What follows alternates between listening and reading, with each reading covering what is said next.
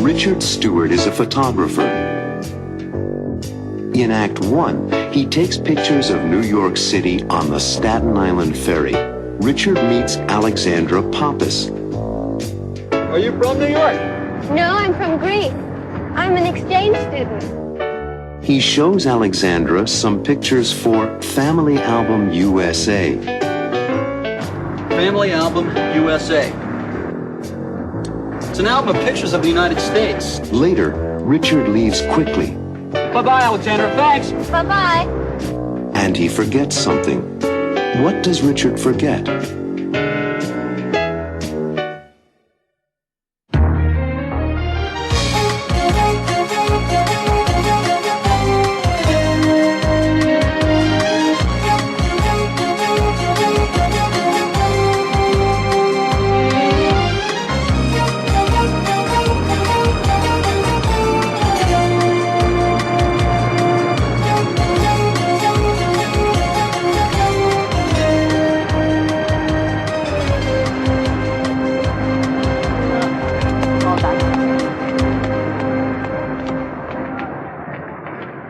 Excuse me. My name is Richard Stewart. I'm a photographer. May I take a picture of you and your little boy? What's it for? That's for a book. You're writing a book? Oh, it's a book of pictures. I call it Family Album USA. Oh, that's a nice idea. Well, it's fine if you take our picture. I'm Martha Van. Thank you. I appreciate your help. I'm Richard. What's your name? Gerald.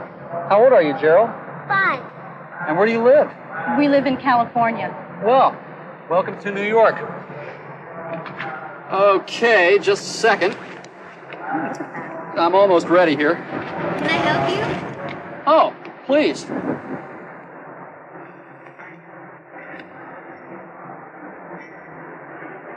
Hey, hold Gerald's hand, please. Great. Now point to the buildings. Terrific. Now give Mommy a kiss, Gerald. Nice.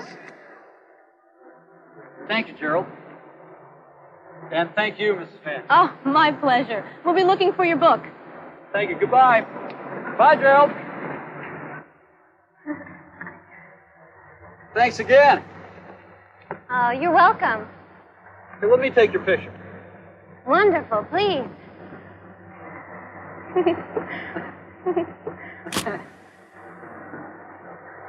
Are you from New York? No, I'm from Greece. I'm an exchange student. Well, when did you come here? 3 months ago. Your English is very good.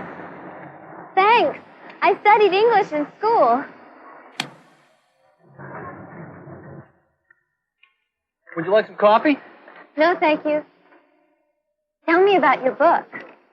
Oh, it's not finished yet, but I have some of the pictures. Would you like to see them? Yes, I'd like that. Oh, here they are. Family Album USA. It's an album of pictures of the United States, the cities, the special places, and the people. And these are pictures of people working. Steel workers, bankers, police, street vendors, ambulance drivers, doctors. Oh, and this is my father. He's a doctor. This is my mother, What's her name? Ellen. My younger brother, Robbie, he goes to high school. This is my sister, Susan. She works for a toy company. Here's my grandfather. He lives in Florida. And this is my wife, Marilyn. Oh, she's very pretty. Thanks. And what about your family? They are in Thessaloniki. Mm-hmm. That's a large city in northern Greece. But now I'm living in the Bronx. With a Greek-American family? No, Hispanic. Oh, no. It's 5:30. Will you excuse me? I have to meet my wife. Oh. It's nice meeting you. Oh, it was a pleasure meeting you, too. Thanks for your help, and good luck. I've got to go. By the way, I'm Richard. What's your name? Alexandra. Bye-bye, Alexandra. Thanks. Bye-bye. Richard! Richard, you left your bag!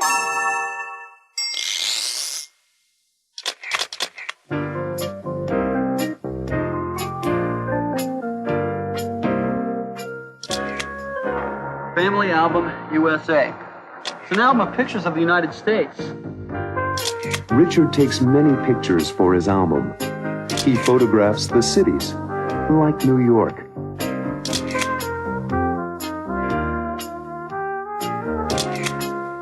And other special places.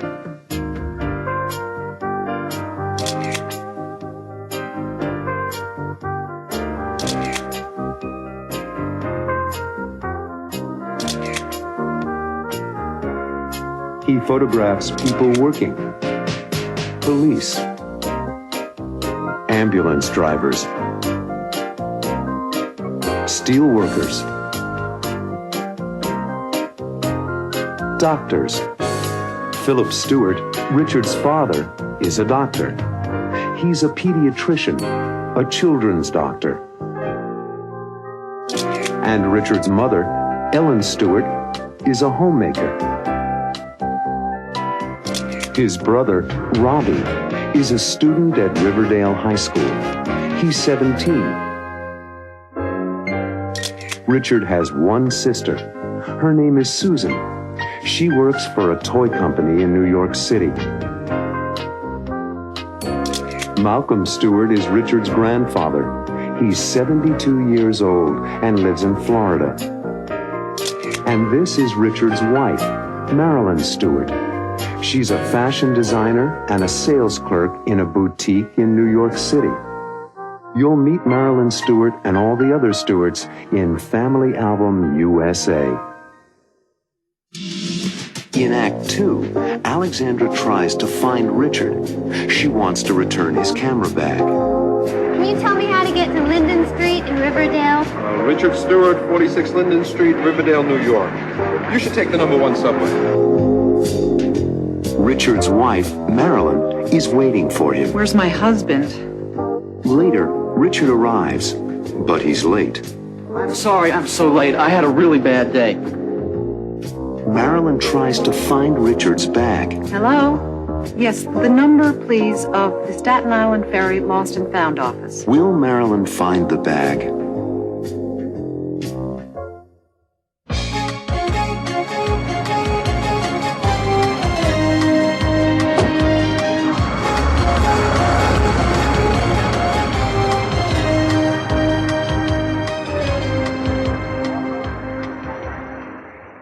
Excuse me, officer, can you help me? Sure. Can you tell me how to get to Linden Street in Riverdale? Richard Stewart, 46 Linden Street, Riverdale, New York. You should take the #1 subway. Is there a station near here? Yes, the station's that way. You should take the #1 train to Van Cortlandt Park. #1 train to Van Cortlandt Park. Thank you. Anytime. Good luck. Remember, the #1 train, the uptown platform. Thank you.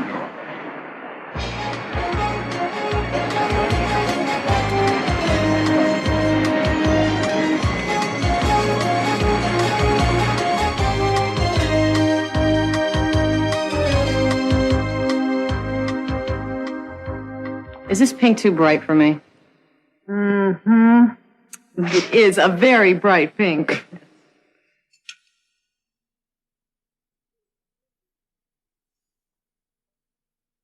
Try this. It's size 8. But I wear size 10. How about green? It's size 10. Let me try it on. I'm taking too much of your time. 6 o'clock. Where's my husband? I was expecting him here at 5:45. Don't worry, the traffic is very heavy at this hour. I know. We're going to be late for dinner. I'll take this green sweater. I like the color on me, don't you? I think it looks terrific on you.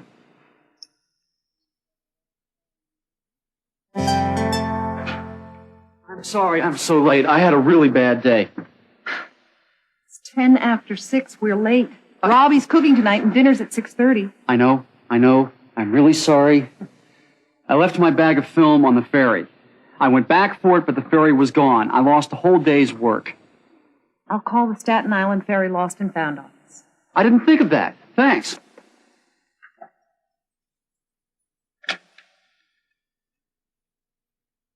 Hello? Yes, the number, please, of the Staten Island Ferry Lost and Found office. 555-0808. Thank you. I really appreciate it, Marilyn. Hello? Did anyone find a camera bag this afternoon? Small canvas bag. On the J.F. Kennedy ferry. No? Maybe someone will find it. The name is Stewart, Richard Stewart, and the telephone number is 555-3090. Thank you. Sorry, Richard, they don't have it. Thanks anyway. But there was a girl on the ferry. Now Tell maybe me about it on the way home.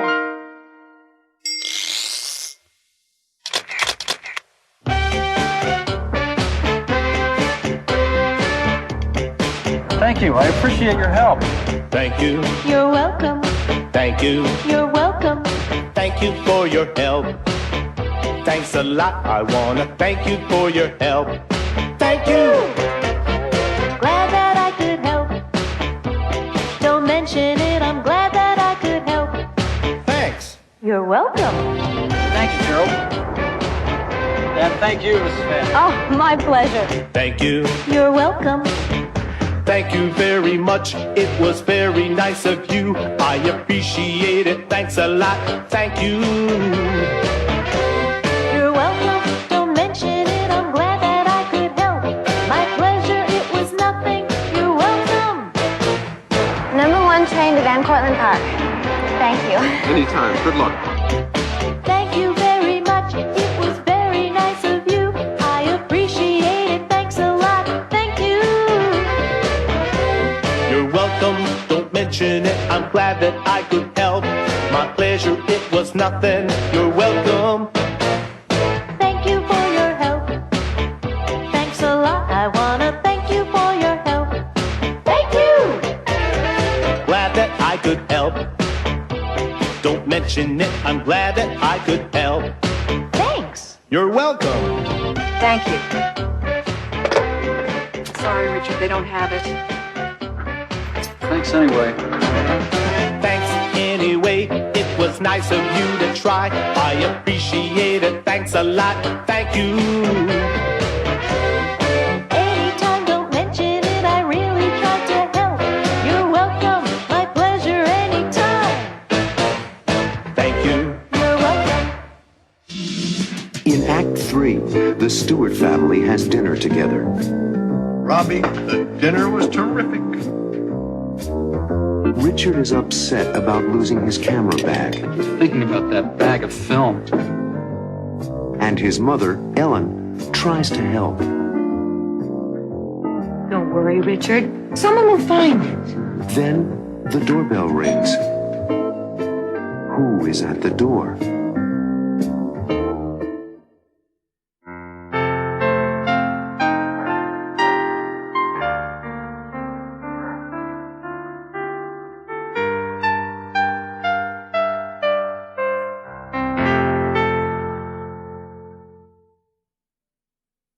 And give her a teaspoon of the medicine after every meal. Don't worry, she'll be fine. You're welcome. Goodbye.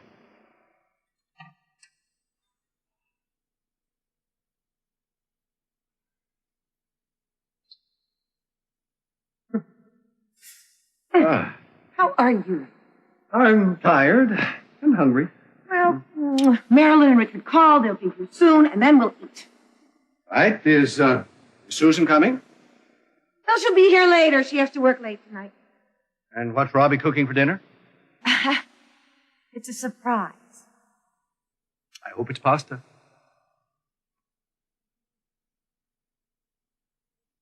Robbie, the dinner was terrific.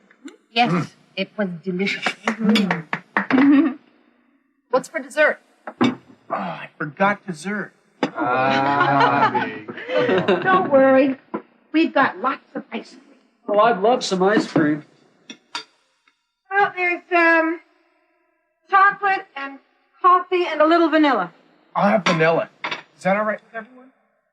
I'll have chocolate. Me too. 1 scoop of coffee and 1 scoop of chocolate for me. Robbie, would you help me serve?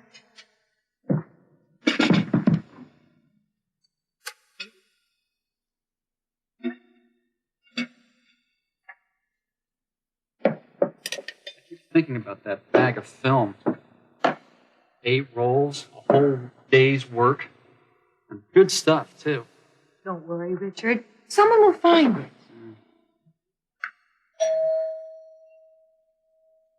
I'll get it.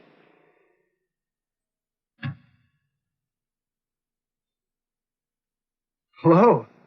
Hello. Does Richard Stewart live here? Yes, he's my brother. I'm Robbie. Robbie Stewart?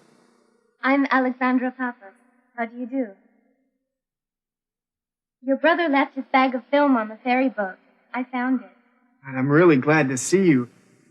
I mean, my brother will be really glad to see you. Robbie? Who is it? It's Richard's film. I mean, Alexandra Pappas. Come in, please.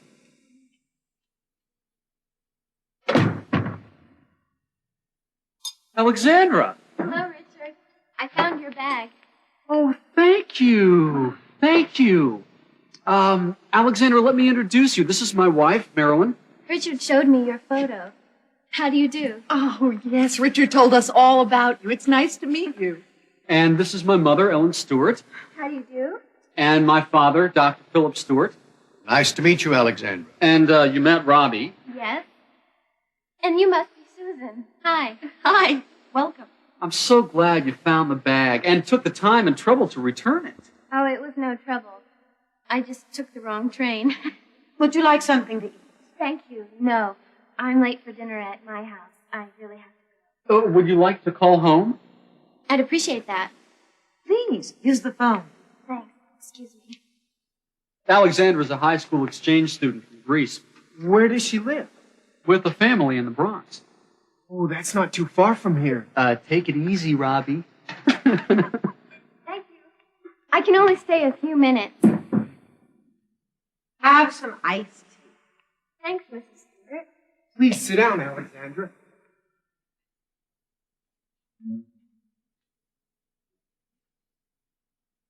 So, you're an exchange student.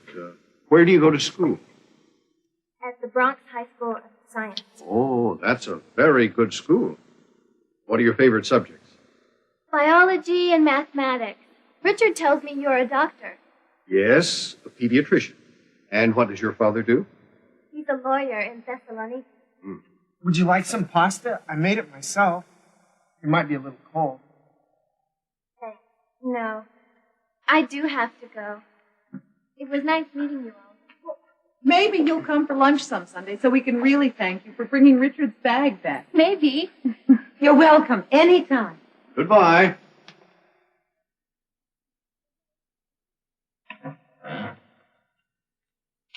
Can I drive you home? No, thanks. The train is just up the street. It won't take me long at all. You really saved the day for me, Alexandra.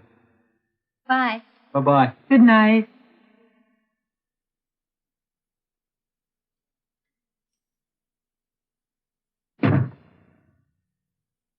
She's a smart young lady.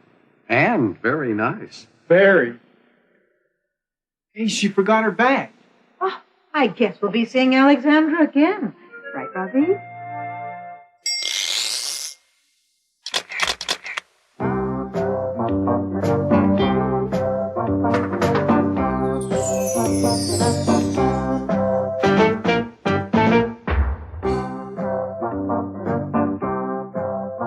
My name is Richard Stewart. I'm a photographer. I'm Martha Van. I'm Richard. What's your name? Carol. By the way, I'm Richard. What's your name? Alexandra.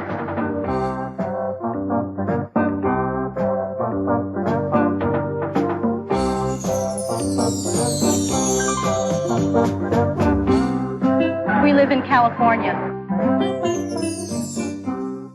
Are you from New York? No, I'm from Greece.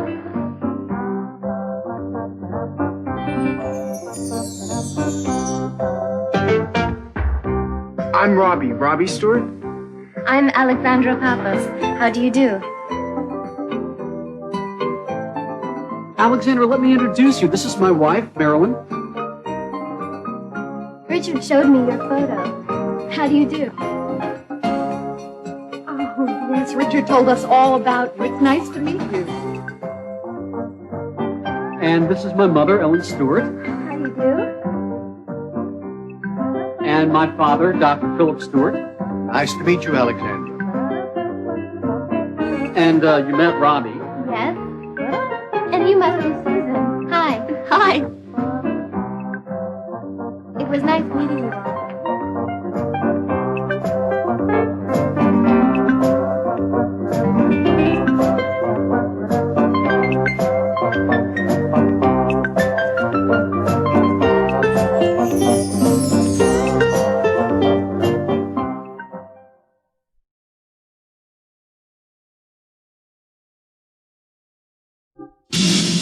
In Act 1 of this story, Susan Stewart and Harry Bennett don't know each other. They have a dinner date tonight.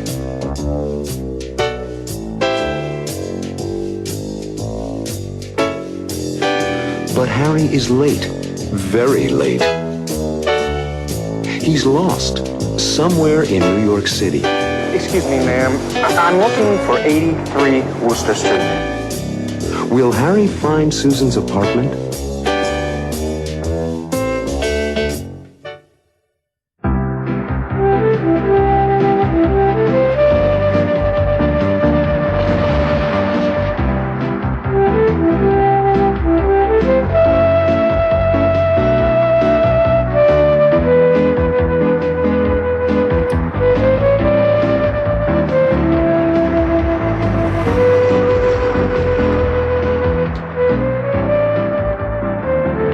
Excuse me. Can you help me?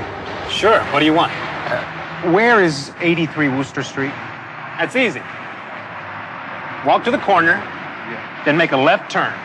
Then walk 2 blocks to the traffic light, make another left to Worcester. Thank you. To the corner, and then a left. Yeah, a left. Hot dog? Only 75 cents. No, thank you. I have a dinner date. Okay.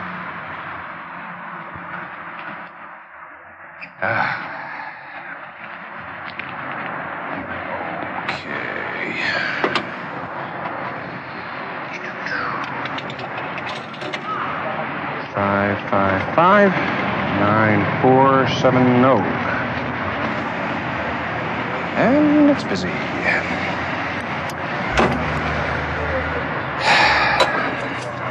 Try again.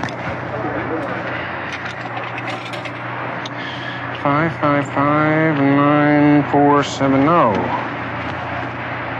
And it's still busy.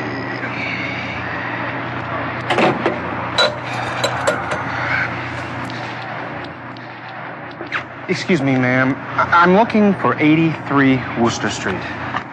Yes. Worcester Street is 2 blocks, and 83 is to the right. About 2 houses. Thank you. Thank you. You're welcome.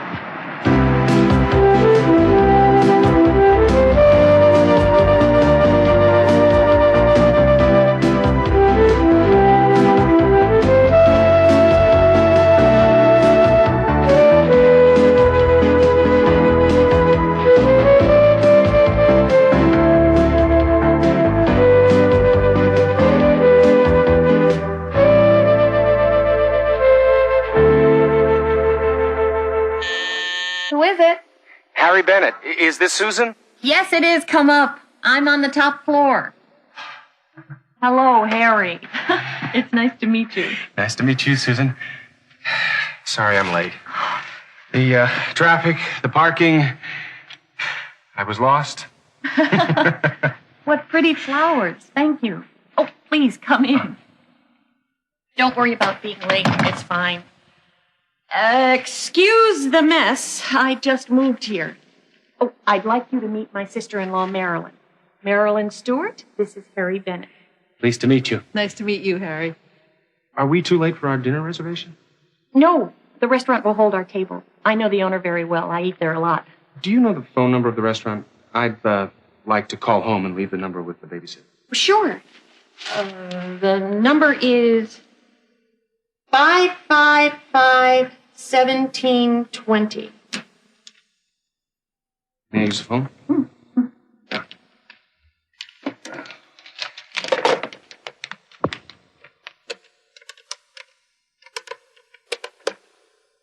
555-1720? Mm-hmm.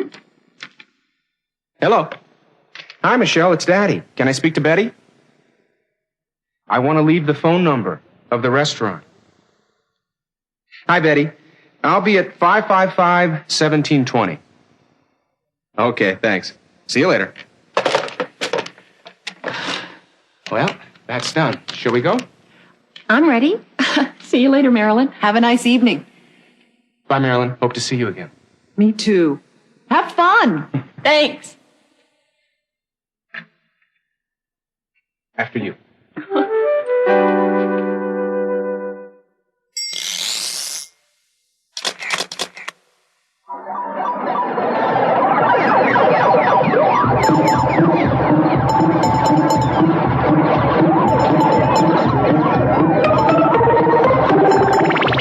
Excuse me. Can you help me? Sure. What do you want? Where is 83 Worcester Street? That's easy. Walk to the corner, then make a left turn. Then walk 2 blocks to the traffic light, make another left to Worcester. Thank you. To the corner, and then a left. Walk to the corner, then make a left turn. Then walk 2 blocks to the traffic light, make another left to Worcester. Come on, Harry. It's your turn. Follow the directions.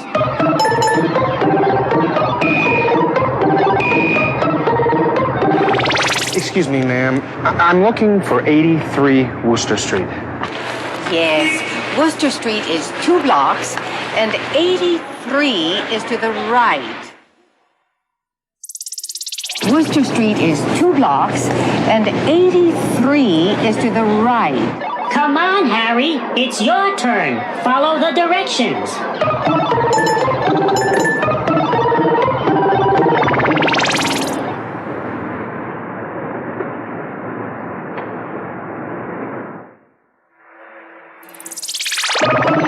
Congratulations, Harry. You found 83 Worcester Street. Now, Harry, let's try some new directions. Go to the traffic light at the corner of Prince Street and make a right turn. Go 1 block and make a left at Green Street. Go to 290 Green Street.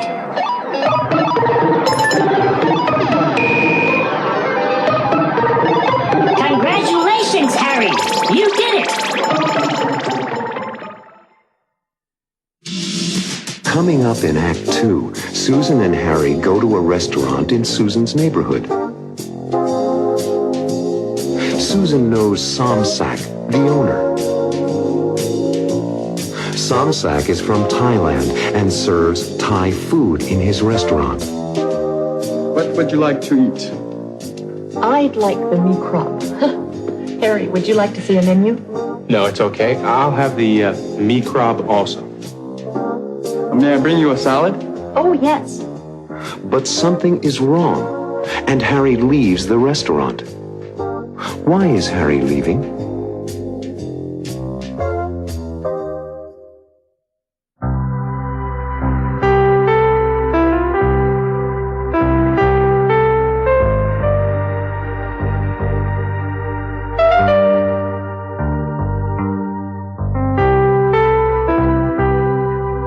Ah, Miss Stewart, welcome. How are you? Fine, Sumsack. And you? Fine, thank you.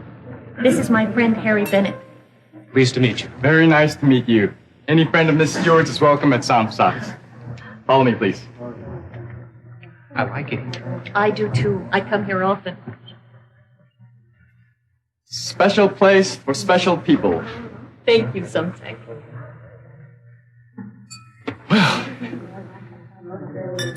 Nice restaurant. Would you like something to drink? Yes, I'd like a glass of ginger ale with ice. Harry, what would you like? Do you have a dry white wine? How about a California Chablis? Chablis is fine. What would you like to eat? I'd like the meat crab. Harry, would you like to see a menu?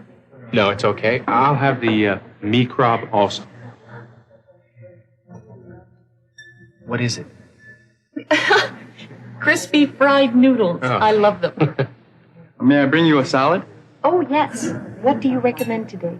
I recommend rose petal salad, special for new friends. Rose petal salad? Why not? I'll take care of everything. I hope you're hungry. What? Oh, yes. Starving. Well,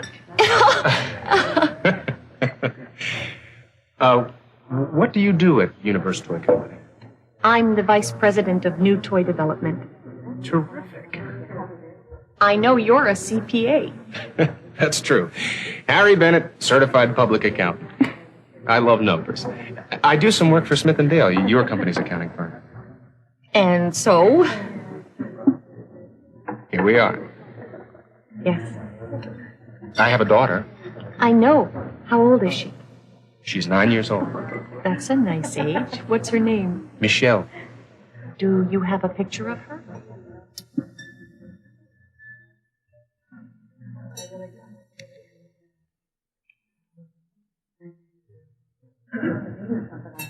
She's very pretty.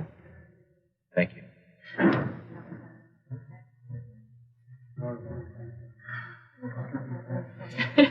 Rose petal salad.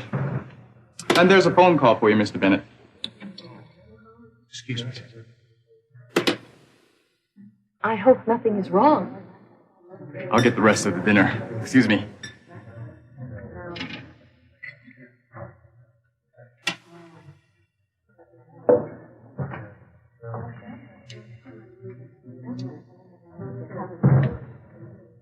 Please forgive me, Susan, but I have to leave. I feel terrible, but What's the matter? my daughter isn't feeling well. Oh, no. Is it serious? I don't know. The babysitter says she has a stomachache and she's crying. I'll have to go home. Forgive me? Of course. I'm so sorry for Michelle.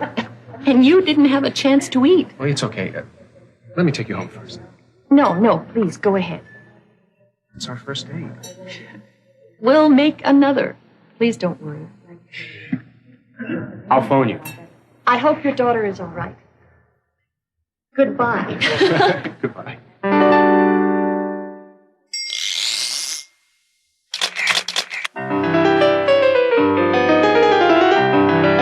Samsack is offering. Would you like something to drink? Would you like something to drink? Would you like something to drink? How about a California Chablis? How about a California Chablis? How about a California Chablis? May I bring you a salad? May I bring you a salad? May I bring you a salad? Would you like a cup of coffee? How about some herbal tea? May I bring you some dessert? Susan and Harry are ordering. I'd like a glass of ginger ale with ice. I'd like a glass of ginger ale with ice. a glass of ginger ale with ice. Do you have a dry white wine? Do you have a dry white wine? Do you have a dry white wine? I'll have the me crop also. I'll have the me crab also. I'll have the me crab also. I'd like a cup of coffee. Do you have some herbal tea? I'll have some dessert.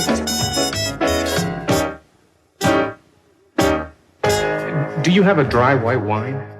How about a California Chablis? That's fine. In Act 3 of this story, Susan has dinner with Marilyn, her sister-in-law. This food is delicious. Then Harry surprises Susan. Hi. And they talk. Is there anyone else in your life? No, not yet. Will Susan and Harry see each other again?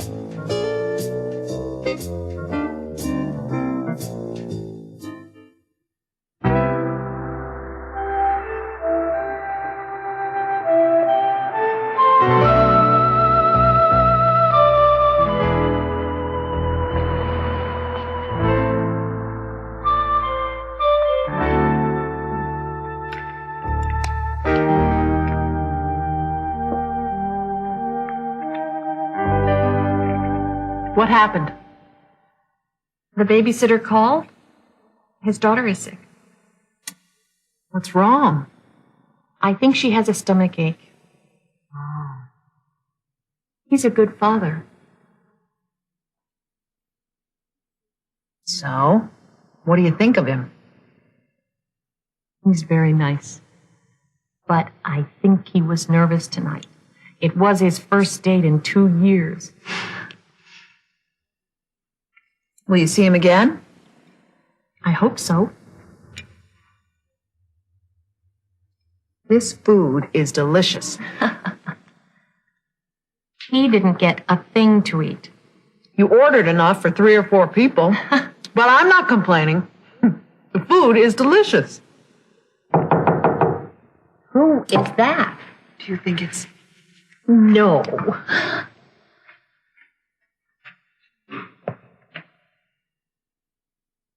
You won't believe it, Marilyn. I believe it, even without looking. Hi.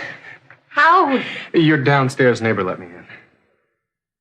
did you go home? I did, but everything is okay, so I decided to come back. To apologize for leaving so early. I brought you a little gift. It's a bonsai tree for your new apartment. Hi, Marilyn. I hope it's not too late. Oh, not at all. We're still eating. Please, come in. Join us. It's our meal from the restaurant. Oh. And how is your daughter? Oh, she's fine. It was only a tummy ache. It's good that you went back. Yes, I think it's important for me to be there since her mother died. I agree. Aren't you hungry? As a matter of fact, I am hungry. There's lots of food left. This is delicious. Enjoy. I'm going to excuse myself. I have a lot of work to do to get ready for tomorrow. Good night, Harry. It was nice meeting you. Bye, Marilyn. Good night, Susan. Good night, Marilyn. She's going to a fashion show here in the city tomorrow. She's sleeping here, so she won't have to travel from Riverdale in the morning. You two must be close. We are. The whole Stewart family is close. I like that.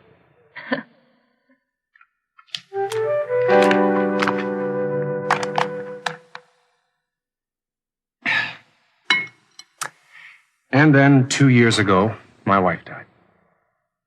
You miss her. I do, yes. But I have Michelle, and with time. Is there anyone else in your life? No, not yet. What about you? Oh, I date occasionally, but my work keeps me busy. Speaking of keeping busy, I have an early start tomorrow, and the babysitter has to get home. Where did the time go? It's midnight.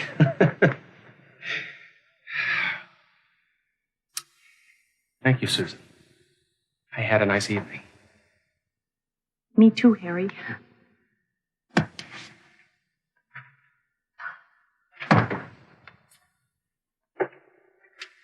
Harry, Yeah? I'd like to meet your daughter someday. Does that mean that I can see you again? Of course. Wonderful. I'll call you and we'll go out to dinner. Please do. I promise I won't leave early. It was for a good reason. You know something? What? I think we're going to be good friends. Good night, Susan. Good night, Harry. Have a safe trip home.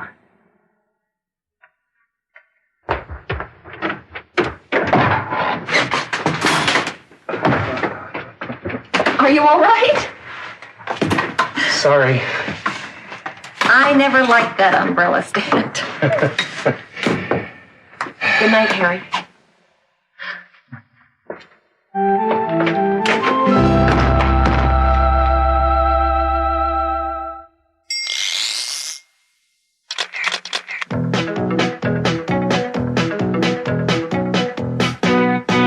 He's an accountant. He works with numbers. He's an accountant. He manages your money. He's an accountant. He plans your taxes. An accountant. That's his occupation. His job.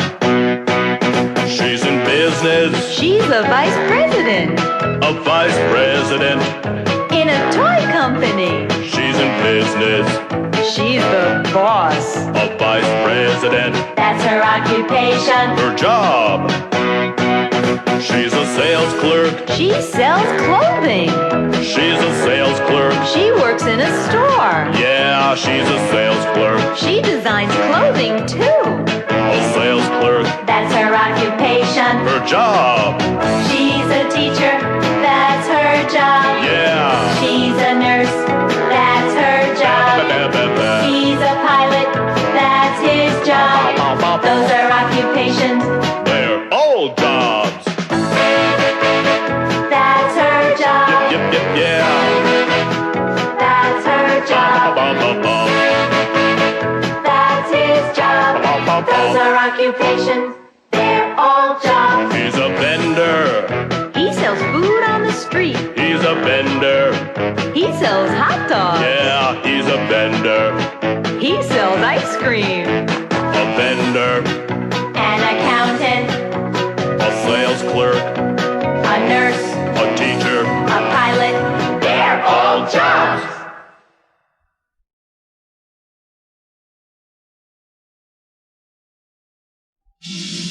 The Stewarts are excited. In this act, they prepare for Grandpa's arrival from Florida. Let's go upstairs and prepare Grandpa's room. You know, maybe I'll put together some photos of Grandpa as a welcome present. I want to put some of my good hangers in Grandpa's closet. Ellen and Marilyn prepare Grandpa's room and notice his old trunk. What's inside? I don't know. It's locked. What's inside the trunk?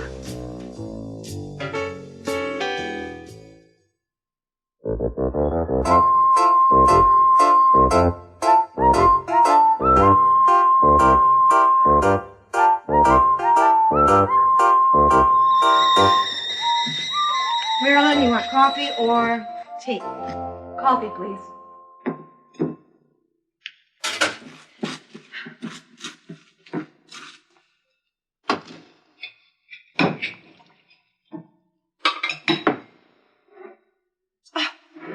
I am so excited. At this time tomorrow morning, Grandpa will be sitting in the kitchen with us.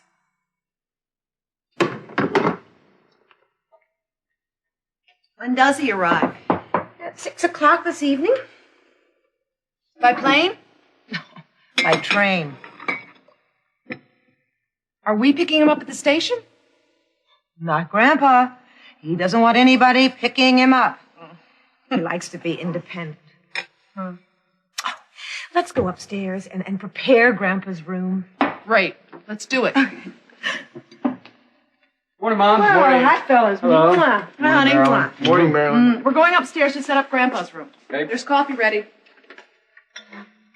I'm really excited about seeing Grandpa. Me too. Milk, please. He's so funny. He always makes me laugh. I hope Grandpa's going to like living with us. Well, I think he will. It just takes time to feel comfortable in a new place. Won't he miss being in Florida? Well, he will, but I think he'll like being here with the family. Are you sure about that? It's crazy here most of the time. But it's fun. That's for sure. You know, maybe I'll put together some photos of Grandpa as a welcome present. That's a neat idea. What can I do? I've got it. I have a picture of Grandpa and Dad and me in my wallet. It's from the Fathers and Sons breakfast at my junior high school graduation. Oh, I remember this picture. I'd really like to pick up Grandpa at the railroad station. Railroad stations or airports, Grandpa always tells us he'll get here by himself. He's something.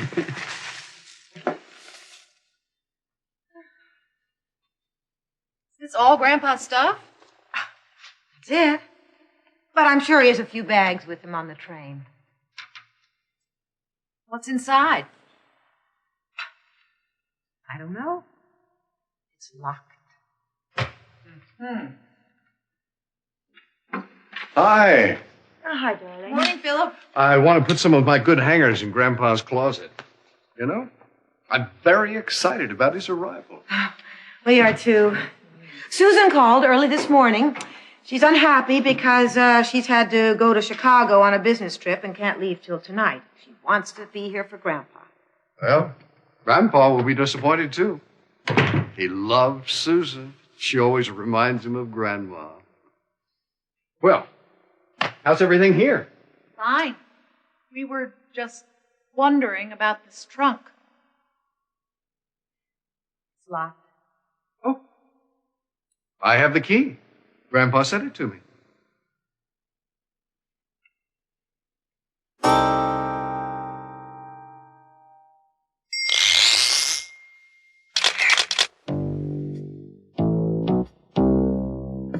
He doesn't want anybody picking him up. He likes to be independent. I think that's good. He's got his own way of doing things. He likes to take care of himself. I guess you're right. He's so funny. He always makes me laugh. I guess he has a good sense of humor. Yeah, I bet he's a lot of fun. Grandpa always tells us he'll get here by himself. He's something. In my opinion, he's a very special man. What do you think? Well, I believe I'm gonna like him. But what? Won't he miss being in Florida? Well, he will, but I think he'll like being here with the family. I suppose he'll miss his home in Florida and his independence. I suppose you're right. But what about you? What do you think? What kind of man is Grandpa? What do you imagine he's like? Why is he moving away from Florida? And how does he feel about moving to Riverdale? What do you think? Let's see.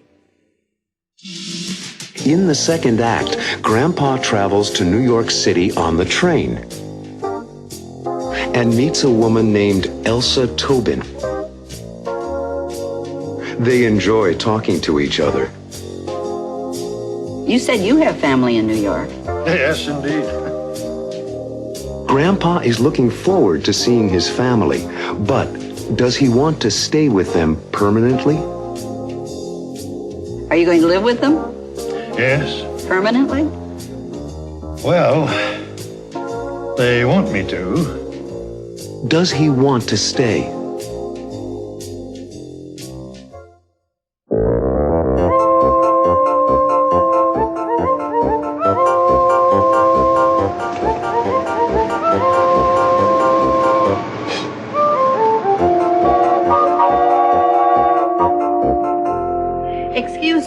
Is this seat taken? No, it's not taken. Oh, thank you. Oh, let me help you with this. Oh, thank you.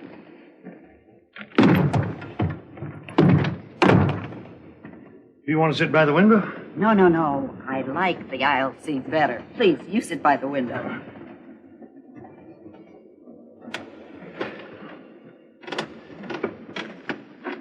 My name is Stewart, Malcolm Stewart. Pleased to meet you. I'm Elsa Tobin. How do you do?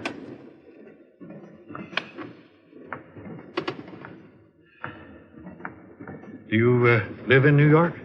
No, no, I'm from Florida. I am too. But didn't you just get on? No, no, I just changed my seat. A man next to me was smoking, and smoke really bothers me. Where are you from in Florida? Titusville. It's near Orlando. Small world. I'm from Titusville, too. Really? What part?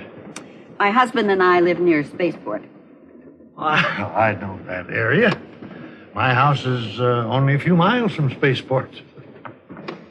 Do you still live there? Oh, yes. Yes, my husband's there now.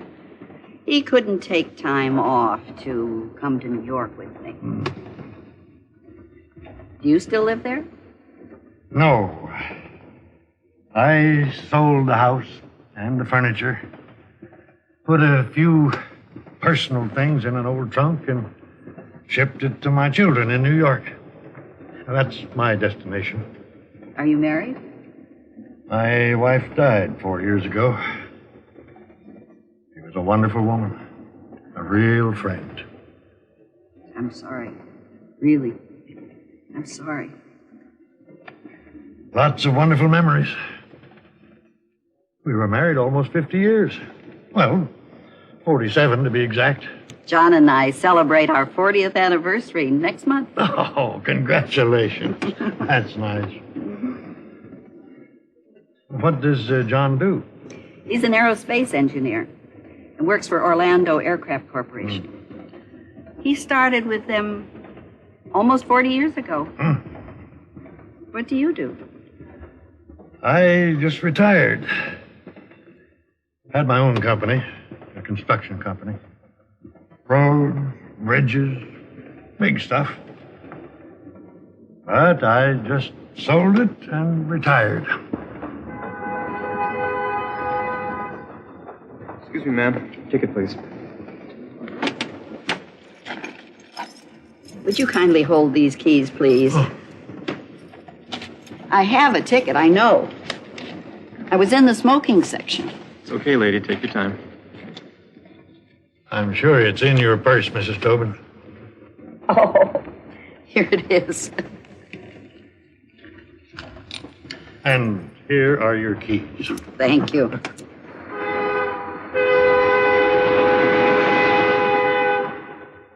Do you have family in New York? No, no. But I do have very close friends in New York City. We like to go to the theater together. You said you have family in New York. Yes, indeed. A son and his wife and their 3 children. My grandchildren. You must be excited. I can't wait to see them. Are you going to live with them? Yes. Permanently? Well, they want me to, but it's too early to know for sure. I'm pretty independent. I tried to teach my kids the importance of independence, but I'm not sure I want to be alone. Some people don't mind being alone. I do. I understand. But tell me, why did you stop working? I retired because I wanted to be with my family. I didn't want to be alone anymore.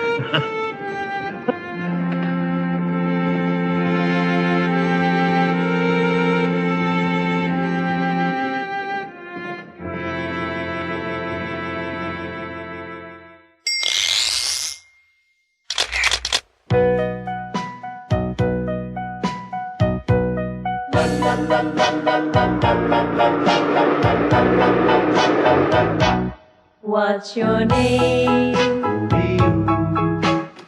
My name is Stewart, Malcolm Stewart.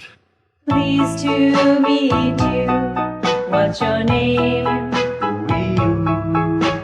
I'm Elsa Tobin. How do you do? How do you do? Where do you live? Titusville. Where do you live? Small world. I'm from Titusville, too. It's a small, small world. How do you do? Are you married, yes or no? Please tell me, let me know. John and I celebrate our 40th anniversary next month.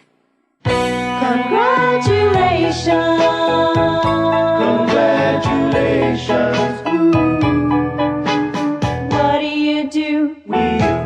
Are you a doctor, a farmer, a mailman, a lawyer, an artist, a salesman, a businessman, or a preacher, a high school teacher? I just retired. Do you have family in New York? No. Do you have family in New York? Yes, indeed. I'm pleased to meet you. Pleased to meet you. How do you do? I'm pleased to meet you.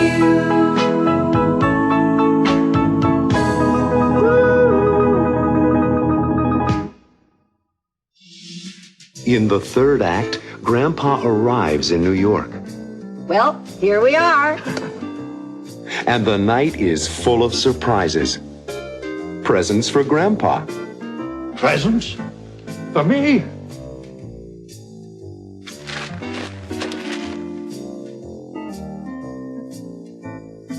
And Grandpa opens the trunk. What's inside the trunk?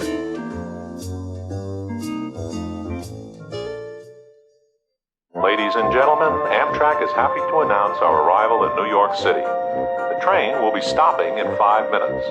Please check to be sure you have your belongings and have a good stay in the Big Apple. Thank you. Well, here we are. It was so nice meeting you, Mr. Stewart. And nice meeting you too, Mrs. Tobin. Please look us up. We're in the phone book. Dr. Philip Stewart in Riverdale. Your son. That's right. And have a good time in New York. And don't be so independent. You're very lucky to have a caring family.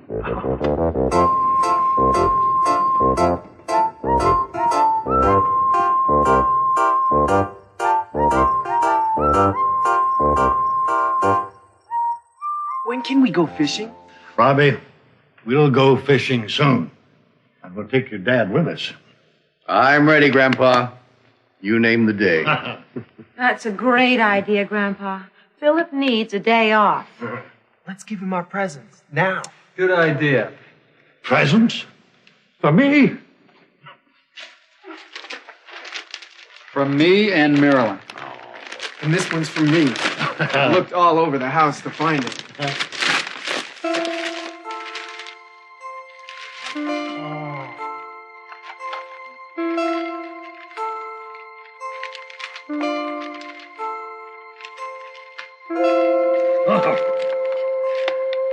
Richard, these are terrific pictures.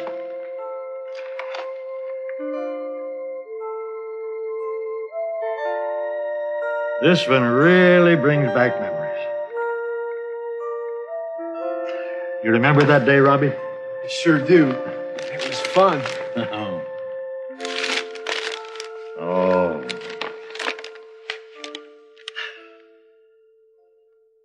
I'm sorry Susan isn't here. I miss her very much. She feels bad too, Grandpa. She called to say the plane was delayed. You know airports. I can't wait to see her. She looks just like Grandma at that age. I'd better unpack. I started traveling 24 hours ago. Not so young anymore. Don't you want something to eat? No, thanks. After a good night's sleep, I'll enjoy breakfast even more. Come on, Dad. Ellen and I will take you to your room. I'm sure glad you're here, Grandpa. Good night, Grandpa. Pleasant dreams.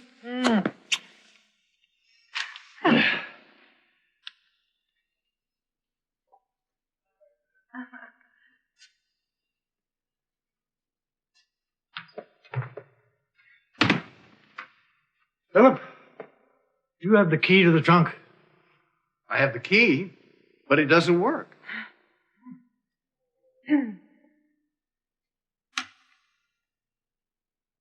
I sent the wrong key.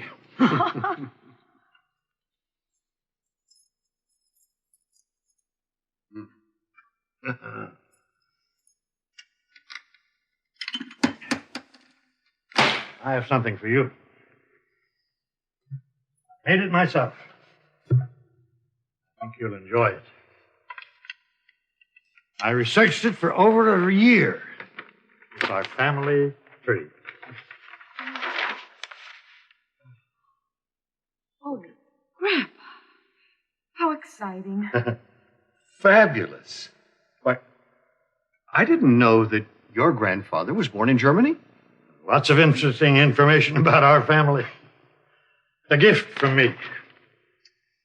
Thank you so much. Uh-huh. Oh, Grandpa! I'm so happy to see you. Oh, you look so beautiful, Susan. My granddaughter. Like I always said, you look just like Grandma. I think you're going to be very happy here with us. I know you will. I don't feel alone anymore.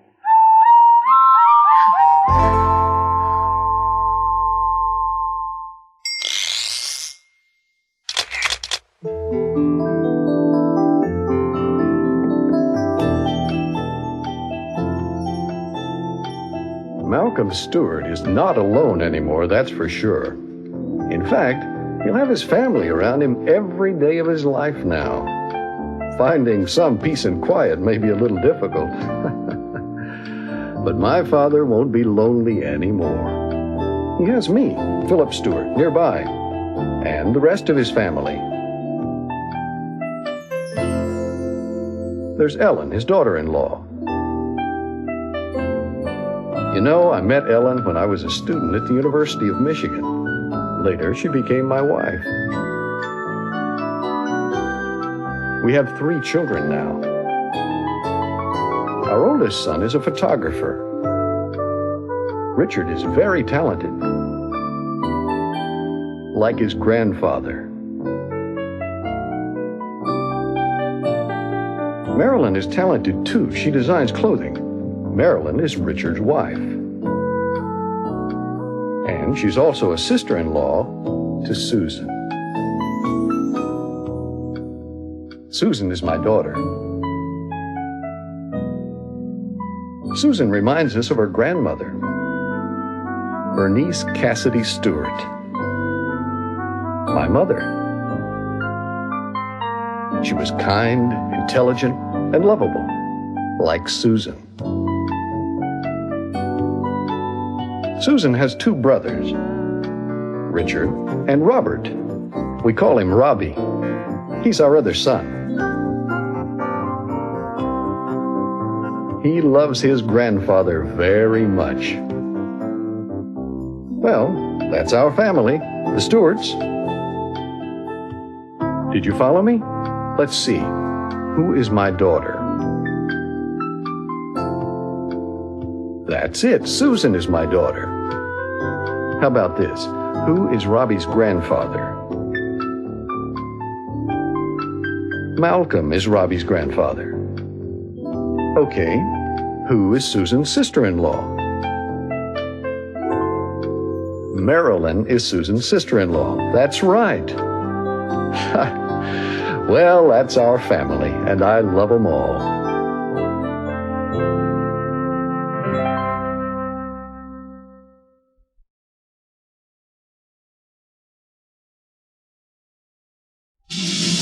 In Act 1, Marilyn comes home from her aerobics class very tired.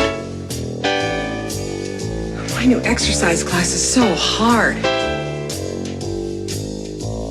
But her husband Richard doesn't agree with her. I think aerobics is easy. So they make a bet. I bet I can go 1 hour in your class this morning and not feel a thing. Who's gonna win the bet?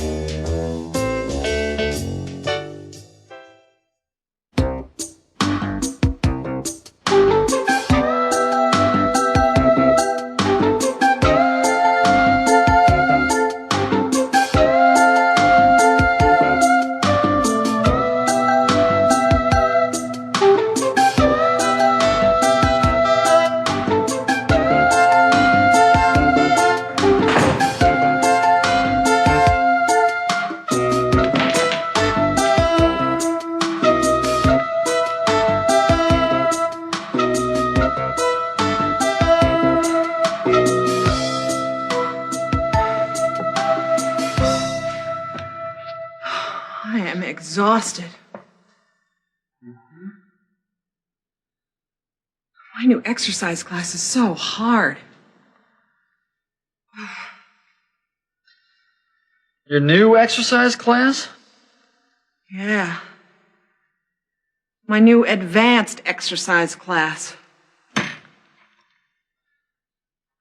Why advanced? My instructor thought that the beginner's class was too easy for me. Too easy for you? Don't laugh! In the beginner's class, they give you a chance to rest between exercises. So? The advanced class is non-stop. I lift weights every morning for 60 minutes without stopping. No problem. Listen, Richard. Doing aerobics for an hour is a lot different than lifting weights. Yeah, quite a bit different. I think aerobics is easy. I could work out in your class with no problem. You think so? Oh, without a doubt. When's the next class? Tomorrow morning at 10 o'clock. Try it. Tomorrow morning, after lifting weights, I'll try aerobics. It's a snap. Tomorrow morning at 10 o'clock.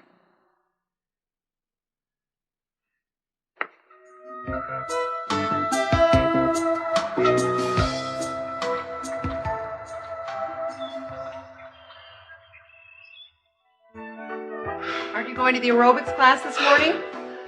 Of course. Easy. No sweat.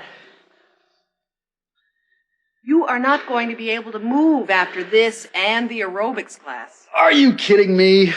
It's going to be a piece of cake. You want to bet? Yeah, what's the bet? I bet I can go 1 hour in your class this morning and not feel a thing. The bet is I win and you cook dinner for the entire family. Or you win and I cook dinner for the entire family. It's a bet. Okay. Call my instructor, Jack Davis, right now. His number is 555-8842. The advanced class starts at 10 o'clock. Oh, it's 8:20 now. It only takes 8 minutes by bicycle to the aerobics class. Give him a call.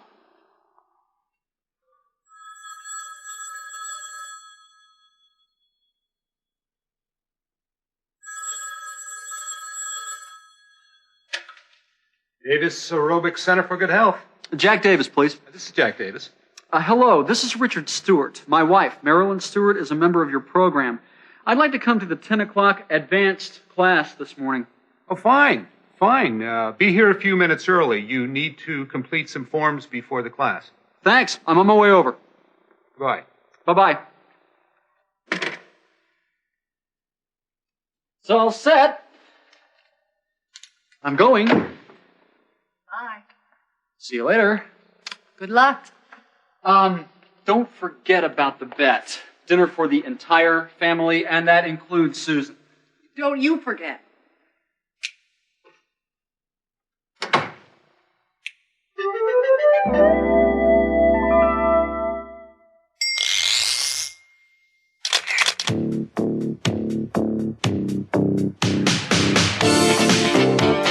I think aerobics is easy.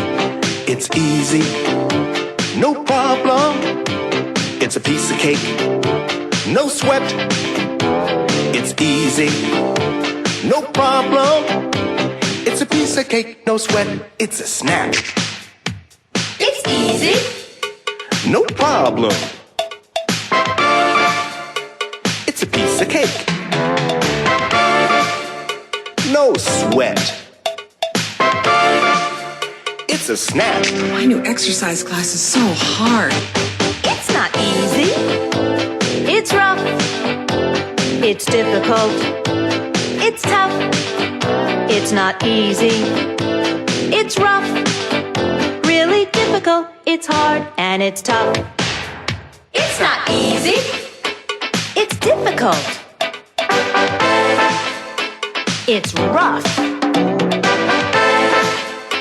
It's very hard. It's difficult, it's hard, and it's tough, tough, tough. I think aerobics is easy. It's easy, no problem. It's a piece of cake, no sweat.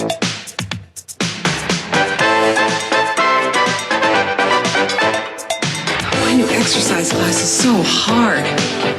It's not easy, it's rough. It's difficult, it's tough.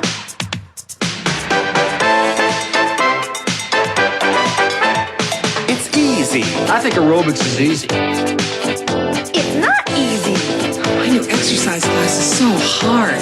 It's easy. I think aerobics is easy. It's not easy. It's a snack. A snack. No, it's tough, tough, tough. In the second act, Richard goes to the aerobics center and Jack Davis asks him to take some photographs. Maybe you can photograph a class and I can give you and Mrs. Stewart a month of classes free. So Richard photographs the class. Later, when Richard gets home, Marilyn is surprised. What is wrong with you? Nothing. I am in excellent health. I have ideal blood pressure, a perfect heart. In other words, I am in wonderful condition. So, who's gonna win the bet?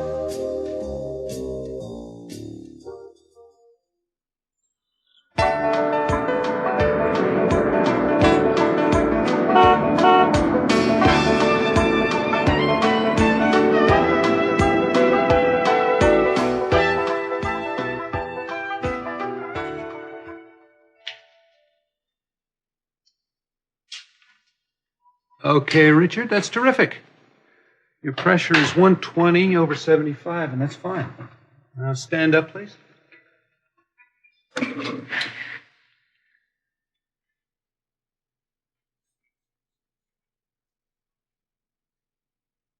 Good. It's 122/80. You can sit down now. When was your last complete physical? 6 months ago. Good. You have any back or knee problems? Nope. I'm in perfect health. What do you do for a living, Mr. Stewart? I'm a photographer. Interesting. What do you photograph? Everything. The American scene. People, places, events. Did you ever think of photographing an aerobics class? No. I can't remember taking pictures of people exercising. But don't you think it'd be a good subject? Sure. I need some good photos for my advertising, Mr. Stewart. Maybe you can photograph a class and I can give you and Mrs. Stewart a month of classes free. When can I photograph a class? Anytime. How about today? Terrific.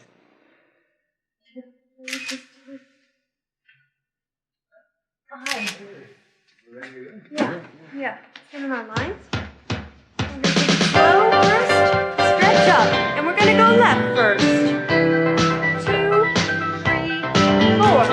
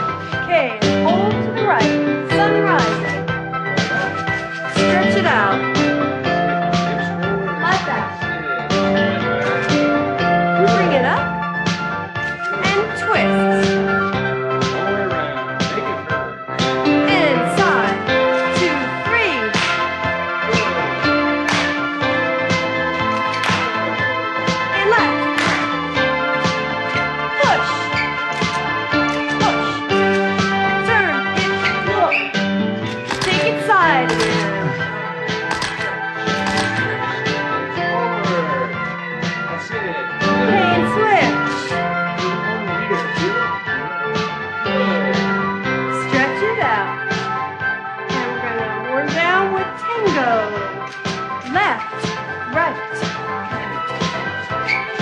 Enjoy it.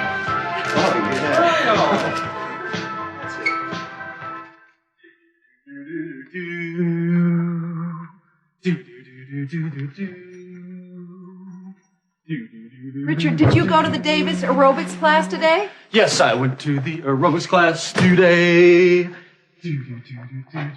What is wrong with you? Nothing. I am in excellent health. I have ideal blood pressure, a perfect heart. In other words, I am in wonderful condition. Richard, did you go to the aerobics class really? Don't forget to invite Susan for dinner. And your legs don't hurt? Hurt? What do you mean? What about your arms? Lift your arms up like this. And they don't hurt? Not even a little? No. You are in great condition. I can't believe it.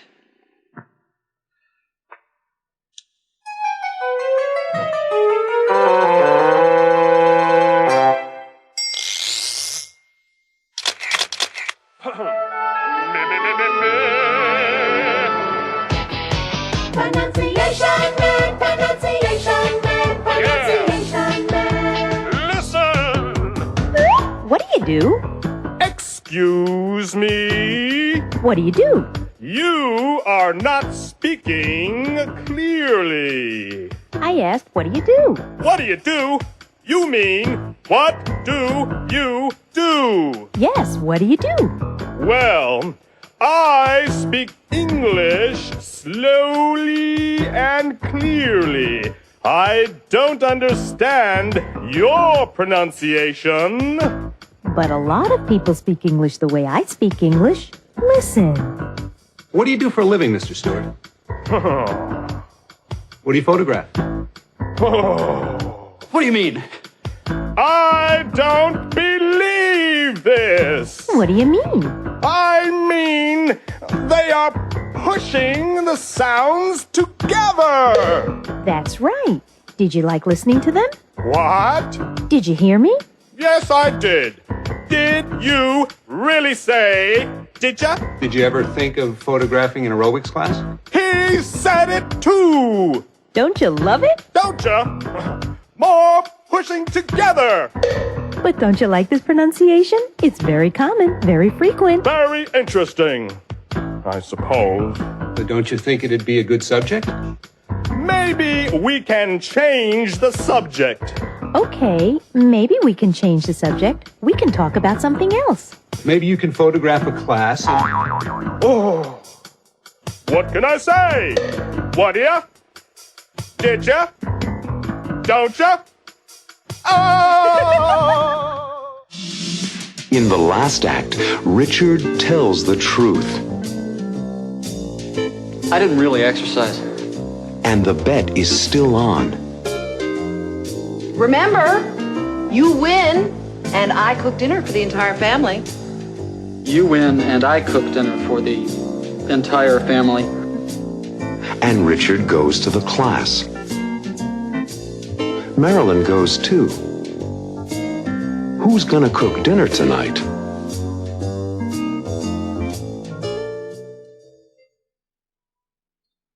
Grandpa, Ellen, Philip, Robbie, you and me. That's 6 steaks. Don't forget Susan. 7 steaks. Cooking dinner for the entire family is not so easy. Shopping, salad, tomatoes, lettuce, cucumbers, and onions. Main course, steak, and potatoes. Richard, how much broccoli do I need for 7 people? Marilyn, I have to tell you something. Hmm? At today's exercise class... Yes, Richard? Well, I didn't really exercise. I knew it. I wanted to, but Jack Davis needed a photographer. I'm sorry, Marilyn. I don't understand. Did you exercise or not? No, instead of exercising, I photographed the class. And you didn't exercise? No. There's another advanced class. Today at 4 o'clock. We'll go together. What about the bet? Oh, the bet is still on. But, you shop for the groceries. Remember, you win, and I cook dinner for the entire family. You win, and I cook dinner for the entire family. Including Susan. 4 o'clock at the advanced exercise class with me. Oh.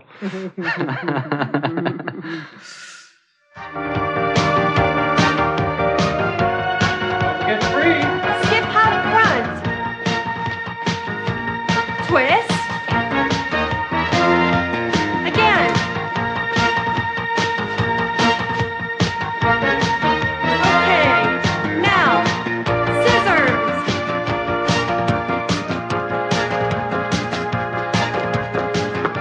This is fun. It's a piece of cake. Yeah, just wait. 5, 6, 7, go right. 1, 2, back. 2, 3. 1, 2, 3. Pony, pony. 1, 2, 3. 1, 2, 3. Kick, pony. And twist. Okay, let's pick up the pace. How you doing, Richard? I can barely move.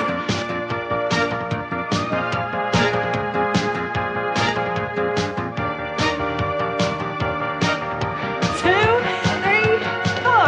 Run. Now we're gonna run it off. Run. Knees up. Okay, Knees finish up. off by jogging in place. Okay, keep those knees up. All right, that's it for today. Thank you, everyone. See you next week. Thank you, Jack, but no thank you.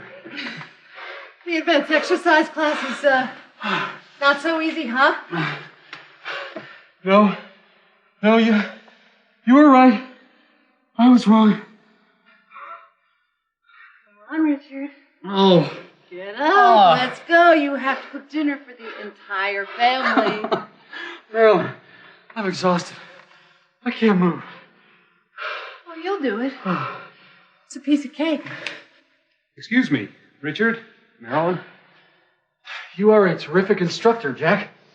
Thanks. But I have a question. Is this your very first advanced aerobics class? Yes, it is. Well, you are in great shape, Richard. Very few people last in this class for the full hour the very first time. Oh, It's true. You are in great shape. thanks. I think we'll cook dinner together.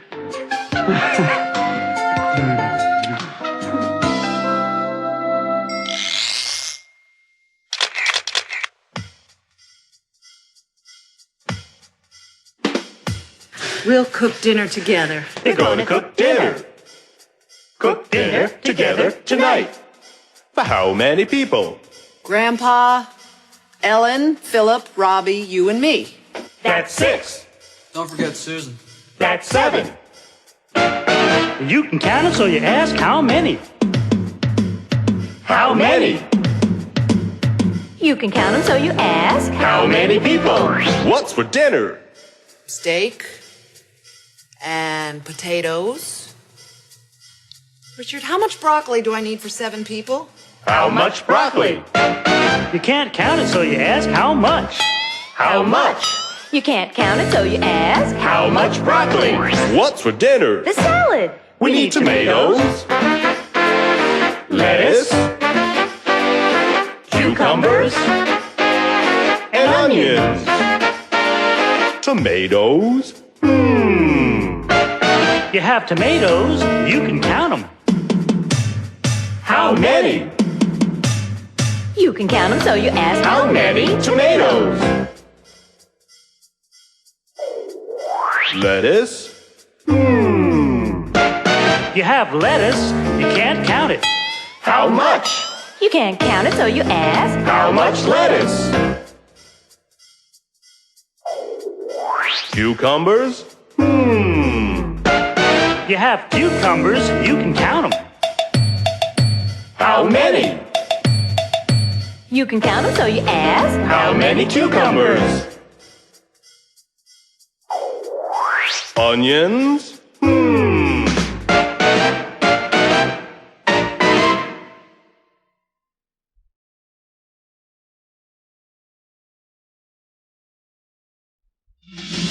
As this act begins, Philip is very busy.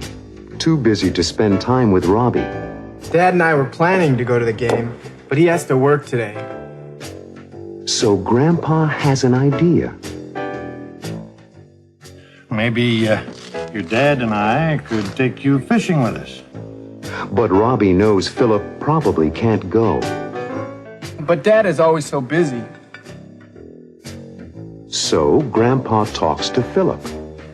You're working pretty hard these days. I guess I am. What does Philip decide to do?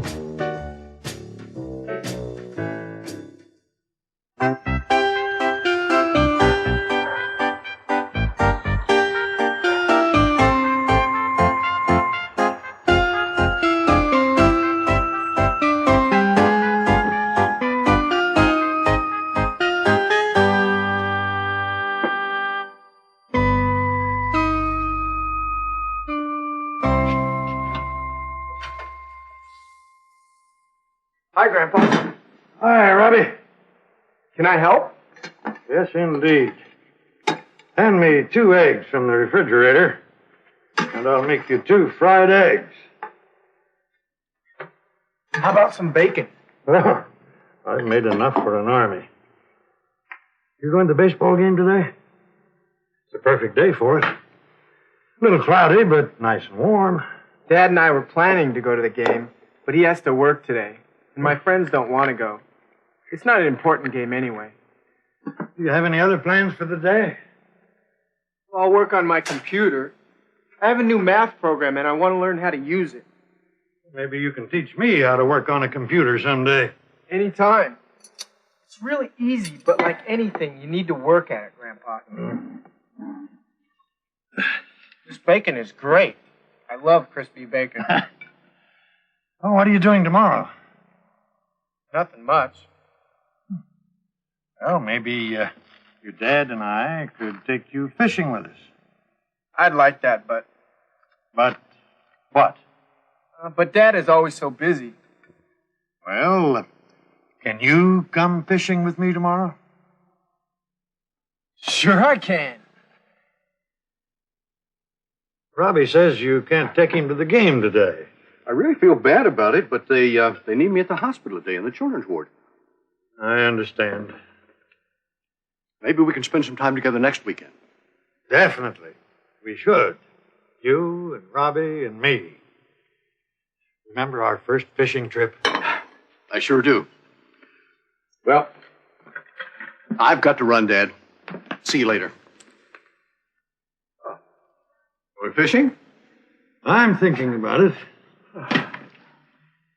So, how's work? Oh, the usual problems. You're working pretty hard these days. I guess I am. When did you last go fishing with Robbie? Oh, I remember exactly. On his birthday, June 2nd, 2 years ago. We didn't catch anything. Remember our fishing trips? Yes. I loved them. Remember catching your first fish? How could I forget? I fell out of the boat. We had some good times together. Yes, we did. Maybe we should do it again. How about tomorrow? Don't you have to work? My paperwork will wait. Oh, Robbie will be thrilled. I am too, son. We'll spend more time with Robbie. Tomorrow. It'll be like old times for you and me. And Robbie will love it. Well, what's the weather going to be like? Radio says sunny and mild. Oh. Well, I'll tell Robbie. And, thanks, Dad. Don't thank me. I'm just being a grandfather.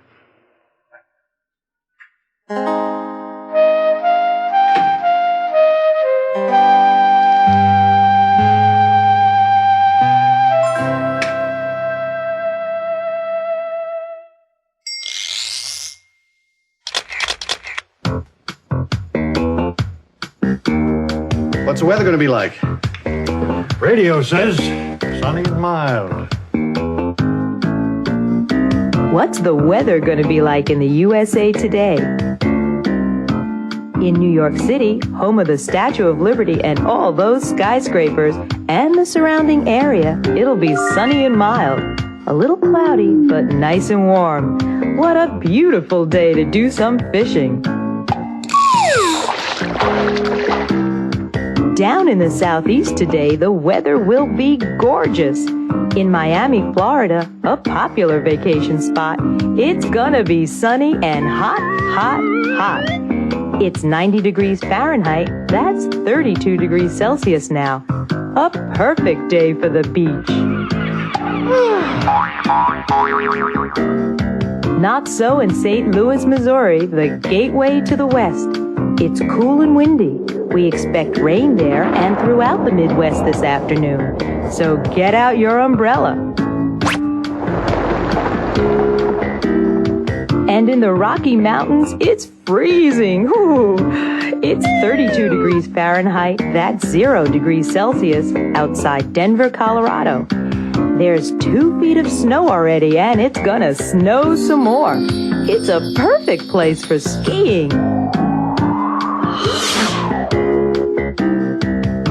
Out on the West Coast in Los Angeles, California, home of Hollywood movie stars and fast cars, it's sunny and warm.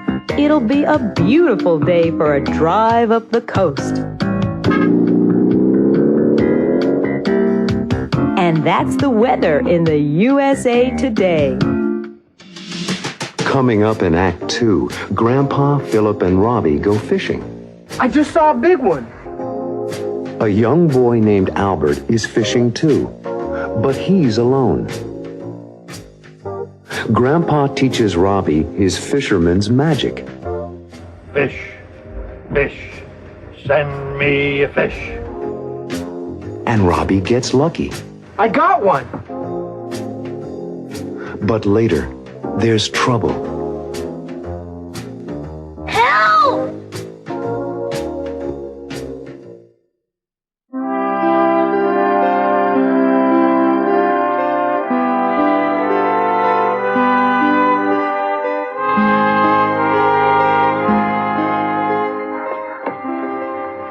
This is really neat.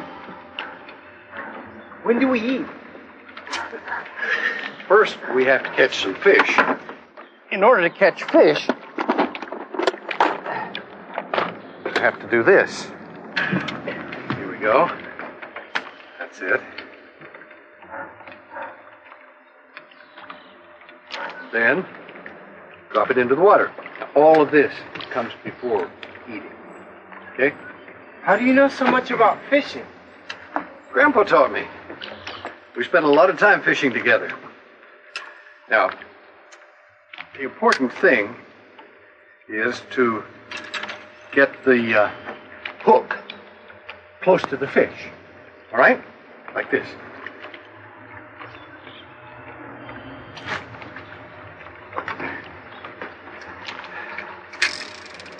I think I see some fish right under us, Dad. Oh, not a chance. I just saw a big one. Hi there. Hi, What's your name? Albert. Are you all alone? Yes, sir. How old are you, Albert? I'm 10. Where's your father? He's up there at the lodge. Does he know you're here? Yes, sir. Okay, Robbie, maybe you should watch him. The water's pretty deep here. I'll watch him, Dad.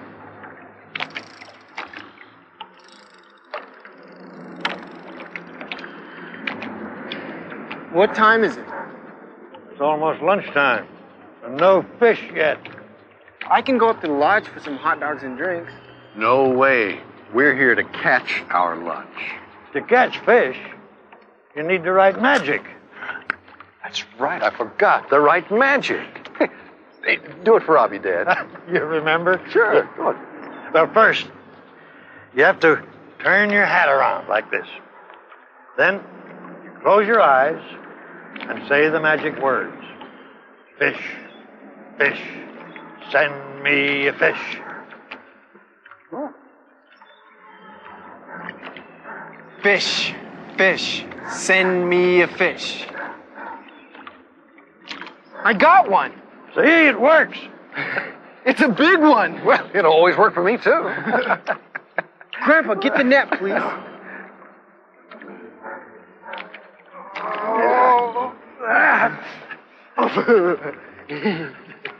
Dad, you got one, too. You bet I have. Easy, Philip. Easy. Sorry, Dad. Well, one more, and I've got a pair of boots. You didn't say the magic word. Bobby's right. Yes, but you did, and we've got our lunch. Let's build a fire and cook it. Come on, Albert, you can help us. I want to stay here and fish. All right. But be careful.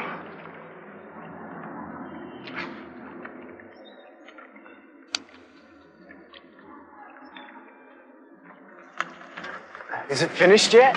I think so. I hope you like your fish well done. Burned, you mean? Hey, I'm a doctor, not a chef.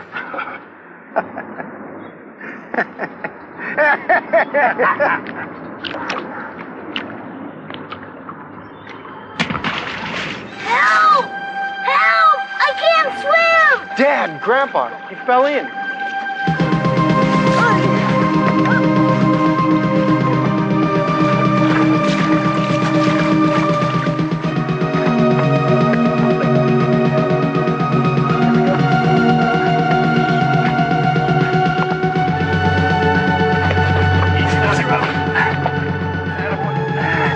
He's not breathing, Philip.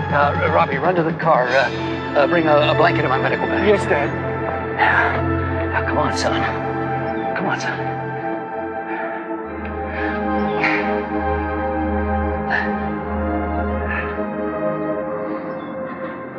Breathe, Albert.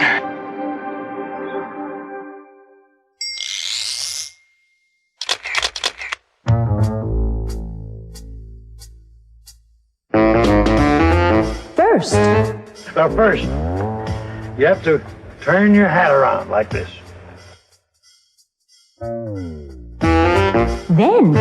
Then you close your eyes and say the magic words. last. I got one. First, then last.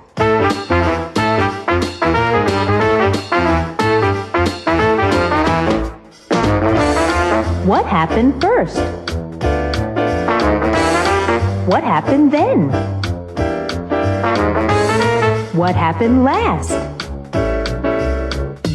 First, then last. Let's try that again, this time with other parts of Act 2.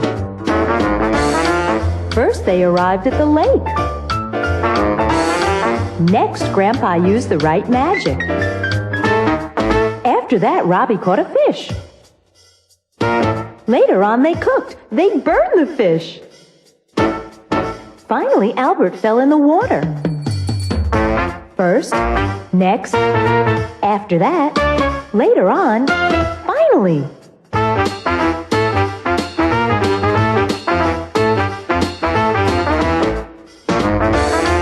What happened first? What happened next? What happened after that? What happened later on? And finally, First, next, after that, later on, finally. In the final act, Philip, Robbie, and Grandpa try to help Albert.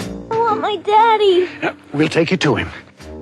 Later, Grandpa makes a suggestion. What do you say we get back to our fishing? But Philip gets a call from work. I have to get to a phone. And the fishing trip ends early.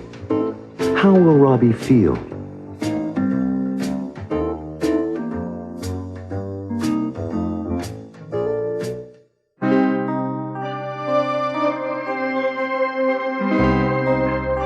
Here's the bag.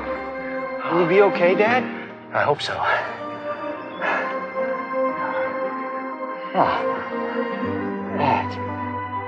That's all. That's it.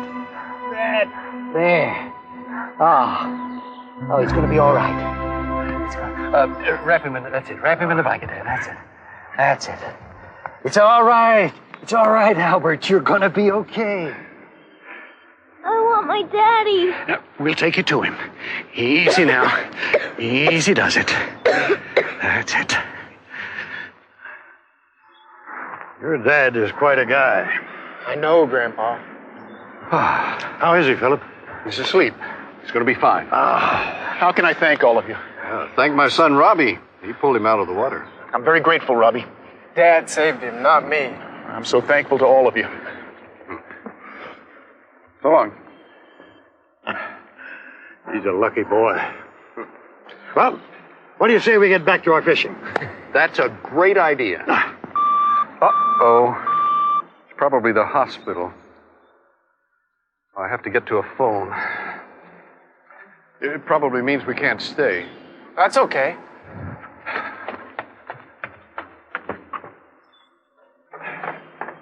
One of my patients has a high fever. I have to go to the hospital. I'm sorry, Robbie. I guess I ruined your day. You didn't ruin my day, Dad.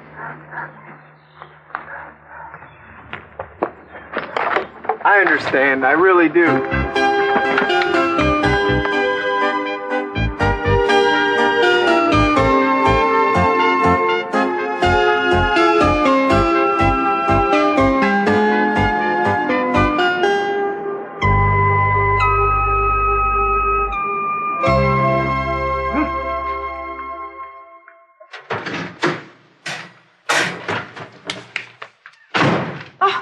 Why are you back so early?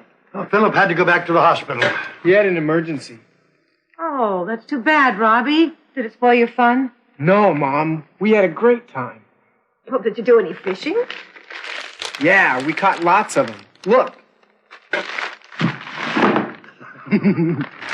They had a special on frozen fish down at the supermarket. Oh, you really had a bad day. We had a good day. Robbie pulled a boy out of the water. And Dad saved his life. He's a terrific doctor, Mom. I know.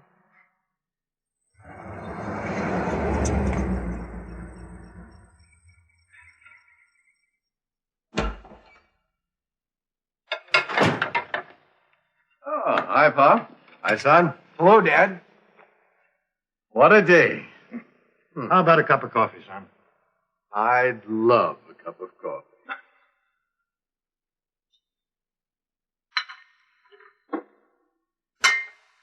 How is the patient? She'll be fine. Was it serious? No. Until today, I was never really interested in medicine. Well, it's hard work. Now I know. I had a good time today, Robbie. Me too. Why don't we do it again? Can we? When? How about next Saturday?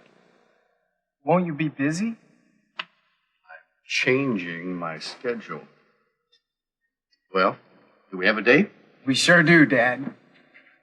Grandpa, can you come? I have other plans, Robbie. But I think you two can have a good time together without me. No, Dad. And certainly not without the right magic.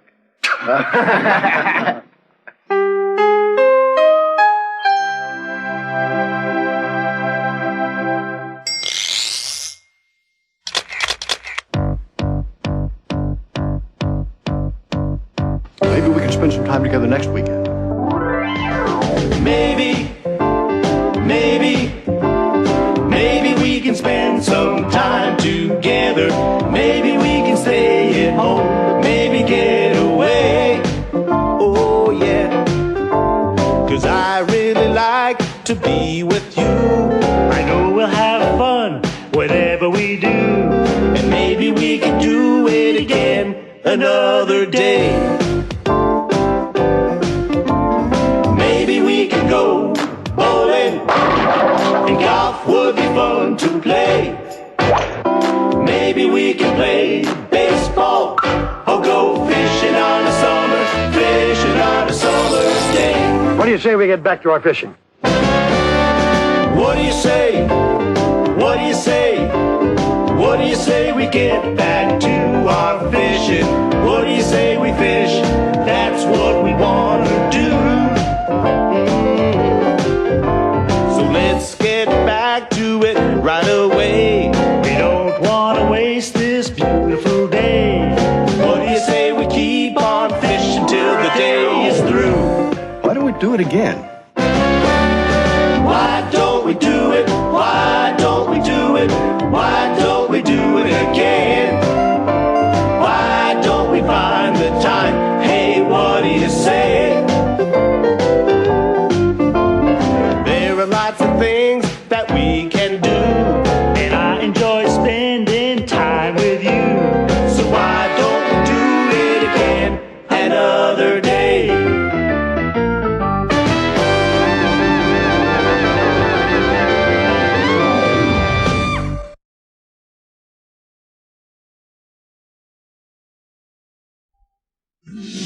Today is Thanksgiving Day, an important American holiday. In the first act, Philip prepares an apple pie for the Stewart family. Beginning of my famous Thanksgiving apple pie. 1 apple. He uses lots of ingredients, but one ingredient is very special. Later, Robbie goes out for a while, but something happens, and Robbie is upset. Happy Turkey Day. What's wrong?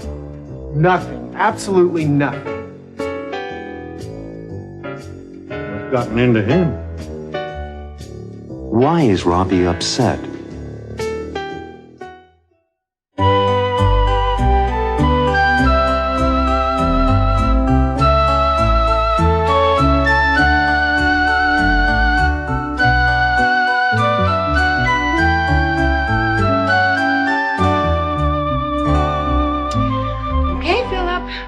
Your 3rd cup of coffee. We should get to work or we won't be finished by dinner time. I guess we must. We must. Okay. The beginning of my famous Thanksgiving apple pie. 1 apple. 2 apples. 3 apples. 4 apples. Come on, Philip. Get busy with your famous apple pie. There's much more to be done. Now, the ingredients. What goes into my apple pie besides apples? Ah, yes. Flour, sugar, butter.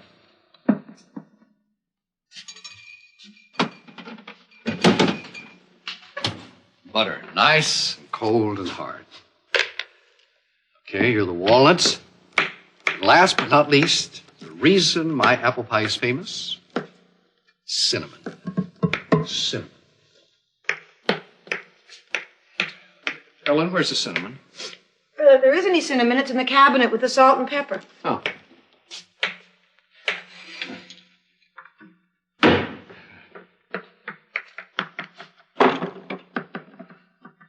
Salt, pepper, dillweed, garlic powder, cinnamon.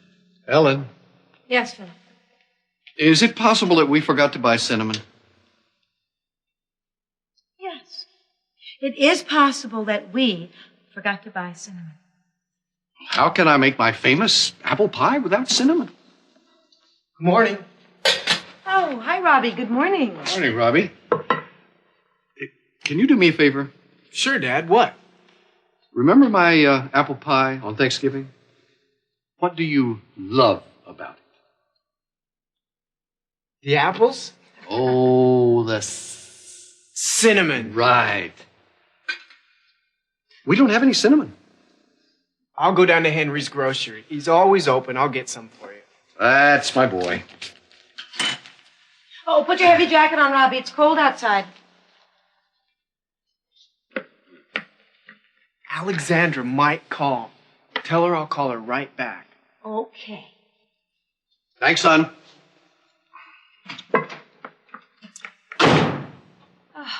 Why does he always have to slam the door?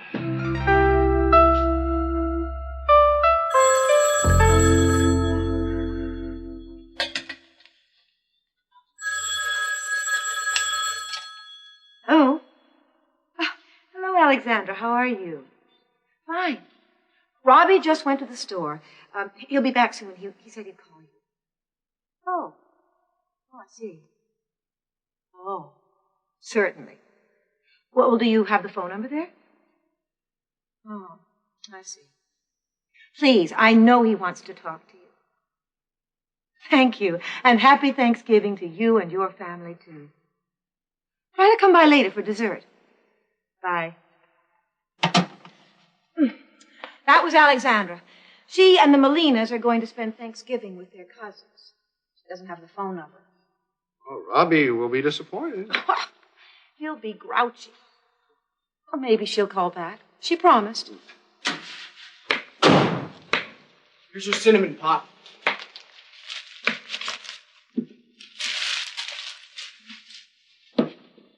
It was $1.60. You forgot to ask me for the change. Or did you forget to give it to me?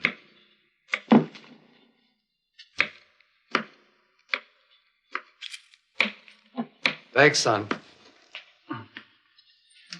Alexandra called. I'll call her back. She said she'll call you later. She's not at home.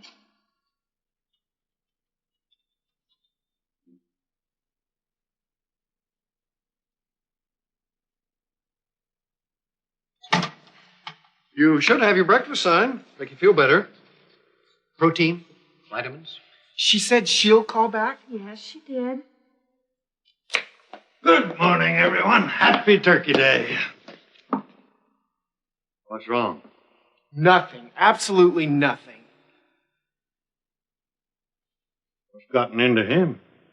He missed a phone call. From, Yes, Alexandra. It's nice to see young love. Oh, to be young again. Where's your coffee?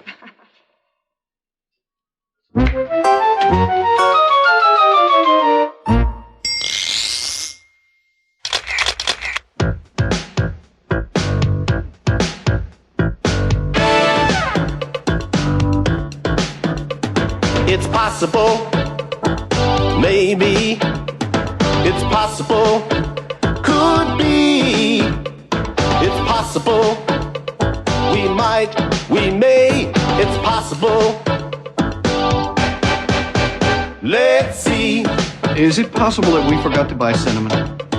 It's Thanksgiving Day, and I need to make a pie. We have sugar, apples, walnuts, and time is going by. It's possible there's something I forgot to buy. I need some cinnamon, or I can't make the pie. Is it possible we forgot? Maybe we forgot. Is it possible we forgot? Could be.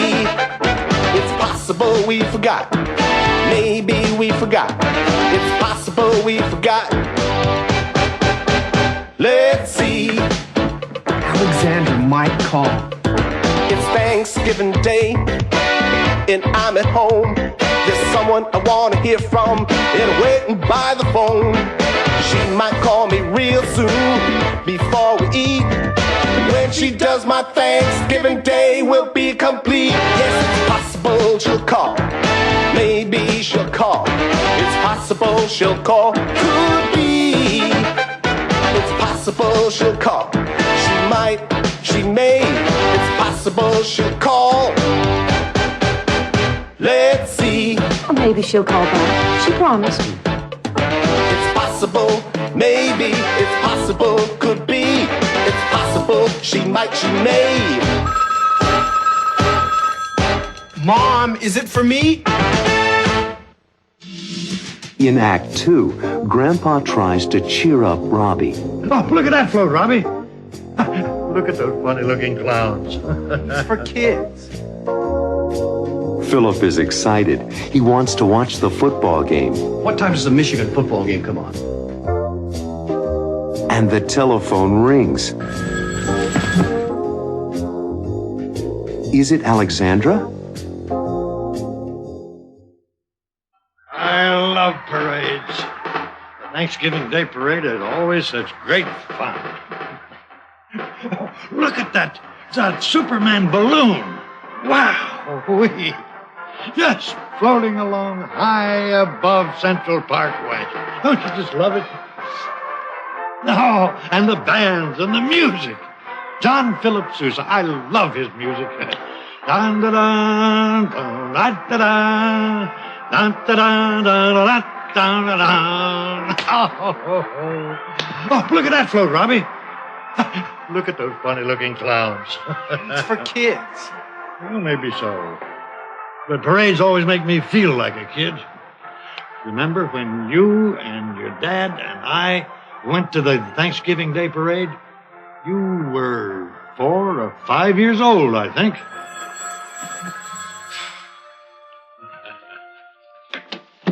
Hello? Hello? Oh, hi, Susan. How are you? Here's Mom. Hello, Susan. Yes, he missed a phone call from Alexandra. Yes, I know, but he'll get over it. Good. Then you'll be here about 5. Oh, fine. I look forward to seeing you. And Harry and Michelle.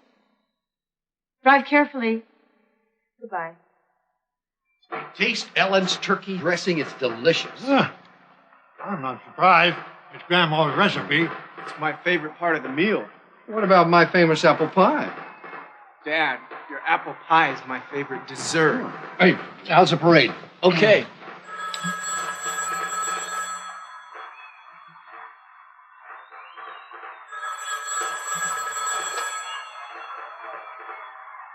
Mom, is it for me? No, Robbie. Who was it? Wrong number. Philip, would you join me in the kitchen, please? It's getting late. We have vegetables to prepare. Can I help with anything? No, honey. You just relax with Grandpa. I'll get you to help serve later. Ellen reminds me so much of Grandma. But what time does the Michigan football game come on? 4. Philip! I'll be back to see the game. Grandpa, when did Dad graduate from Michigan? Let me think. He graduated from medical school in 1960 and from the University of Michigan in 1956. Did you go to Michigan too, Grandpa? Yep. I graduated in 1937. I've got to start thinking about college soon.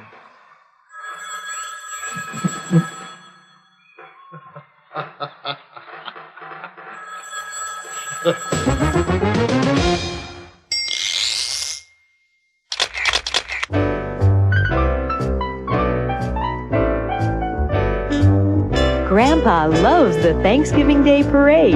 I love parades. Philip likes to make apple pie. 1 apple. 2 apples. He really enjoys it. And Robbie is fond of Alexandra. Philip likes Ellen's turkey dressing. And Grandpa loves Thanksgiving Day. Happy Turkey Day. Philip is crazy about football. What time does the Michigan football game come on? And Robbie is crazy about Alexandra.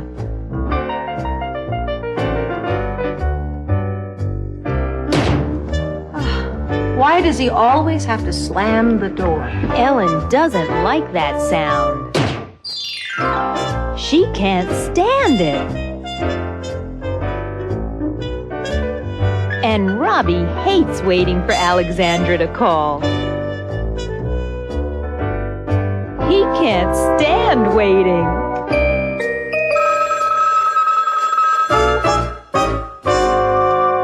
But Robbie really likes his mom's turkey dressing. It's my favorite part of the meal. And you can guess his favorite friend is... That's right, Alexandra. He's fond of her. He's crazy about her. He's wild about her. He likes her a lot.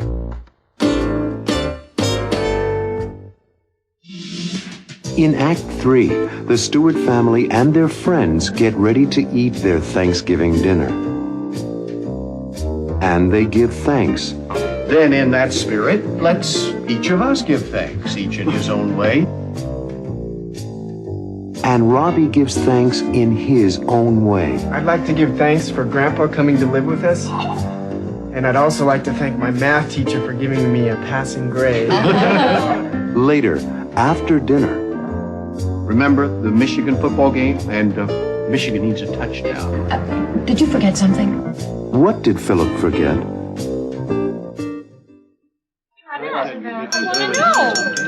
Okay, everybody. I want to welcome Harry and his daughter Michelle to Thanksgiving with us. Thank you, Dr. Stewart. Call me Philip, okay? But first, I think we should take a moment and remember the meaning of Thanksgiving. Philip, I took Michelle to a school play about the first Thanksgiving. Well, why don't you tell us about that, Michelle? Thanksgiving was about the Pilgrims, the first settlers in America. They shared the first harvest with the Indians and gave thanks. All right.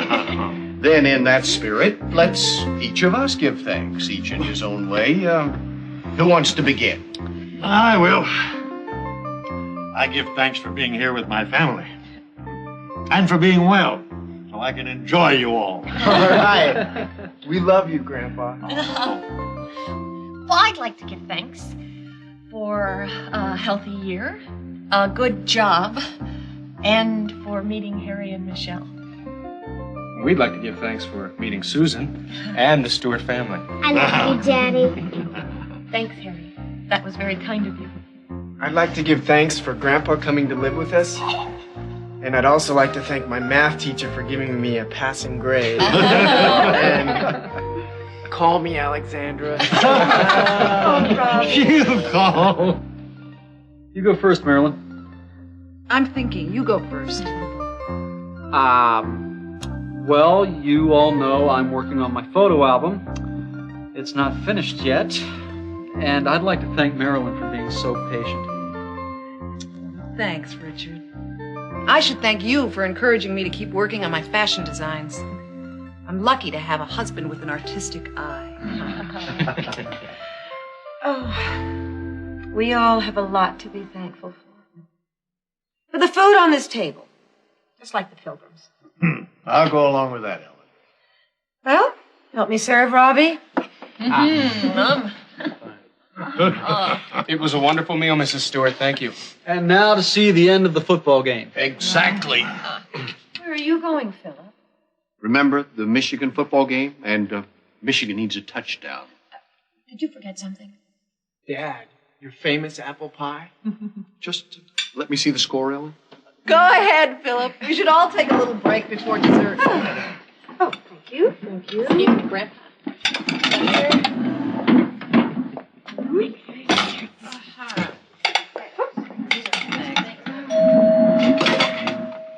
Who could that be? Oh, it must be Alexandra. I invited her to come by for dessert. You did? Mm-hmm. I like Ellen. You know everyone, Alexandra. No, she doesn't know Harry Bennett and his daughter, Michelle. Nice to meet you. Hi. Hello, Alexandra. Hi, Marilyn. Hi, Susan. Happy Thanksgiving. And Alexandra brought us a pumpkin pie. Please sit down, Alexandra. Dad, Richard, Alexandra's here.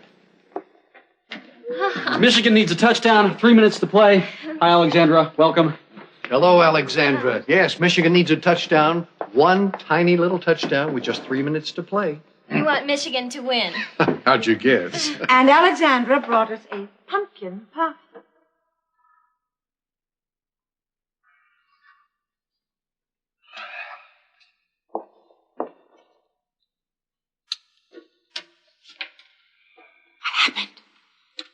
We forgot to turn the oven on.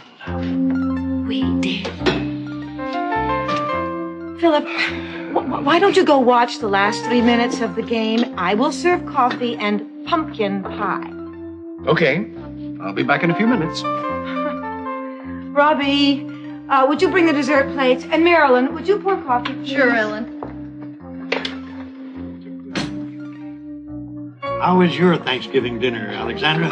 Just wonderful, Mr. Stewart.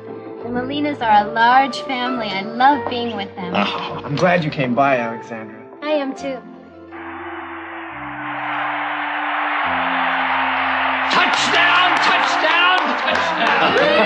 Oh, great Thanksgiving. Lots to be thankful for. Michigan scored a touchdown. Alexandra came by. And nobody misses Philip's famous apple pie. Oh, Grandpa.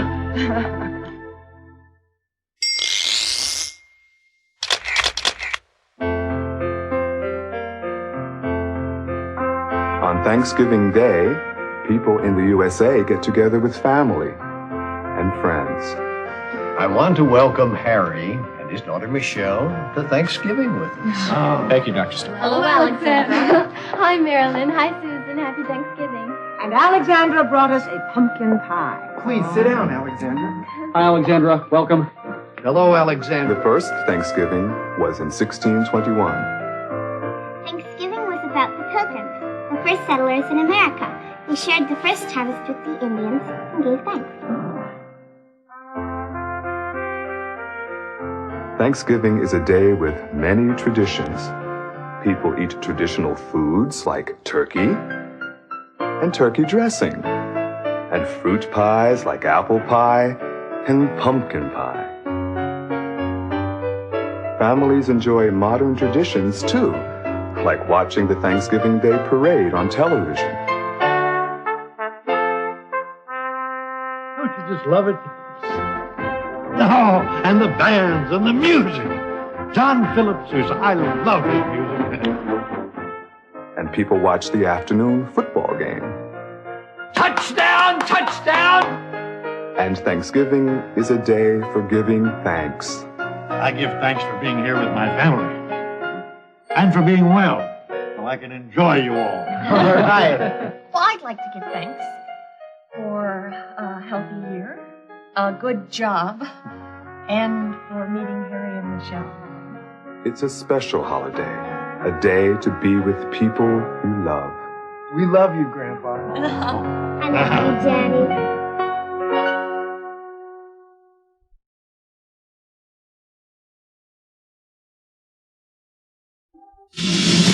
In Act 1, Robbie notices that Alexandra is unhappy about something. Is something wrong, Alexandra? Alexandra is lonely. She misses her family in Greece. You really miss your family, don't you? Yes. A little later, they hear a strange sound. Do you hear something? Yes, what was that?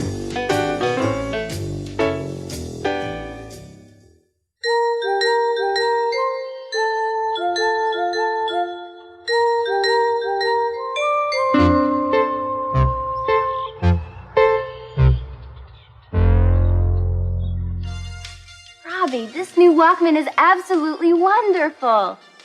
Richard and Marilyn bought it for me for my birthday. They're so thoughtful. You are very lucky, Robbie, to have such a nice family. Is something wrong, Alexandra? No, nothing. Yes, there is. I can tell. What's the matter? Come on, you can tell me. What's up? I don't know. Something's wrong. Okay, let's talk. I received a letter from my parents this morning. Did they write some bad news? No. Well, then why are you so sad? I miss them.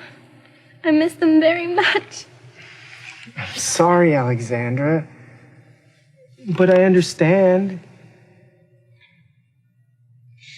The Molinas treat me so nicely. And I love being with your family so much. But when I received the letter with photographs of my family, I cried. I cried because I missed them all. You really miss your family, don't you? Yes. I know I must seem silly. It's not like I have nobody. I like the Molinas very much, and they're so kind to me.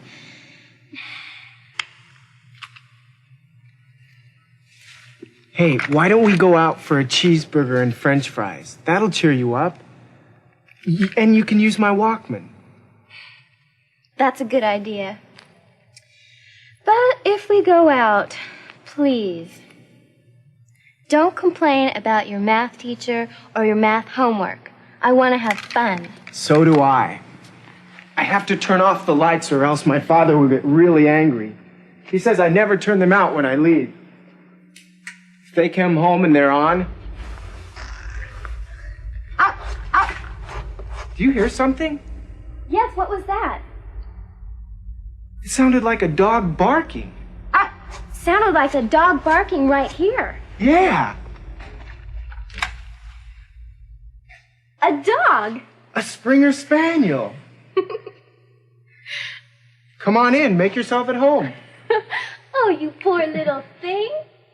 Come here. Come on.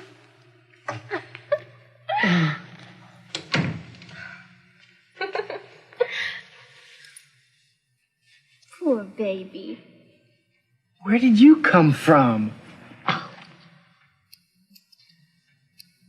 name's Gemma. And she belongs to Mr. and Mrs. Levinson. There's a phone number. 555-8448.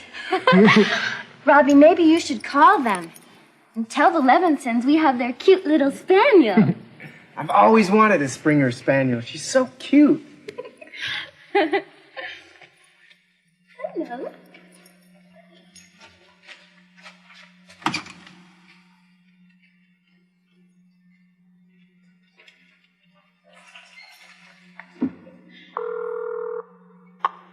The number you are calling, 555-8448, is no longer in service.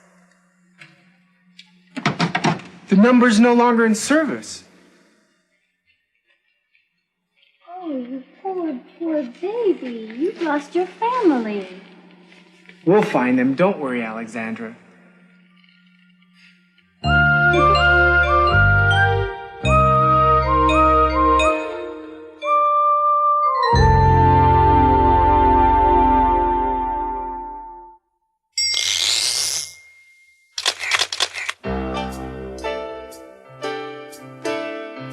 Alexandra and I are such good friends. We listen to music together and go places together and talk about things. Like today, Alexandra was so unhappy, and I didn't understand why at first.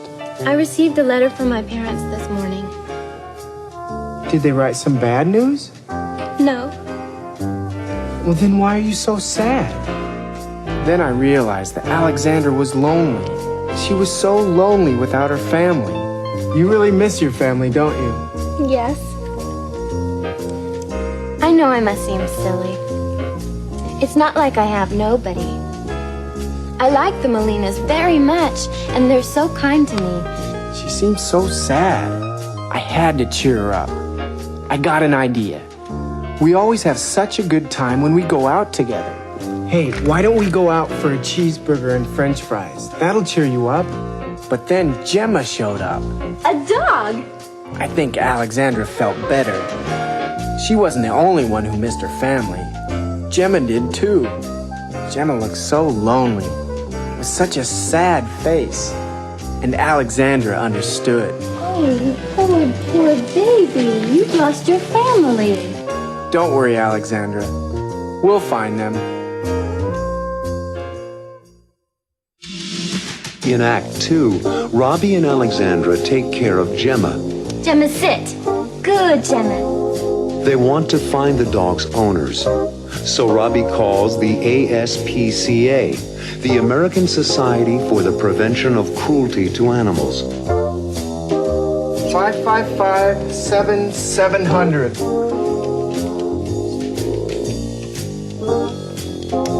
Hello, ASPCA. Later, Robbie and Alexandra go to the ASPCA for help, but they might not be able to find the owners. No ID number. Without that, it's hard. What can Robbie and Alexandra do?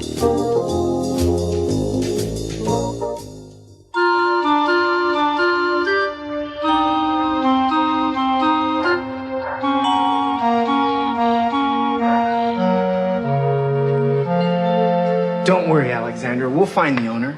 How, Robbie? Let me think. Gemma, sit. Good, Gemma. Give me your paw. Good, Gemma. This dog is well trained. She likes you, too. So how are we going to find the owners? With a little help from the ASPCA. The American Society for the Prevention of Cruelty to Animals. They're the ones. We once found a cat. She was caught in the branches of our tree, and Dad called the ASPCA. They came and solved the problem. Robbie, let's call them. Let me see. ASPCA.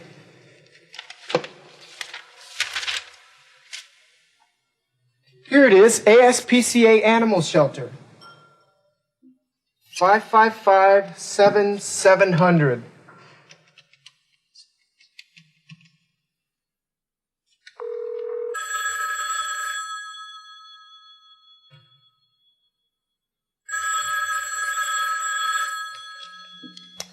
Hello, ASPCA. Hello. My name is Robbie Stewart. I have a lost dog I'd like to bring to you. How late are you open? We're open till 9 p.m. Thank you. I'll bring the dog over by 9. Thanks. Bye. Thanks. Goodbye.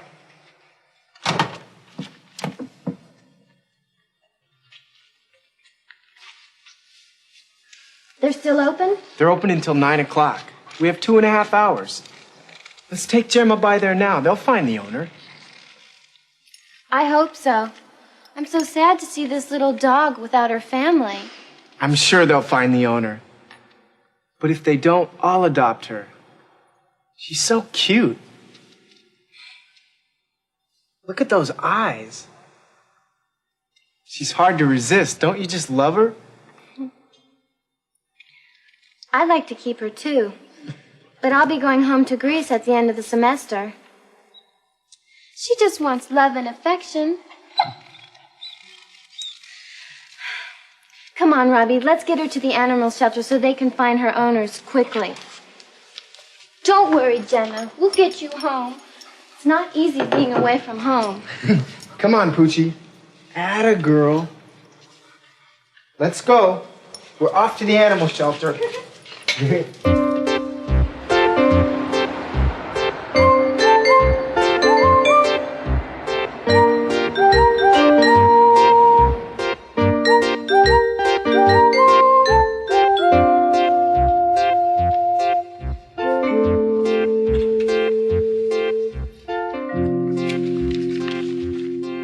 Your name? Robbie Stewart. And this is Alexandra Pappas. Your name will do, Mr. Stewart. Your address? 46 Linden Street, Riverdale. Where did you find the dog? She found us. You tried calling the number on the collar? Yes, but the number's no longer in service. And there's no address on the dog tag? There's no other information. No ID number. Without that, it's hard. You will try to find the dog's owner. Oh, we'll try, believe me. And if you don't... Yes? If you don't, can I adopt the dog? Why, yes. If the owners don't claim the dog in 48 hours, then you can apply for adoption. How do I do that? You really want to? Yes, I'm serious. If no one comes to claim Gemma, I'd like to adopt her. It's not difficult.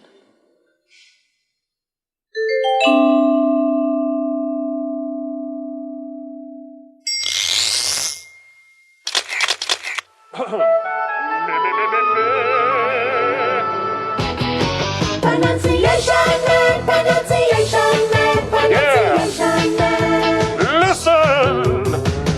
T-H-E, the. I mean, the. The dog.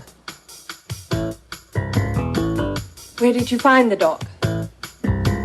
The owner. I'm sure they'll find the owner. The problem is they need to find the owner of the dog. The number. You tried calling the number on the collar? The animal shelter. Come on, Robbie, let's get her to the animal shelter so they can find her owners quickly. The number is out of service, so the problem is they need to find the owner of the dog, and the hour is very late, but the animal shelter is open till 9. The dog, the owner, the problem, the animal, the number, the hour. You hear the before a consonant sound. The dog. The problem. The number. You hear the before a vowel sound. The owner. The animal. The hour. Wait! H is not a vowel sound. It's a consonant sound. But it's not the first sound. The H is silent. The hour. But what about the dog? Robbie has the idea to adopt Gemma if the owners, the Levinsons, don't call the office. You hear the before a consonant sound. You hear the before a vowel sound. The idea, the owners, the Levinsons, the office. I just love the American Society for the Prevention of Cruelty to Animals. The end.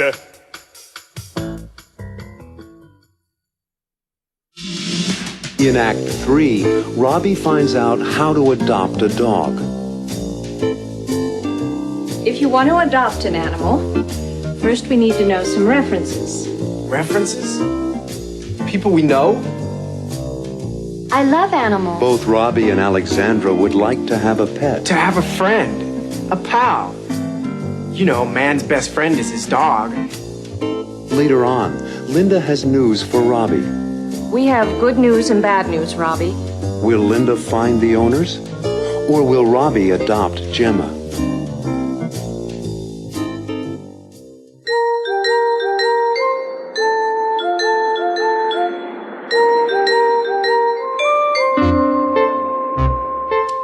Okay.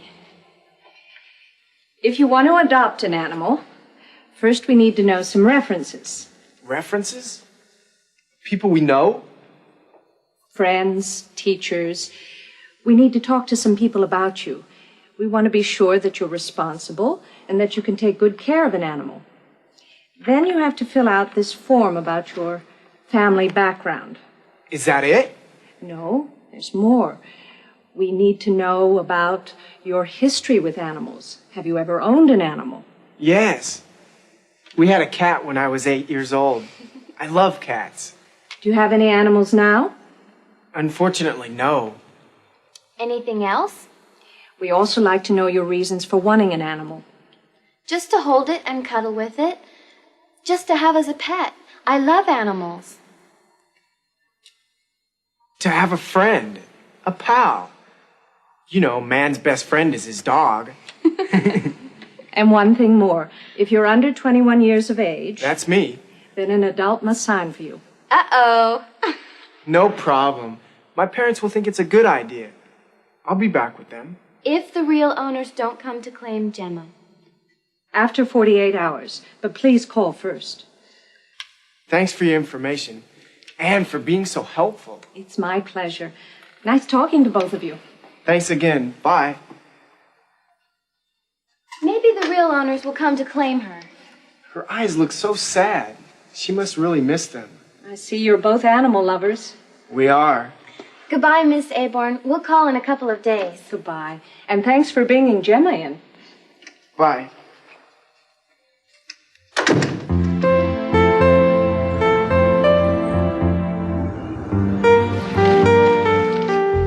I keep thinking about the dog. About Gemma alone in the animal shelter. I know. But I promise you, Alexandra, the dog is just fine. They're very kind to the animals. I know they are. I mean, about her being alone. Even if they are kind to Gemma, she's still alone without her family. Ready, folks? Are you ready, Alexandra? Yes, I'm ready. I'll have the chef salad, please. I will have a cheeseburger, medium rare, with raw onion and French fries, please. Anything to drink? A Diet Cola, please. Ginger ale with lots of ice for me, thank you. I've got it. Thanks. Aren't you surprised that the animal shelter is so careful about finding homes for the animals? No, I'm not. And a cheeseburger, medium rare, with onion and French fries. And a ginger ale with lots of ice. Salad dressing?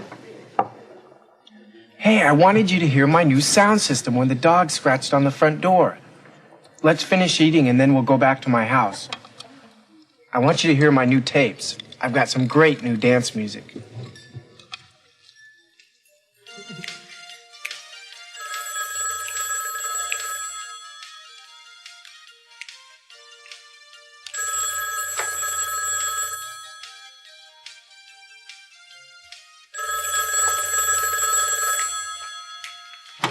Hello, Stewart residence. Hello, is Robbie Stewart there? This is he. Who is this? This is Linda Aborn from the animal shelter. It's Linda from the animal shelter. Yes, Linda, hi. We have good news and bad news, Robbie. Oh? The good news is that the Levinsons have come by to pick up the dog. The bad news is you won't be able to adopt the dog. That's okay. Come by one day and look at some of the other dogs. I'm sure there's one for you. Thanks, Robbie. And the Levinsons thank you for bringing their dog to us. Thanks, Linda. Bye.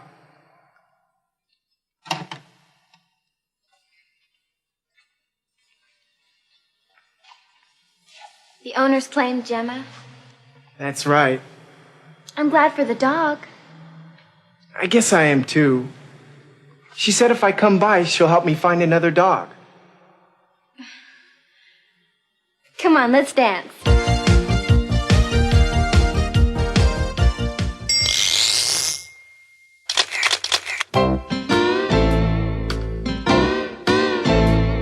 They come in every shape, every size and every color. Long hair and short hair, or no hair at all. Some come with feathers, and some have fur, and some will even come when you call.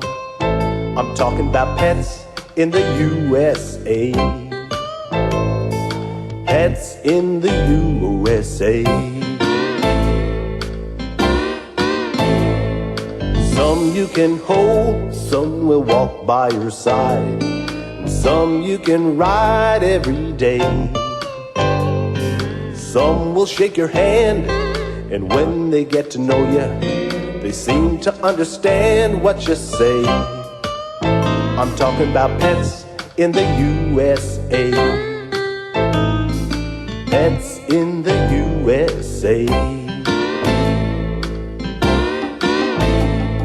No matter what they look like, no matter what they are, we like to think of them as our friends. Just like you and me, they have personalities, and they can be such good company. Some live underwater, some live in a cage, and some can just walk around your home.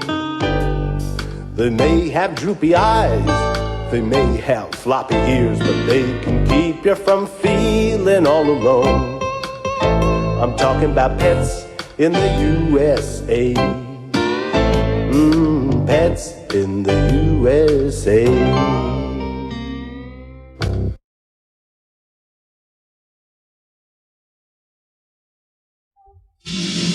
In the first act, Dr. Stewart wants to schedule an operation for a boy named Carl Herrera.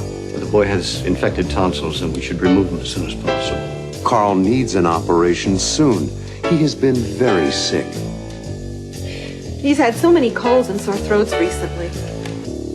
But Carl doesn't want to have the operation. I don't want my tonsils out. Why doesn't Carl want to be in the hospital now?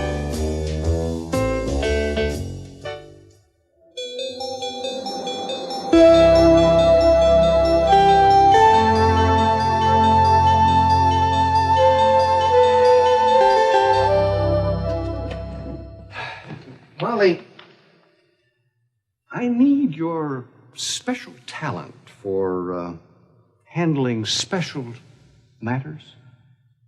Like what special matters? Well, I have a scheduling problem.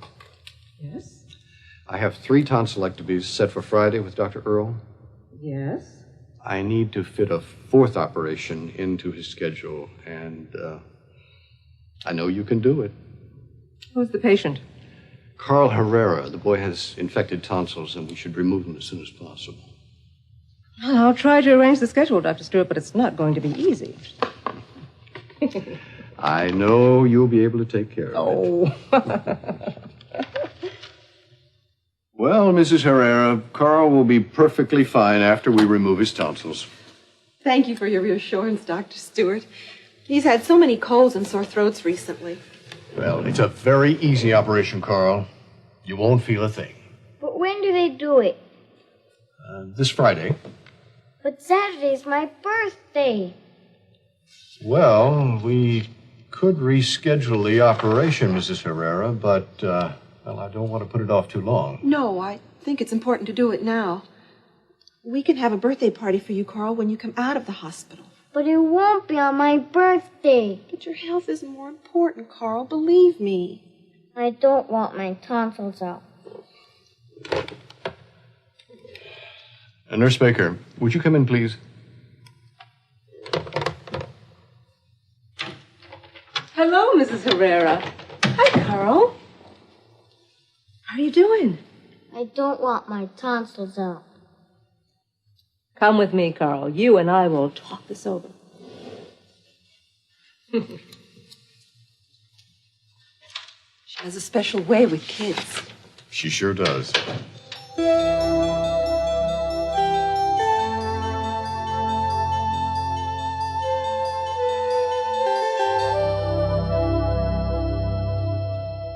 Carl, does your throat hurt?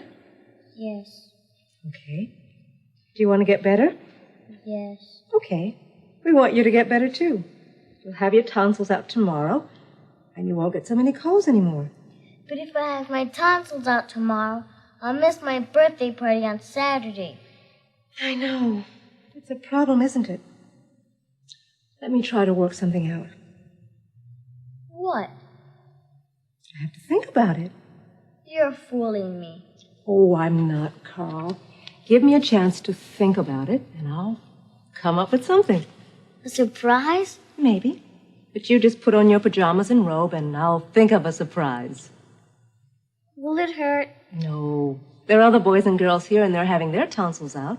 You'll meet them. I don't want to. Change your clothes, Carl. Everything will be just fine.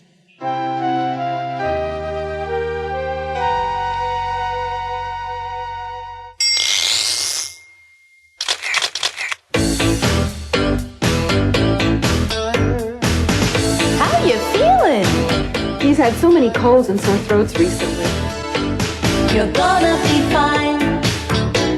You're gonna be fine. You're gonna be alright. You're gonna be fine. You're gonna be fine. You're gonna feel better. Don't worry. Carl will be perfectly fine after we remove his tonsils. You're gonna be fine. You're gonna be fine. You're gonna be alright. You're gonna be fine. You're gonna be fine. You're gonna feel better. Are you feeling alright? I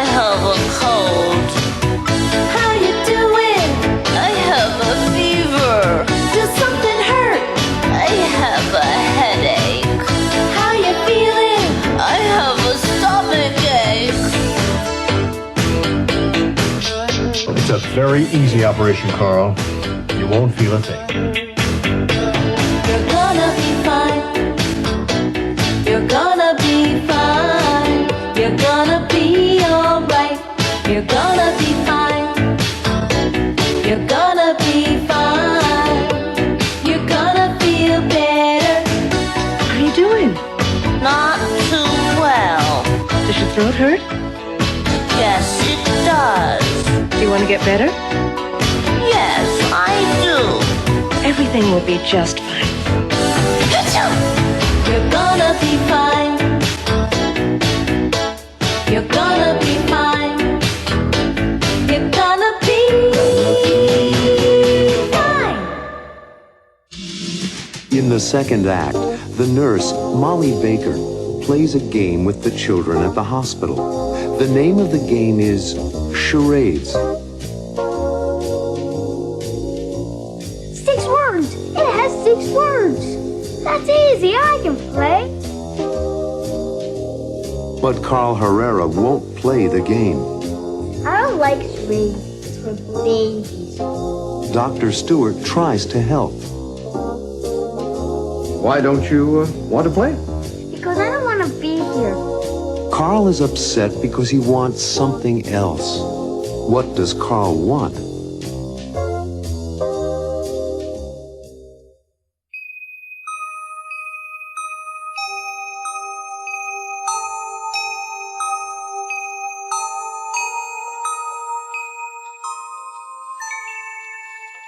Okay. Do you know how to play charades? Frank, you've never played charades? No. Carl, you're sure you've never played? Okay. Betty, Tim, and Frank, we're going to play charades. Frank, you can learn as we go, and Carl, you join in at any time. Okay, let me think. Okay, I've got one.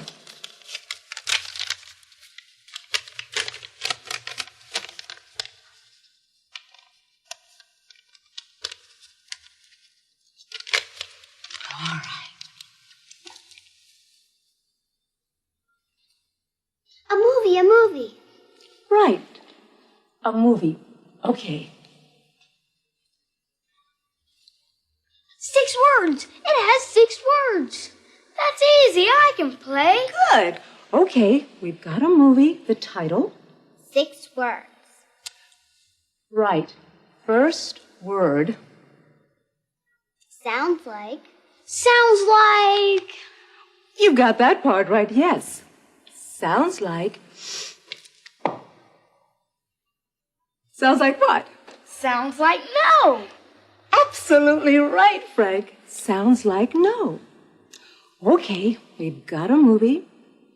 6 words. The first word sounds like no. Row, row.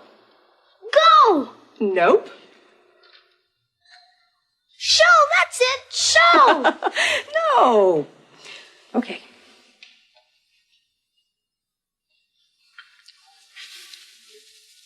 Snow. Absolutely right, Betty. Sounds like no snow. Okay, a movie. 6 words. The first word is snow. This is fun. Oh. Okay. The 5th word.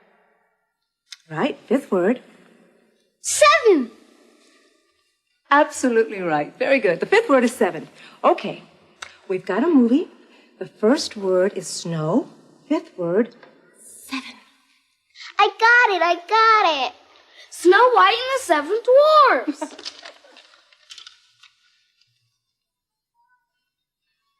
I got it. Frank, you got it. Betty, you had it, but you didn't say it. I knew it. Carl, now you know charades. Why don't you join us? I don't like charades. It's for babies. Oh, I like it. Well, they're babies. You're a sore loser. Yeah. No arguing. Save your voices. Between now and tomorrow, you're all going to have your tonsils out. And you won't be able to speak for a while, so save your voices till then. Hi, gang. Hi, everybody. Well, what's going on? I sure am glad to see you, Dr. Stewart. This is a rough group. I didn't want to play charades, so they're angry at me. Why don't you want to play? Because I don't want to be here. I don't want my tonsils out. Why not? Because my birthday is tomorrow. My mother promised me a birthday party with a clown. But you can have one when you go home, Carl. But my birthday is tomorrow. I'm sorry, Carl. Carl, you'll have your party when you go home. But it won't be on my birthday. And you promised me a surprise.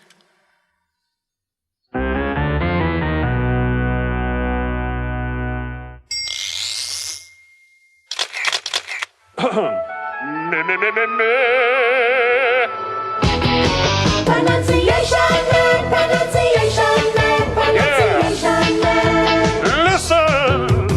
Sounds like what? Sounds like no. First word sounds like no. Row, row. Row so low. Oh. Raw saw law. Aw. Row raw so saw low law. Oh. Aw. Ball. Ball. Bowl.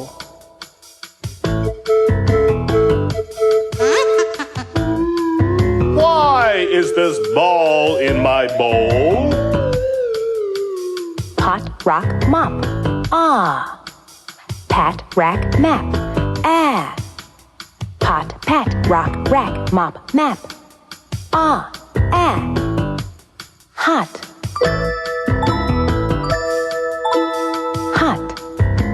Hat.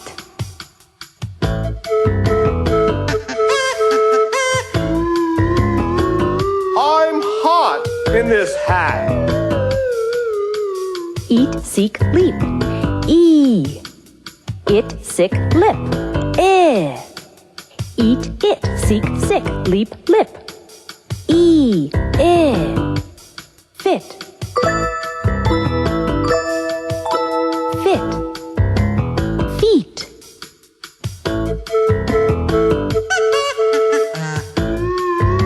My feet don't fit. His feet don't fit. Oh. He's hot in his head. And the ball is in his bowl.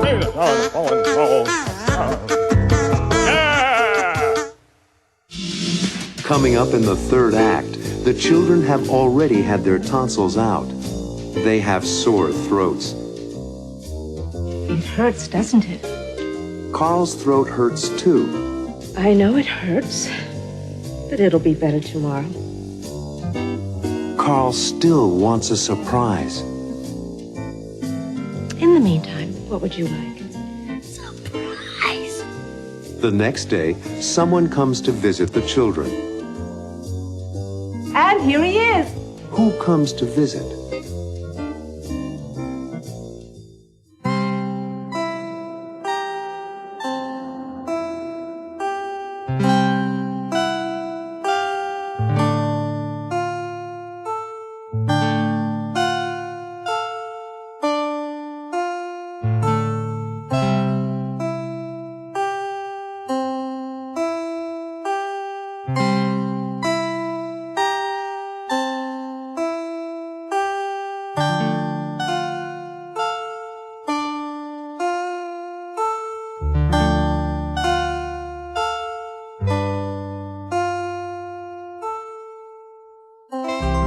Hurts, doesn't it? You'll feel better tomorrow, Betty. Believe me. Only one day, and it won't hurt as much. Do you feel like eating? Having some dinner? Oh, don't look so sad. Let me tell you about your dinner. It's ice cream. Ice cream. All kinds of flavors. Chocolate. Strawberry. Vanilla. Vanilla too? I see you're feeling better already, Betty, so you will have dinner. Okay, honey. We'll see to it that you have strawberry and vanilla ice cream. Just rest now. You need some rest to help you get better quickly. Okay?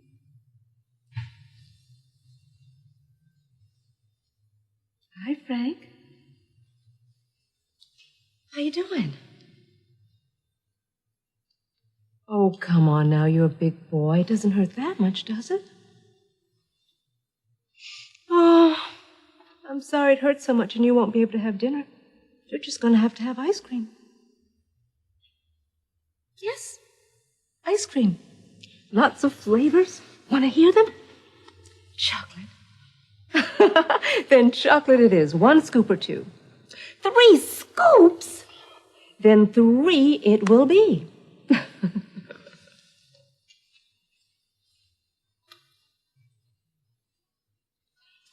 You want 3 scoops also? Chocolate too? Well, I see you're feeling better. Well, at least you're acting like you feel better. 3 scoops of chocolate ice cream for Tim coming up.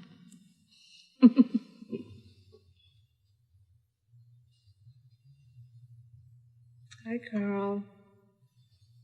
How you doing? I know it hurts, but it'll be better tomorrow. In the meantime, what would you like? Surprise. I promised you a surprise, didn't I? And it wasn't just ice cream, was it? Your birthday is tomorrow, isn't it? Well, maybe. Just maybe there will be a surprise. But first, you have to smile. I just want to see 1 smile from you. No smile, no surprise. That's the deal. No smile, no surprise. If you want a surprise, then you've got to smile first. How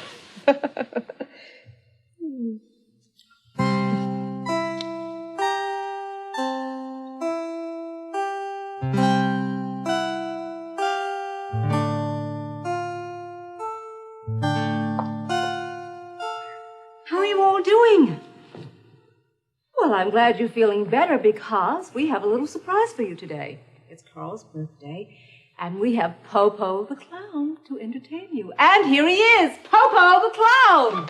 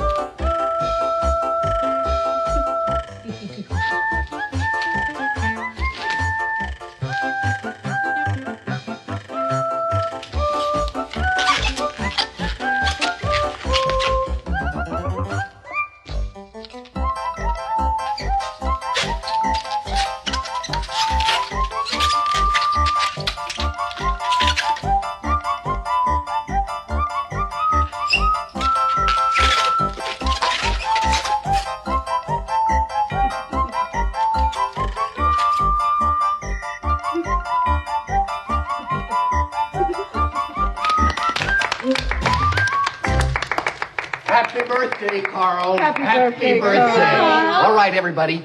Okay, Carl, it's your birthday. What's your wish? What would you like? You want to play charades?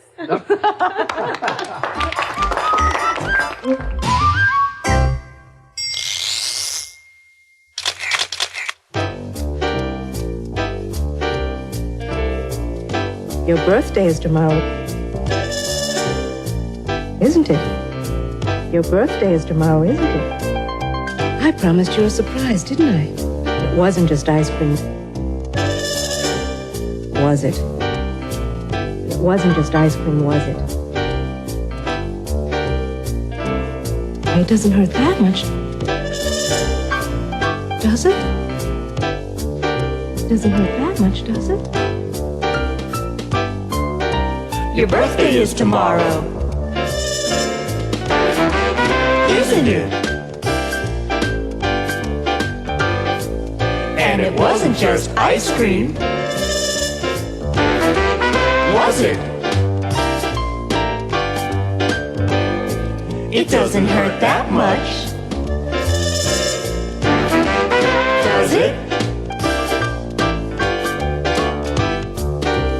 And you promised me a surprise. He was upset, wasn't he? He wasn't happy, was he? Happy birthday, Carl. Happy birthday. Carl isn't sad now, is he? He is happier now, isn't he?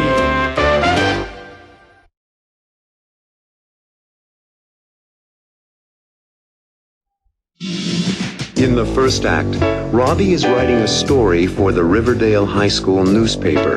I'm writing an article on the feelings about graduation. Robbie will have to make some decisions. What does he want to do after graduation? Maybe you should think about becoming a writer. Maybe I should. Philip would like Robbie to go to the University of Michigan. So he schedules an interview for Robbie with the Dean of Admissions. He's going to be in New York tomorrow to interview applicants for admission.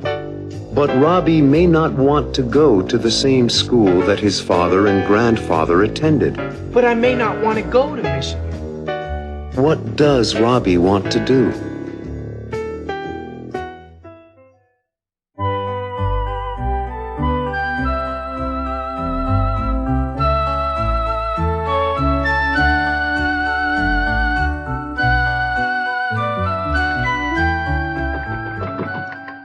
Who is it? Dad. Come on in, Dad. I thought you might be hungry. I brought you a chicken sandwich and a glass of milk. I am hungry. Thanks, Dad. What time is it anyway? 10 o'clock. What are you working on? I'm writing a story for the high school paper. Can't you finish it tomorrow? No. I have to turn it in the morning. What's it about? I'm writing an article on the feelings about graduation. And how do you feel? Me? A little scared. And excited, too. I felt the same way. The scary part's leaving home and moving to college. Oh, leaving home is part of growing up. Well, don't work all night. I don't mind. I enjoy writing. Well, maybe you should think about becoming a writer. Maybe I should. You have lots of time to decide. That's the worst part, making decisions. You'll be okay. Good night, son. Good night, Dad.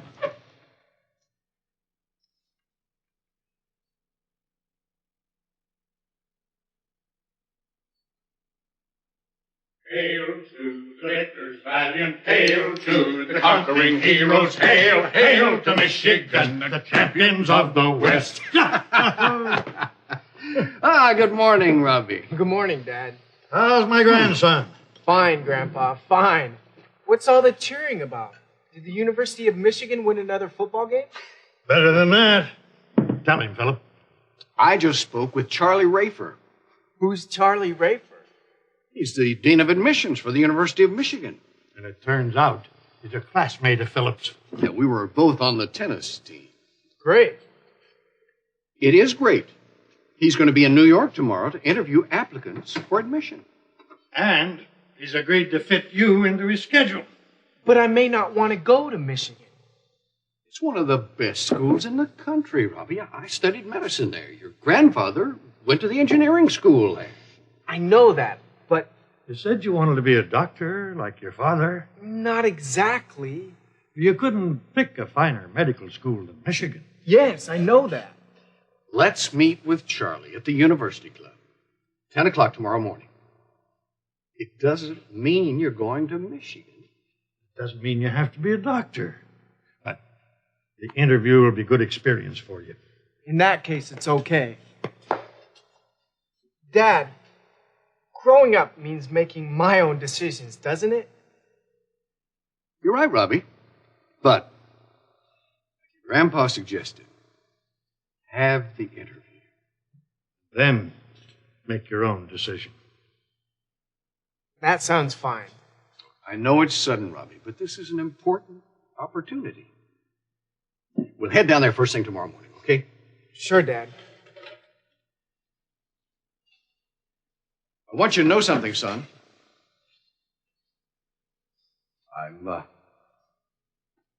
I'm very proud of you. Thanks, Dad. Well, I've got an appointment at the hospital. I'll see you all at dinner time. Bye, Dad. Is something still wrong, Robbie? I'll be okay. Going away to college for the first time always makes one a little nervous. I guess so. I'll be okay. Just need time to think.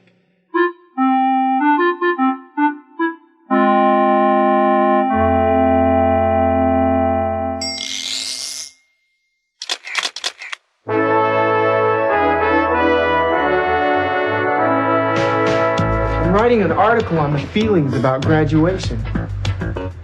And how do you feel? Me? A little scared. And excited, too. I feel scared. I feel excited. It's a whole new situation. I've got my future to think about after high school graduation. I feel scared. I feel excited. I've got a lot on my mind. Going away to school, going away from home, and the friends I'll leave behind.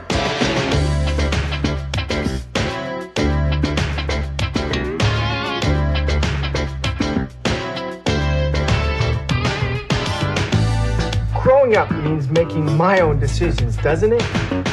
Decisions. I don't know what I'm gonna do. I've got my whole life ahead of me when I graduate from school. Decisions. And college applications. Where do I go to school and what will I do for my future occupation?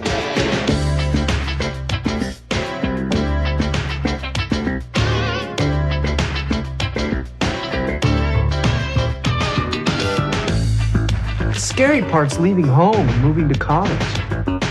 I'm leaving home for the first time, moving to a brand new place. A new situation, a new location, and no one will know my face. I'm leaving home for the first time, and nothing will be the same. A new destination, a new location, and no one will know my name.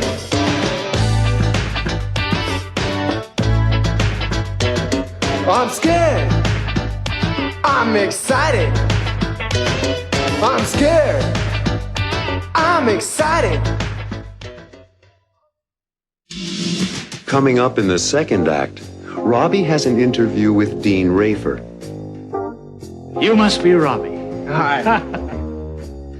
Dean Rafer asks Robbie about his activities in high school. I see under activities that you've been writing for the school paper. As they talk, the dean sees that Robbie is uncertain about going to the University of Michigan. You seem to have some reservations. What will Dean Rafer say to Robbie?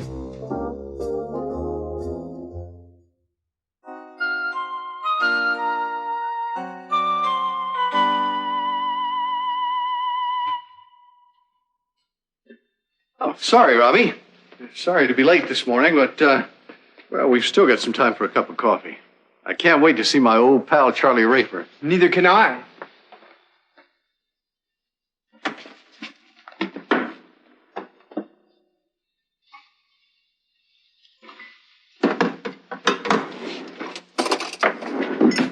So, you thought about it, huh? Yes, I have, Dad. Well, I'm glad. I knew you'd realize that this interview could be an important experience for you.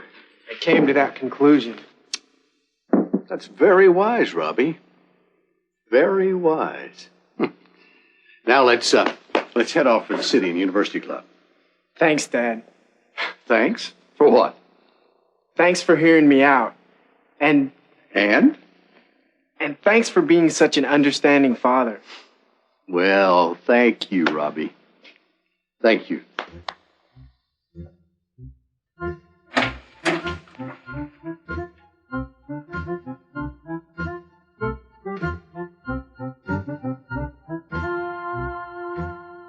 Philip Stewart, it's great to see you.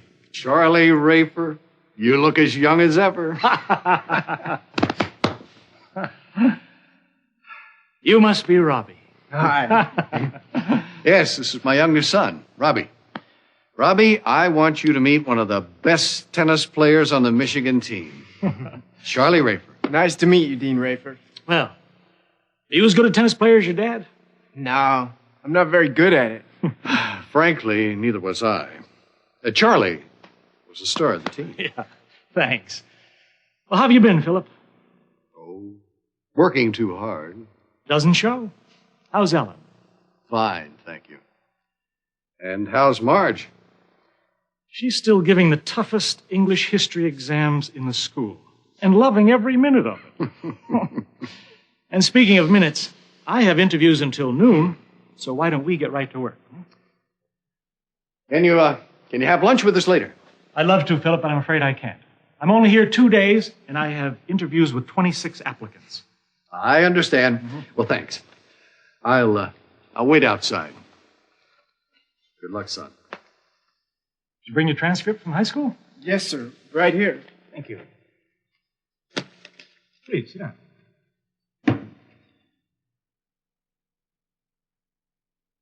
I see under activities that you've been writing for the school paper. Yes, sir. What kind of articles have you written? All kinds. Sports, editorials, theater reviews. You name it, I've written it. Have you ever thought of becoming a journalist? Professional writer?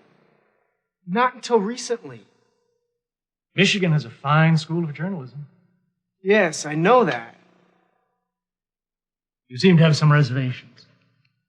I'm a little uncertain. And it's been very nice talking to you. Nice talking to you, sir. One piece of advice. The most important thing is for you to decide your own future. Yes, sir. Goodbye, Dean Rafer. Goodbye, Robbie. Good luck.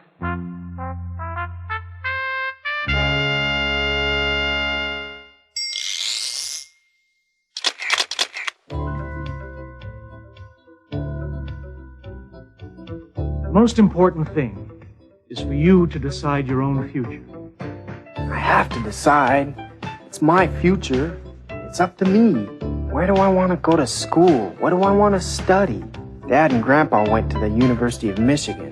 It's one of the best schools in the country, Robbie. I studied medicine there. Your grandfather went to the engineering school there. But I may not want to go to the University of Michigan. Maybe I don't want to study medicine or engineering. Maybe I want to study journalism. I like to write. I've written a lot of articles. What kind of articles have you written? All kinds. Sports, editorials, theater reviews. You name it, I've written it. Maybe I do want to study journalism. I'll become a journalist. I could write for the New York Times. Robert Stewart. Writer. Yeah, I could study journalism. I'd take a course in writing, German, and history and literature, and we'll skip mathematics. I hate math. But I might take music. Wait a second. I don't just like journalism. I like lots of subjects. And if I study liberal arts, I can take courses in a variety of subjects. Yeah, I don't have to decide on my major in the first year. I think I want to become a writer. But I have time to decide. Maybe you should think about becoming a writer. Maybe I should. You have lots of time to decide.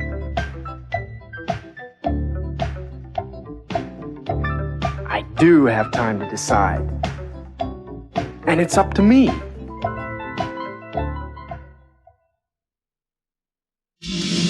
In the third act, Robbie's friend Mike tells Robbie about his interview. I had a great interview with admissions at Columbia University. And Robbie tells Mike that he'd like to study journalism. I think I want to study journalism, to be a reporter. Later, Robbie talks to his father about his decision. Hi, Dad. Everything's fine. I was just waiting for you to get home so we could talk. How will Philip feel about Robbie's decision?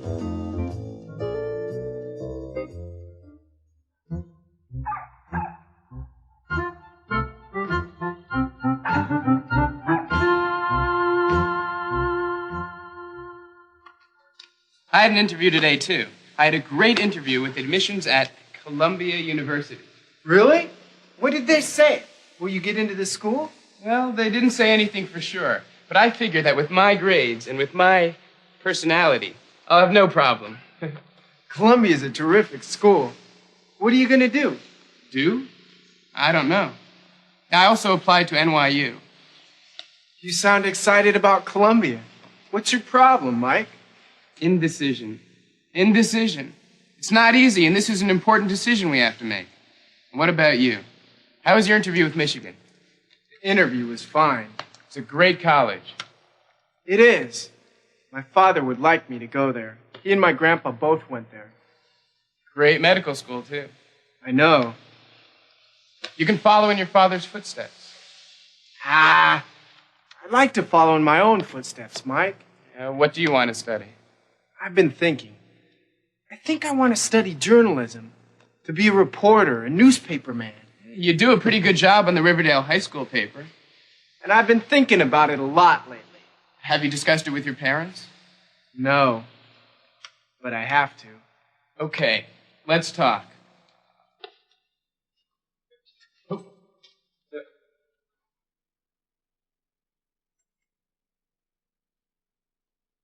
Hi, son. Everything all right? Hi, Dad. Everything's fine. I was just waiting for you to get home so we could talk. Anything special you want to talk about? There is, Dad. I'm listening. Well, I know you and Mom have given up a lot to save money for my college tuition. We want you to go to college, Robbie. I know, I do. But? Well, I've thought a lot about which college, and one of them is Columbia. Columbia? Why Columbia? First, they have an excellent school of journalism. They do. And your friends are planning to go to Columbia? That's only part of it. It's complicated. I'll try to explain. Mike and I had a hamburger this afternoon and we talked. Yes? Well, we talked about a lot of things. He applied to Columbia and his interview was very successful. He thinks he'll be accepted and he really wants to go there. Dean Rafer called me today. He told me he was very impressed with you. He's a nice man. He was very kind. He told me you had some doubts about wanting to go to Michigan. Yes, I do. I'm just not sure about what I want to do. It's okay.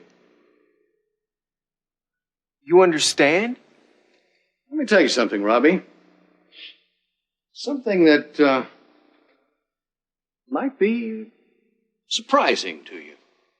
What? Tell me.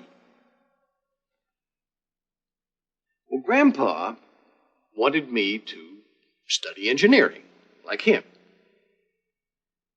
Well, I wasn't clear about my future, but I knew engineering was not for me. What did you tell Grandpa? The truth. Then you're not upset about my not wanting to go into medicine? I'm not upset at all. I'm just happy that we're able to talk about it. I am too, Dad. I suppose you want to apply to Columbia. Yes, but I also want to apply to several other colleges. I thought you wanted to go to Columbia. Well, I might want to go to Columbia, and I might not. I just want to be able to make my own decision. You're a real Stewart. And if I think about it long enough, you never know. Never know what? If I make my own decision, I might choose Michigan. Robbie, you're something. You know, when I was your age, I said exactly the same thing to Grandpa. Do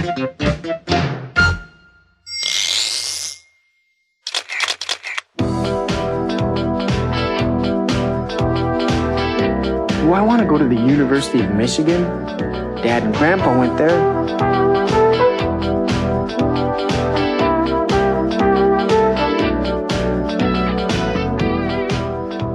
Or to an Ivy League school, like Columbia University. Or maybe NYU, New York University. Mike applied there. I've also been thinking about going to a state school, SUNY, the State University of New York at New Paltz. How can I compare them?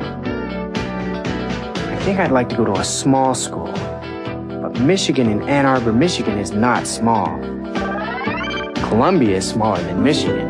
SUNY at New Paltz is smaller than either Michigan or NYU, and Columbia is smaller than SUNY. It's a smaller school for undergraduates. I want to go to a school that's close to Riverdale. But Michigan is far away. SUNY is closer to Riverdale. NYU is closer than SUNY. And Columbia is the closest. Wow, that's a lot to think about. Which one is the smallest?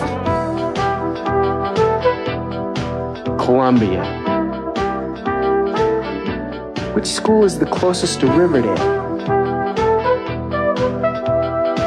Columbia. Which school is the cheapest?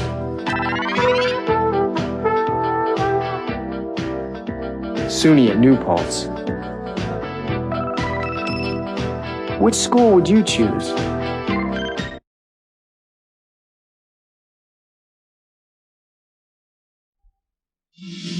In Act 1, Susan goes over her schedule. She has a very busy day. What's the schedule today? 10 o'clock, telephone FAO Schwartz about the new twin baby dolls. She has calls to make. Telephone Mrs. Zasky at the advertising agency. And she has meetings to attend. At 4 o'clock, you have a meeting with the production staff in the conference room. But Susan thinks she forgot something. Wait a minute. What's today's date? Today is the 12th. Why? It seems to me I scheduled something else. There's nothing else in the appointment book. What did Susan forget?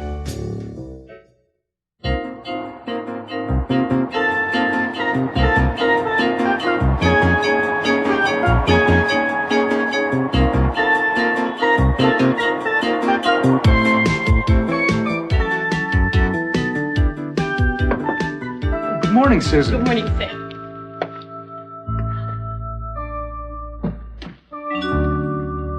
What's the schedule today? 10 o'clock, telephone FAO Schwartz about the new twin baby dolls. Okay. Telephone Mrs. Zasky at the advertising agency. I did that. Go on. 11 o'clock, approve the sketches for the toy spaceship. Oh, where are they? Right here. Did you look at them? Yes, I did. What do you think of the spaceship? I think the kids will love it. Would you show me the drawings, please? Huh.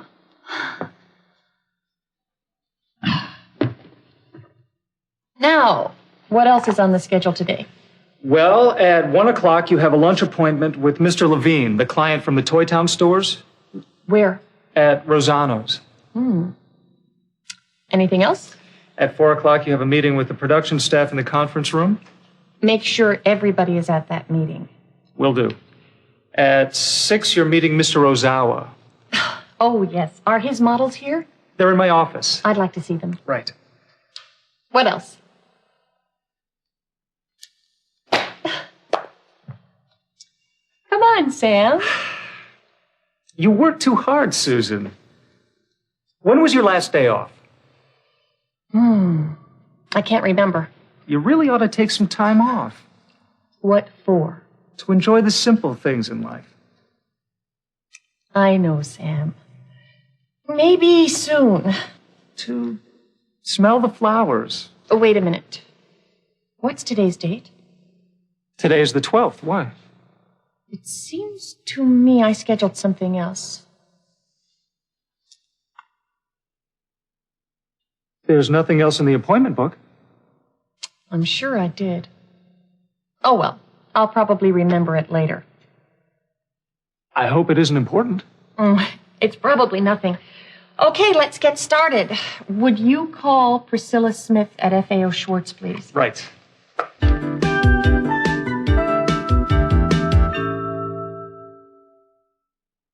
These are the models from the Japanese filmmaker.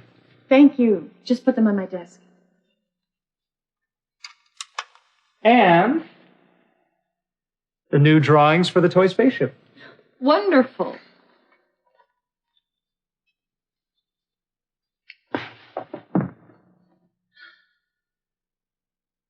That was fast. We have a new artist. She's very talented. What time is it anyway? My watch stopped. It's 11:30. What time is my lunch date with Bill Levine? 1 o'clock. Remind me to leave at 12:45. Did you remember your other appointment for today? No, but I have a feeling it's going to be too late when I do remember.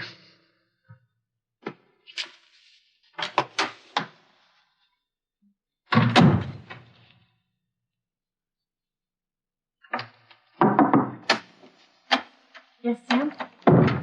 I just solved the mystery. What did I forget? You have some guests in the reception room. What? Who? Mr. Harry Bennett and his daughter? I remember. Oh, Harry. I made a lunch date with him and his daughter weeks ago. Is he a client? He's a friend. Well, he's here with his daughter to have lunch. I met her at Thanksgiving, and I promised to have lunch with both of them today. Yes, indeed. What are you going to do about your appointment with Mr. Levine? Any suggestions? Oh.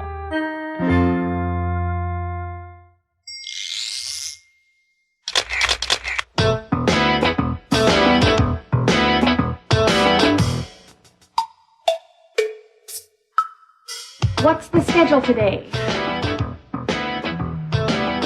10 o'clock, telephone FAO Schwartz about the new twin baby dolls. 10 o'clock. 10:15. That's 10:15. 10:30. That's 10:30. 10:45. That's 11:15. 11 o'clock, approve the sketches for the toy spaceship. 11 o'clock. 11:15. That's 11:15. What time is it anyway? My watch stopped. It's 11:30. 11:30. That's 11:30. 11:45. That's 11:45. 12 o'clock. That's noon. 12:15. That's 12:30. That's Remind me to leave at 12:45. 12:45. That's What time is my lunch date with Bill Levine? 1 o'clock. 1:15. That's 1:30. That's 1:45. That's What else is on the schedule today?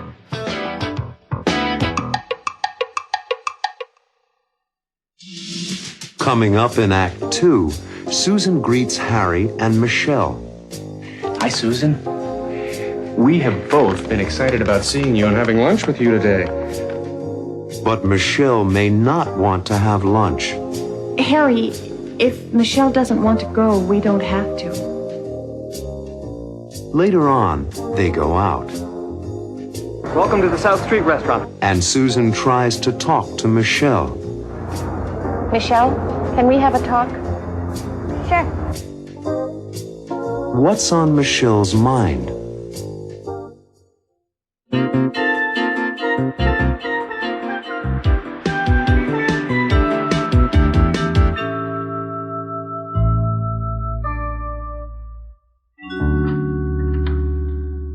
Hi, Michelle. Hello, Harry. It's nice to see you again. Hello. Hi, Susan. We have both been excited about seeing you and having lunch with you today. Michelle picked these flowers out for you. Daddy, can we go soon? We're going to go to lunch in a few minutes, honey. But I'm thirsty. Okay. You go out and get a drink of water at the fountain. Fountain is over there, Michelle, near the exit sign. Thank you.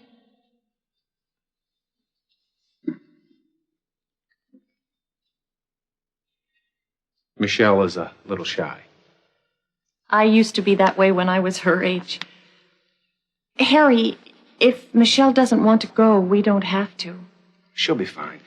Remember, I haven't dated anyone else since her mother died. This is a little difficult for her. Are you ready to go? Yes, but could you wait 1 minute? I have a call to make. Would you excuse me?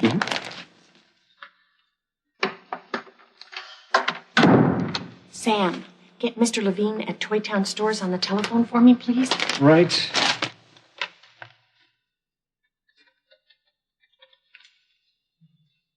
Hello, Susan Stewart calling Mr. Levine, please.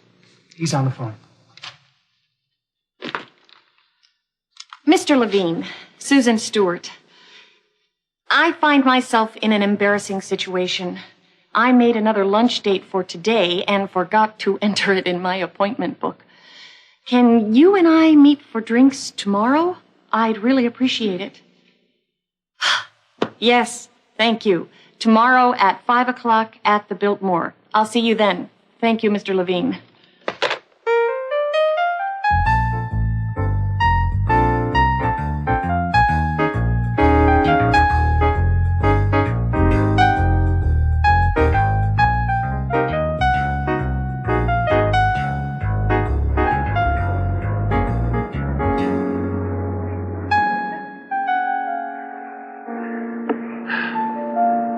Welcome to the South Street restaurant, folks. What'll it be? What do you recommend? Well, the crab salad's always a big hit. Susan, would you like the crab salad? I'd love the crab salad. Michelle, would you like to try the crab salad too? Okay, Daddy. We'll have the 3 crab salads and a pitcher of lemonade. Help yourself to celery and carrots and other vegetables. We used to catch crabs. Where was that? We had a summer house on Fire Island. Do you remember, Michelle? Sure, you and Mommy used to take me on a ferry boat. Sometimes at night, we would go down to the beach and catch crabs, remember? With a piece of meat on a string. Right. Well, I think I'm going to go get us all some vegetables.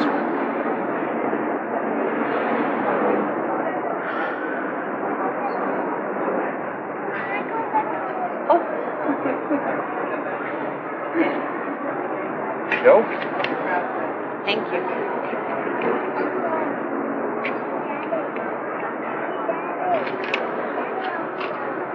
And some ice cold lemonade. Thank Enjoy you. it.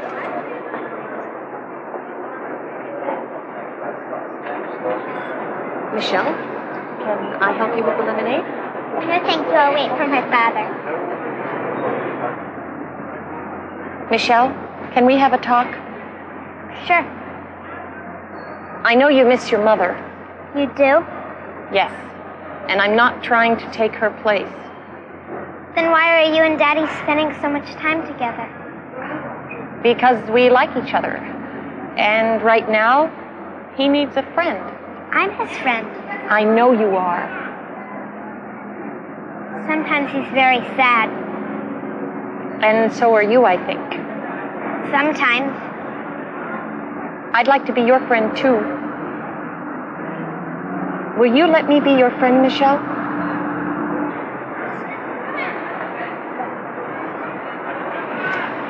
So, what were you two talking about? Just girl talk, Daddy. It's too hard to explain. You're probably right. Well, let's get started.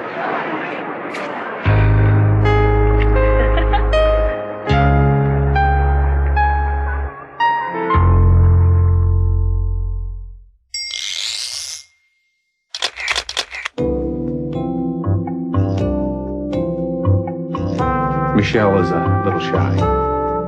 I used to be that way when I was her age. I used to be that way when I was her age. We had a summer house on Fire Island. Do you remember, Michelle? Sure, you and Mommy used to take me on the ferry boat. Sure, you and Mommy used to take me on the ferry boat. We used to catch crabs.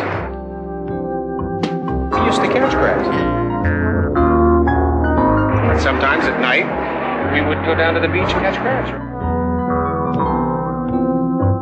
You know, Michelle, when I was your age, I used to do a lot of fun things. I did too. I used to play the piano. Mom would give me lessons on Tuesdays after school. And I used to play the violin. I would take lessons every Thursday afternoon. I used to have long hair, like you, Michelle. But I don't now. I used to go fishing. Every summer, I would get out my fishing pole and try to catch a big one. Oh, Harry, you used to be so handsome. I used to be so handsome? You still are, of course. Thank you. In Act 3, Susan, Harry, and Michelle have a lot of fun together. But Susan has work to do. Oh, it's 3:45, and I have a production meeting at 4. Harry is disappointed. I plan to take you for a ride in Central Park in a horse and carriage. Michelle is disappointed too. I'm sorry you can't come with us, Susan. So am I. What will Susan do?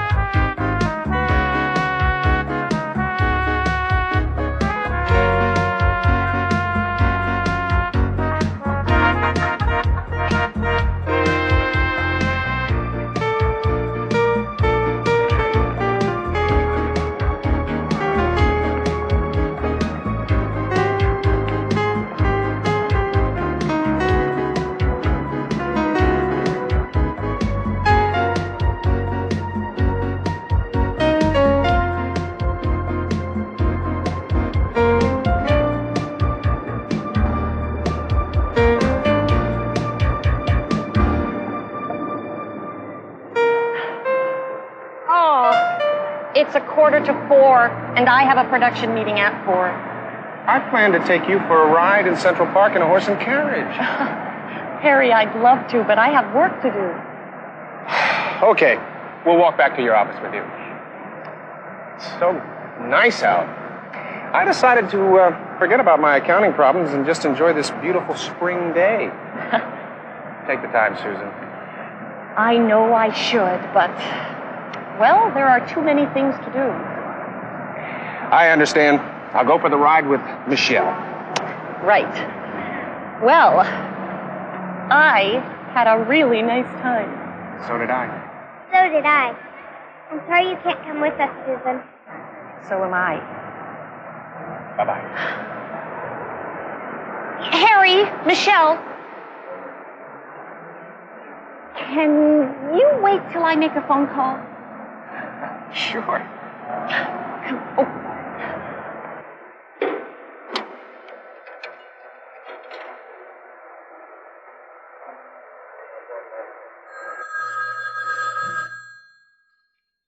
Susan Stewart's office.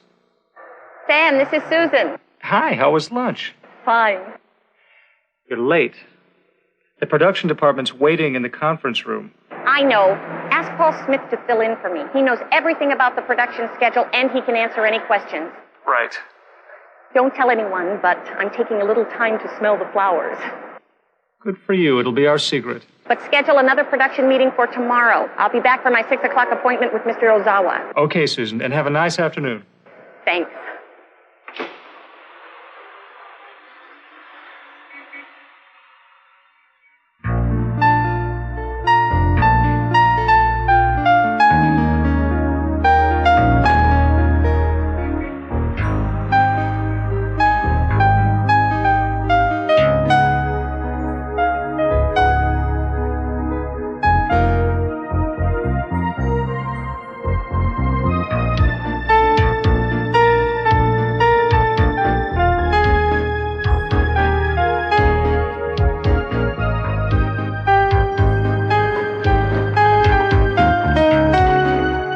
She likes you. I know. I like her. How'd you do it? We had a talk. About what? Life. And what'd you decide? That's a secret between us women.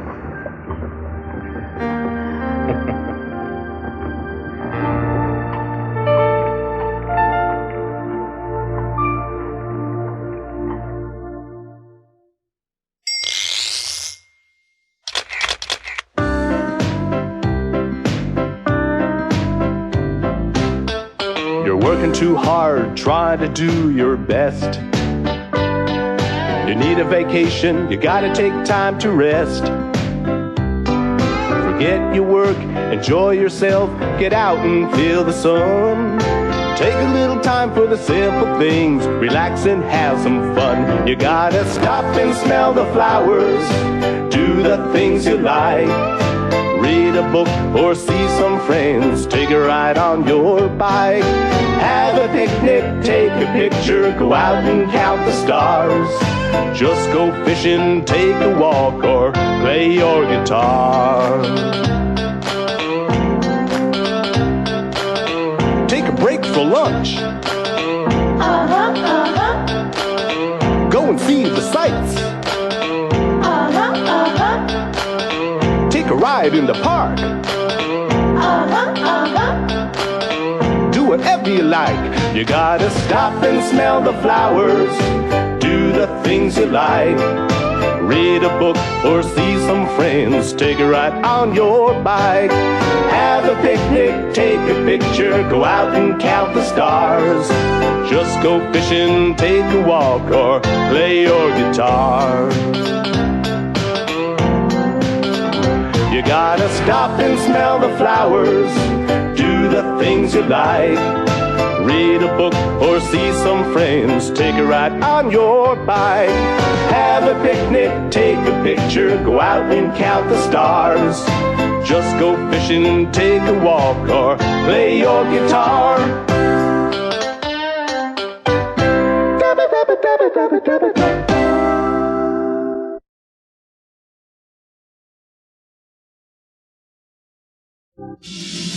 In Act 1, Marilyn asks Ellen for advice about buying a house. Ellen, I'd like your opinion. About what? Well, Richard and I feel that with a baby coming, we need to have our own place to live. They talk about seeing a real estate agent. someone who sells houses, and they talk about getting a mortgage, a bank loan, to buy a house. Maybe we should speak to a real estate agent about a house. And a bank about a mortgage. Does Ellen want Richard and Marilyn to buy a house? How does Ellen feel?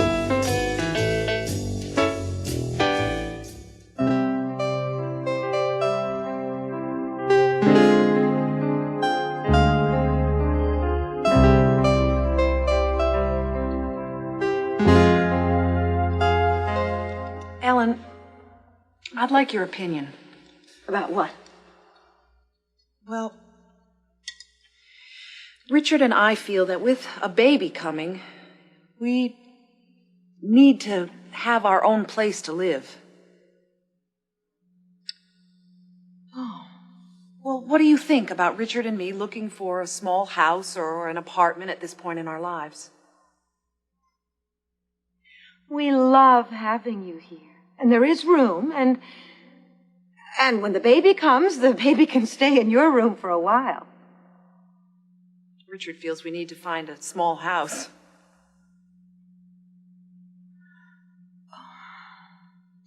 I remember when I was pregnant with Richard. Philip and I were living with Grandma and Grandpa. Philip was a young doctor, and he kept talking about having a house of our own. It's natural. What did you do? We looked at a lot of houses. Did you find one? Oh, not at first, but we couldn't afford it. Grandpa wanted to lend us the money to buy one.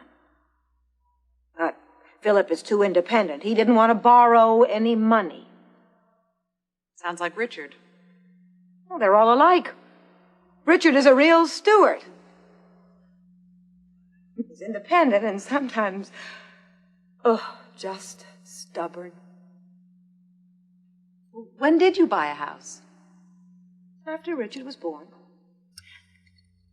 I was teaching music, and Philip was opening his first medical office. Where was the house? Oh, right here in Riverdale. Of course, it was a small house, but just right for us. It's funny. History repeats itself. Now, Richard and I are having a baby, and we probably won't be able to afford a house right away either.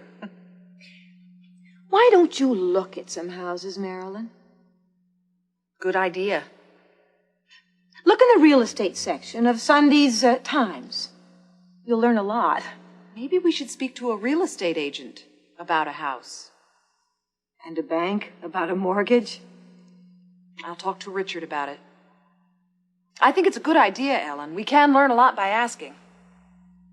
And if I can be of any help, let me know. As a matter of fact, my friend Virginia Martinelli is a real estate agent. Good. You won't believe this, but she sold us our first house and this one. Well, I'll tell Richard, and we'll go to see her.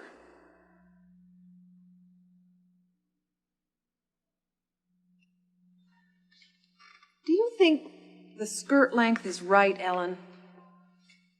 Do you think it's too long? Oh, I think the skirt is just right. Are you planning to attach a train to it? No, no train. Just the dress. But I am going to make a headpiece of lace. That dress is gorgeous. Thanks, Ellen. And thanks for the advice about the house. I'll talk to Richard about it the minute he comes home. And remember, we love having you here. There's no need to rush. I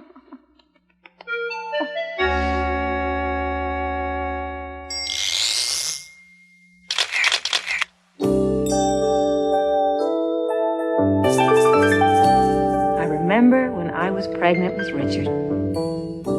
Philip and I were living with Grandma and Grandpa.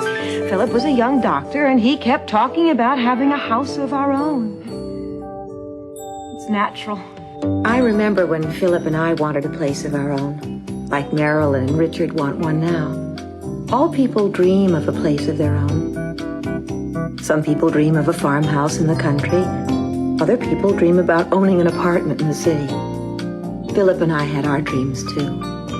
Philip wanted a ranch-style house in Riverdale with a front door where his patients could enter his first medical office. Oh, I wanted to live in Riverdale too, but I wanted a Spanish-style house, like the one I grew up in, with tiles on the roof. So we looked in the real estate section of the newspaper, we read about lots of houses for sale, and we went to see a real estate agent, as Marilyn and Richard are going to do. We looked at lots and lots of houses, but we didn't have enough money to buy any of them. Richard and Marilyn don't have much money either.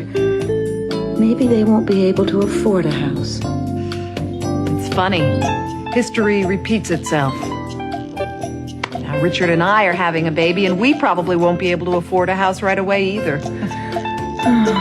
We couldn't afford one right away, but we kept looking. And later, after Richard was born, we bought a house here in Riverdale. Oh, it was small, and it didn't have much land, but I loved it. Philip and I both loved it, because finally, we had a place of our own.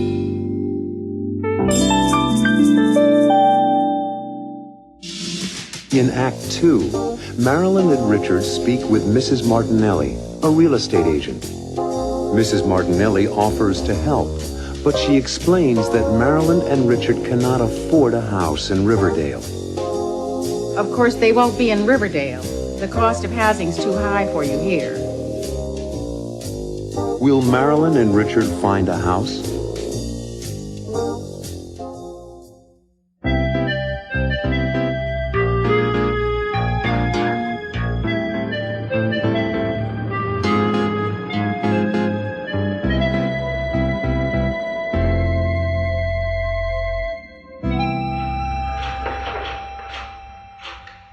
I remember your parents' first house very well. It was on Spring Avenue near the park. I grew up in that house. Yes, and you were such a cute baby. I've seen pictures of him. He had blonde hair. I've been friendly with the Stewart family for a long time, so it's my pleasure to help you find a house now. Well, we're not sure we can afford one. But we'd like to find out about the possibilities. That's a good idea. I love your house on Linden Street. I sold your father that house 17 years ago. Really? Yes. Mom was pregnant with Robbie then, and they needed the extra room. I hear you're expecting a baby, Mrs. Stewart. Mm-hmm. So we will be needing more room. Oh, so you don't need something immediately? No, but in 5 or 6 months. And time passes so quickly. Yes, it does. Well, when you called, you gave me enough information about your salaries and your savings, so I have a good idea about your financial situation. Let me show you some pictures of houses. With 2 bedrooms? Yes, I think I can show you some. Of course, they won't be in Riverdale. The cost of housing's too high for you here. I haven't thought about living anywhere else. We've always lived in this area. Where should we look for a house, Mrs. Martinelli? Well, we have an office in Mount Kisco. It's a lovely area, and it's only about an hour's drive from here. Here, I have a book with photos of some homes in that area. Now, let's see.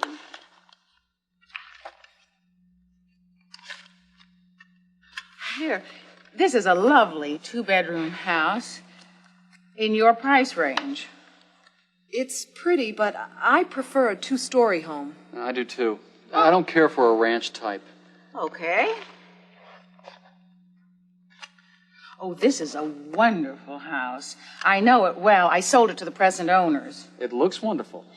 This is a 2-bedroom, 2-bath house. It has a full basement, and it is on a half-acre lot. You can probably afford this one. I like this house. So do I. And the price is right. Would you like to go see it? Yes. We're planning to talk to someone at the bank next week. Perhaps we can see the house this weekend. If someone doesn't buy it before then. But let's keep looking, just to get an idea of some other possibilities. This is very helpful, Mrs. Martinelli. Here. This is a wonderful example of a Spanish-style architecture. Oh, I love the roof tiles on a Spanish-style house. It looks like the houses in Hollywood. It's interesting. A house like this in Riverdale costs double the price.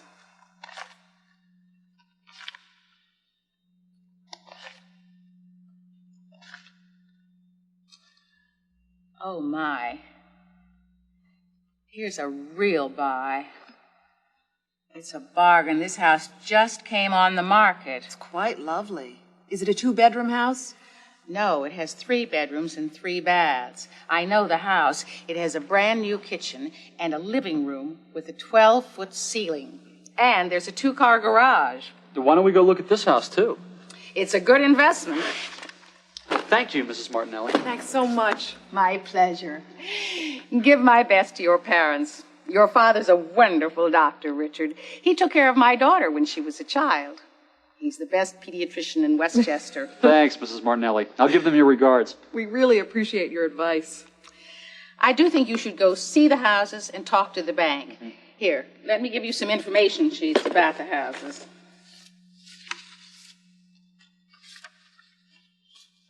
They're both very good buys. Well, thanks so much for your help and your time, Mrs. Martinelli. We've got a lot to talk about. Thanks.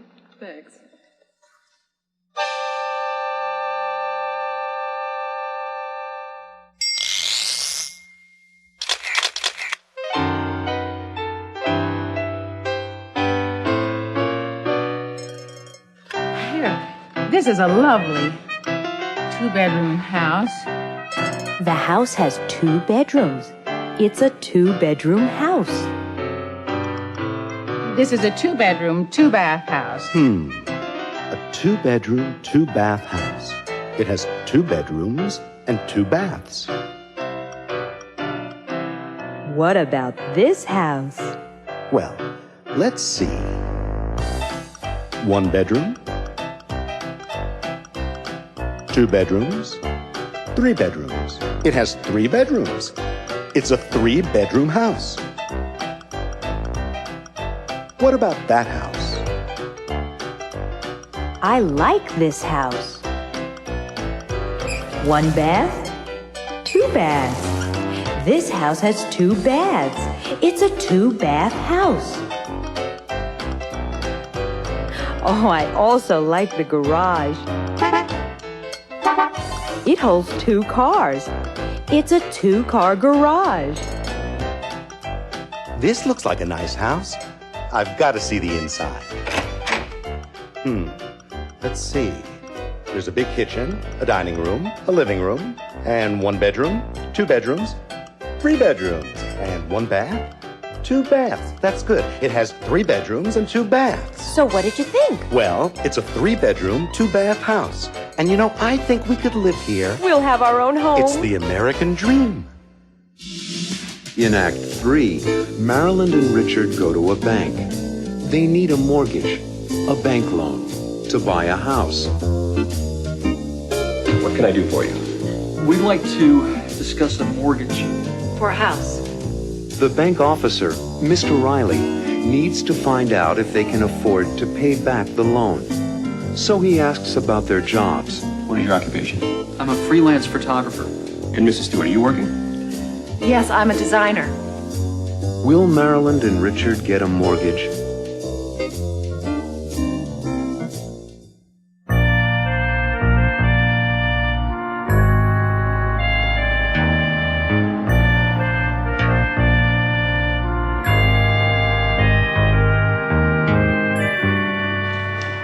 How do you do? Hello. I'm Ralph Riley. I'm Richard Stewart, and this is my wife, Marilyn. Pleased to meet you. Likewise, Mr. Please. Riley. Sit down. What can I do for you? We'd like to discuss a mortgage. For a house. Fine. Are you buying a house or are you refinancing your present home? We're planning to buy a house. And we'd like to find out about a mortgage. We are customers of the bank. As a matter of fact, my whole family banks here. I have some questions to ask. Do you own your house or do you rent? Neither. We live with my parents, Dr. and Mrs. Philip Stewart. And how old are you? I'm 29. I'm 30. And Mr. Stewart, what is your occupation? I'm a freelance photographer. And Mrs. Stewart, are you working? Yes, I'm a designer. And I work in a boutique. Did you bring any savings or salary information? Last year's tax forms? Yes. Here they are.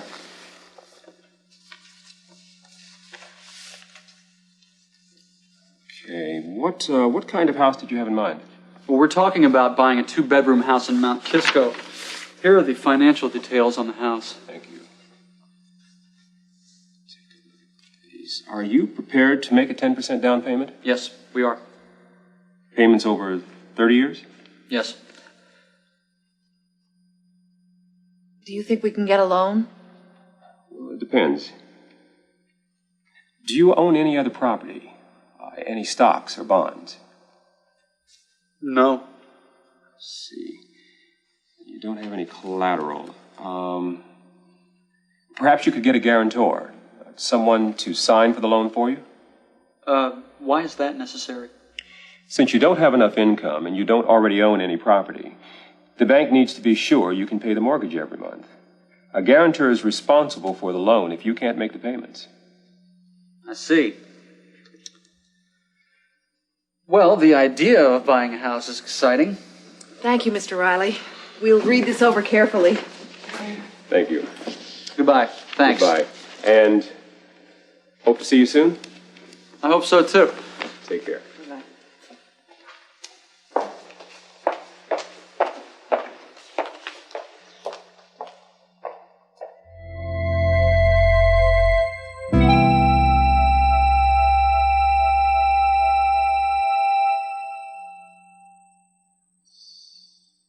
It all sounded so easy until they mentioned needing collateral or a guarantor.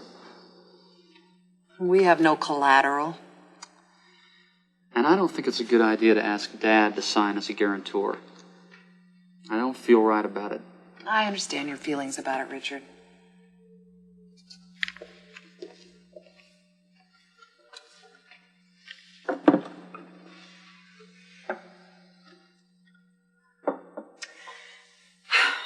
Now tell me, what's the problem? We can get a loan from the bank if we can put up some collateral.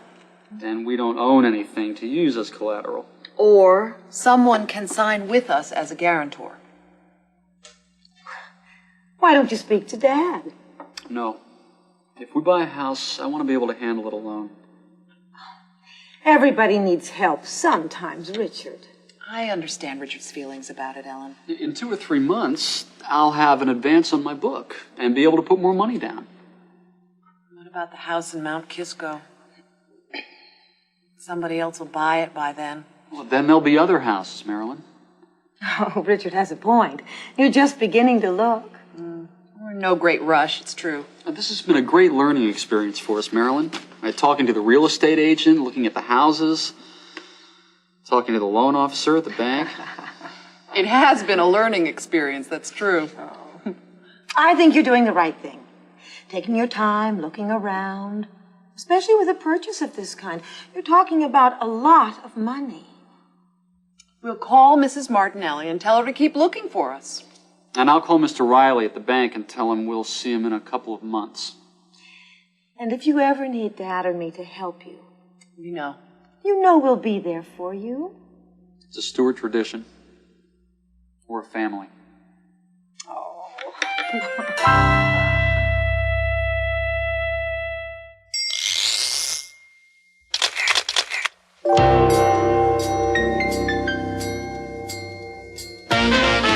They want to buy a house, but can they afford it? We're planning to buy a house. And we'd like to find out about a mortgage. Here's the application. We need some information. How old are you? I'm 29. I'm 30. How many years were they in school? Richard. 16. Marilyn, 14. And Mr. Stewart, what is your occupation? I'm a freelance photographer. And Mrs. Stewart, are you working? Yes, I'm a designer, and I work in a boutique. Here's the application. We need some information. Income. Property. Debt. What's their income? How much money do they make? They make $2,000 a month. That's $24,000 a year. Can they afford a house? Do you own your house or do you rent?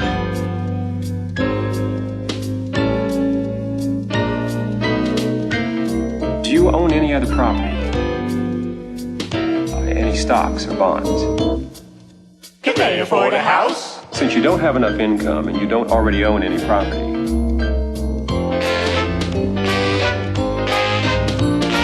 the bank needs to be sure you can pay the mortgage every month. They need a guarantor. A guarantor is responsible for the loan if you can't make the payments. I see. They can't afford a house. And I don't think it's a good idea to ask Dad to sign as a guarantor. I don't feel right about it. They can't afford a house. They can't afford it yet.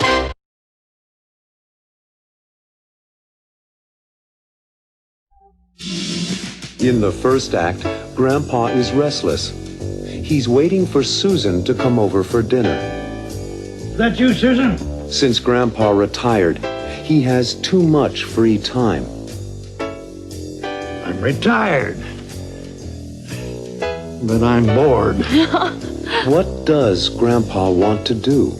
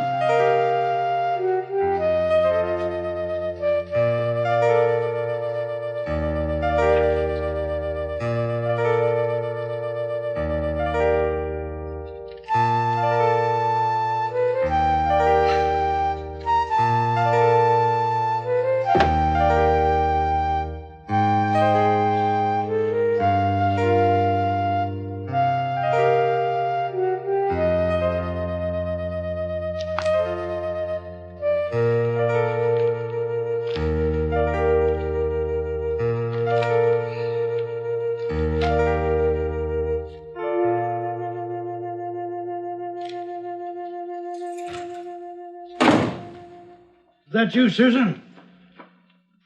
It's me, Grandpa. Am I glad to see you? And am I glad to see you? I am also glad to be here. How are things? I have been talking to a group of salesmen since 10 this morning, and I'm real exhausted. Well, you look good. What's Harry doing tonight? He and Michelle are visiting relatives in New Jersey today. The rest of our family went to the movies. So it's just you and me, Susan. It's nice to be alone with you, Grandpa. Mm-hmm. We don't get to see enough of each other. Oh, I feel the same way, Susan. I miss seeing you. To tell the truth, next time, I'd like to go into the city and meet you there instead of you coming here. You don't need to do that, Grandpa. Yeah, I do. I need to get out more. Well, I mean, there's a lot to do around the house, and I love being here with the family, you know, but I'm restless. Since I retired, I've got extra time on my hands. I understand, Grandpa. I think you do. Frankly, I'd like to use my brain a little more. Grandpa, you have so much energy and so many years of experience. There are probably a lot of places for you to work, particularly in the construction field. But at my age, I'm not looking for a full-time job. I'm retired. But I'm bored. Well, there must be something. Maybe I can help. Let's go into the kitchen. And maybe you can help me set the table. Sounds good to me. What are we having? I prepared lamb chops and mashed potatoes and a tossed green salad to begin with. Grandpa, you are a terrific guy.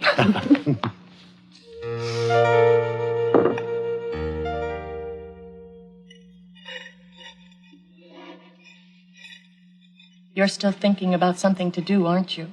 A job of some kind. That's right. I've been thinking about it for weeks now. There must be some way to put my mind to good use. We'll find a solution. A positive solution to your finding a way to use that wonderful mind of yours.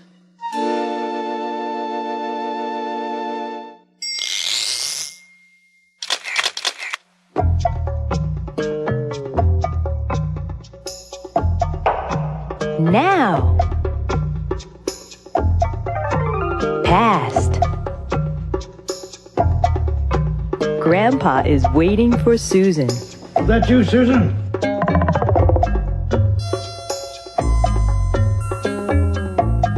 Grandpa has been waiting for Susan since noon.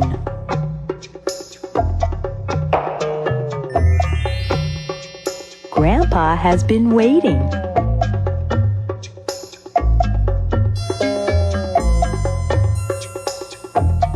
Susan has been working since 10 o'clock this morning.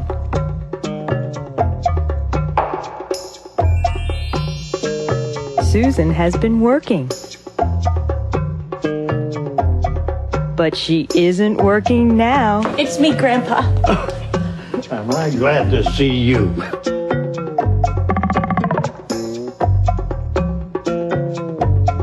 Grandpa isn't working.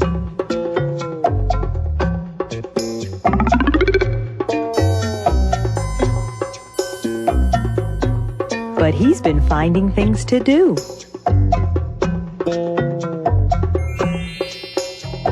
He's been finding.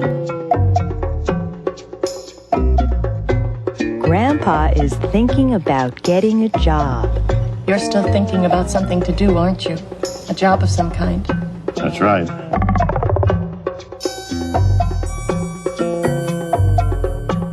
I've been thinking about it for weeks now. I've been thinking. Maybe he'll get a job soon.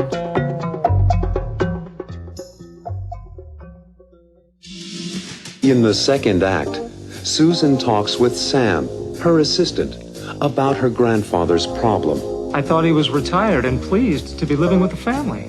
He is. But there's so much energy and talent in the man, and he doesn't get to use it. Susan thinks her boss, John Marchetta, may be able to help. So she meets with Mr. Marchetta and explains the problem. He needs to work. In fact, that is the reason why I'm here to see you. Maybe Mr. Marchetta can help.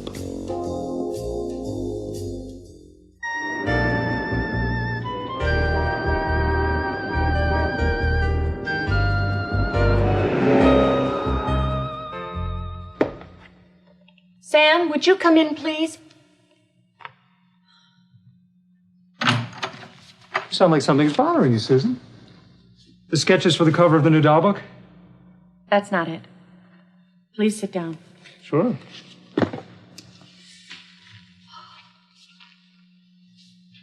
I need your advice on a personal matter, but it's not about me. You need my advice on a personal matter, and it's not about you, okay? It's about my grandfather. What's the problem? It won't sound like a big deal, but it is. I had dinner with him Saturday, and he's very unhappy about not working. I thought he was retired and pleased to be living with the family. He is. But there's so much energy and talent in the man, and he doesn't get to use it. Oh, what can I do? What kind of advice are you looking for? Simply this. John Marchetta runs this company. He founded this company. Right. John Marchetta gave me my start here 6 years ago, when I first graduated from college. He gave me the chance to use my talents and made me feel more confident. Right. Maybe he can do the same thing for your grandfather. Or at least give him some advice. Right. Then I've solved your problem. I can always depend on you, Sam. I'm glad to help. Shall I call Mr. Marchetta for you? No, I'll do that. Thanks.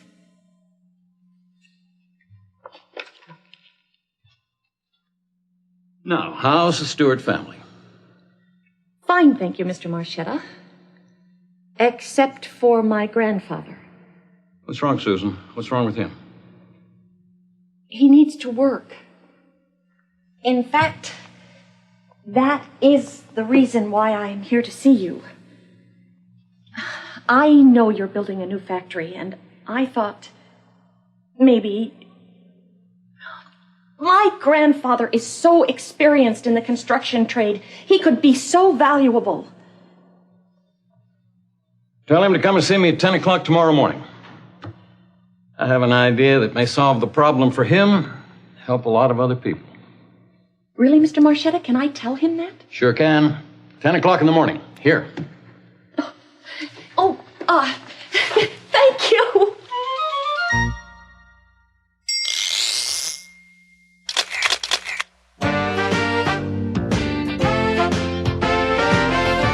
Sounds like something's bothering you, Susan. Something is bothering you. Tell me, what could it be? Let me know why you're worried. You can tell me, whoa, what seems to be the problem? What can I do? You can tell me what it is. I'd like to help you. Whoa, what's the matter? What's the matter? Hey, oh. What's the matter? What's the matter? Hey, oh. Won't you tell me what's the matter? Hey, oh. Is something wrong? Hey, oh. What seems to be the trouble? Hey, oh. Tell me what's up. Hey, oh. What's wrong, Susan? What's the problem? What can I do? There is something on your mind. Something's bothering you. Everybody sing. What's the matter? What's the matter? Hey, oh. What's the matter? What's the matter? Hey, oh. Won't you tell me what's the matter? Hey, oh. Is anything wrong? Hey, oh. In the third act, Grandpa meets with John Marchetta. Hi, I'm Malcolm Stewart. John Marchetta. And Grandpa tells Mr. Marchetta about his experience in the construction business. 43 years. Half that time in my own construction company. And he explains his problem. There isn't any work for a retired person my age. So John Marchetta tells Grandpa about an organization called TOPS. TOPS. T-O-P-S. Means Talented Older People's Society. How can TOPS help?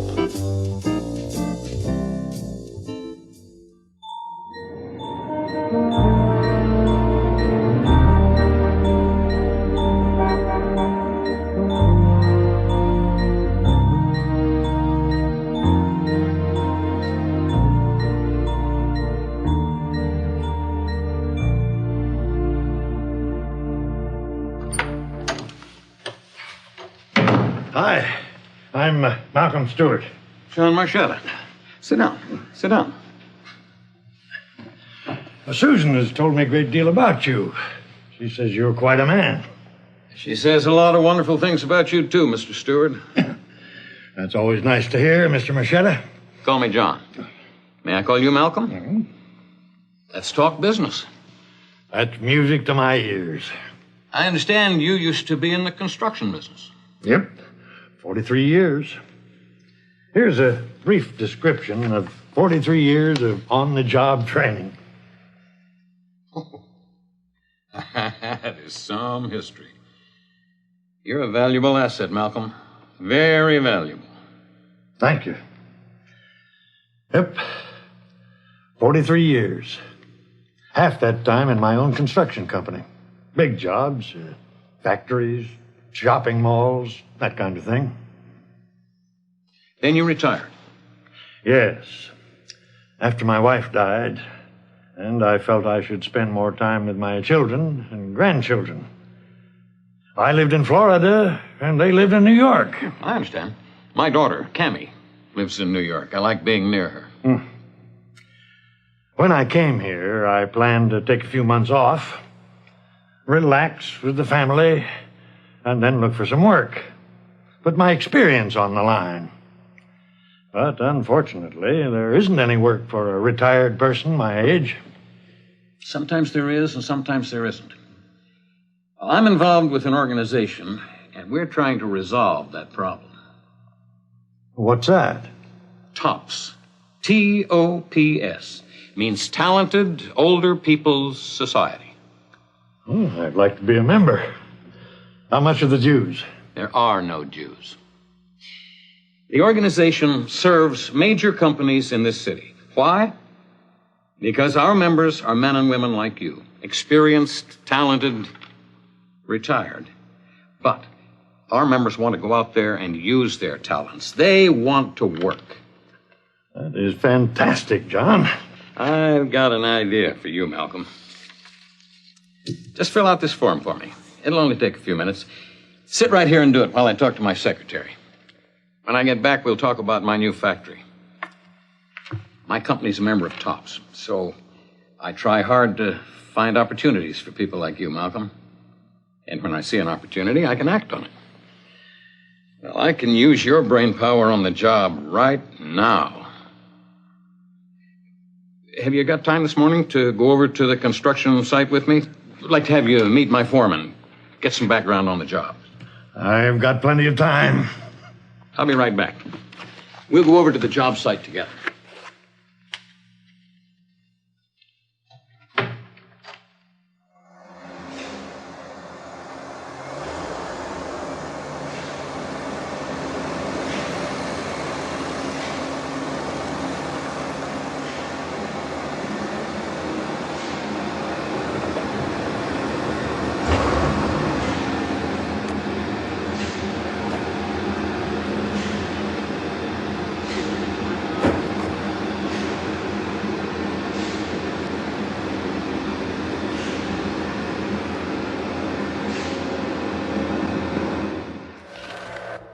Malcolm, you worked on the spaceport project? My company was a contractor. I built the theater there with my own two hands, practically. I understand. Well, I'm glad to see you two guys getting along so well. Because, Danny, Malcolm is on the TOPS team. He's going to be working with you for a while. His experience will be valuable to both of us. Welcome aboard, Malcolm. I'm going back to my office. Give me a call later, Malcolm. I'll tell you the time and date of the next TOPS meeting. I'd like you to meet the group. I will, John. And again, thanks. No, thank you. And thanks, Susan. He's quite a man. A real inspiration for me. Okay, Danny. I know you didn't expect to have me around, but I think I can be of some help to you. Let me tell you something, Malcolm. With your background and experience, I can learn something. And I do need some advice on a difficult problem. Let me show you this. Yes. I don't want to give you a final opinion without studying these building plans more carefully. But a simple solution might be to move the air conditioning units instead of redesigning the entire system. It might be simpler and less expensive. You just earned your weight in gold, Malcolm. Welcome aboard. It all happened so quickly. I can't believe it. I'm glad Mr. Marchetto was so helpful. He was more than helpful. He actually took me to meet his foreman. I'm thrilled for you, Grandpa. I don't know how to thank you, Susan. You're a wonderful granddaughter. It's good to see you so happy. I'll be at the construction site tomorrow. What are you doing tomorrow night? I'm not doing anything. Why? How about a date with your grandfather? I owe you a good steak dinner. I'll accept. Tomorrow night, you and me, dinner. What time? I'll pick you up here at 7. Is that okay? I can't wait. And you can tell me all about your first full day back on the job. It's a deal.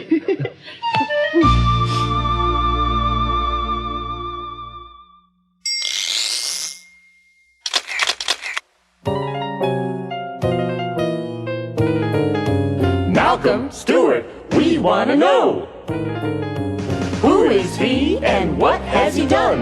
That's what we want to find out. We'd like to know, so what do you say? We take a look at his resume. Here's a brief description of 43 years of on-the-job training. Name, address, and phone number. That's a good way to begin. Now we know where to write or call if we want to contact him. Where did Malcolm go to school? We need that information. We'd like to find out where and when he got his education. Bachelor of Science in Engineering in 1938. Master of Science in Engineering in 1940. That's great. We need a brief summary of Malcolm's work history. You mean his work experience? He was president for 22 years of Malcolm Stewart Associates. What did he build? He built things like Spaceport Project, Orlando Civic Center, Henderson Shoe Factory, Florida's Sun and Health Clubs, Titusville Mall, and Dade County Arts Center.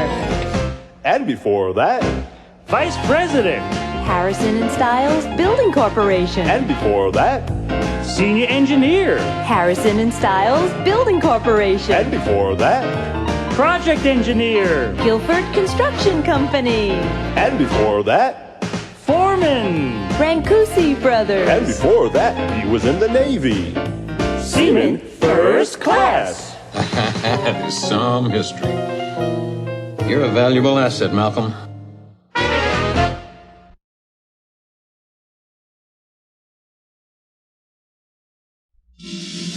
In Act 1, Ellen and Susan are preparing for the arrival of Marilyn and Richard's new baby, Max. Marilyn and Richard will be home from the hospital any minute, and we must prepare this room.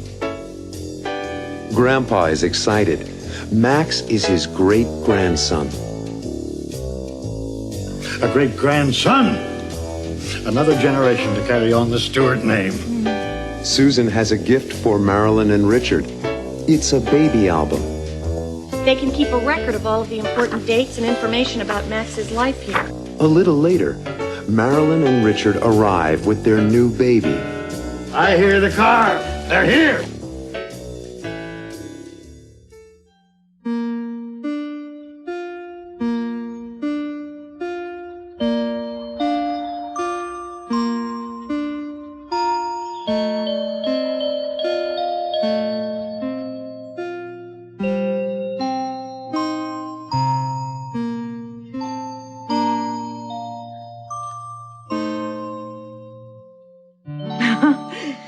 There's nothing more joyous than the arrival of a new baby.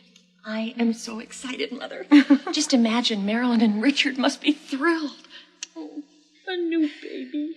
Max. Max? Max. Oh, it's a sweet-sounding name for a sweet little boy. My first grandchild. And my first nephew. Oh, isn't he just adorable? Oh. He looks a lot like you, Mom. He does. Do you think so? Mm-hmm. Well, I guess. I mean, he does look a lot like Richard, and I guess he looks a lot like me. Oh, he's got Richard's eyes, though. I really want Harry and Michelle to see Max. When are they coming? Tomorrow. Harry has an account to work on today. Yes, he does have Richard's eyes. Big blue eyes. The baby even looks at you like Richard does. Well, children usually resemble their parents. It's true. Michelle is a lot like Harry in so many ways. And she's shy with new people just like he is. You really like Michelle, don't you? Yes, I'm very fond of her. And Harry, too? Well, it's 4:30. My Marilyn and Richard will be home from the hospital any minute, and we must prepare this room. where will we put all the presents? Well, let's take everything to the living room. Marilyn and Richard and the baby need the space. It's crowded in here. The welcome sign is up. Welcome home, Max. Isn't it exciting, Grandpa? Your first great-grandchild. Yes, sir. A great-grandchild. A great-grandson. Another generation to carry on the Stewart name. I love you, Grandpa. Oh. You make me feel so proud to be part of our family. And one day you'll have your own family. And I'll be proud to be part of it. Now you understand my feelings, Susan. I'm Grandpa's daughter-in-law, but I feel like a Stewart. He's always made me feel like his own daughter. Well, that's because you're so much like us. Wonderful. Mom, got it. This will make a nice gift for Marilyn and Richard. They can keep a record of all of the important dates and information about Max's life here. Let's see. Name, Max Stewart. Does he have a middle name? No, just Max. I like that. No middle name, no middle initial. Like me. I'm Malcolm Stewart. Just Malcolm Stewart. And Max has your initials, Grandpa. M.S. It must mean something. Weight, 8 pounds, 6 ounces. 8'6"? You big boy. All the Stewart men were big. Oh, Robbie was 8 pounds, 2 ounces, and Richard was 8 pounds, 3. And me? 8 pounds, 6. You were big. Just like Max. 8 pounds, 6, just like me. That's nice. Length. Length? Richard says Max is 21 inches long. 21 inches. Is that tall or average or what? Tall. All the Stewart men are tall. Well, Grandpa, you're about 5'9" or 5'10". I wouldn't call that tall. I take after my mother's family. They were average. Mother, Marilyn. Father, Richard. And lots of pages for Richard's photos of Max. Speaking of mother and of father, and speaking of Max, I hear the car. They're here. Oh, quickly. Go.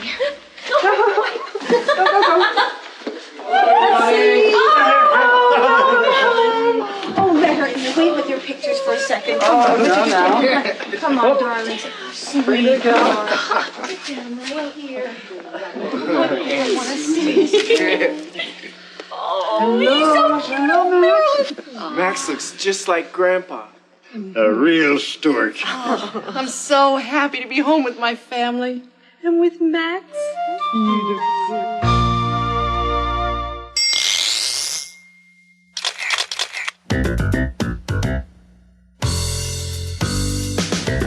Weight, 8 pounds, 6 ounces. 8 pounds, 6 ounces. How much is that? Metric weight, let's do it again with metrics. About 4 kilograms, that's about 4 kilograms.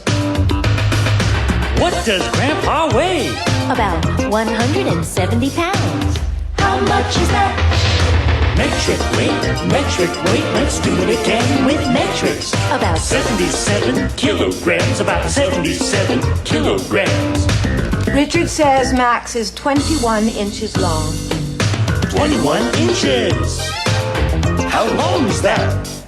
Metric, measurement. Let's do it again with metrics. About 53 centimeters. 53 centimeters. Well, Grandpa, you're about 5'9". 5 feet 9 inches. How tall is that? Metric measurement. Let's do it again with metrics. About 1 3/4 meters. That's about 1 3/4 meters. Marilyn and Richard will be home from the hospital any minute. How fast are they driving? About 40 miles an hour. How fast is that? Metric measurement. Let's do it again with metrics. About 64 kilometers an hour. That's 64 kilometers an hour. In Act 2, it's late in the evening. It's almost 10 o'clock. I've got to go. Upstairs, Marilyn and Richard watch Max as he sleeps. It's so good to have you home again. And to see Max asleep in his bassinet at home with us. Marilyn and Richard enjoy looking at Max's gift. Susan's teddy bear? So cuddly. And they talk about Grandpa's gift. You know, it hung over my crib, too. What did Grandpa give Max?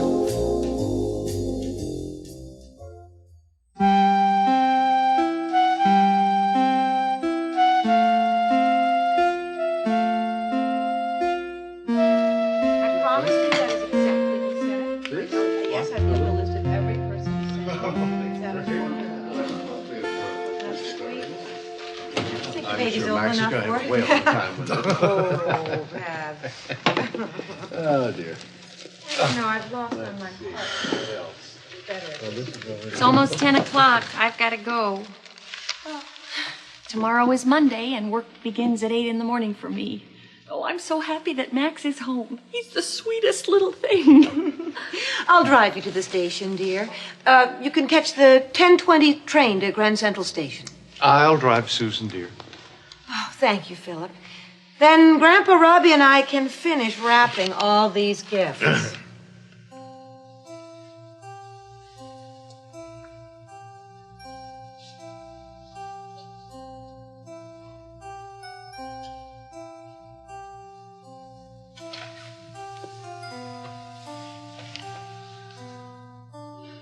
It's so good to have you home again.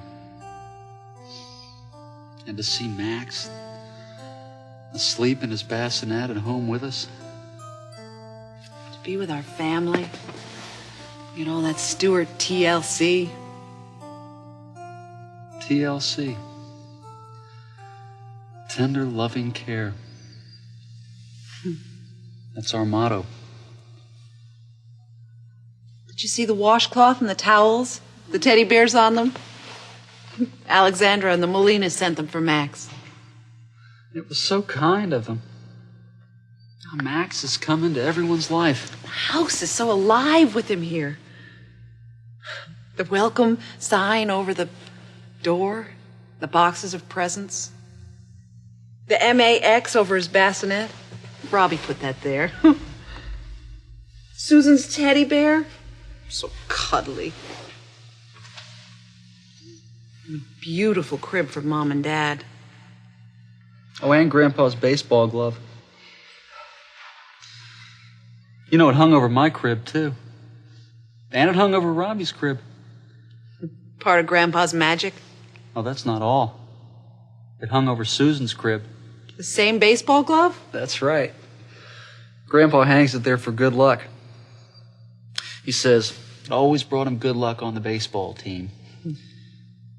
He believes it'll bring good luck to all the Stewart babies. And then he takes it back when Max is ready to use it? Yes, and replaces it with a new glove, so the old one will be ready for a new member of the Stewart family. Grandpa really loves his family, doesn't he? So do I. And so do I.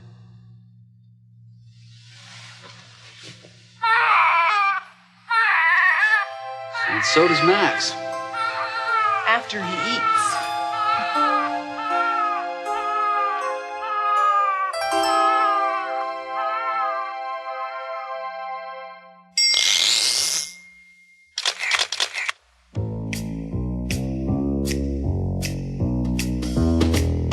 Grandpa really loves his family, doesn't he? So do I. Grandpa loves his family, so does she. Grandpa loves his family, so does he. There's a lot of love here every single day. Grandpa loves his family, so do they. Susan works in business, so does he. Richard likes to exercise, so does she. Philip works with children, she works with them too. She works in a hospital, so does he, it's true. Grandpa likes to be outside on a summer day. He likes to be outdoors fishing, and so do they. Marilyn has curly hair, so does she. Grandpa has a little hair, so does he. Harry likes to see the sights on a beautiful day. Harry likes to see the sights, and so do they. Grandpa likes to be outside on a summer day. He likes to be outdoors fishing, and so do they. Philip loves his family. Susan loves her family. There's a lot of love here every single day. Grandpa loves his family, and so do they. And so do they. And so do they. In Act 3, Marilyn opens a gift from Harry and Michelle. Isn't this baby outfit adorable? With his name on it, Max. Susan offers to take Michelle upstairs to see the baby. Would you like to see baby Max, Michelle? What will Michelle think of Max?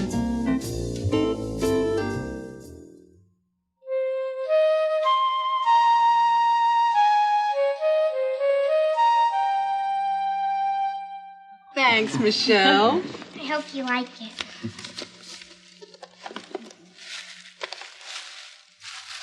Oh my God.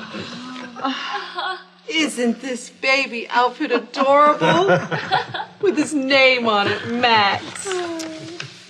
Thanks so much, Harry and Michelle. We really appreciate it. I'm glad you like it. Michelle picked it out. Yes, I told Daddy to pick blue ones. Blue is for boys and pink is for girls. And Max is some boy. He's a real Stewart. Right. That was so thoughtful of you, Michelle. Especially to pick it out in blue. Would you like to see baby Max, Michelle? Could she? Could we? Could I? Take them upstairs, Susan. Harry and Michelle can watch Max sleeping. Let's go. Come on, Michelle, before Max wakes up. Will you please take this upstairs, Susan? Thank you. Michelle is very grown up for a 10-year-old, huh? She's smart and sensitive for her age. Growing up without a mother is difficult. You mature quickly. Susan's like a mother to Michelle. They have a good relationship. Do you think Susan and Harry will get married? You can count on it. I think so. Yes, they get along so well. I like him. He's good for Susan. He's a little quiet. It's hard to do anything but listen in this family. How can anybody get a word in around here? You're right, Ellen. Oh, really? It's the way it should be. The Stewarts are the Stewarts. They always were, and they always will be. Right. They've always got an opinion. Always got something to say. And now there's Max Stewart. And if he talks as loudly as he cries, we're all in for trouble. He's quiet now. Mm-hmm. That's because he's sleeping.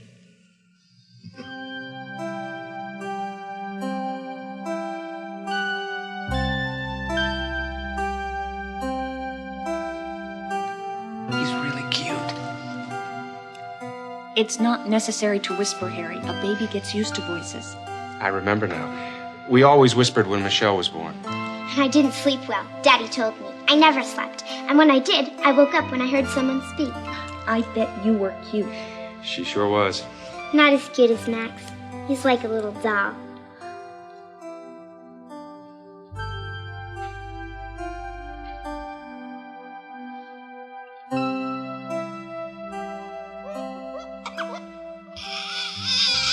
Oh, good.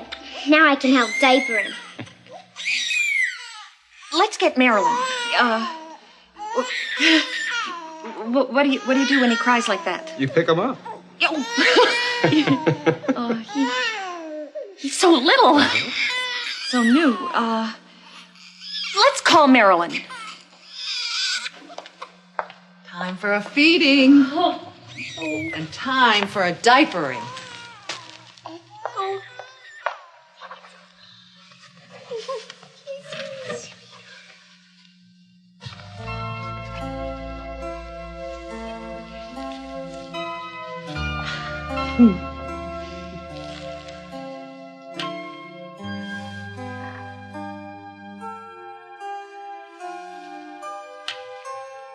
You're a real Stewart.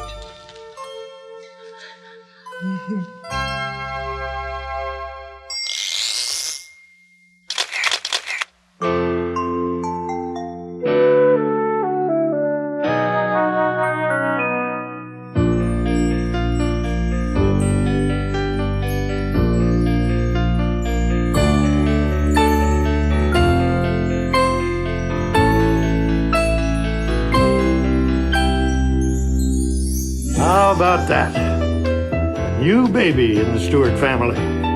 Baby Max. Max Stewart. You know what that means, don't you? That means I, Malcolm Stewart, am now a great-grandfather. And Max is my great-grandson. My son, Philip, is a grandfather now. He's Max's grandpa. And Ellen's his grandmother, a very loving grandma. Susan thinks that Max looks like Ellen, but Robbie thinks Max looks like me. Robbie is Max's uncle. He thinks his little nephew Max is pretty special. Susan, Max's aunt, thinks he's special too. And so do I. And so do his parents, Marilyn and Richard. They love Max very much. Oh, little Max, I love you. You're a real Stewart, just like me. And just like all of us.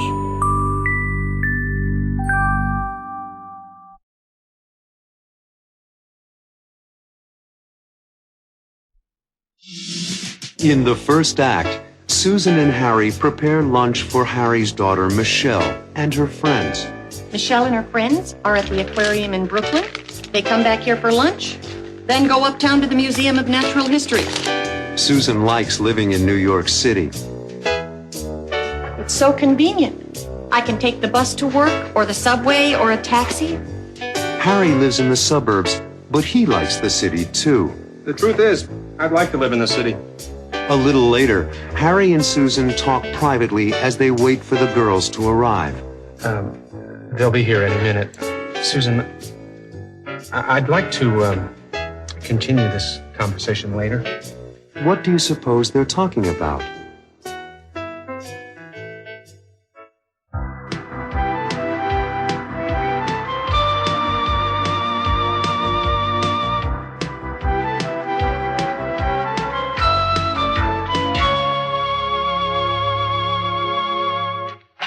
You like living in New York, don't you? Oh, I love it. It's so convenient. I can take the bus to work, or the subway, or a taxi, and there's so much to do. Lots of movie houses and the theater. I know what you mean. I'd like to live in the city, but living in New Jersey in the suburbs is better for Michelle. Trees, grass. There's a lot of good things about suburban living. I grew up in Riverdale, remember? So I know. But as a working woman, I think New York has all the conveniences, including the best tomatoes. The truth is, I'd like to live in the city. Michelle's the right age. There are lots of things for her here. You're right, Harry. Today is the perfect example. Michelle and her friends are at the aquarium in Brooklyn.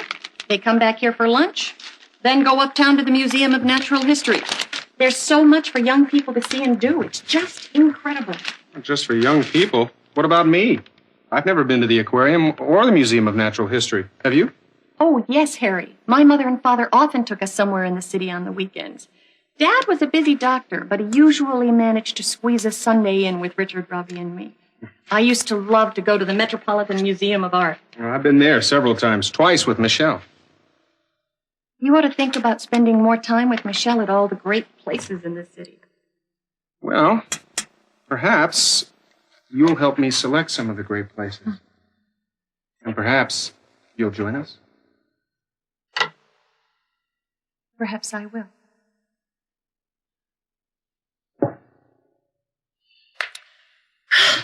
Well, there we are. All set for lunch, Harry.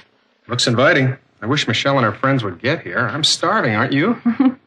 I can't wait to take a bite of the pumpernickel. It smells so delicious. Oh, coming! Who is it? Michelle. It's us, Susan. Come in, Michelle, and bring your friends along. We're on the 5th floor. Oh, you've been here before. Susan, I really appreciate you doing this for Michelle and her friends. Oh, please, Harry, it's nothing. I'm not just doing it for Michelle. I'm doing it for you. Thank you. I'm doing it for us, Harry. Well, it's important for Michelle to see us together more often. That's true. It's important for Michelle and me to get to know each other better. That's important for us. That makes me feel good. What, Harry? What makes you feel good? Well, that you care about Michelle, that you care about me, and that you care about us. Well, Harry, that's because I do. I do care. They'll be here any minute. Susan, I'd like to continue this conversation later. Of course, Harry. We'll finish the conversation when they go to the museum. I'd like that. So would I.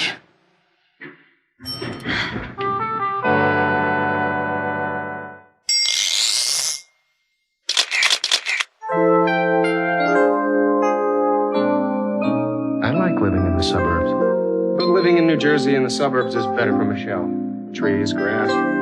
We have a nice house with trees in front of it, and a backyard for Michelle and her friends to play in. It's a quiet neighborhood where people like to take long walks.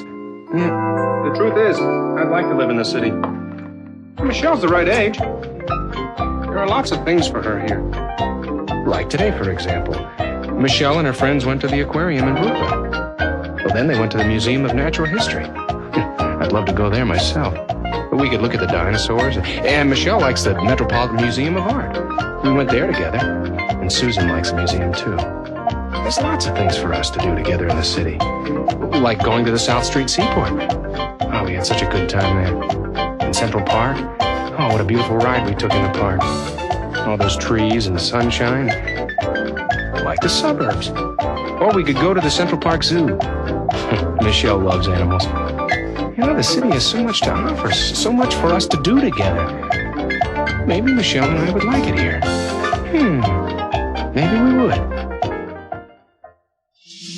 In the second act, Michelle arrives with her friends. I'd like you to meet Audrey and her mother, Mrs. Cooper. Susan's company has made a new game. She teaches the girls and Harry how to play it. The leader takes the first 10 cards and lays them face up on this stand. But Michelle doesn't really like the game. I think it's too easy. Too easy? How does Susan feel?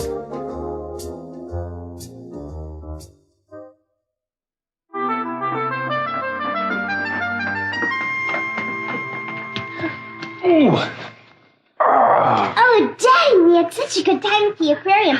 I saw a real shark. I could almost touch it. Oh, I'm so glad. Hi. Michelle, why don't you introduce everybody to Susan?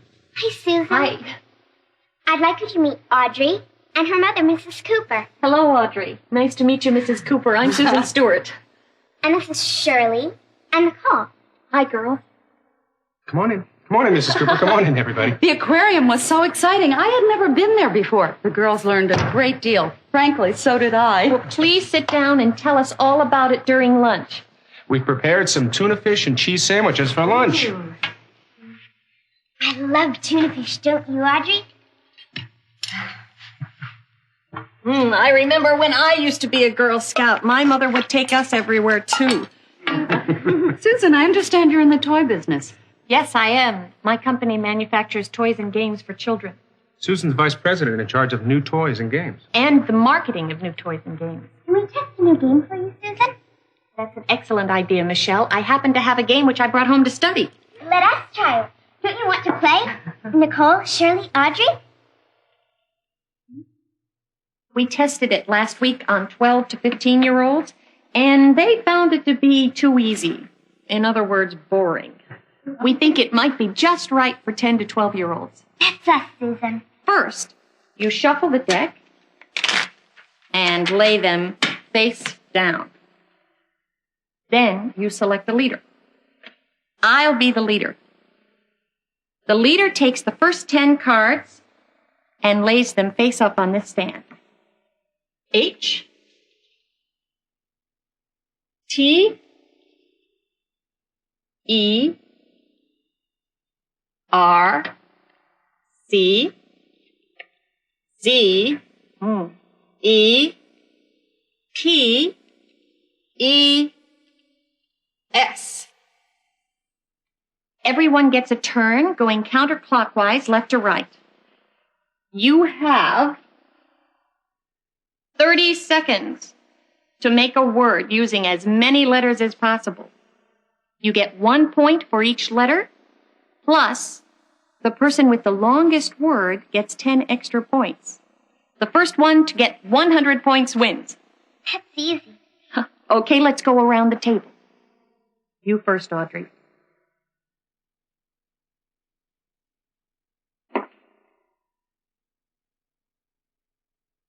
Chess. C-H-E-S-K.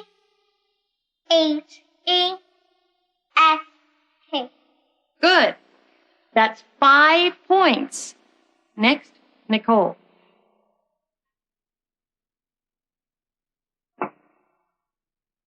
Three. T-H-R-E-E. Okay, that's 5 points also. It's your turn, Shirley.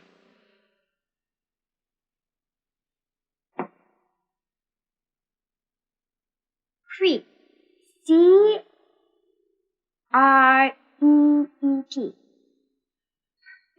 Creep. That's another 5-letter word. 5 points. So far, you're all tied. Sheet. S-H-E-E-T. Sheet. Sheet is a 5-letter word. Michelle, your turn. Cheese. C-H-E-E-F-E. Terrific.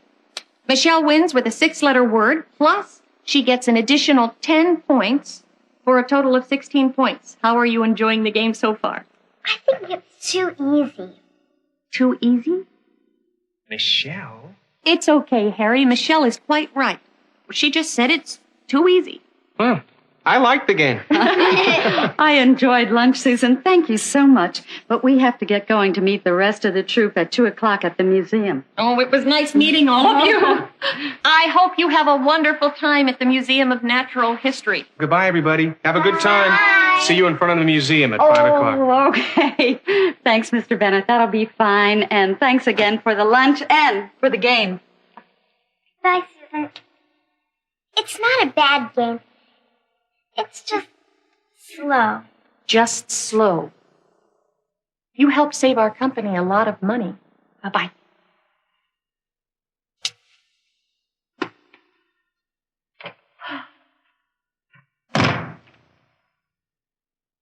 You are wonderful with kids.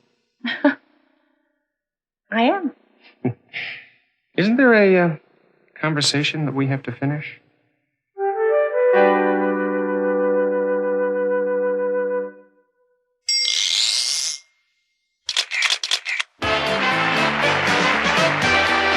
Hello, everyone. It's time to play Take My Word. Here are the rules of the game. We'll ask you to make some words from these letters. We'll tell you how many letters are in the word, and we'll give you a clue. Are you ready? Let's begin. You're looking for a word with 3 letters, a 3-letter word. Here's your clue. You have 5 seconds. Go.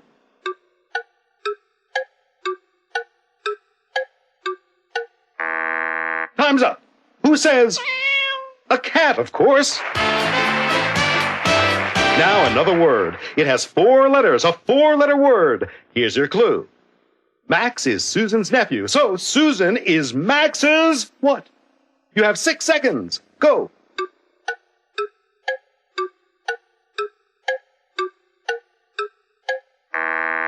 Your time is up. Susan is Max's aunt. Let's go on.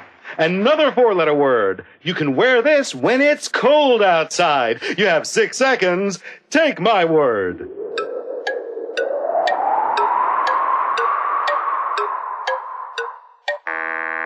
All right, what do you wear when it's cold outside? Well, I don't know about you, but I wear a coat. Let's keep going. A 3-letter word, and here's your clue. You can do it with scissors. 5 seconds. Go.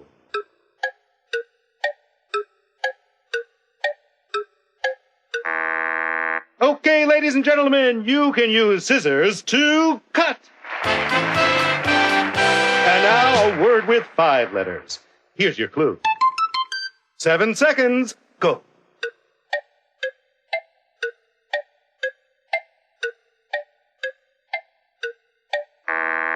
Time's up.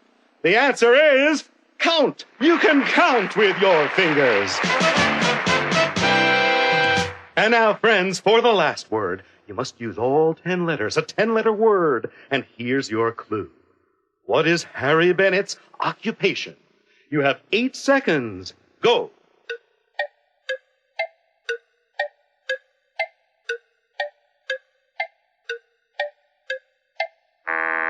All right, Harry Bennett is an accountant. And that's all the time we have. Thanks for playing Take My Word. In the 3rd act, Harry and Susan are alone again. And Harry wants to talk. There's a conversation we have to finish. Harry is trying to say something. Well, assume that if you care about Michelle and you care about me and you care about us, that we can talk about us. I mean, you and me. What is Harry trying to say?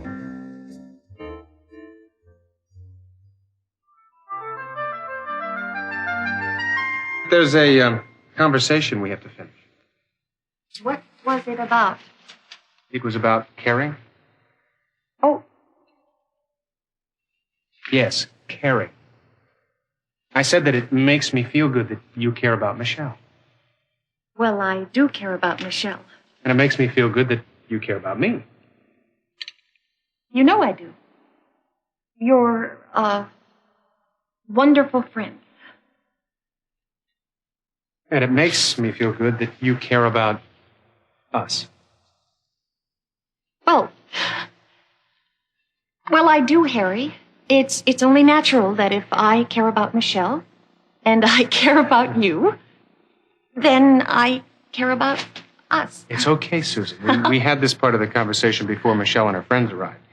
Now comes the good part. Like what? Well, assume that if you care about Michelle and you care about me and you care about us, that we can talk about us. I mean, you and me. Isn't that right? What are you trying to say, Harry? What I'm trying to say, since this is so easy, here are 10 letters that express my feelings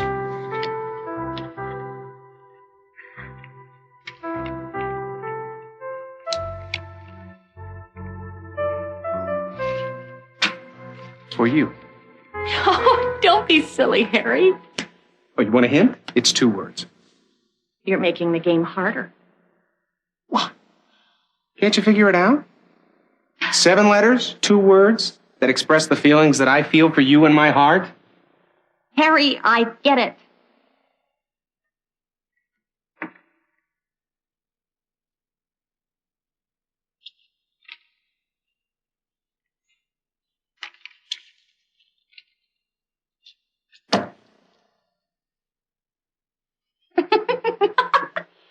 Well, does that mean you'll marry me?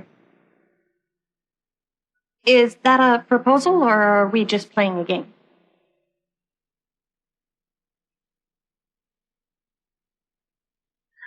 Sit down, Susan. There's something I have to ask you.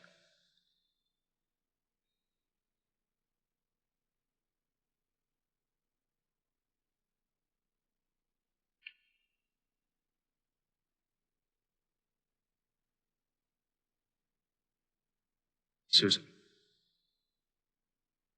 will you marry me? It's such an important decision. There's so many things to talk about. There are 3 things that have to be done first, Harry. 3 things? First, we have to decide where to live. Well, that's easy. We talked about that earlier. We'll live in New York. All right. Second, we have to talk to Michelle together about being married. We'll do that immediately. What's the 3rd thing? You have to ask for my father's permission. Absolutely. But first things first, we have to go pick up Michelle. Oh, I'm so happy, Harry. Not as happy as I am.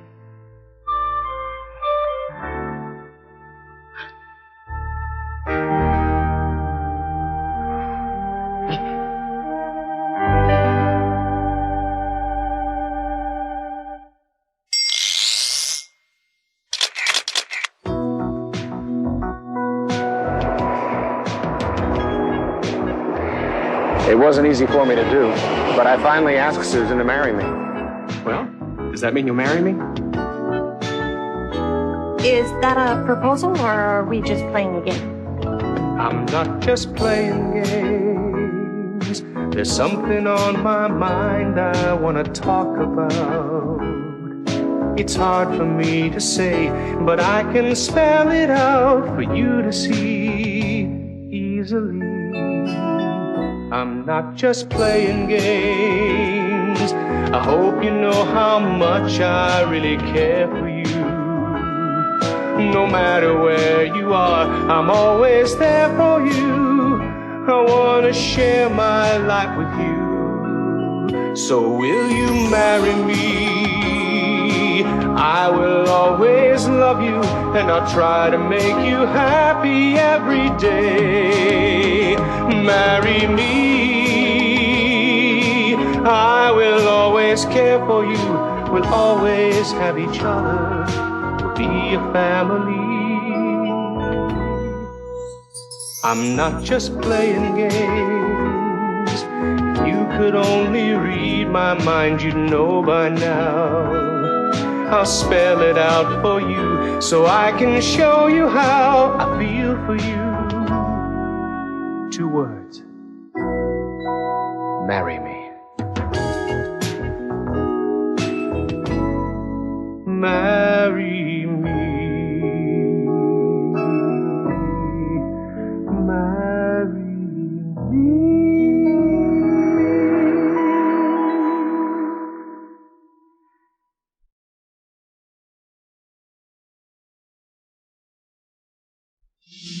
In Act 1, Richard gives Marilyn a bouquet of roses. What are the flowers for, Richard? 5 years of happiness. Happy anniversary. To celebrate their 5th wedding anniversary, Richard wants to take Marilyn to the Watermill Inn. You and I, Mrs. Stewart, are going to spend a second honeymoon at the Watermill Inn. But Richard gets disappointing news. What? Are you sure? But Okay. What's the matter?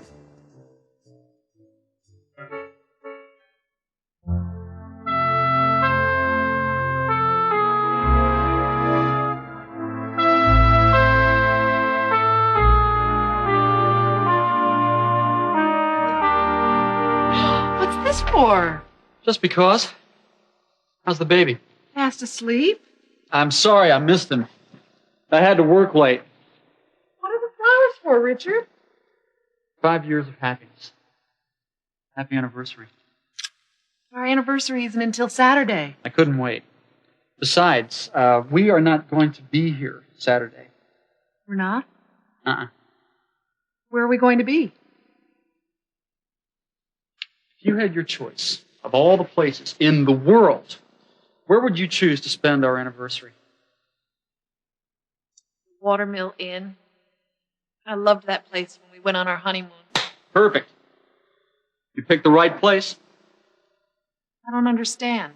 You and I, Mrs. Stewart, are going to spend a second honeymoon at the Watermill Inn. Oh, Richard, that's wonderful. But No buts. what about the baby? Aren't we taking the baby on our honeymoon? Absolutely not. The world's greatest grandmother, Mrs. Ellen Stewart, has agreed to take care of him for the weekend.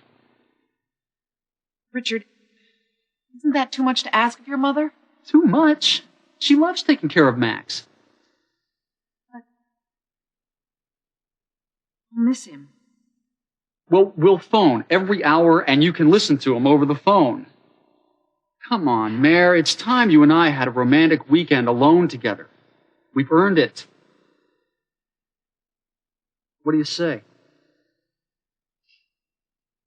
Does sound tempting. You're right. We've earned it. Great. I'll make a reservation right now. Remember that wonderful little balcony where we had our meals? With a view of the Hudson River? Oh, could I forget?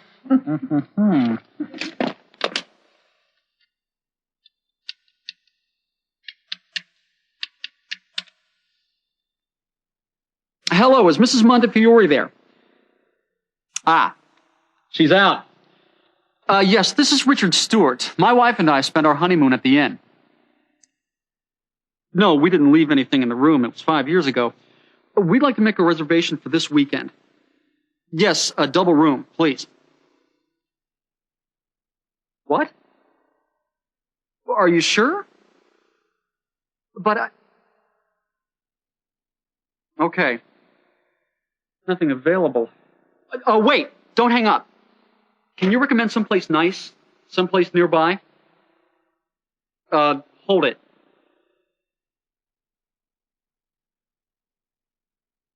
Old Country Inn?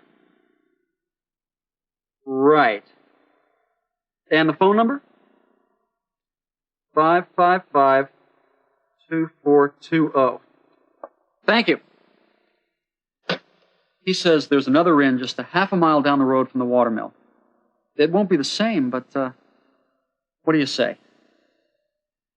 Well, My mom is available to babysit this weekend. well, okay. See if they have a room. Right.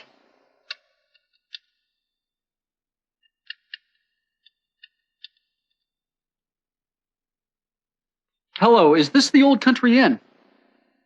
Yes, this is Richard Stewart. The desk clerk at the watermill suggested you're in. Would you happen to have a room for two available this weekend? Something really nice. My wife and I are celebrating our 5th anniversary. Yes, I'll hold. He's checking. You do? Great. What is the daily rate? That's fine. Thank you. Yes, we'll be arriving by car about 10 o'clock Friday night. Stewart. Stewart. Thank you. Done. You and I, Mrs. Stewart, are going to have a wonderful, romantic weekend. Richard, that's the baby.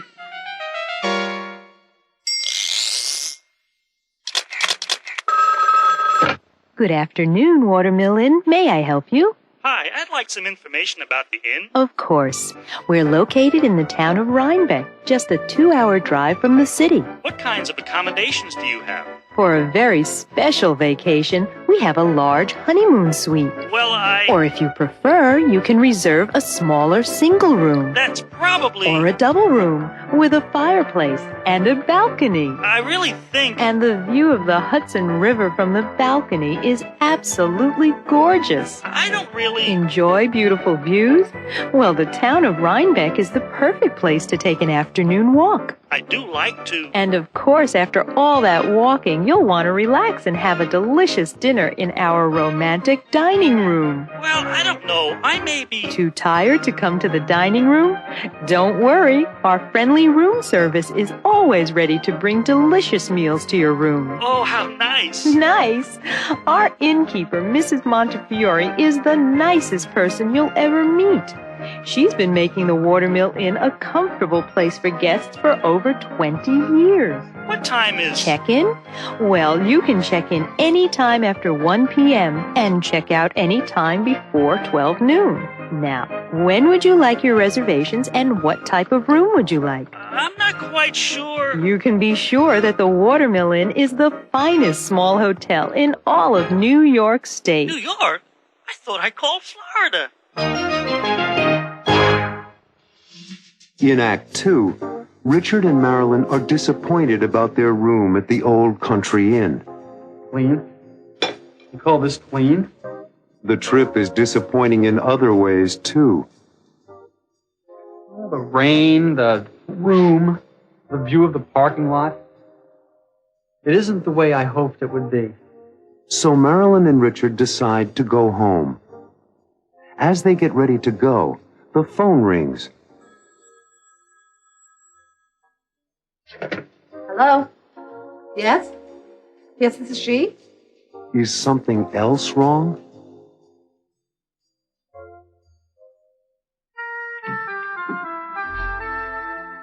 Right this way, Mr. and Mrs. Stewart.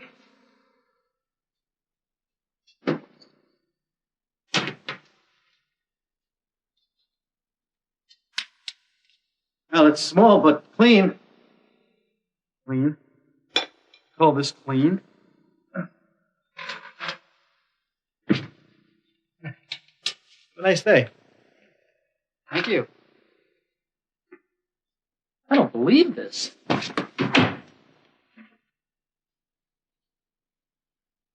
Well, it isn't a Watermill Inn, but let's get a look at the view.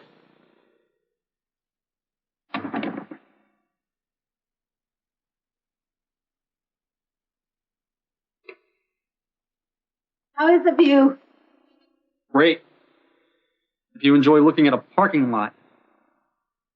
Well, maybe we'll see the view in the morning. Right now, we should clean up this room.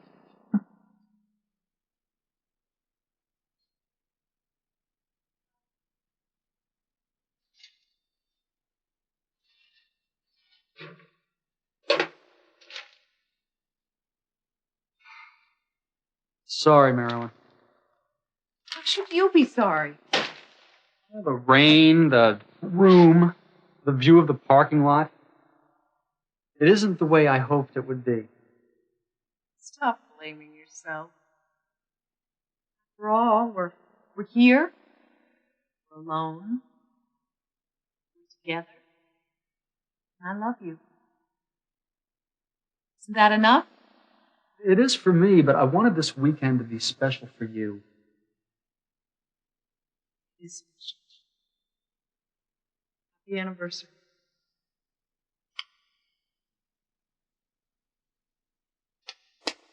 It's still raining. I want to play tennis. I want breakfast. Let's call room service, order a nice breakfast, and then we'll figure out what to do today. Right. Would you get me room service, please? I beg your pardon? Oh, I see. They don't have room service at Old Country Inn. Well, let's go down to the coffee shop. They don't have a coffee shop. We can get our meals at Mrs. Montefiore's down the road.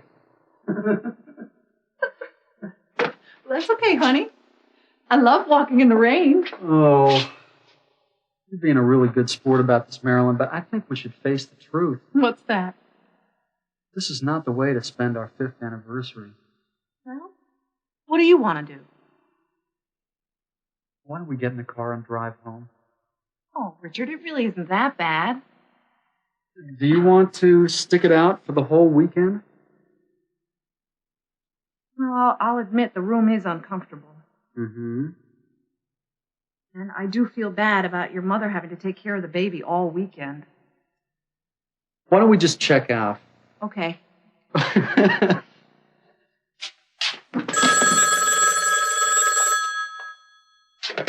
Hello? Yes? Yes, this is she? Oh, hello. How nice of you to remember us. Yes, my husband did call. You do? Really? It won't be any trouble? Oh, yes. I think we'd like that very much. 15 minutes. Thank you. Goodbye.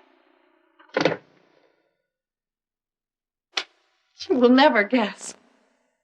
I give up. Mrs.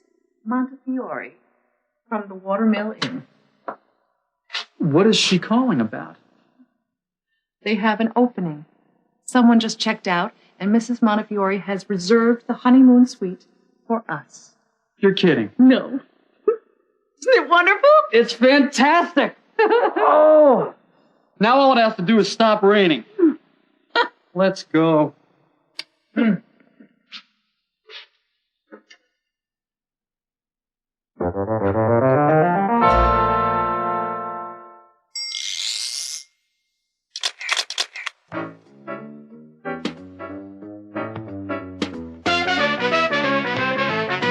Marilyn and Richard hope to have a wonderful weekend. Hope to have. But Richard doesn't like the view. Great. If you enjoy looking at a parking lot. He doesn't enjoy looking at cars. Enjoy looking. When two verbs are together in a sentence, the second verb sometimes has two in front of it.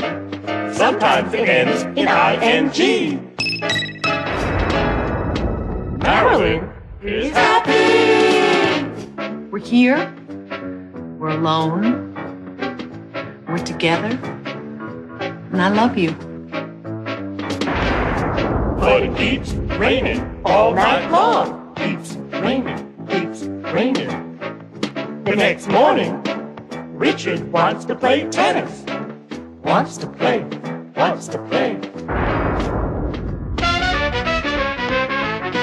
Marilyn suggests going to the coffee shop. Suggest going. They don't have a coffee shop. But they need to eat breakfast. Need to eat. After enjoy, keep and suggest, use a verb with ing. After hope, want, and need, use a verb with to in front of it. What are they gonna do? I love walking in the rain. She loves walking in the rain. Loves walking. She loves to walk in the rain. Loves to walk. After love, use a verb with ing. You can also use a verb with to in front of it.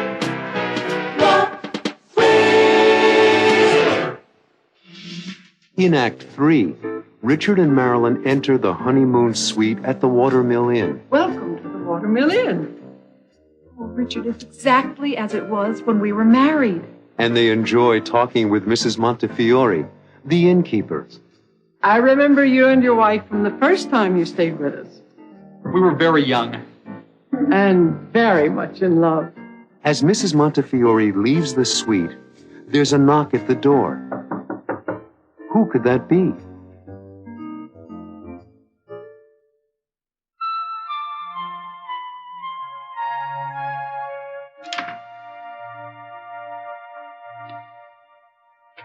Welcome to the Watermill Inn.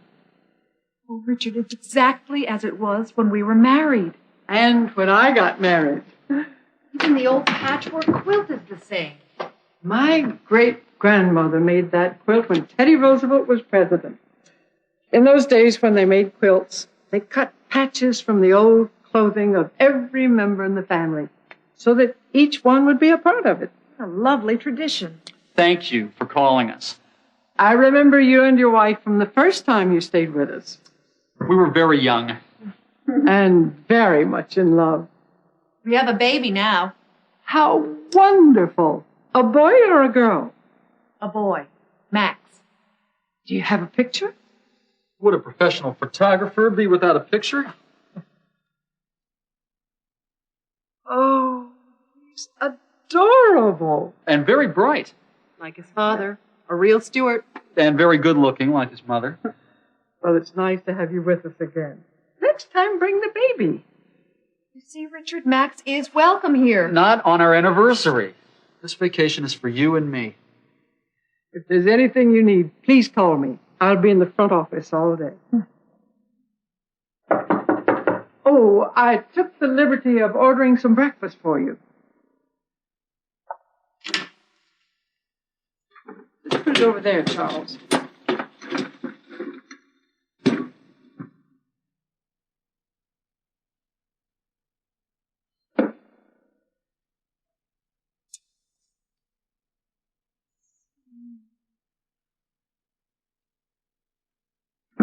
Thank you, Charles. Compliments of the Watermill Inn. Thank you. Thank you so much. Now, this is my idea of a good time. Let's see. Hot cakes and maple syrup with scrambled eggs. Smell that coffee.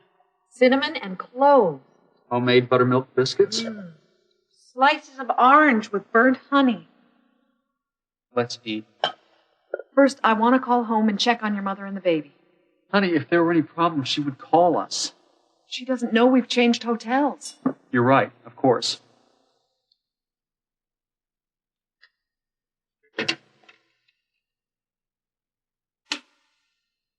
Hello, operator. I'd like to call Riverdale, New York.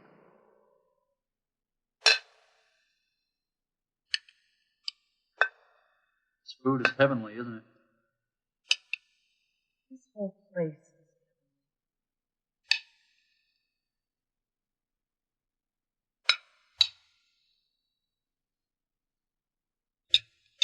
Do you remember that old desk?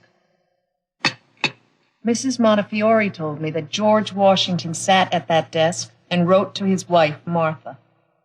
What do you want to do after breakfast? Why don't we take a walk down to the river? In the rain? No. Look out the window. The sun is shining. Now, this is my idea of a good time.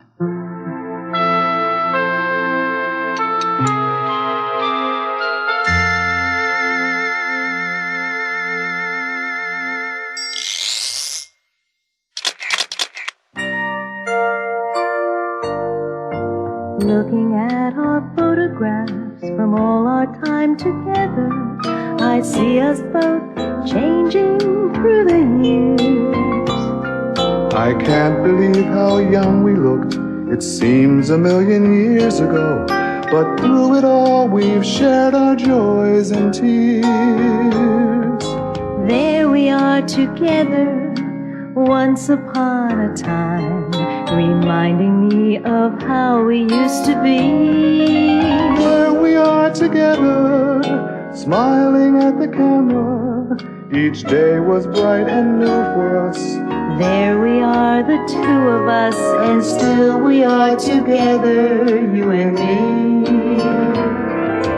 Every photograph reminds me how I love you and how our love gets better every day.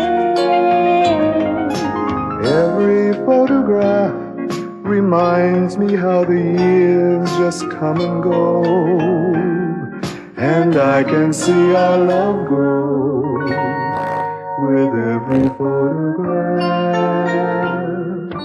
Looking at our photographs, I'm going back in time, watching every anniversary.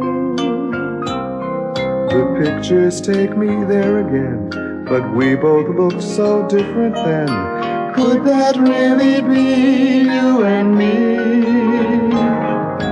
Every photograph reminds me how I love you, and I can see our love grow with every photograph.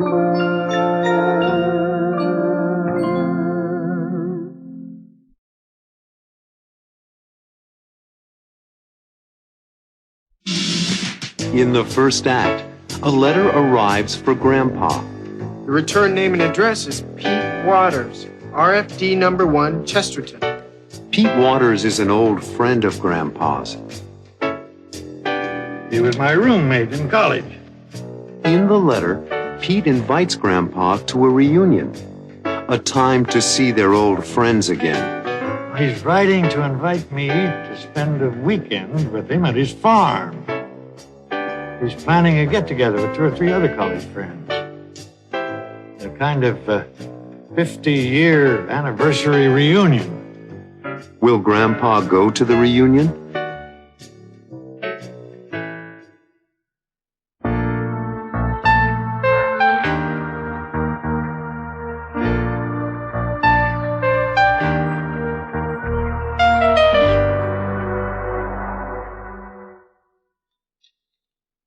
The mailman just dropped some mail in our box, Grandpa. Oh, probably a lot of advertising and bills. Why don't you write to me, Robbie, so I can get some interesting mail?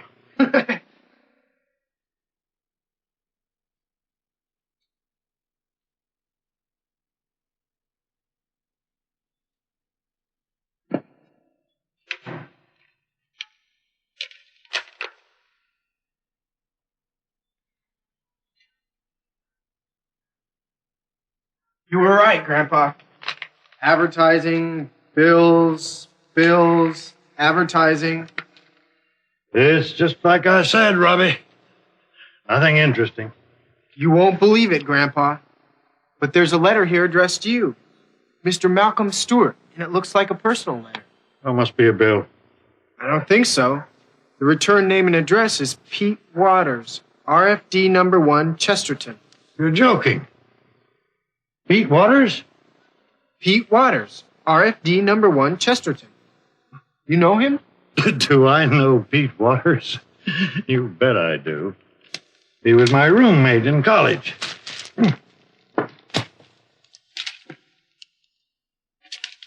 He visited with Grandma and me in Florida about 5 years ago.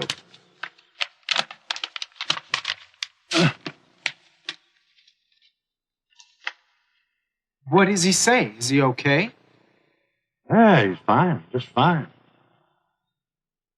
He's writing to invite me to spend a weekend with him at his farm.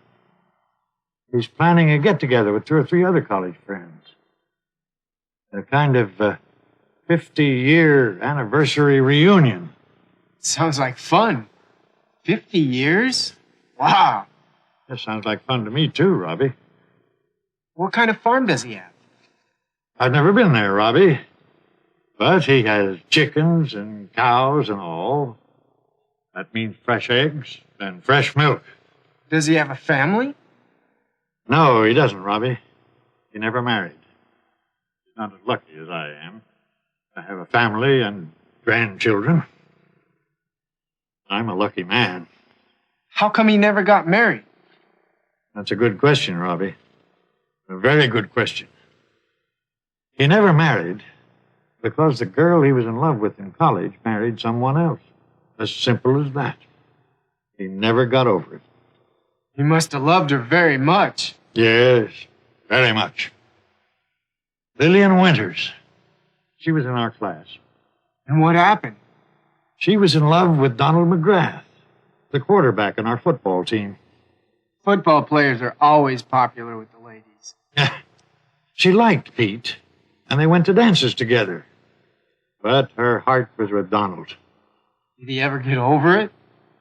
Oh, he never did. Where is she today? I don't know. Maybe Lillian will be at the reunion. You think so? Pete's full of surprises. I wish I could go there with you, Grandpa. What do you think the surprise will be? With Pete, you never know, Robbie. Won't it be exciting to see all your college friends there again? It is already. I'm kind of excited about going now. Next weekend.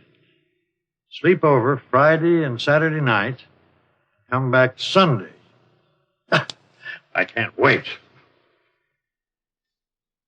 Don't you think you ought to call Pete and tell him you're coming? You're reading my mind, Robbie.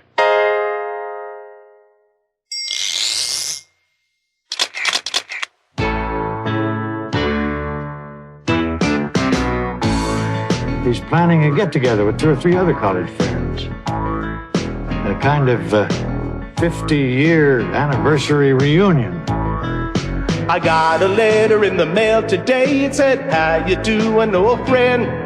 I've been thinking about you, so tell me what's new. We should get together again. I haven't seen you for a long time. I was thinking about you today. And if I could, I'd come right over, but you live too far away. The letter said, here's your invitation. It said, we're having a celebration. Let's get together, have a reunion. It's been a while, you gotta show me that smile, and I wanna see you again. Let's get together, have a reunion. Come on, you're invited, we'll be reunited, and we'll get to know each other again. I wanna hear those old stories, I wanna sing an old song. The letter said, bring your camera, take some pictures, hope you can come along. And if you can come, won't you let me know? You can write or give me a call. Before you know it, you're gonna feel like the years never passed at all. The letter said, here's your invitation. It said, we're having a celebration. Let's get together, have a reunion. Oh yeah, it's been a while, you gotta show me that smile, and I wanna see you again. Let's get together, have a reunion. In the second act, Grandpa is traveling to Pete Waters' farm. When he stops for gasoline, the man at the gas station gives him directions for a shortcut, a shorter route to Pete's farm. Take the next left turn. You'll see a stop sign. Make a right at the stop sign. Later, a farm worker gives Grandpa more directions. Keep along this road till you get to the end of the fence. You'll see the chicken house. His house is on the left. Will Grandpa ever find the farm?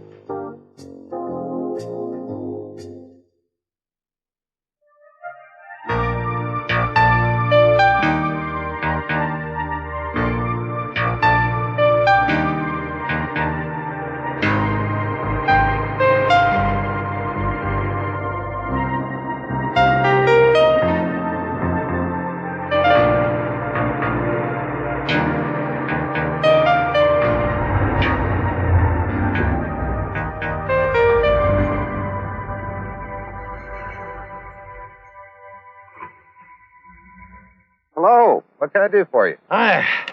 Fill her up. I need a full tank. Check the hood? No, thanks.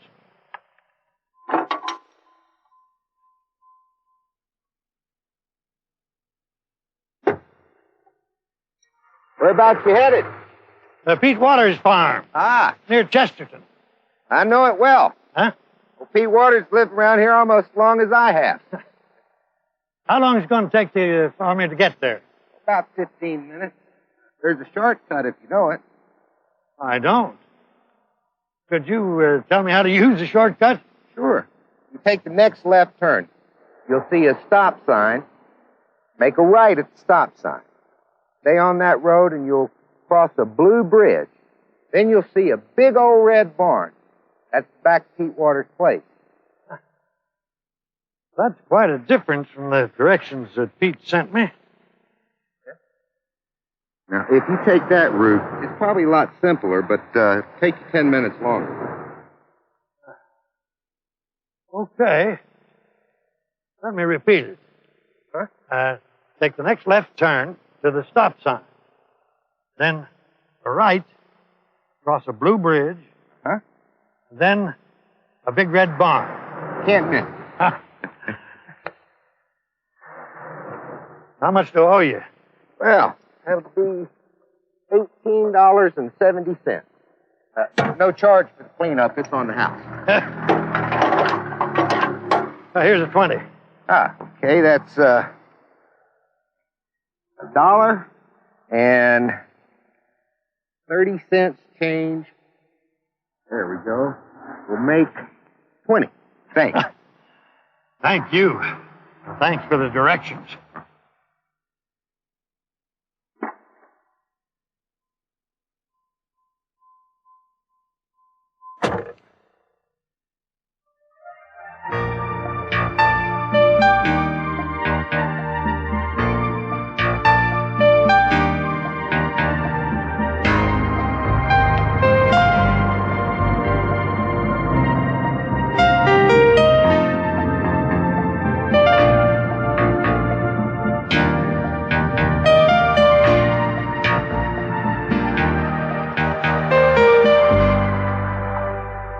Must be Pete's barn. Turn right to the house.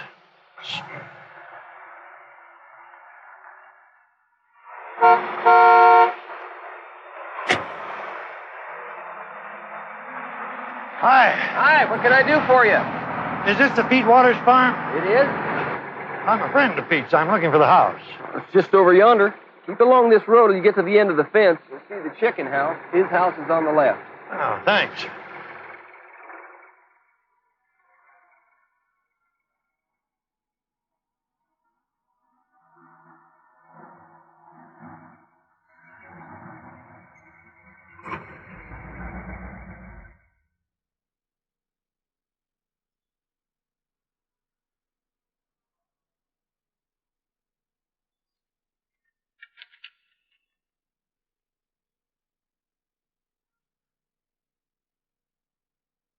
I've gone to the railroad station. Back soon with a surprise. Make yourself at home. Have a look around. Pete. Same old Pete Waters. Always full of surprises.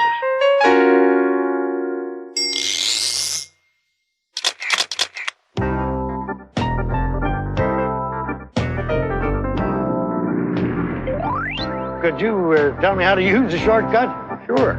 You take the next left turn. You'll see a stop sign. Make a right at the stop sign. Stay on that road and you'll cross a blue bridge. Then you'll see a big old red barn. Take the next left turn. You'll see a stop sign. Make a right at the stop sign. Stay on that road and you'll cross a blue bridge. Then you'll see a big old red barn. Here goes. Oh, here. Yes, okay. Well, sir. Keep along this road till you get to the end of the fence. You'll see the chicken house. His house is on the left. All right. Well, I made it to Pete's house, but he's not here. I think I'd like to see some more of the countryside while I wait for him to get back. I'll back out of the driveway and be on my way. Dead end. Let me back up again and go in the opposite direction and see what I find. Pretty nice horse farm. Well, I'd better get back to Pete. Let's see. All I have to do is back out of the driveway, make a right, pass the lake, go to the fork in the road, cross the railroad tracks, and make a right at the first intersection. Each driveway should be the first right turn. I made it.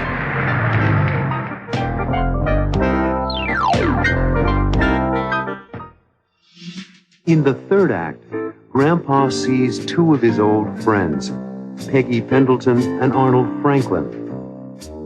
The two of you look unbelievable. A little later, Pete arrives. Hey, that must be Pete. And it's time for the surprise. Come on! We'll tell you the big surprise. What's the surprise?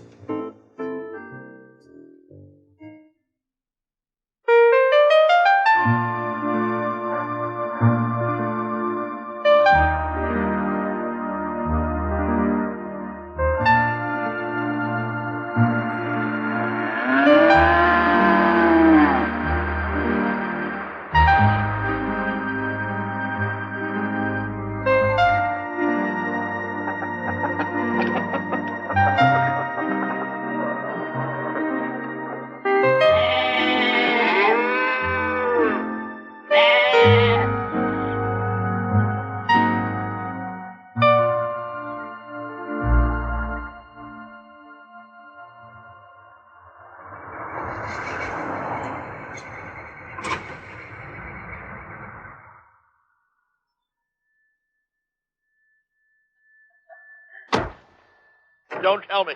Please don't tell me. I recognize you. Oh, don't be silly, Arnie. Of course you recognize him. Except for the beard, he hasn't changed in 50 years. It's Malcolm Stewart. I know it's Malcolm Stewart. You haven't changed much in 50 years. Peggy Pendleton. You're Peggy Pendleton. Who am I, you old rascal? You don't recognize me, do you? I know who you are. You're Arnold Franklin. Oh, I know who you are. You look wonderful, Malcolm.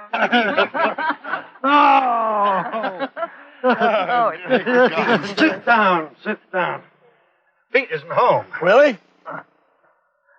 Oh, he left a note on the door saying he was going to the railroad station to pick up a surprise. He's so funny. Always full of surprises, even 50 years later. The two of you look unbelievable. How's your family? Oh, I was sorry to hear about your wife having passed away. Yes, about 4 years ago. And you're living with your children now in New York? Pete wrote us and told us. Yep. Retired and moved to New York to live with my son and his family. By the way, what do you think this big surprise is? Could be most anything, knowing Pete. Hey, that must be Pete. Now we'll find out about the surprise. So good to see you. Hi, Pete. Pete, it's so good to see you. Remember Lillian? I remember all of you. You haven't changed the bed. Really? Oh, my gosh. We were together in the Thursday Night Drama Society. Never me, Malcolm. Oh, beautiful as ever, Lillian. How's Donald? Oh, that's okay, Malcolm. Donald passed away a couple of years ago. Oh, I'm so sorry. I would not have missed this get-together for the world. And you're a little surprised, Pete. You really surprised me by having us all come together. You don't know what the surprise is yet. Come on! We'll tell you the big surprise.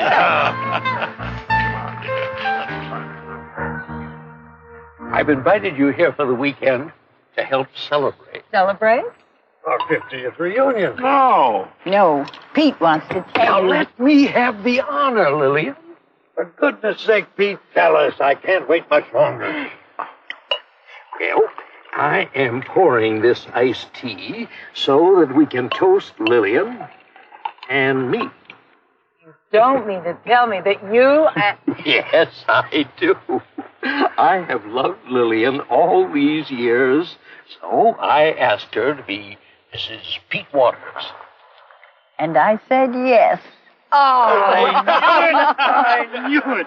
Congratulations. Oh, Lillian, I am so happy for you both. It's wonderful. It's wonderful for me. Lillian will make me a happy man, finally. You are full of surprises, Pete. We are going to spend the entire weekend having a good time together here on the farm. We are going to celebrate all weekend. When is the wedding? That's another surprise. Lily and I were married 2 weeks ago in Detroit. She's come here to stay. Wait till I tell my family about this. Why, that's wonderful.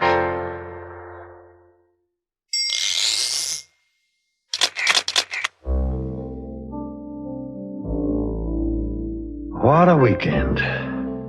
Pete and Lillian seem so happy. After all these years, 50 years to be exact.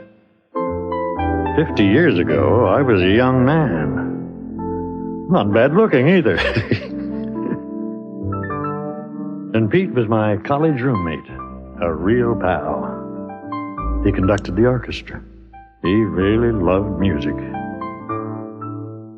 Pete loved Lillian from the moment they met. Sometimes he'd call the radio station where I was an announcer and ask me to play certain love songs for Lillian. She'd always been lovely.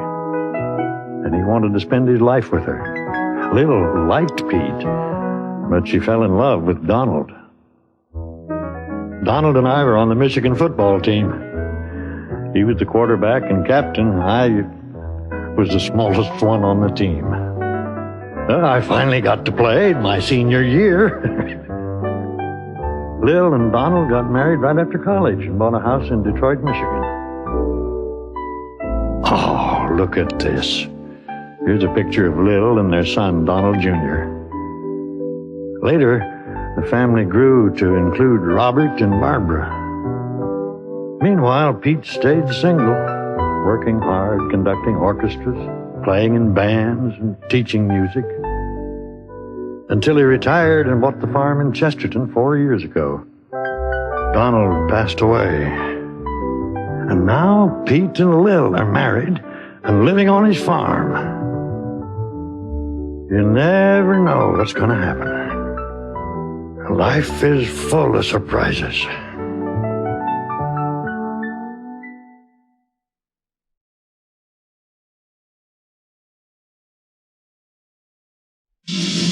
In Act 1, Richard looks at his last group of photographs for his book, Family Album USA. He's not sure he has everything he wants. Performing arts centers. I think I've got them all, but I'm not sure. Richard wants someone to publish Family Album USA, but he thinks it will be difficult. Oh, you think you're going to have a hard time getting the album published? Well, it won't be easy. He tries to get an appointment with Harvey Carlson, publisher of the Carlson Publishing Company. Hello, Mr. Carlson, please. Mr. Carlson is busy at the moment. May I help you? Will Richard get an appointment with Mr. Carlson?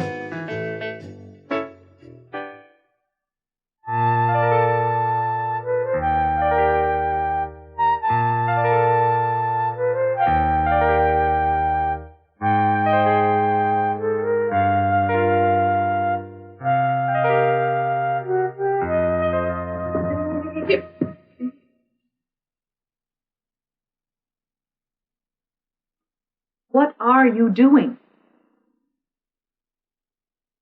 I think I've got them. You think you've got what? Performing arts centers. I think I've got them all, but I'm not sure.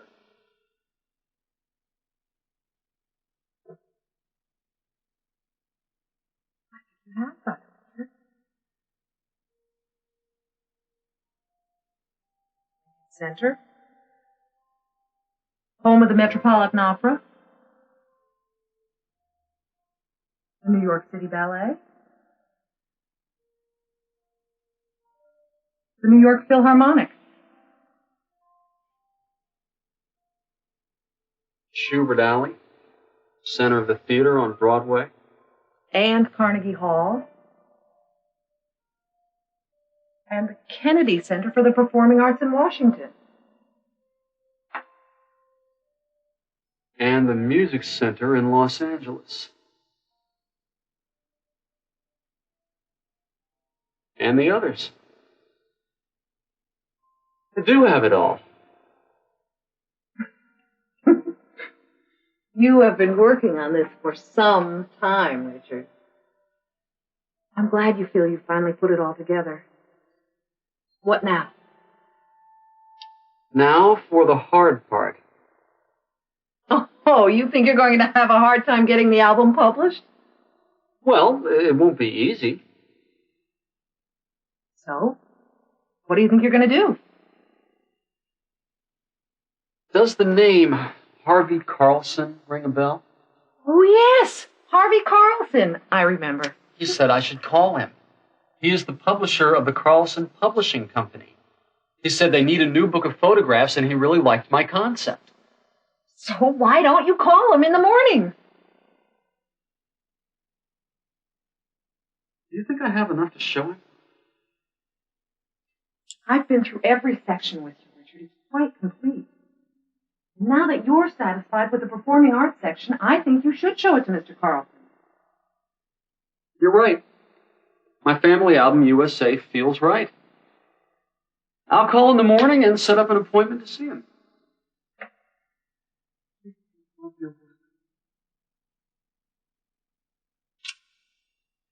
Get some sleep.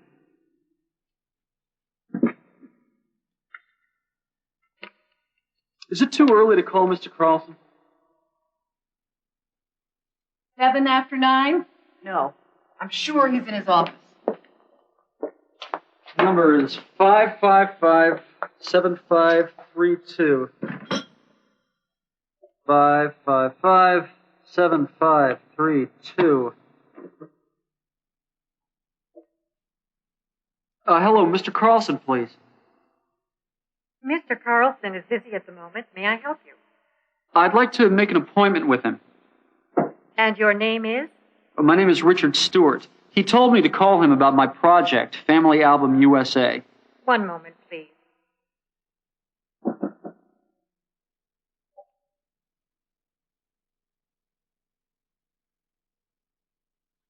I guess they're trying to set up an appointment for me. Mr. Stewart, I just spoke to Mr. Carlson. He would like to see you, but the only time he's available this week is tomorrow morning at 10 o'clock. Thanks. Thanks a lot. Goodbye. Well, it's done. Tomorrow morning in a publisher's office. Oh, it's so exciting, isn't it, Richard? Well, finally, a publisher will see my work.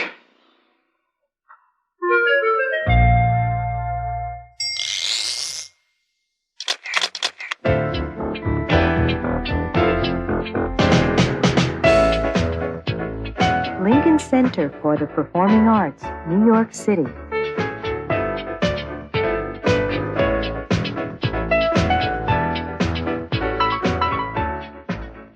The John F. Kennedy Center for the Performing Arts, Washington, D.C.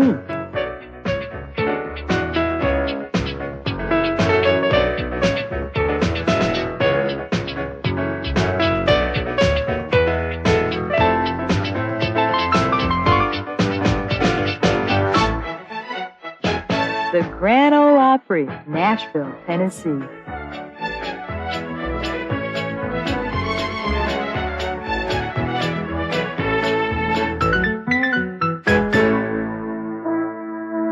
The Gus F. Wortham Theater Center, Houston, Texas.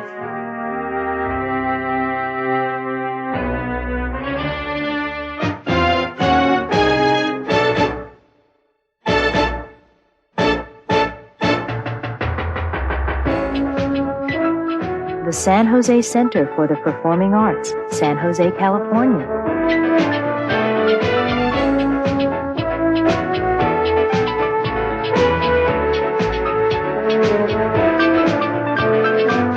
The Music Center of Los Angeles County, Los Angeles, California.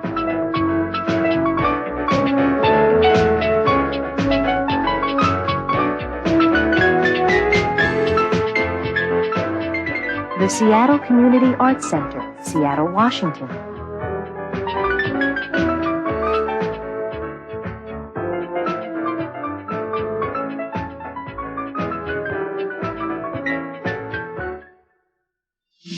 In Act 2, Richard meets with Mr. Carlson. Hello, Richard. Hello, Mr. Carlson. Mr. Carlson would like to see Richard's work. We need a new coffee table book. And a book of photos about the United States still feels right. Okay, let's take a look. Carlson likes Richard's photographs. I'm glad you like them. I do. But what?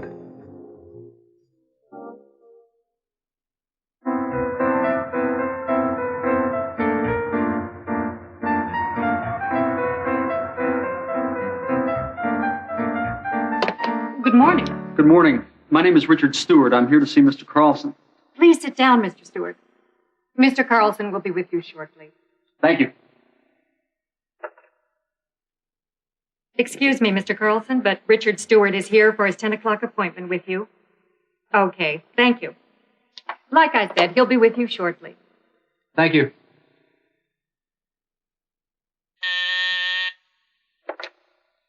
Yes, Mr. Carlson.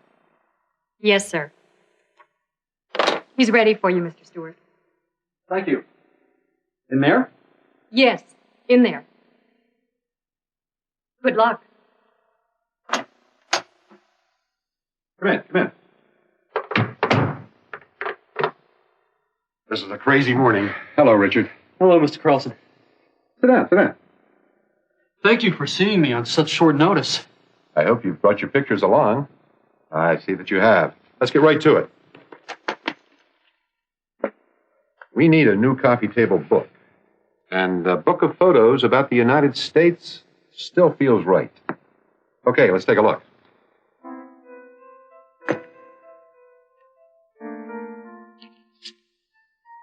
Good.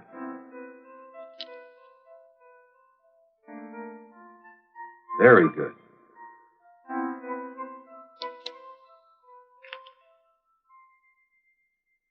Family Album USA. It's an excellent title. If you had to describe the book in one sentence, how would you do it? Well, I describe it as a book which is a portrait of the United States. The places, the people, mostly the people. The things they do, the ways they live, the places they visit, the landmarks. A photographic journey. These are wonderful. These photos in your performing arts section. Carnegie Hall, Lincoln Center. I'm glad you like them. I do. But there's something missing. You've got a good eye, Richard. You're a terrific photographer. But before I can publish your work, I need to meet with my marketing department. And you've got to do one more thing. What's that, Mr. Carlson? In the section on culture, you've included performing arts centers, but you've left out street performance. The mimes, the musicians, the dancers, in the parks and on the streets. Richard, if you go out and photograph street performances in the city, you'll have it. That is a great idea. The performing arts centers and the street performances. I'll do it. If you do it, I'll publish your work. Are you serious? I've never been more serious. When do you think you can return with street performances? A couple of weeks. If they're as good as the rest of these pictures, it's a deal. You won't be disappointed, Mr. Carlson. Thanks. Goodbye, Richard, and good luck. See you in 2 weeks. Goodbye, Mr. Carlson. Thanks. So, if you like the street performance photos, you'll really publish Family Album USA. When I say something, I mean it. Go to work. Goodbye. Goodbye.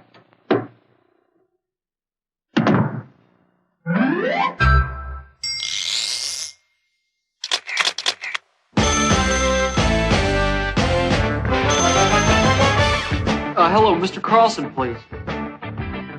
Mr. Carlson is busy at the moment. May I help you? I'd like to make an appointment with him. We've got a call to make an appointment. We've got a call to make an appointment. World Imports, may I help you? I'd like to make an appointment to see Mr. Sato. World Imports, may I help you? I'd like to arrange a meeting with Ms. Moreno.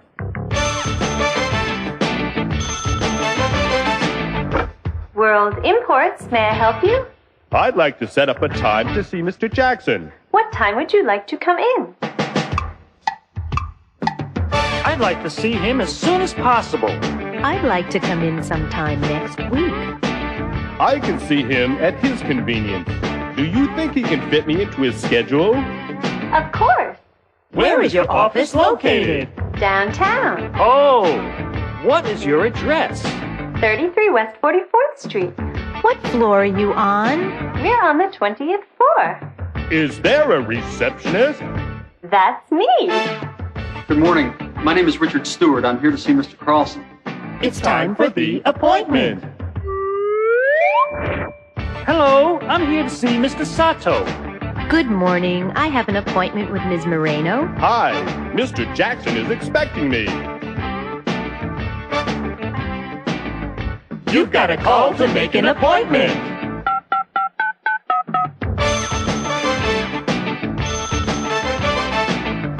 World Imports, may I help you? What are you gonna say?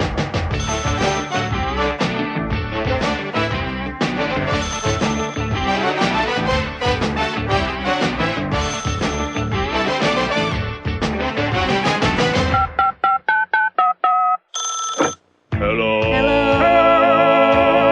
Hello. I'm calling from World Imports about your appointment. I'm afraid we will have to reschedule. In Act 3, Richard photographs street performers as Mr. Carlson requested. Later, Richard thinks he's ready to see Mr. Carlson again. I'm going to show him the photos on Monday morning. I can't wait.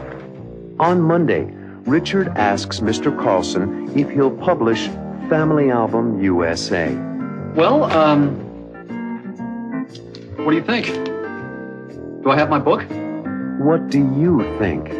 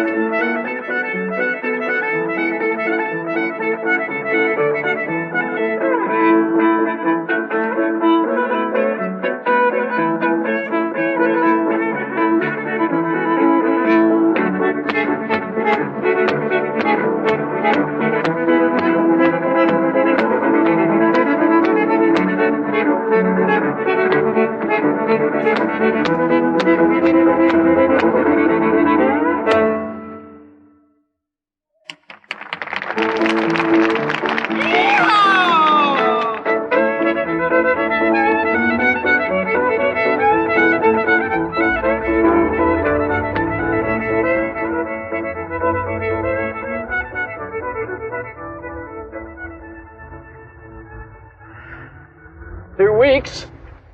I said I could do it in 2 weeks, and I did it. The pictures you've taken are fabulous, Richard. Mr. Carlson will love them. Monday morning. I'm going to show him the photos on Monday morning. I can't wait. I'm very proud of you. You really did a beautiful job. I know he will love the new photographs for your book. Yeah. I really did do a good job, didn't I? Hey, you know, there's still some film left on this roll, and there's one person I haven't photographed in a long time. Who? You. Richard, I haven't brushed my... You look great! It's not fair, Richard. I'm not even ready.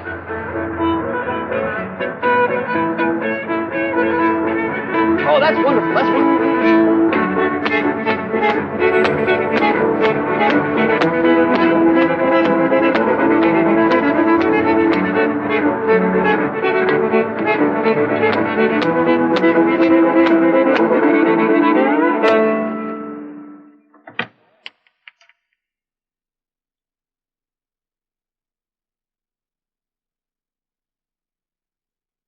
Wonderful. Thanks. Fabulous. Thanks. Terrific. Thanks. They get better and better. Thanks a lot. This is sensational. Yeah, thanks. What a job. Good work, Richard. I'm so glad you like them so much. Like them? They represent your best work. Really? Absolutely. Well, what do you think? Do I have my book? You do. You do. There's a book here. I'll have a contract and advance payment waiting for you first thing in the morning. Thank you. And while you're here, I would like to introduce you to your editor. And I want you to meet the people in the art department. I'll set up an appointment with the marketing people. When do you think we'll be through? In about half an hour. Why? I can't wait to tell Marilyn.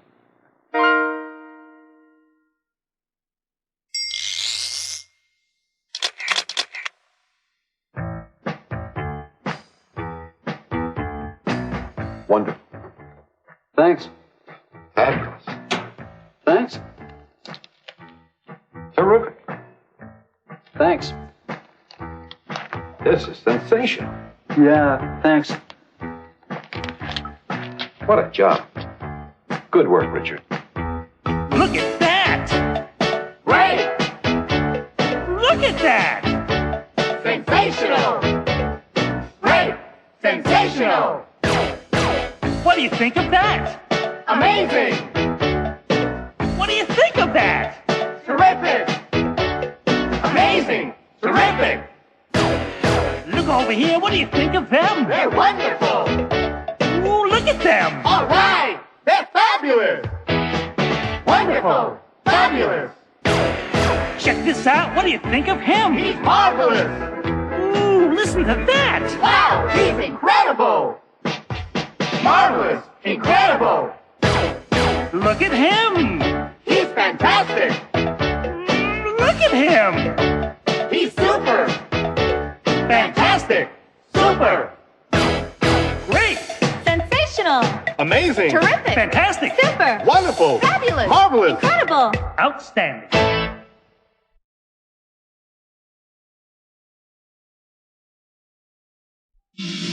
In Act 1, Ellen finds out that Carter Boswell is running for the school board. He's running for the school board. The election's next month. Ellen is upset because Boswell wants to cut the school cultural programs. Music, no dance, no concert, no stage presentations. Philip thinks Boswell will win the election. It sounds to me like Carter Boswell is going to win this seat on the board. Oh, not if I can stop him. What will Ellen do?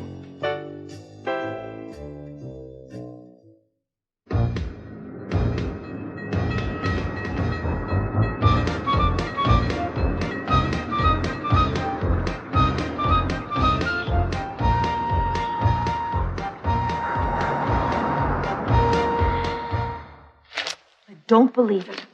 What's wrong? Carter Boswell. Who's Carter Boswell?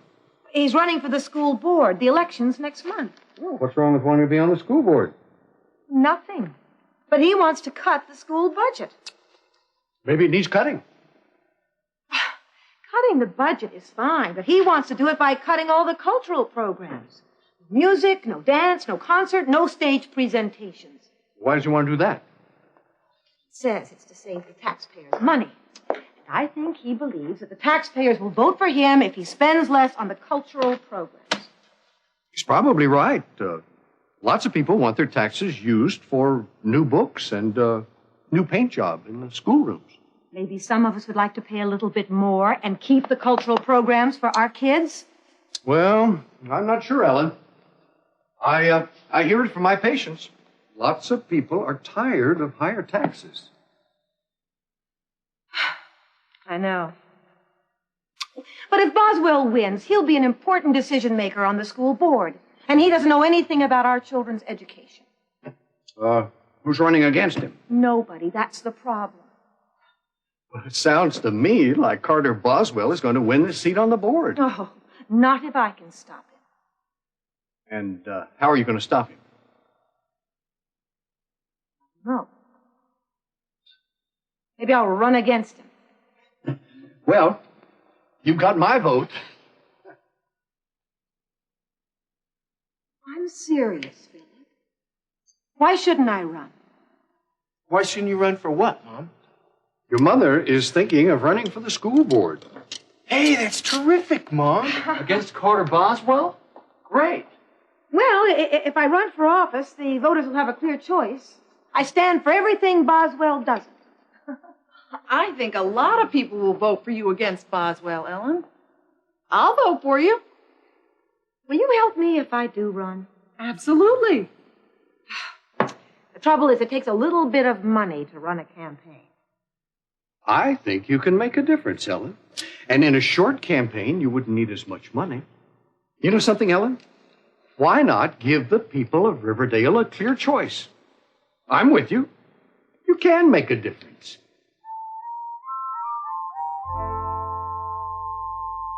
Come in.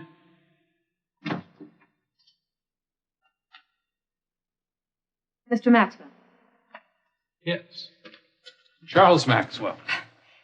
My name is Ellen Stewart. Hello. Please, sit down. You asked to see me. What would you like to see me about? I'd like your help. Editor of the most influential newspaper in Riverdale. Actually, it's the only newspaper. A lot of people would like my help. Do you have a story? I'm planning to run for the school board. Against Carter Boswell? Yes. Well, that is news. Will you announce that I'm running? Sure, but I need some information. Of course. Why will the voters vote for you against Boswell, Mrs. Stewart? Because I care. Vote for Ellen Stewart. She cares. Not a bad slogan. But what do you care about? I care about the children of our town. I don't want them to grow up without cultural programs in our school. Do you have a plan? I want our children to learn more than reading, writing, and arithmetic. I want to keep the after-school programs, the music, the concerts. It's not a bad plan. But who's going to pay for all of this? We are. The citizens of Riverdale, of course. I plan to get help from the businessmen and the corporations of Riverdale. That's fair enough. Exactly what do you want from me, Mrs. Stewart? You don't know me. I can't expect you to take my side against Boswell. But I do need some publicity so that the people of our town know that I'm running for office and that I care about our children. Fair enough. I certainly can print the news, and you are now making news.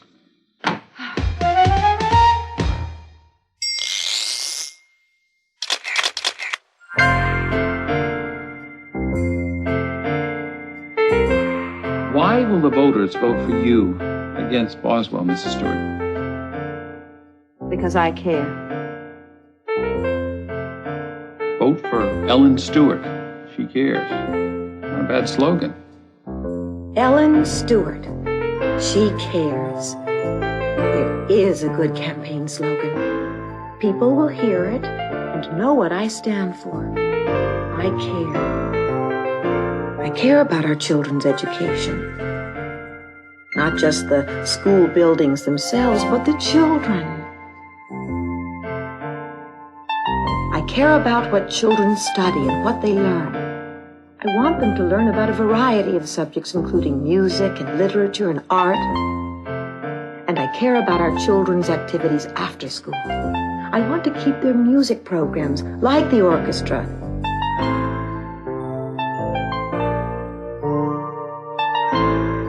And the chorus. I want children to experience the joys of music. I play the piano myself, and I've taught music to many children in Riverdale. I want to keep the other after-school programs, too.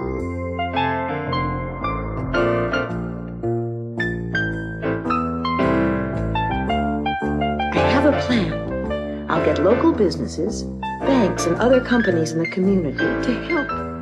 We all have children in this town, and I believe that parents care about education. And I want to be on the Riverdale School Board.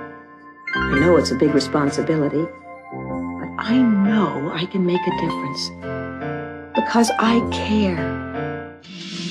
In Act 2, everyone helps Ellen and her campaign. Grandpa gets the flyers printed. Here are the flyers, hot off the press. Marilyn and Richard prepare the envelopes. We finished addressing over 300 envelopes. And Robbie and his friends tell people about Ellen's campaign. Mr. Nelson? Hi, this is Robbie Stewart. Did you know my mother is running for the school board? Later, the family sees Boswell in a commercial on television. And if you ask what I care about, I'll tell you. What will Boswell say?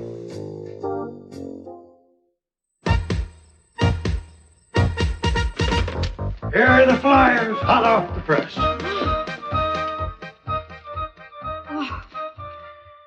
Looks good. Simple. Right over here, Grandpa.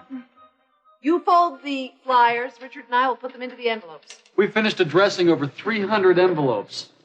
Need another box? Good work, gang. Hi, this is Mike Johnson. Can I speak with Mr. and Mrs. Anderson? Mr. Nelson? Thanks. Hi, this is Robbie Stewart. Did you know my mother is running for the school board? Yes, Miss Kim. Ellen Stewart. She cares. Oh, see you at the polls. Certainly. I'll give you your best wishes, Mr. Nelson. Hi, this is Mike Johnson. Can I speak with Mr. and Mrs. Burns? Thank you. We have done so much in such a short amount of time, I can't believe it. Wait till Philip comes home and sees our progress. Everyone saw the story in the Riverdale newspaper. Mr. Maxwell was very kind to print my announcement. It helps enormously. Everybody in Riverdale reads his paper. Your photo in it helped, too. Thanks to you, Richard. It's a good picture. Well, hi all. Hello, darling. Yeah, may I help? Licking envelopes. I fold the flyers. We stuff them. And I lick the envelopes. Hey, everybody.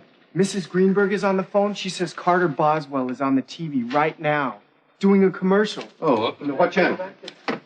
5. 5? You ask what I care about, I'll tell you. I care about the school buildings in need of paint. I care about more lockers for the teachers. I care about new fixtures in the hallways. Not music or dancing or entertainment. I care about the practical things. If you do, vote for me, Carter Boswell. A lot of people will agree with him. I told you. Too bad kids can't vote. It's our school, but we can't vote. There are people in favor of the cultural programs, Mom. There are, Ellen. Don't be upset by Boswell's commercial. You have to go on television, too. Boswell's a powerful speaker.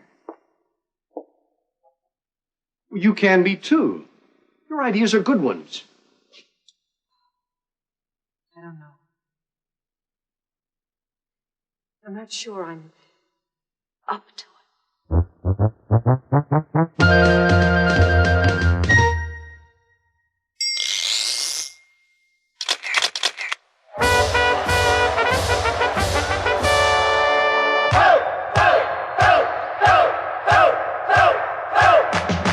Hey everybody, here's what we say. Get out and vote on election day. You can make a difference, it's up to you. We need your vote if you want better schools. So clap your hands, stomp your feet. Ellen Stewart's running for the school board. And we know she can't be beat. I said clap your hands and stomp your feet. Ellen Stewart's running for the school board, and we know she can't be beat. So vote, vote, vote if you want better schools. And if you want your vote to count, Ellen Stewart is the one to choose. Who do we want? Ellen Stewart. Who's gonna win? Ellen Stewart. Who do we want? Ellen Stewart. Who's gonna win? Ellen Stewart. Hey, hey, what do you say? Ellen Stewart all the way. Hey, hey, come on, let's fight for Ellen Stewart. She's the one who's right. So everybody just be aware that Ellen Stewart is the one who cares. She'll make a difference for everyone. 'Cause Ellen Stewart is number one. She knows the importance of music and art. Cultural programs play a big part. Let's keep these programs in our schools. Ellen Stewart's for me and you. So let's all give her a cheer. Everything's all right 'cause Ellen's here. Who do we want? Ellen Stewart. Who do we want? Ellen Stewart. I say yeah. Yeah, we're yelling for Ellen. Yeah. Yeah, we're yelling for Ellen. Yeah. Yeah, we're yelling for Ellen. Yeah. Yeah, we're yelling for Ellen. In Act 3, Richard and Robbie make a videotape of Ellen as she gives her campaign speech. Vote for me, Ellen Stewart. I care. And Richard figures out a way for people to see the videotape. Vote for me, Ellen Stewart. I care. Later, the family listens to the election news. In the hotly contested race for the one seat on the Riverdale School Board, Mrs. Ellen Stewart has taken an early lead. Will Ellen win the election? My slogan is, I care. I care about people, not things. Vote for me, Ellen Stewart. I care. How was it? You were terrific.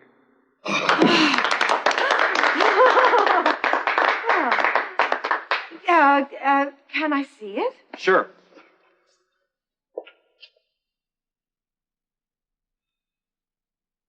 Hello.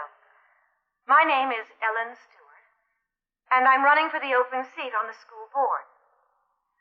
My slogan is, I care. What does the word care mean? I care about people, not things. Vote for me, Ellen Stewart. I care. I like it. Now what? How can we possibly get it on so Riverdale will see it and hear it? Leave it to me.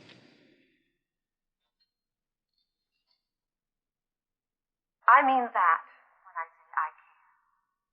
I care about people, not things.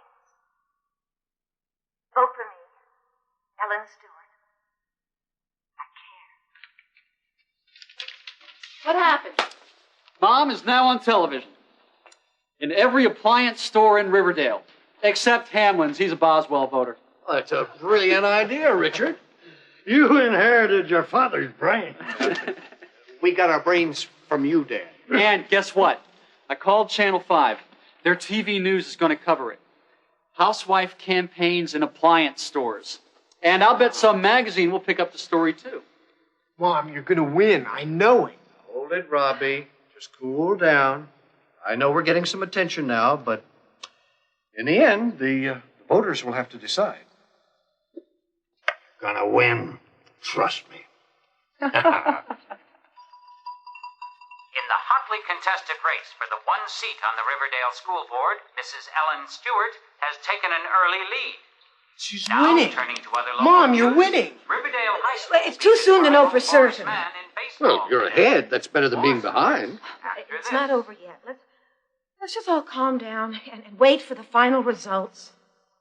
Ellen, why don't you go out to the backyard and get some fresh air? Thank you, Grandpa. I need some. Oh.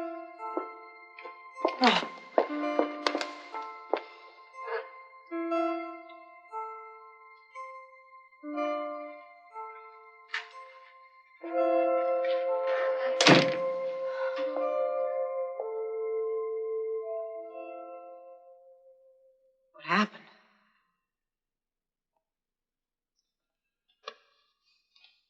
You came very close, Ellen. You lost by only 121 votes.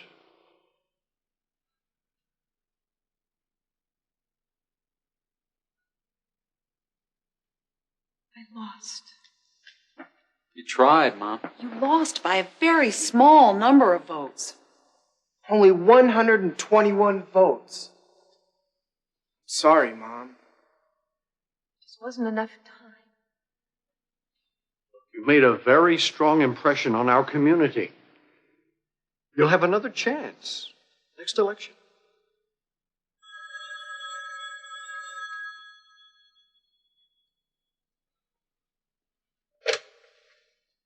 Hello. Oh, yes, Mr. Maxwell.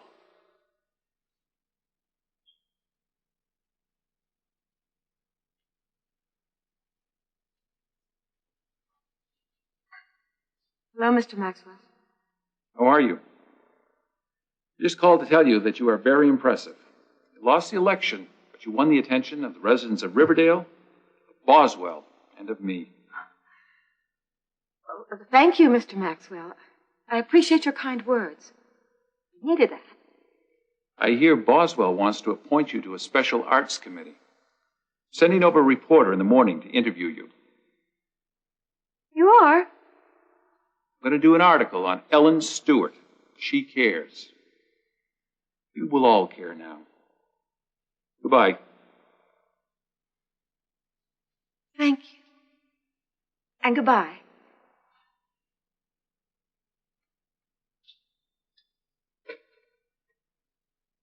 What was that about? You were right, Philip. I did make a difference in town. And in this family.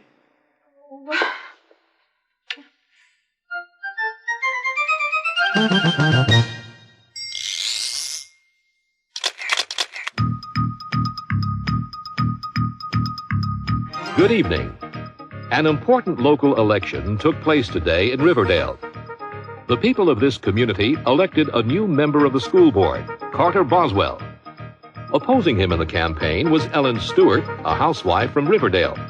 Tonight, we'll take a look at both campaigns. First, we turn to the Boswell campaign. Mr. Boswell reached many voters by appearing on local TV. I care about the school buildings in need of paint. I care about more lockers for the teachers.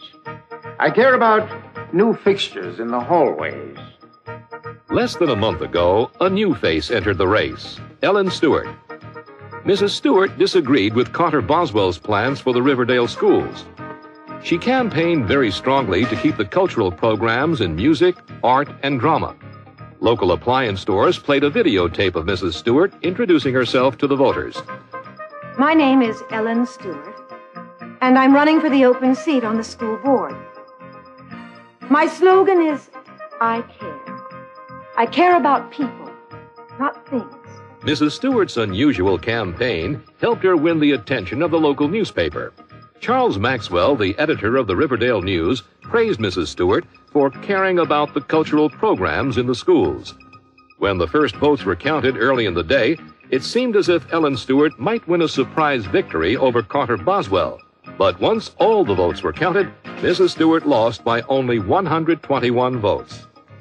Well, it was a very close election, and Ellen Stewart convinced the people of Riverdale that she cared. She also convinced Carter Boswell, who now wants to appoint Mrs. Stewart to a special committee for cultural programs in the schools. Well, that's our special Election Day report on a very important local election. Thank you, and have a good evening.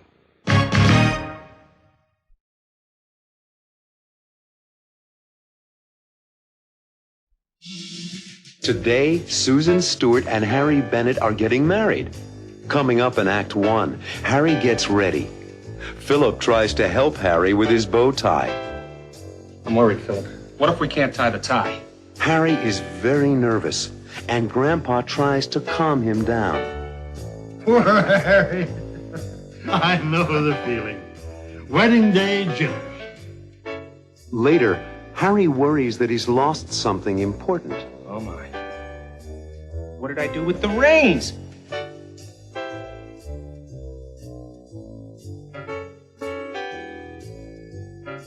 What did I do with the rings? Will Harry find the wedding rings?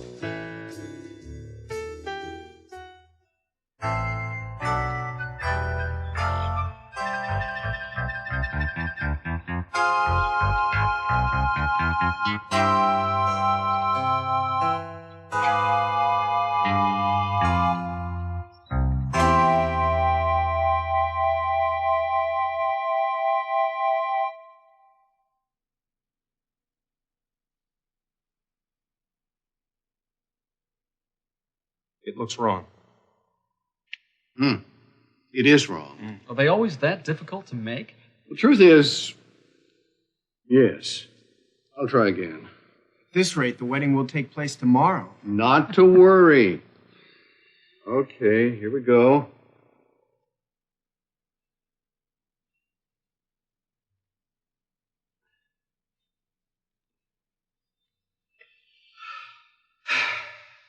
I'm worried, Philip. What if we can't tie the tie? If we can't tie the tie, then there can't be a wedding. You better not make Harry any more nervous than he is. Don't worry, we'll figure a way. How you doing, fellas? Not so good, Grandpa. We can't get this bow tie tied. Nobody knows how to do it. Do you? No, I never could either. Well, you have your own tuxedo. How do you tie your bow tie? Yeah, Grandpa, I've seen you in it. You look great. How do you tie it? I don't. You don't? What do you mean? I never could tie one of those things, bow ties. I have always worn a clip-on bow tie. A clip-on? Of course. Now I remember. Yes, it's so easy. All you do is clip it around under your collar. We all need one of those. The tuxedo rental store. Do you think they're open? Should be. Sunday's their big day. I'll call and find out. Well, if they're not, I'll lend you mine, Harry. You're the only one who really needs to be wearing a tuxedo anyway. Thanks, Grandpa. I'm the father of the bride. I'm supposed to be worried about my daughter, and here I am with the man that's marrying my daughter, worrying about him. Poor Harry. I know the feeling. Wedding day jitters. Are they open? We're in luck. They're open, and they have lots of clip-on bow ties. I'll bicycle down to the village and get them. You better hurry, Robbie. There's lots of time. A little over 2 hours. In 2 hours and 15 minutes, I'll be married to Susan. And be a true member of the Stewart family. Oh, you're a lucky guy, Harry. Susan is one of the best women you'll ever find. She's just like her grandma. Now, once you put the ring on Susan's finger, you are one of us, Harry. And don't ever forget it. That's right. Ring. Oh, my. What did I do with the rings? I put them in the pocket of my sports jacket. No, I think you put them in your tuxedo jacket pocket, remember? Right.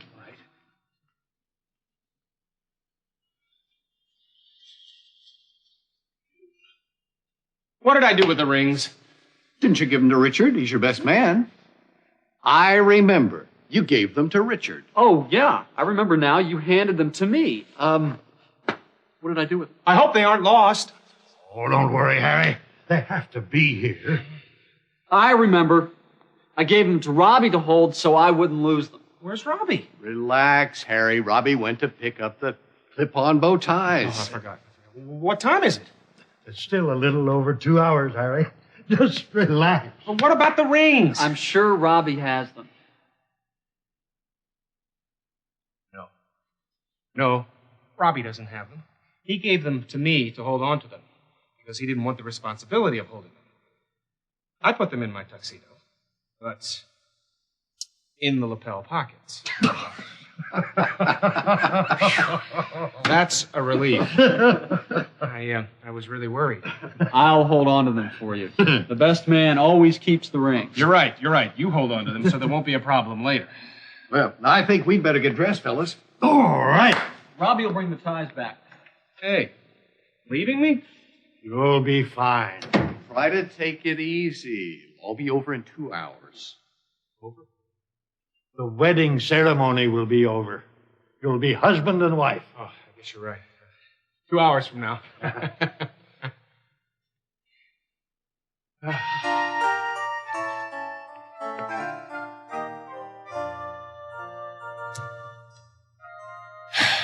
2 hours from now.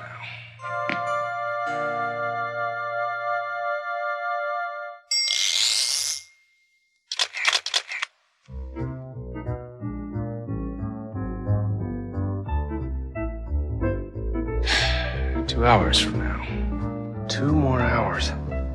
Well, that's a long time to wait. Grandpa's right. I do have the wedding day jitters. I'm nervous. Why am I so nervous? I couldn't find the rings, but they were in my pocket, and now Richard's got them. He's my best man. He'll take care of them. Right. I don't need to worry about that. None of us knew how to tie my bow tie. But that problem's taken care of now, too. Since Robbie went into the village to pick up some clip-on bow ties. So why the jitters? Hey, who am I kidding? I'm getting married today. Married! Married. In just 2 hours, I'll be married to the most wonderful woman in the world. The woman I love. I fell in love with Susan on our very first date. You know something? What? I think we're going to be good friends. Good night, Susan. Good night, Harry. Have a safe trip home.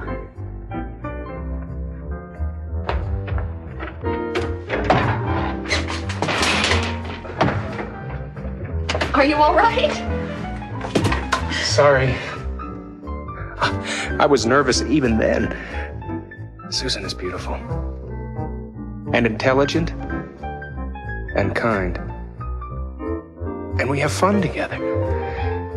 She'll be a wonderful mother to Michelle.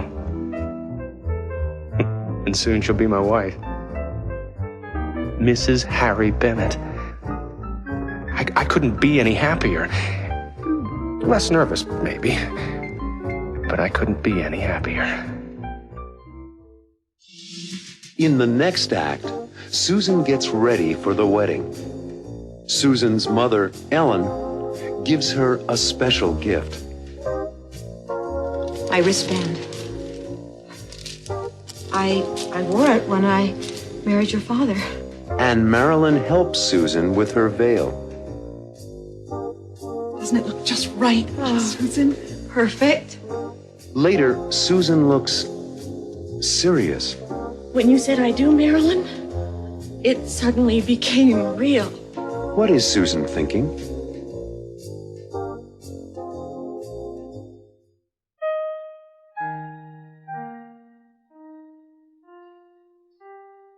And now for something old, something new, something borrowed, and something blue. Oh. Okay, let's see. Something borrowed. That's this dress. Borrowed from Marilyn. Something blue. My wristband. I wore it when I married your father.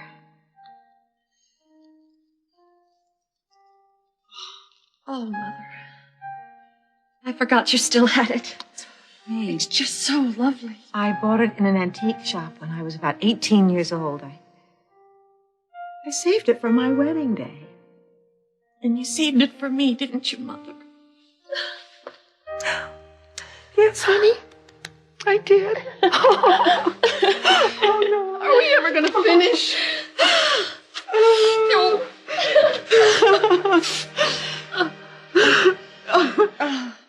All right. Okay. Something borrowed. The wedding dress and something blue. The wristband? Uh-huh. Something old. Something old. Right. What's old? Of course. Something old. I had planned to wear them.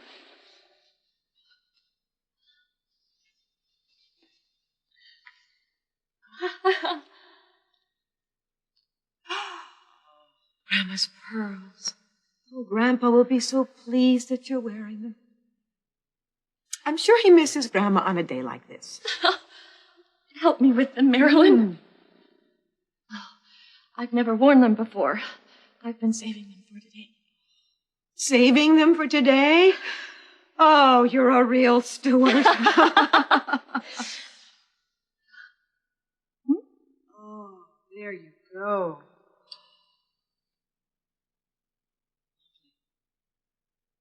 Lovely.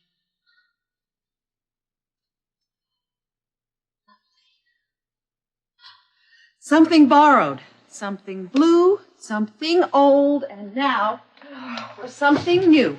The veil. Mm-hmm. Oh, it's so beautiful, Marilyn.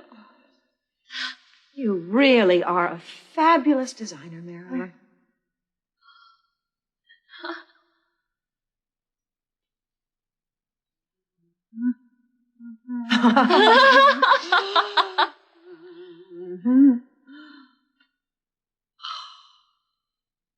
Doesn't it look just right, Susan? Perfect. And when you both say I do, Harry will lift this veil over your head and kiss the bride. Oh, I'm so excited. When you said I do, Marilyn, it suddenly became real.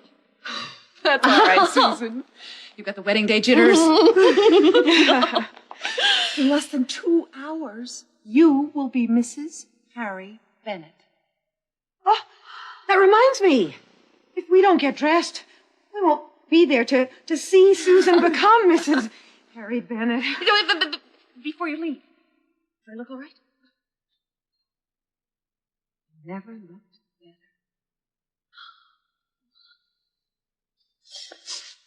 She's right.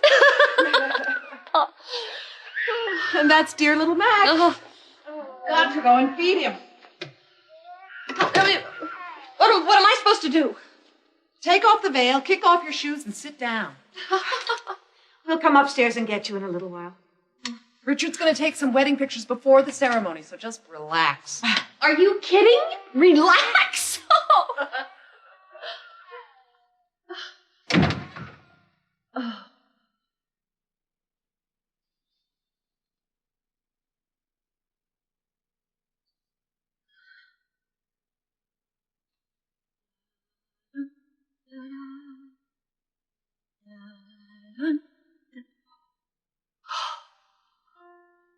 Susan Stewart, you are about to become Susan Bennett, Mrs. Harry Bennett.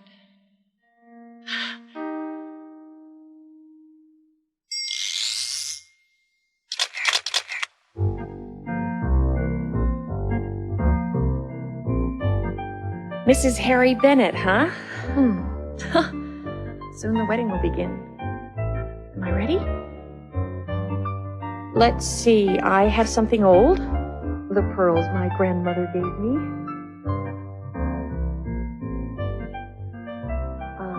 Something new. My beautiful veil.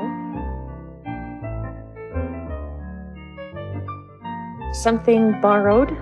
This dress from Marilyn. Oh, it must be lucky. Marilyn wore this dress when she married Richard, and they seem very happy. Where was I? Oh, and something blue. The antique wristband from Mother. Oh, how sweet. She saved it for me all these years. I'm ready, but I'm nervous. Are all brides this nervous? I've waited for this wonderful day all my life. The day I marry the man I love. I love Harry. He's thoughtful and kind. What pretty flowers. Thank you. And a good father to Michelle. I love you, Daddy. Oh, I hope I'll be a good mother to Michelle. It was tough for her after her mother died. But now she's like a daughter to me. I'm very lucky. Today I'll become a wife and a mother all at the same time. The moment I say, I do. Susan, will you marry me? You bet I will. I love you, Harry. In the final act, the Stewart family and friends gather for the wedding, and the judge begins. All right, ladies and gentlemen, please take your places. The wedding ceremony is about to begin. Harry walks across the patio. He's ready, but when the judge asks for the rings... The rings, please.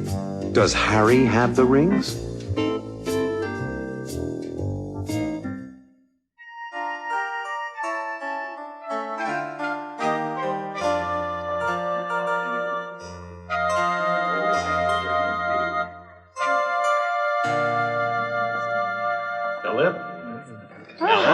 Judge.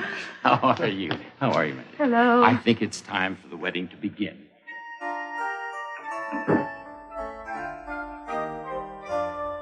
All right, ladies and gentlemen, please take your places. The wedding ceremony is about to begin.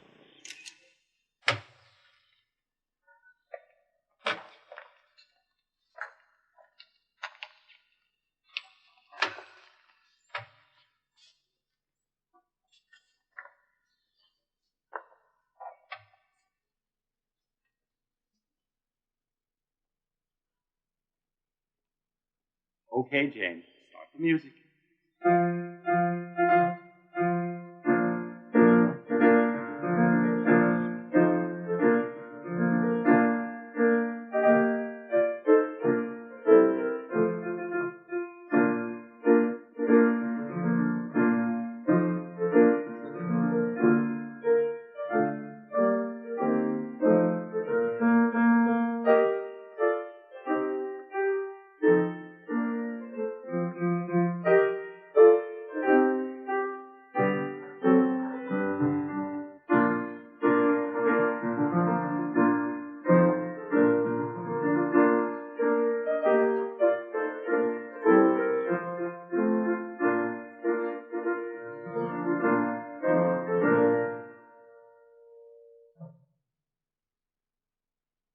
Dearly beloved, we are gathered here today to join this man and this woman in holy matrimony. Do either of you have any reason why you should not legally be joined in marriage?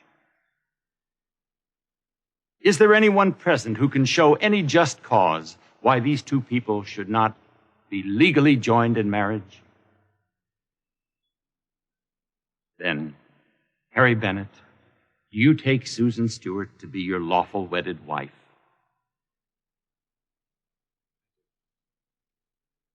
And you, Susan Stewart, you take Harry Bennett to be your lawful wedded husband. I do. The rings, please. I have you, Harry.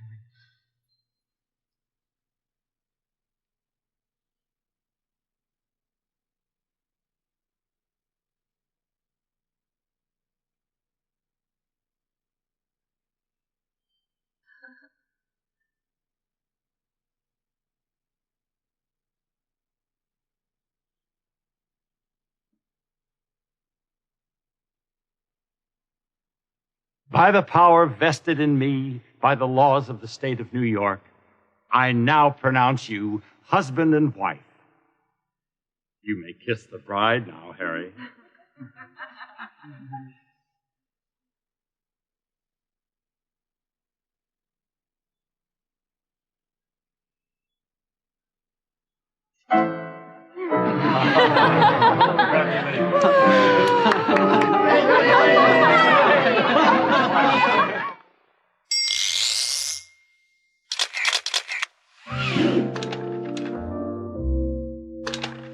What a wonderful wedding, Philip. Just perfect. It was, Ellen, and you were the beautiful mother of the bride. Look at you, here, with Robbie, as he escorted you onto the patio. Robbie looked so grown up and handsome like his father. And look at Michelle. What a sweet flower girl. She was so excited. She'd never been to a wedding before. And here's Susan's bridesmaid, Marilyn. Marilyn was Susan's matron of honor, Philip. Look at Richard and Harry. They seem like brothers, don't they? And Dad with our new grandson, Max. I love this picture. And I love this one of you escorting Susan. That's our little girl, Ellen. Oh, Philip. I remember when she was just a baby. Our little girl grew up so fast.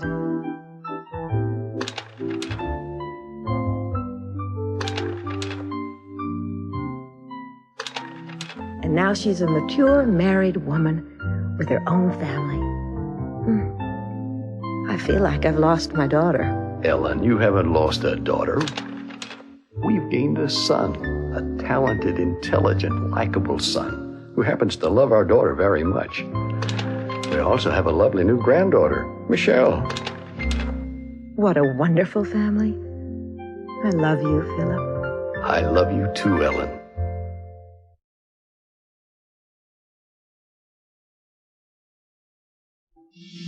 In Act 1, Philip comes home late from work at the hospital. So it's 10 o'clock. I'm starving. And although it is quite late, Ellen isn't home yet. Where's Mom? She went to a school board meeting. Robbie sees that his parents are very busy. You and Mom haven't had dinner together with us in almost a full week. Yeah. I feel bad about us not having dinner with the family, but our schedules are so different. A little later, Robbie talks to Grandpa. What do they talk about?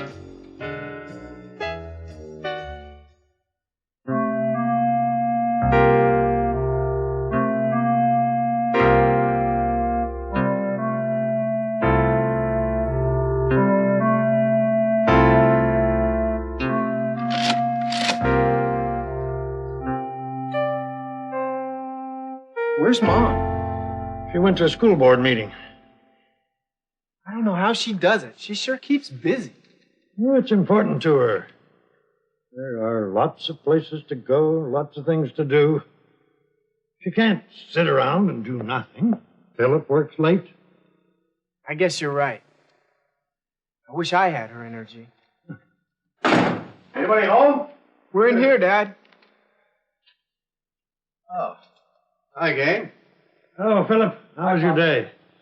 Oh, my day was just fine. So was my night. So was 10 o'clock. I'm starving. Where's Mom? She went to a school board meeting. There's a note for you on the refrigerator. Oh?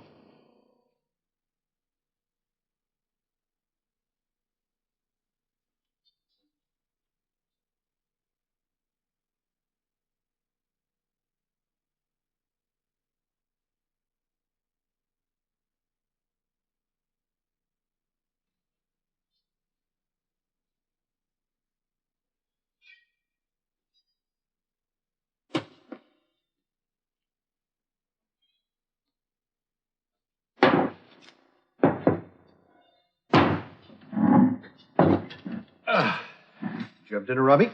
Yeah. Mike and I had a hamburger at the diner. I came home a little while ago. You've been working late almost every night this week, Dad. Aren't you exhausted? I don't have time to be exhausted. You and Mom haven't had dinner together with us in almost a full week. Yeah.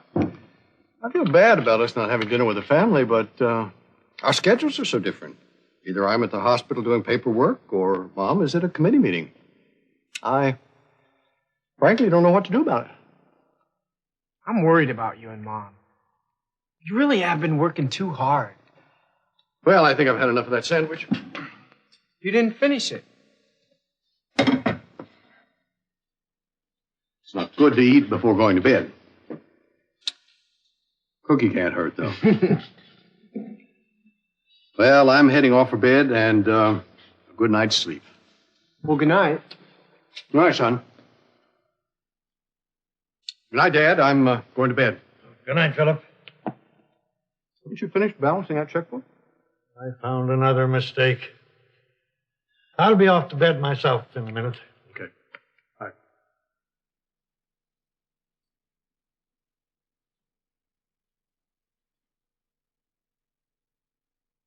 I'm really concerned about them, Grandpa.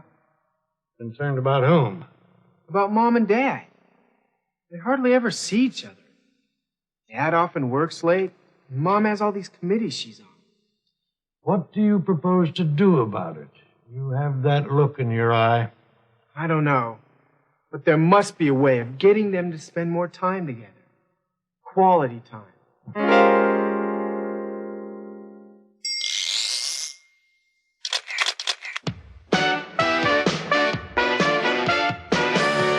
I got home late after working all day. I was hoping to find you, but you were away.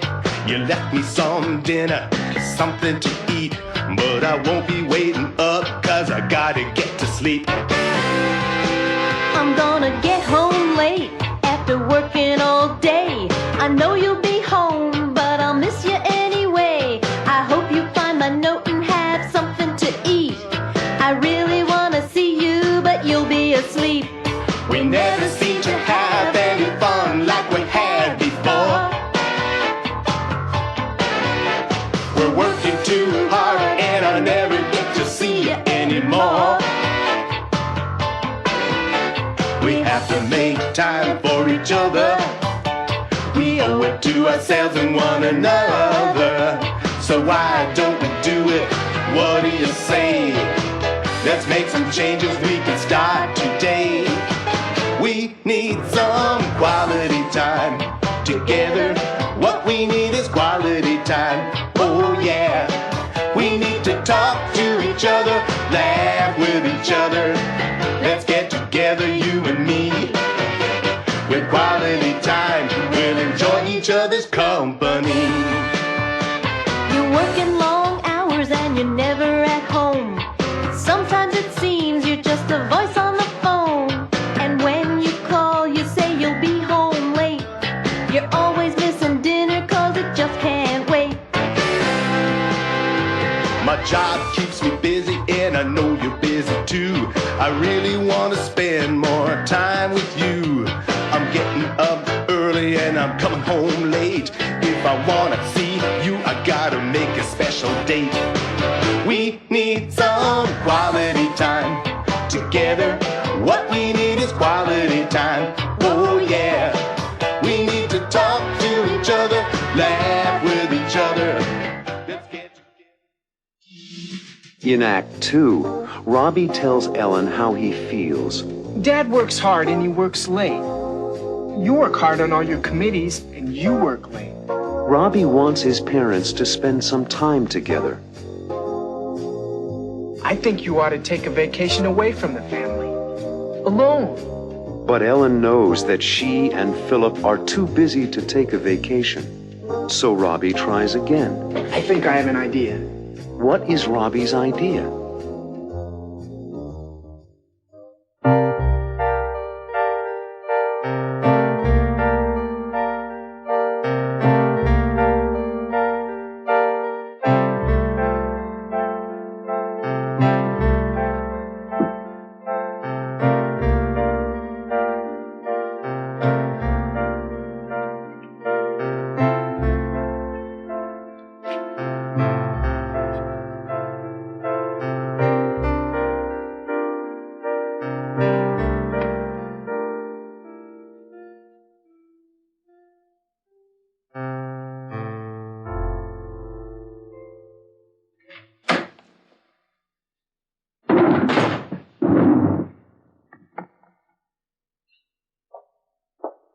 there, Robbie.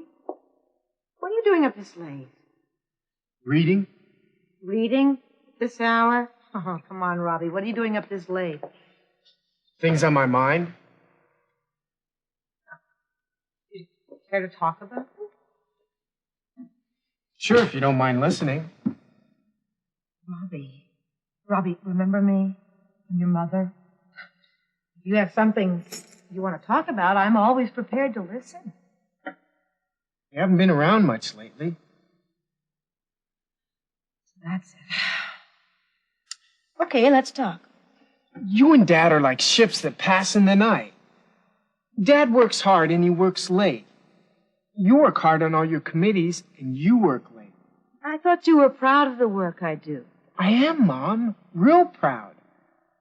You are one fantastic mom, but I've been noticing how little quality time you spend with Dad and me. And the family.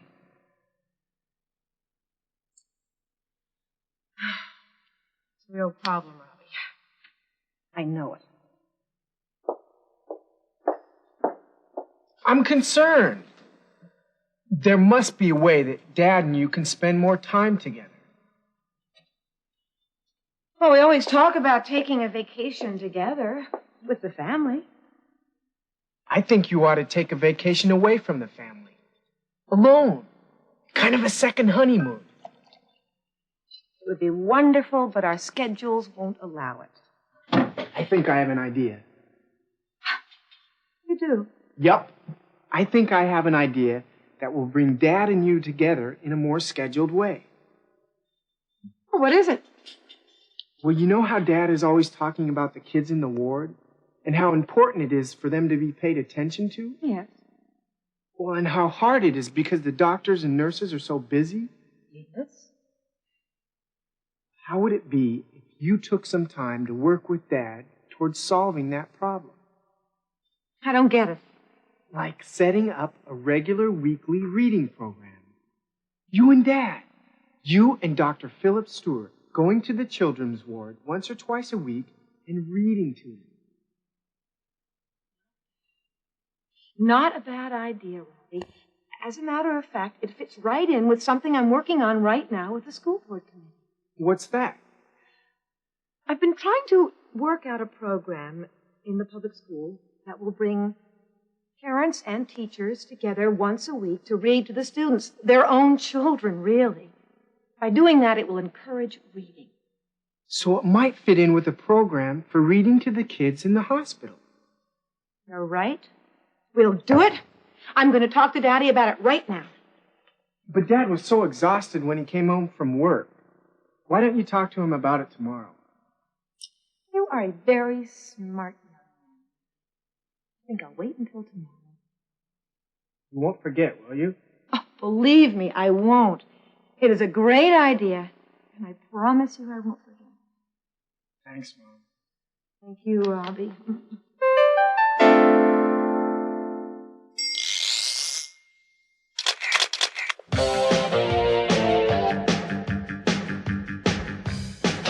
I don't get it. I don't understand. I don't follow you. No, no. Oh, no, no. Run that by me again, because I don't understand. No, no. I don't get it. I don't get it. What do you mean? I don't get the picture. Huh? I don't get it.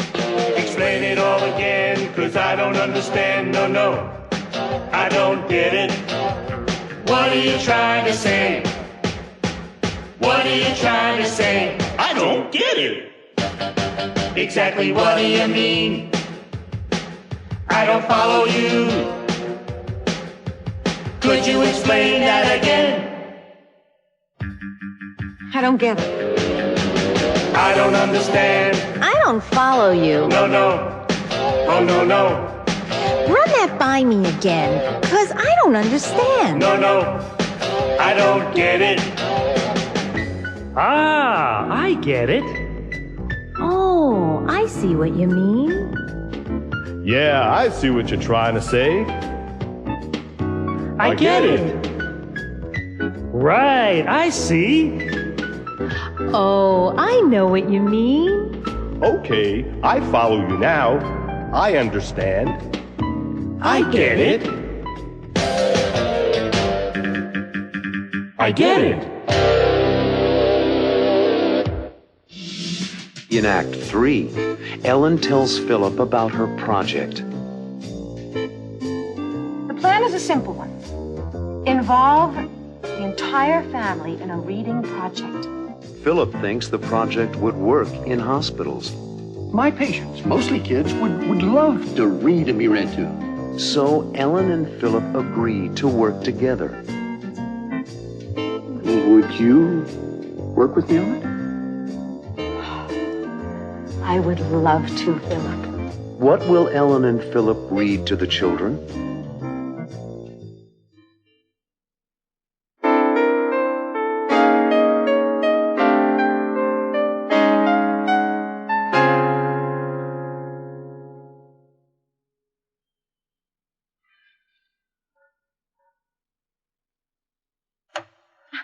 Good morning. Oh, what a wonderful morning. Don't the flowers smell wonderful? Good morning, Ellen. Yes, they do. That's why I'm reading my paper and having my coffee on the patio this morning. Ah, it does smell sweet. How was your school board meeting last night? You must have come home very late. Did you find the sandwich I made for you? Thanks, dear. I was so tired I didn't even finish it.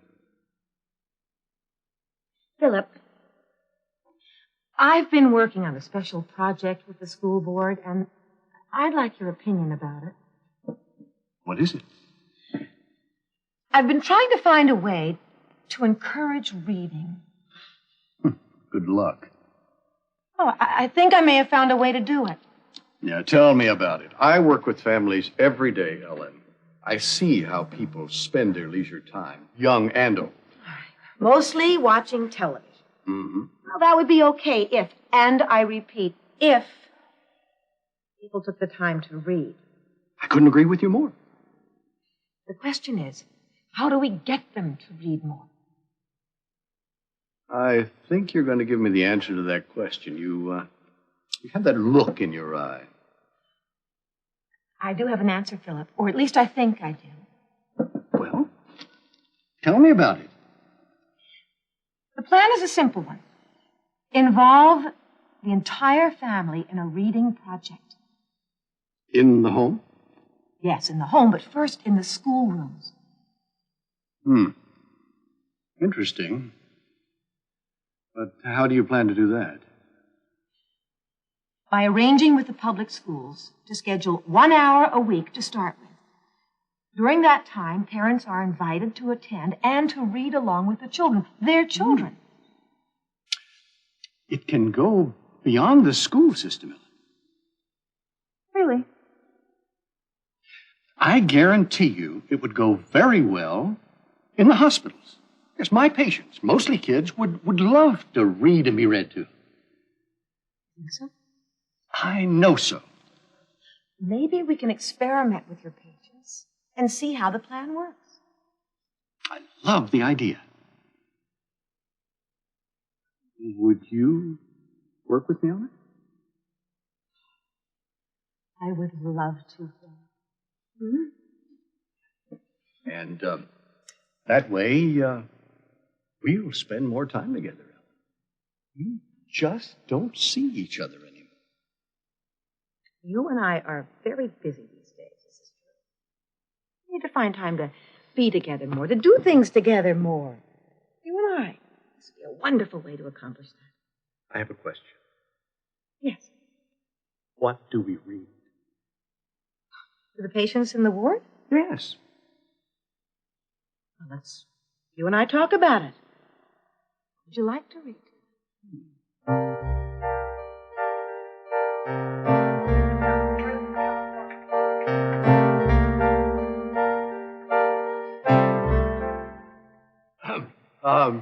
Mrs. Stewart and I will read a poem by Robert Frost.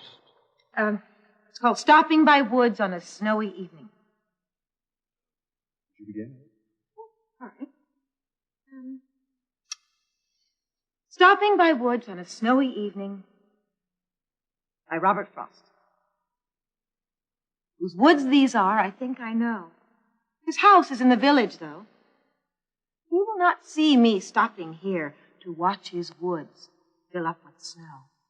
My little horse must think it queer to stop without a farmhouse near. Between the woods and frozen lake, the darkest evening of the year. He gives his harness bells a shake to ask if there's some mistake. The only other sounds, the sweep of easy wind and downy flake. The woods are lovely, dark and deep, but I have promises to keep and miles to go before I sleep. And miles to go before I sleep.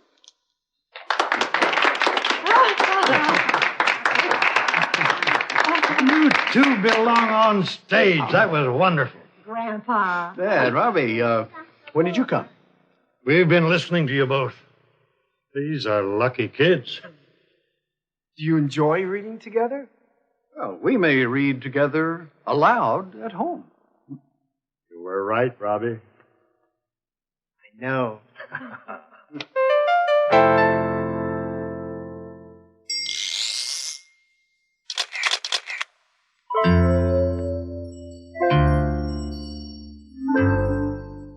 Whose woods these are, I think I know. His house is in the village, though. He will not see me stopping here to watch his woods fill up with snow. My little horse must think it queer to stop without a farmhouse near, between the woods and frozen lake, the darkest evening of the year. He gives his harness bells a shake to ask if there is some mistake. The only other sound's the sweep of easy wind and downy flake. The woods are lovely, dark and deep, but I have promises to keep, and miles to go before I sleep, and miles to go before I sleep. Whose woods these are, I think I know. His house is in the village, though. He will not see me stopping here to watch his woods fill up with snow. My little horse must think it queer to stop without a farmhouse near, between the woods and frozen lake, the darkest evening of the year. He gives his harness bells a shake to ask if there is some mistake. The only other sound's the sweep of easy wind and downy flake. The woods are lovely, dark and deep, but I have promises to keep, and miles to go before I sleep, and miles to go before I sleep.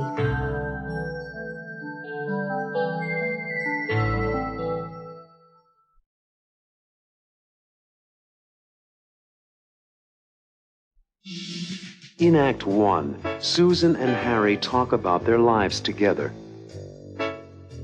We couldn't ask for anything more, could we? Well? Susan wants to know what Harry is thinking. Well? Are you going to tell me what's on your mind, Harry? Michelle wonders if everything is all right. Is everything okay?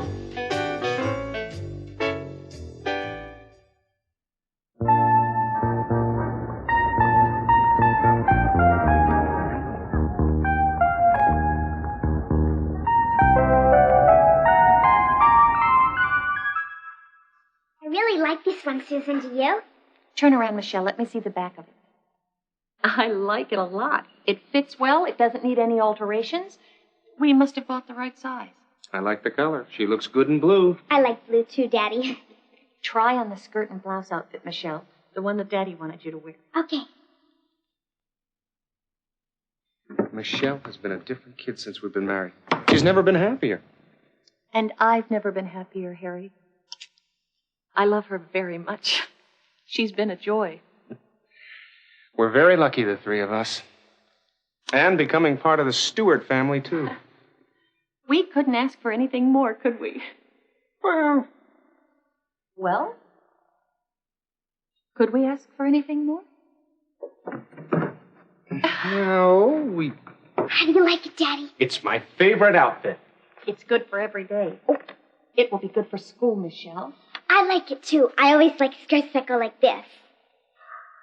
Do you want to see the winter jacket on me, Susan? Yes, I do.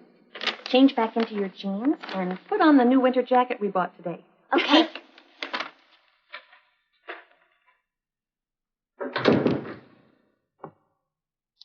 What did you mean by, well? You had something on your mind when I said we couldn't ask for anything more. Is everything all right? Everything is fine, Michelle. Let's take a look at the winter jacket. Come on over here, honey. It's kind of warm. It is. That's why we bought it for you. This will be a perfect jacket for the winter time when it's very cold out. But it's kind of small also. We must have bought the wrong size. Looks like we should have bought a bigger one. I guess we'll have to exchange it, too. I'm sure the store has others. I look silly. It is too small. You're growing so fast, Michelle. Can I take it off? I'm hot. Sure. Put it back in your room and we'll hang everything up later. Well, are you going to tell me what's on your mind, Harry? I have been offered a job with a major accounting company in Los Angeles. I have been offered a job with a major accounting company in Los Angeles. Los Angeles. That's a big decision. No. It will also affect you and your job if we decide to go. Wow, it sure will. But first, tell me about the job, Harry. If it's a good one, then we'll make it work for us. I have a client in the garment business on 7th Avenue. I do his taxes every year. He has a big sales office in Los Angeles, and the company in Los Angeles that does his major accounting work is looking for an executive. And he recommended me. That's wonderful, Harry. Yes, but it would mean that we'd have to move to L.A. What about the salary? The real discussion comes tomorrow. Susan, I don't plan to make any decisions until I have a chance to talk with you about it. I understand, Harry. And I don't have to make a quick decision. They know that I'm married and that I have a family. Well, there's a lot to think about. If it's a good job, then I've got to do some thinking about my career opportunities in Los Angeles. Is everything okay? Yes, honey.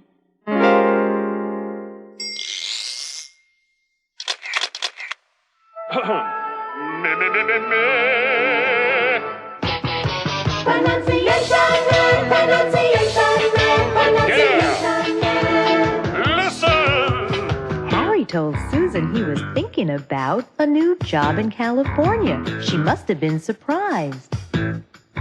You can see it in her face. It's clear to me. It's easy to see. She must have been surprised. Must have been? You mean must have been? We can say must have in conversation. And sometimes we don't pronounce the V. And so you hear musta. She must have been surprised. Yes, yes, yes. I can see that she was surprised. It's very obvious. But must have?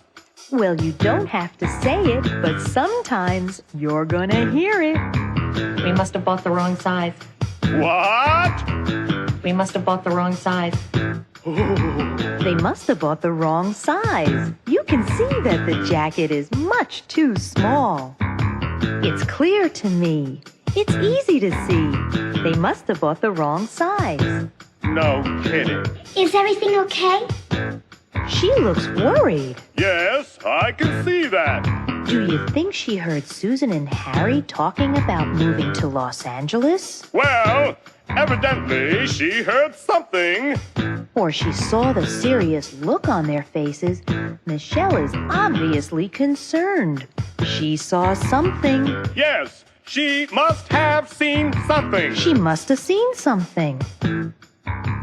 Or she heard something. Yes, she must have heard something. She must have heard something. It's clear to me. It's easy to see. I must have been crazy to come here. In Act 2, Susan tells Grandpa about Harry's new job offer. Harry has been offered a job in Los Angeles. Susan wonders if moving to Los Angeles would be good for Michelle. And Susan's concerned about finding a new job. There are so many things to consider. There's Michelle. I wonder if a move would be a bad thing for her. And my job. I don't know if I can get a good job in Los Angeles. A little later on, Harry learns more about the job offer. Tell it to me again. Oh, the company is Kraft & Kraft, the biggest accounting company in the country. How do Susan and Harry feel about moving to Los Angeles?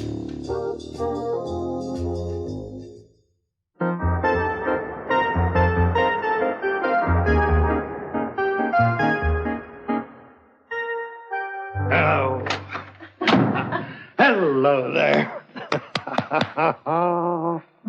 Are you ready for lunch with your grandpa? Oh, hi, Grandpa. Yes, of course I am, but my mind isn't. What's the matter, Susan? A real dilemma.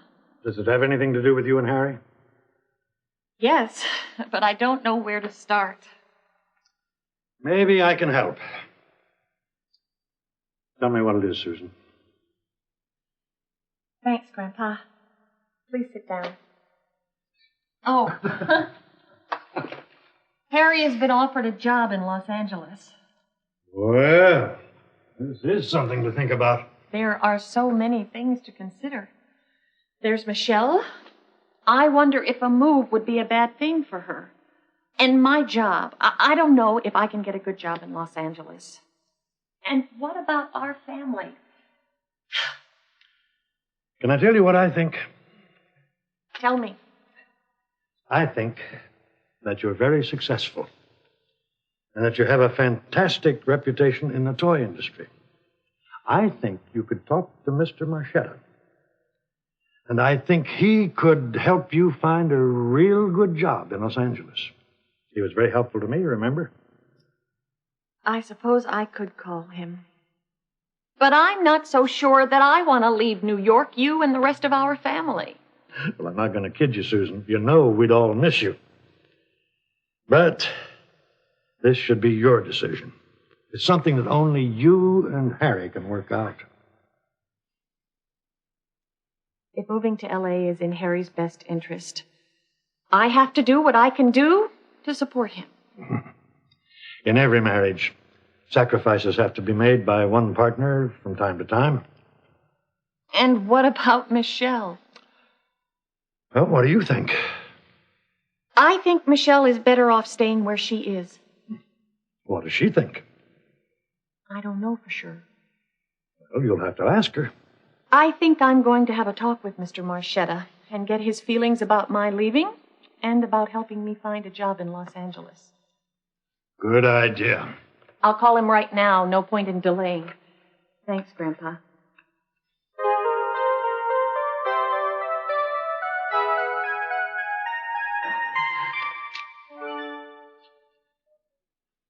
Harry, it's the perfect job for you. You'll love it. It's a big decision for me, Bill. And I have to discuss it with my wife. I don't know if it's right for her. Oh, she'll love it. It's a once-in-a-lifetime offer, Harry. Okay.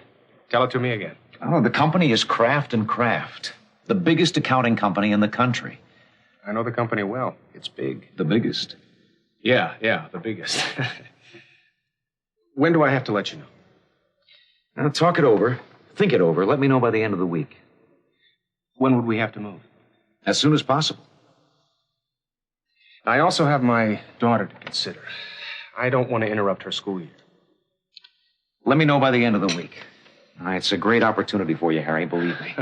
I know. Kraft & Kraft is the biggest in the country. Yeah, I know.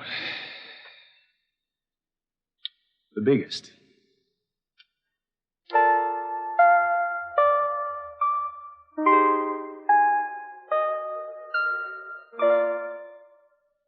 I think Michelle is asleep now. Let's talk.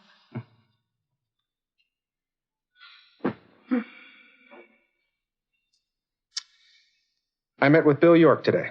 And I talked with Mr. Marchetta. Did York make the offer? Yep. He asked me if I want the job. That's exciting, Harry. What was it? A vice presidency with the biggest accounting company in the country. Kraft and Kraft. Aren't you excited about that? Sure I am, but there's so much more to consider. I talked to Mr. Marchetta. What did he say? Did you tell him about me? Of course, Harry. I want what's best for you. And I think I can get a good job through Mr. Marchetta in Los Angeles also. You're kidding. No, I'm not kidding. I talked with him and he understands completely. He has a major toy buyer in Los Angeles and he's pretty sure that I can get a good job there. Unbelievable. But I think we should talk to Michelle about all of this. You're right. We'll talk to her about it. And how do you feel about taking the job in Los Angeles? How should I feel? It's the biggest company in the country. Well, then you feel good about taking it. Well, I feel fine about it. Why shouldn't I?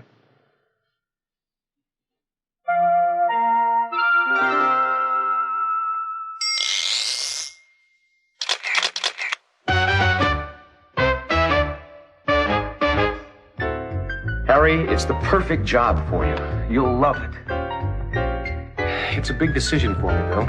And I have to discuss it with my wife. Is moving away to Los Angeles A good idea for Susan? Is it right for her?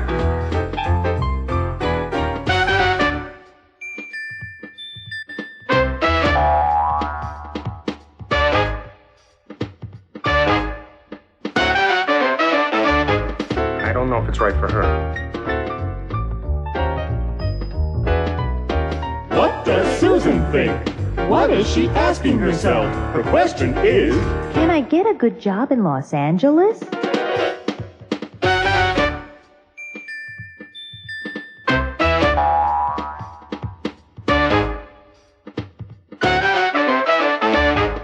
I don't know if I can get a good job in Los Angeles.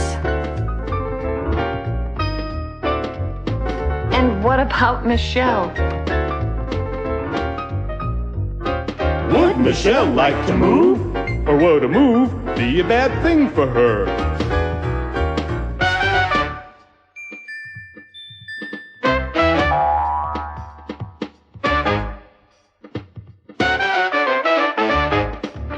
I wonder if a move would be a bad thing for her. So, Harry, do you want the job? That's the question. Do I want the job?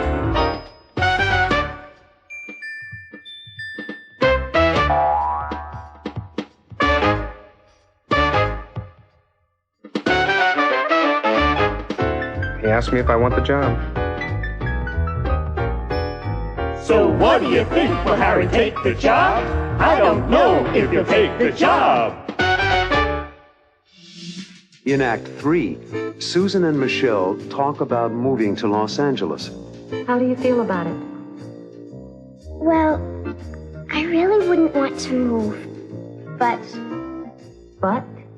Later, when Harry gets home, Susan explains how she and Michelle feel.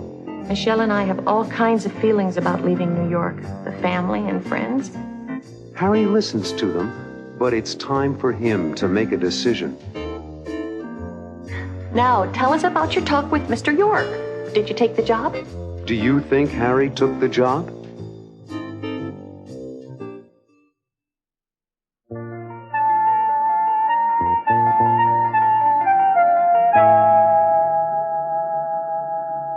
I love my school. I have so many good friends there now. I wouldn't miss a day even if I were really sick. Come and sit down for a minute, Michelle. I'd like to talk to you about something important. What's wrong, Susan? Oh, there's nothing wrong, Michelle. But your daddy and I are talking about something that I'd like your opinion about. I know. I heard you talking about it the other night when I was trying on my new clothes. It's about moving to Los Angeles. You're right. How do you feel about it? Well, I really wouldn't want to move, but... But? But if you and Daddy wanted to, I guess you know what's best for the family and for me. That's very considerate of you, Michelle. But what about your friends? I'd miss them a lot. But I know what it feels like to miss someone. Honey, we don't have to move if you're not going to be happy about it. Does Daddy want to move? I think so. He's going to tell us tonight about the job offer.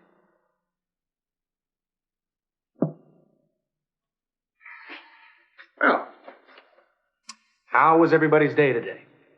Michelle was chosen to do the school poster for the play this year. Congratulations, Michelle. That's something.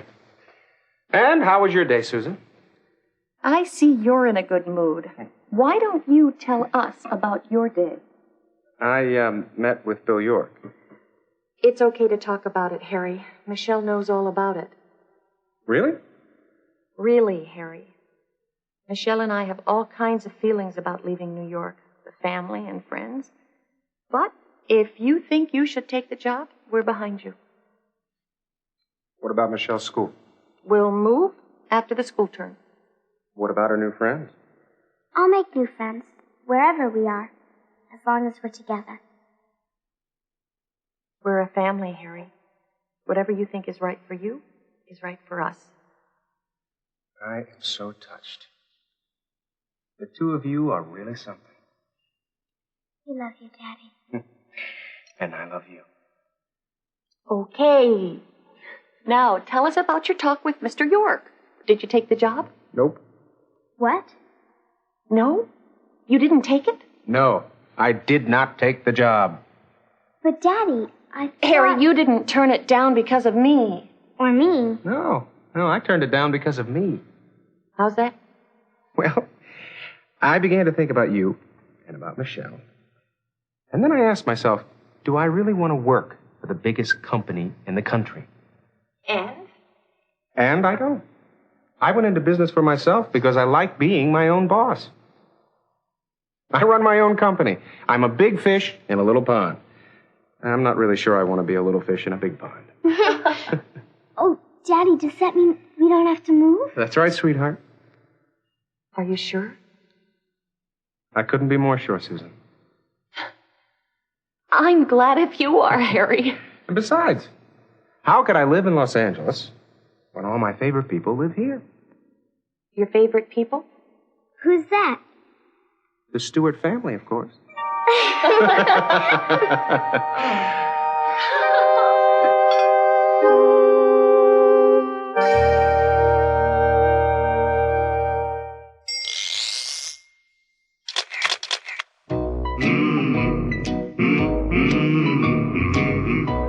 I kept asking myself, do I really want to work for the biggest company in the country? The company is Kraft & Kraft, the biggest accounting company in the country. I know the company well. It's big. The biggest. They're big, all right, with offices all over the country. They're big. Altogether, they have 86 offices in the U.S. alone. And one of those offices is in Los Angeles, and that's where I'd be. L.A. Harry Bennett. Just one accountant in a huge company full of accountants. I'd be one little fish in a big pond full of accountants. Ugh. Do you want to be a little fish in a big pond? I'm not really sure I want to be a little fish in a big pond. I like being my own boss. His own boss. I work hard, but I make my own schedule. I can take time off when I want to. And I choose my own clients. Yeah. I have a client in the garment business on 7th Avenue. I do his taxes every year. He and my other clients know me personally, and I know them. He knows them all. They tell me I make a big difference in their businesses. And I do it my way, as president of my own company. Yeah. I guess you could say I like being a big fish in my own little pond. Yeah. He wants to be a big fish in a little pond. A little pond.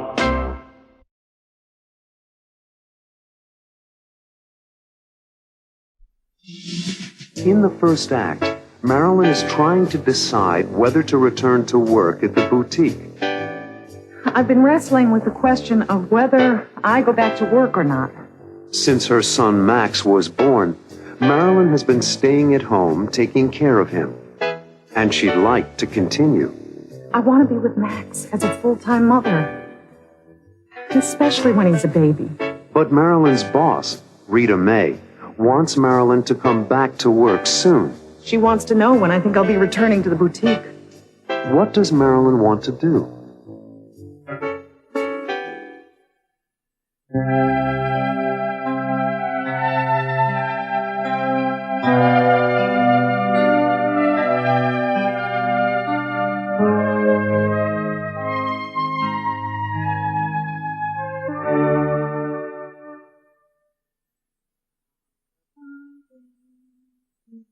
On the treetop, when the wind blows, the cradle will rock.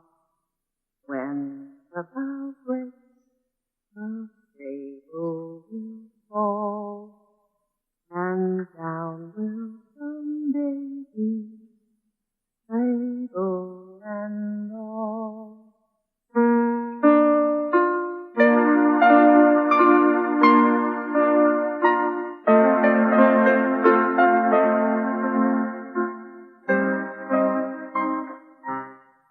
Hi, Marilyn. What are you doing? Sketching.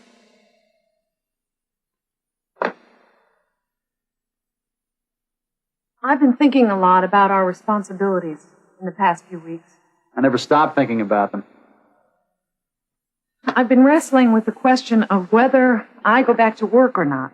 I see. And I'm torn. I really want to go back to work. Use my talents, pursue my career in fashion design like we always thought I would, but now I want to be with Max as a full-time mother, especially when he's a baby.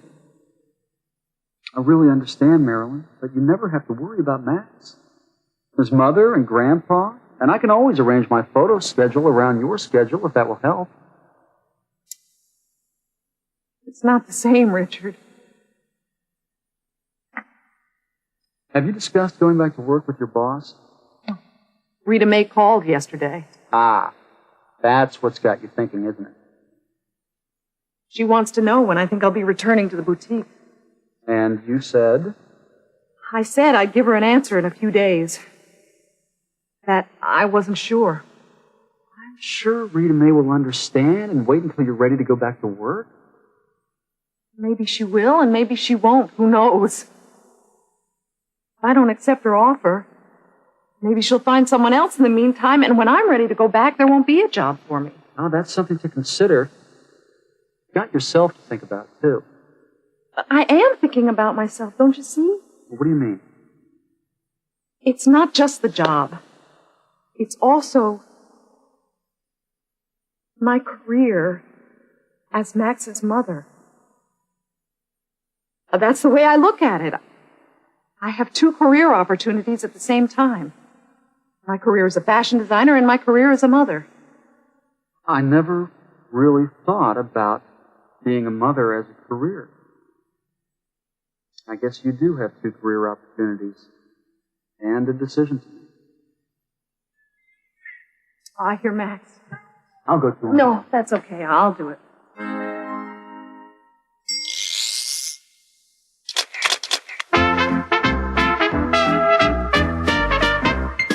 I've been wrestling with the question of whether I go back to work or not.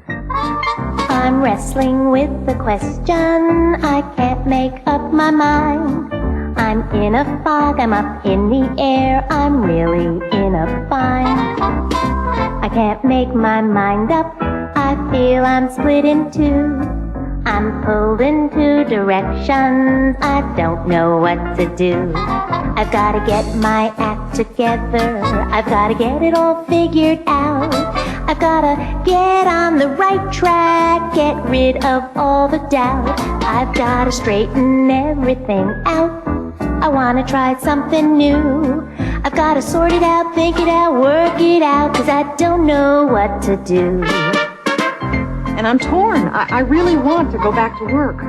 I'm really torn, I'm all mixed up. My future is unclear. I'm pulled in two directions. I'm practically in tears. I'm of two minds about it. I've gotta think it all through. I've gotta find an answer, 'cause I don't know what to do. I've gotta get my act together. I've gotta get it all figured out. I've gotta get on the right track, get rid of all the doubt. I've gotta straighten everything out. And you know it's true. I've gotta sort it out, think it out, work it out, 'cause I don't know what to do. I've gotta sort it out, think it out, work it out, 'cause I don't know what to do. In the second act, Ellen tries to help Marilyn. I've been meaning to ask you what you were thinking about regarding going back to work. And Marilyn wants to know what Ellen decided to do when her children were babies. What did you do? I chose to continue with my career as a music teacher. Later on, Susan tells Marilyn what her life is like as a working mother. I have a job, and I have Michelle. I take care of both to the best of my ability. What will Marilyn decide to do?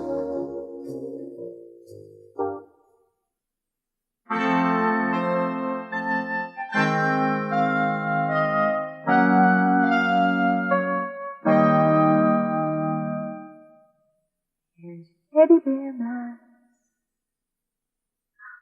Just love that teddy bear that Dr. Philip bought for him. Philip's office yesterday for the checkup. You should have seen the look on his face when Molly gave him the injection. Oh, did he cry? No.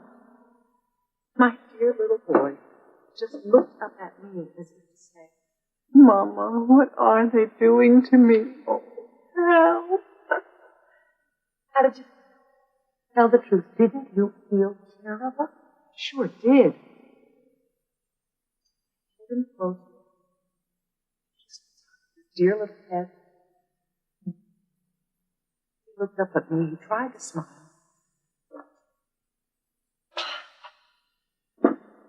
Being with him helped. Helped him or helped you? Being a mother is not easy, if that's what you mean. Speaking of being a mother, I've been meaning to ask you what you were thinking about regarding going back to work. I know we can make fault. I can imagine what is going through your head. I'm sure you can, Ellen. There are so many things to consider. One thing that makes it easier for you is that you have us. Max will always have a family member to watch over him while you're at work. I didn't have that when Richard and Susan were here. What did you do? I chose to continue with my career as a music teacher. We hired a woman to watch Richard and then Susan. And I continued with my career. Think you made the right decision? I think I did. But when Robbie was born, I decided to give full-time attention to raising Robbie. I felt differently at that. And you gave up your career as a music teacher? Not exactly. I continued to teach piano lessons. What did you feel about being away when Susan and Richard were babies? I think I did the right thing. Them and for myself and for Philip. We needed the money, remember? Well, we do too, Ellen. Everything I earn helps us towards getting that house we want and need. I can't wait it's just a little older. Our toy company makes the most wonderful toys for kids. Max, thank you. I thank you. Richard, thank you. Now, may I please say hello?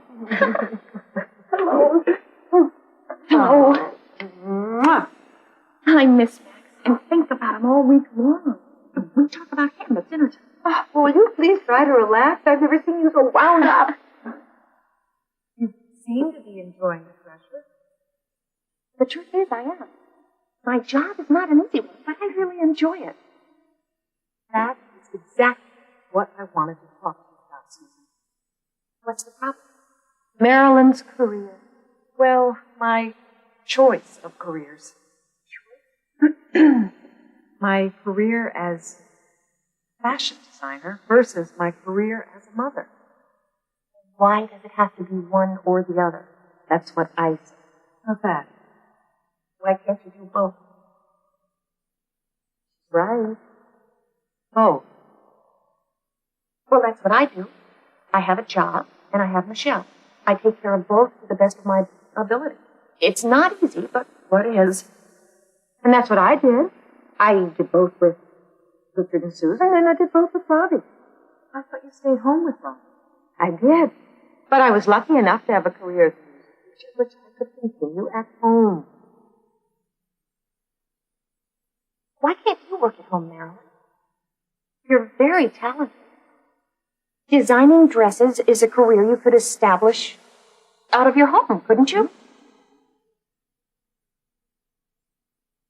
Now, why I didn't think of it. It seems so simple now. For a year or two, I could stay at home with Max and do my dress designs. And you could make your dresses at home. Sounds like a great way to solve the problem. That could solve your problem, Marilyn.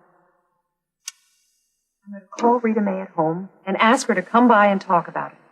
She wants to see Max anyway. I think that really answers your questions, Marilyn. You can do it. Do your designs at home. Here. And let Rita May do the selling at the boutique. And you can both benefit financially. I'm going to call Rita May right now. Susan.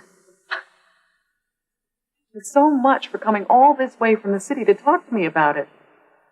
I hope you don't mind having taken so much time away from your busy schedule. Are you kidding? I don't mind at all. As a matter of fact, I came to spend some time with my future nephew. I think you should call Rita May right now. I think your idea of working at home is perfect. I don't know what I would do without you. I'm lucky to have you all. We are lucky to have you, Marilyn. But so is Max.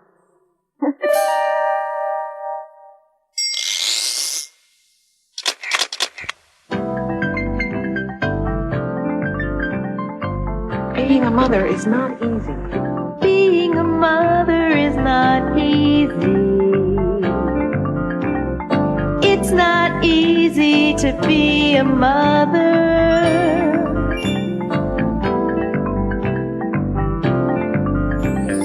Caring for a child takes a lot of time.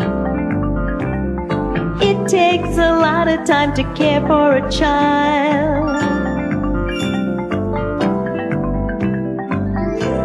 But playing with a baby is so much fun. It's so much fun. Do-do-do-do-do-do. It's so much fun to play with a baby.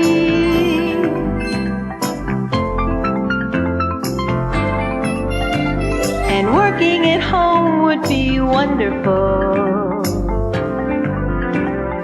It would be wonderful. Do-do-do-do. It would be wonderful to work at home. I don't know what I would do without you. I'm lucky to have you all. It's great to be in this family. Do-do-do-do-do-do. It's great. Being in this family is great.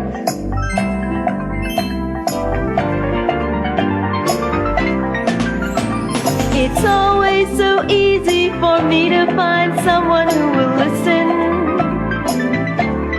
Do-do-do-do-do-do-do. It's always so easy for me. Finding someone who will listen is always so easy for me.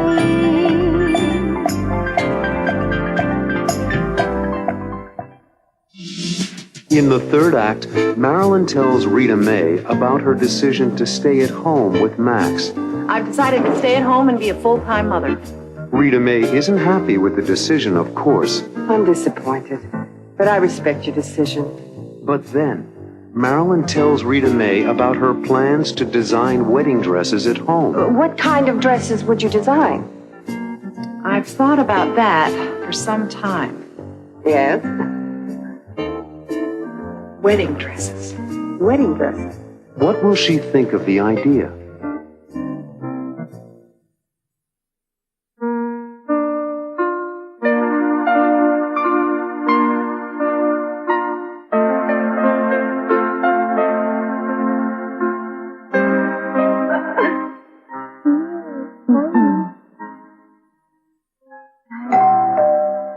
Must be Rita May. Whoa.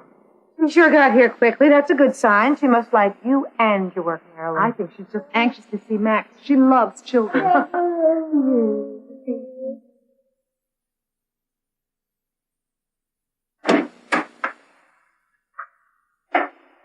Hi, Marilyn. Oh, welcome. Oh. It's so nice of you to come. Oh, I just wanted to see your baby, Max. Hello, I haven't seen you from the hospital. I'm Ellen Stewart, Marilyn's mother-in-law. We met at the hospital. Hello, how are you? I remember. How are you? Oh, and there is Max. Oh, my, how he's grown. Oh, a little present for Max. Oh, it's beautiful, Rita May. You shouldn't have. It's nothing. It's just a little present for Max. Can I get you some coffee or tea or a cold drink, Rita May? Oh, nothing, thank you.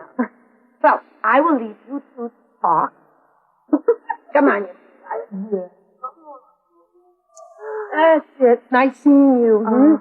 Let me know if you need anything. Oh, thanks, Ellen. Thanks, Ellen. Okay, Marilyn. You sounded like you made a decision when you called me. I'm all ears. I have made a decision, Rita May. I've decided to stay at home and be a full-time mother. I'm disappointed, but I respect your decision. If I had a child as cute as Max, I might do the same thing. But I haven't finished telling you the other half of my decision. The other half? Yes. I think I can stay at home and take care of Max and continue my career. Sounds interesting. Let me hear it. You remember our talks about custom-designed dresses for the boutique? Sure do. Why can't I design dresses for you here at home and make them here? Have the fittings here, too. And I could do the selling and the pricing at the boutique. Exactly.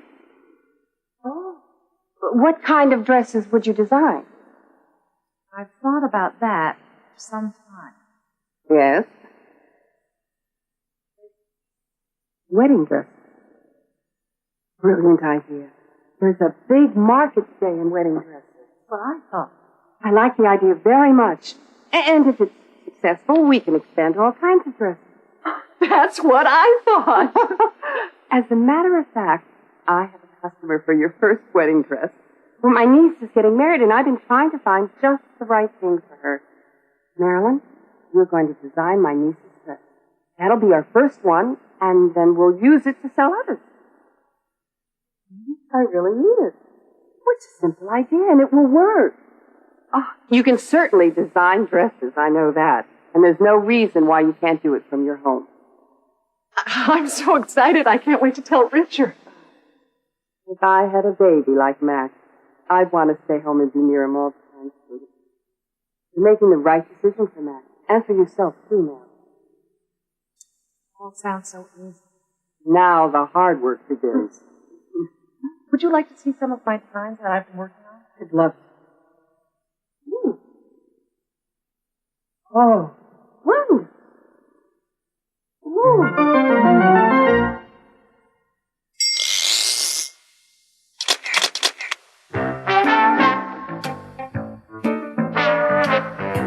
You can certainly design dresses, I know that. And there's no reason why you can't do it from your home. It's true. I can design wedding dresses and continue my career. And I can take care of Max right here at home. She can do it right here at home. I want to stay at home while Max is still a baby. If I went back to work at the boutique now, Max would be on my mind all the time. She would only think about Max. But the truth is, I need to work. Richard and I want to buy a house, but we can't afford it. Like most families, we need 2 incomes in order to afford a house someday. With a yard and trees and a swing for Max. More and more families have working mothers. In the U.S., more than half of all mothers with preschool children are working at a career. Mothers like me. They have to work and be a mother too. And about 3/4 of all mothers with school-age children are working.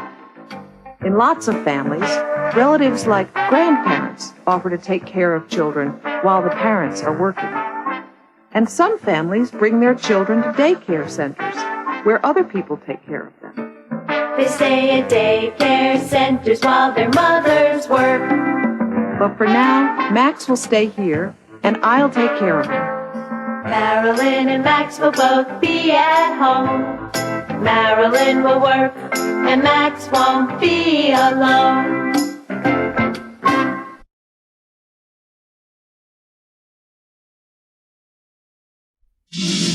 In Act 1, Grandpa reads some bad news. Editorial in this paper that has my friend Nat Baker real upset. A little later, Grandpa's friend comes to visit. I'd like you to meet my friend Nat Baker. Nat is very upset about something. It's a serious matter for a lot of us. A serious matter. Why is Nat so upset?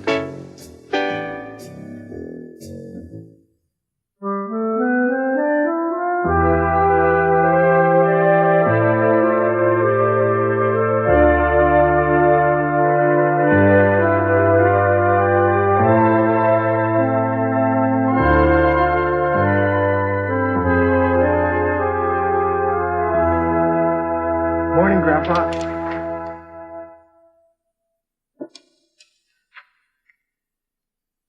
Something the matter, Grandpa?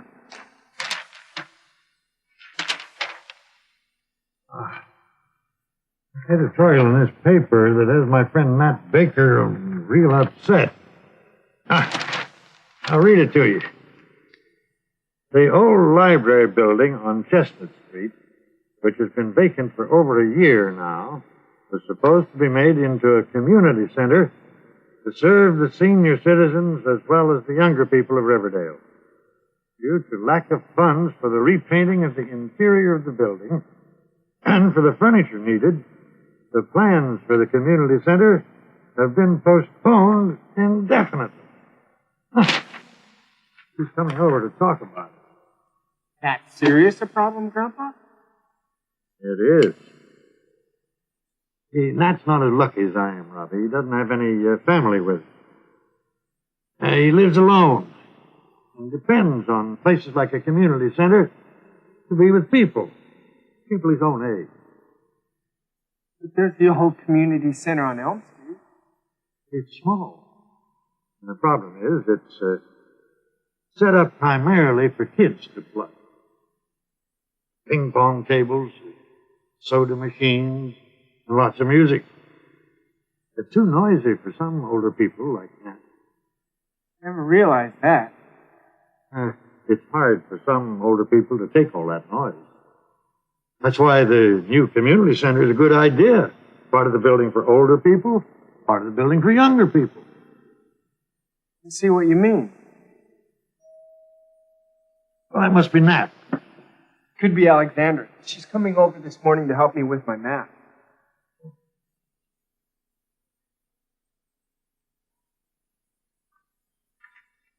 Hi, Robbie. Hi, Alexandra. Come on in. You want something cold to drink? I'd love some cola. Cola coming up. Really appreciate you coming over to help me with my math. My final exam is next Tuesday. You're so good in all your other subjects. I just can't understand why you have so many problems with math. Hi, Alexandra. Hi, Mr. Stewart. Well, that was Nat Baker who rang the front door bell. Don't let me interrupt you. No problem, Grandpa. We're just having some cola before getting to the tough stuff. Math.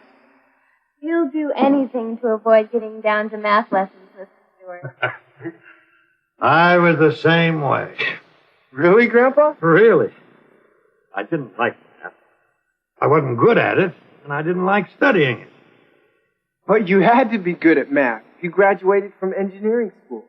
I was, but not in high school. For some reason, I couldn't get a handle on it. Then in college, I became good at it. Then there's hope for Robbie. I can't wait. You think I can just skip it now and get to it at college? You'll never get to college to find out, Robbie, if you skip it now. That must be that. Sit down, Robbie. Let's work.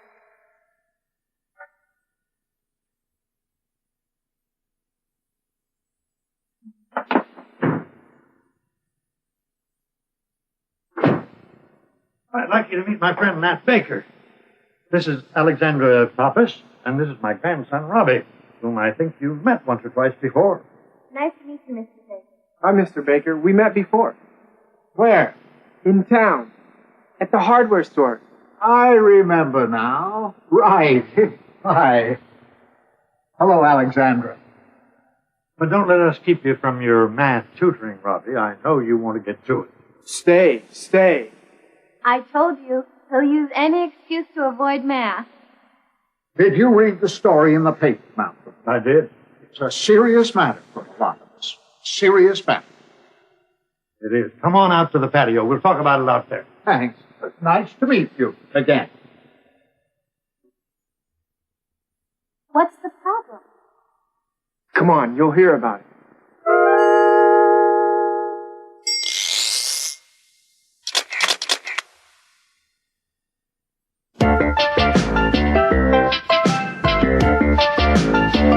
You can read it in the paper.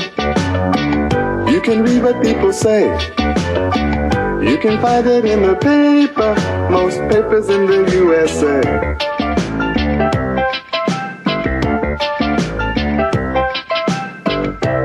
Sometimes you can find good news.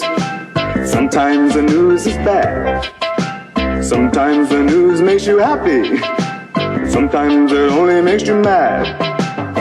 But if you want to be informed, take my recommendation.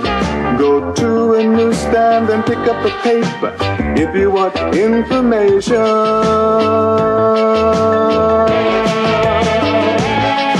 If you want to read the news, look in the paper. If you want an opinion, look in the paper. If you want to buy a house, look in the paper. If you're looking for a job, look in the paper. If you want to buy a car, look in the paper. If you want to see a show, look in the paper. You can read it in the paper. You can read what people say. You can find it in the paper, most papers in the USA.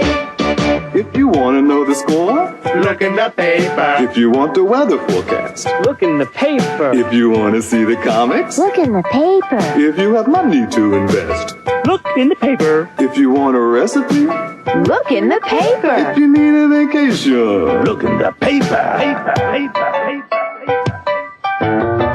You can read it in the paper. You can read what people say. You can find it in the paper, most papers in the USA. You can read it in the paper. You can read what people say. You can find it in the paper, most papers in the USA.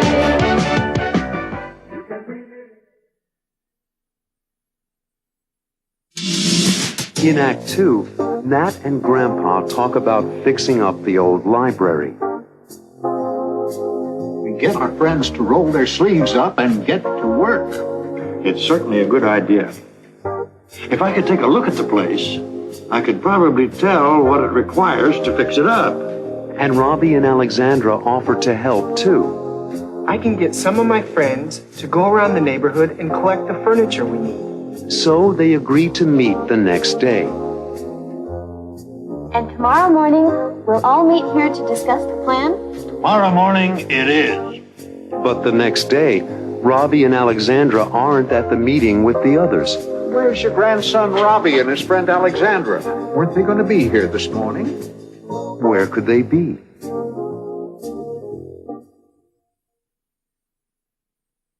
There is a way, Malcolm. Get our friends to roll their sleeves up and get to work. It's certainly a good idea. If I could take a look at the place, I could probably tell what it requires to fix it up.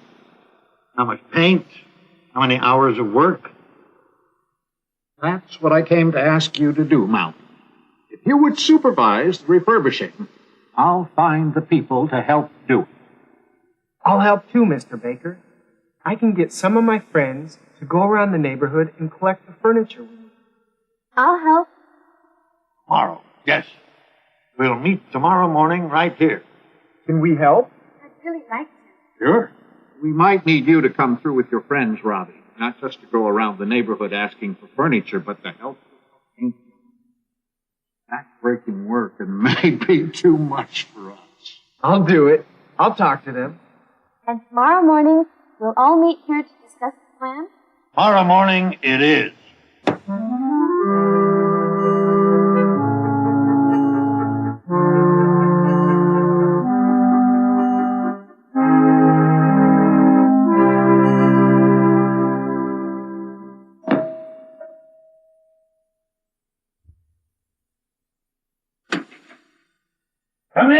Come in, please, come in.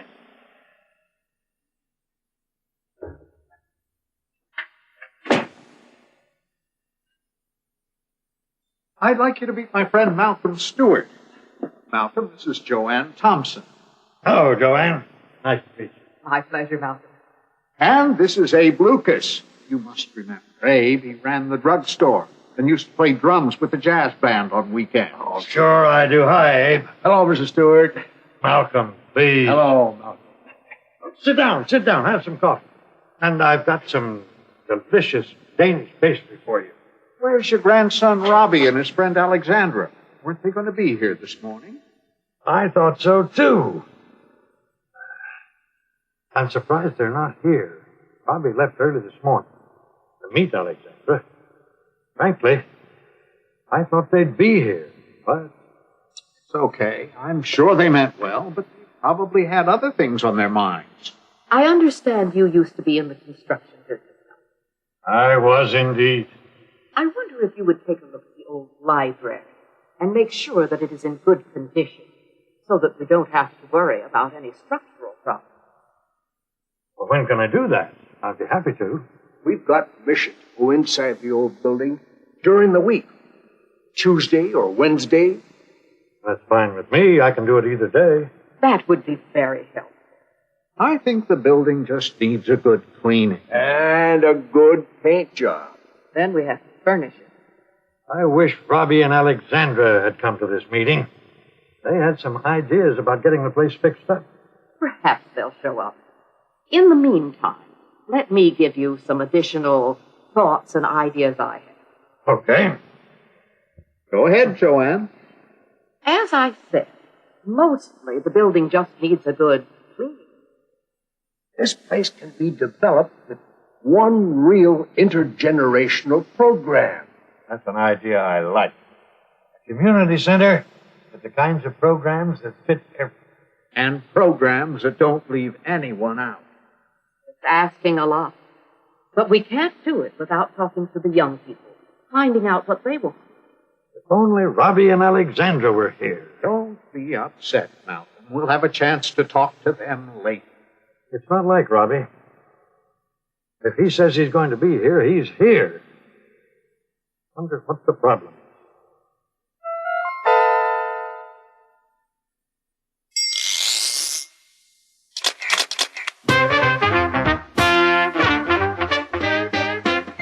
Wonder what the problem is. What's the problem? I wonder.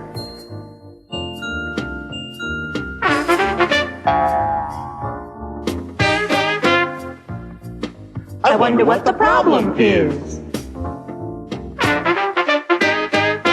Robbie and Alexandra aren't here. Why not? Where are they? I don't know.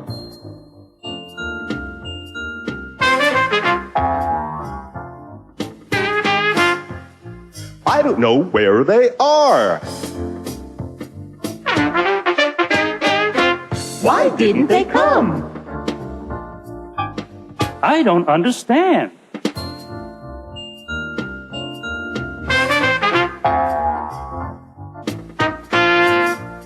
I don't understand why they didn't come.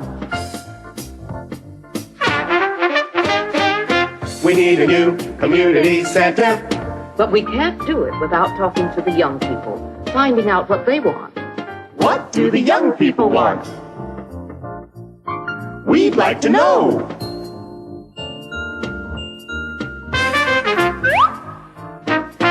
We'd like to know what the young people want in the new community center. What does Robbie think about it? We'd like to hear.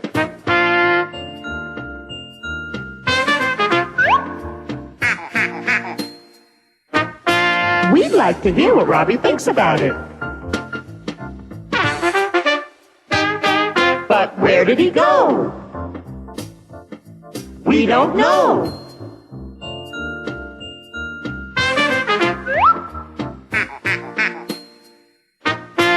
We don't know where he went.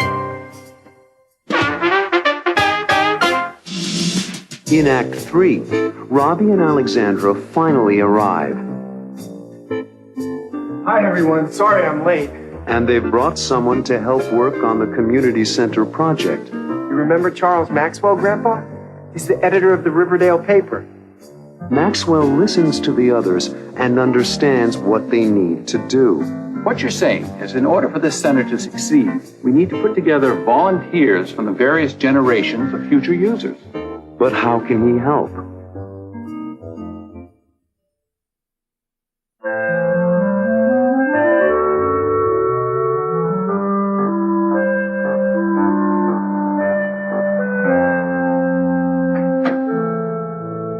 Hi, everyone. Sorry I'm late. Alexander and I have been busy at work this morning on the community center project. And we brought someone along who can help. You remember Charles Maxwell, Grandpa? He's the editor of the Riverdale paper. He wrote some nice articles on Mom when she was running for the school board. Yes, I remember. You were a great help. Hi, Mr. Stewart. I hope to be a bigger help on the new community center project. From what Robbie and Alexandra have told me, you people are making one big story. Oh, let me introduce you, Mr. Maxwell. This is Matt Baker, who's responsible for this meeting. And this is Joanne Thompson and Abe Lucas, who used to run the drugstore in town. Robbie and Alexandra told me what you need to fix up the old library. I am planning to write an editorial that I think will help you. Let's go. What are your questions? Okay. Now, I have first a couple of questions. Have you talked to the community council? And have you had an engineer come in to do an inspection? Okay. What do you need most of all? People power. Men and women, young and old, to give us their time. Do what? To help scrub the building interior clean. So that we can repaint it. You also need bodies to do repainting. Right. And we'll also need some ladders and some brushes and some paint. When do you need the volunteers, and where do they report? I've got the council to agree to open the building for us on the next 4 weekends. How about furnishings? Are there any special requirements that I should list in the paper? Yes. Here is a copy of all the things we need to start. 4 desks, 8 straight-back chairs, 30 folding chairs, 6 table lamps, 3 end tables, 1 piano. This is a good start. These items shouldn't be difficult to come by once I print the article in the paper. This community has always been very generous. I agree, Mr. Maxwell. What you're saying is, in order for this center to succeed, we need to put together volunteers from the various generations of future users. That's right. And without their energy and stamina, there's no way we can complete this project. Got it. Now give me some information about how you see the building being used. Here, on the ground floor, we have the reception area. It's here, Robbie. Charles Maxwell lived up to his word. At the Stewart family home on Linden Street yesterday, a group of caring Riverdale citizens gathered to plan the refurbishing of the old library, to transform it into a new community center. The original plan by the council was tabled because of lack of funds. The new plan needs you. You could call it a community unity plan. It needs your time, and it needs your energy, and it needs your contributions of furniture, paint, brushes, ladders, lamps, etc. A list of these items and the volunteer form can be picked up at the Riverdale Press offices. By working together, this community can do anything to benefit its citizens. And we know you will all work together towards refurbishing the old library and making it a new community center. Charles Maxwell, editor.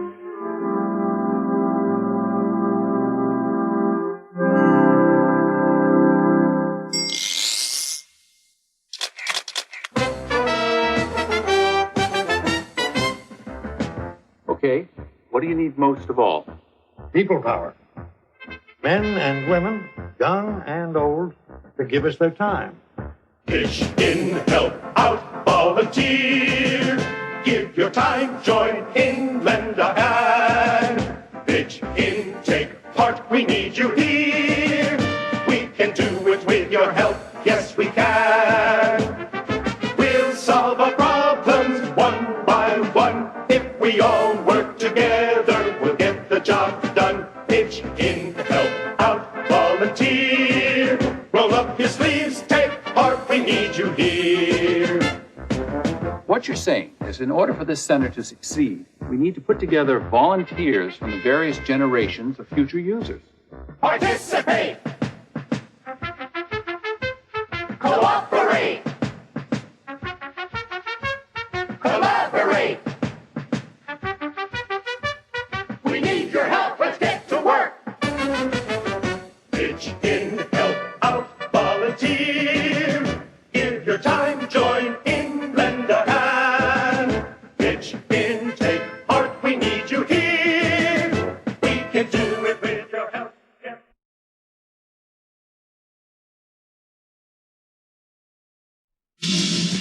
In Act 1, Robbie is thinking about Alexandra and their friendship. She's a terrific person. I'm going to miss her when she goes back to Greece. Ellen suggests having a special party for Alexandra. Would you like to give her a little farewell party? Mom, that would be terrific. Maybe we could make it a surprise. And Robbie would like to buy Alexandra a gift.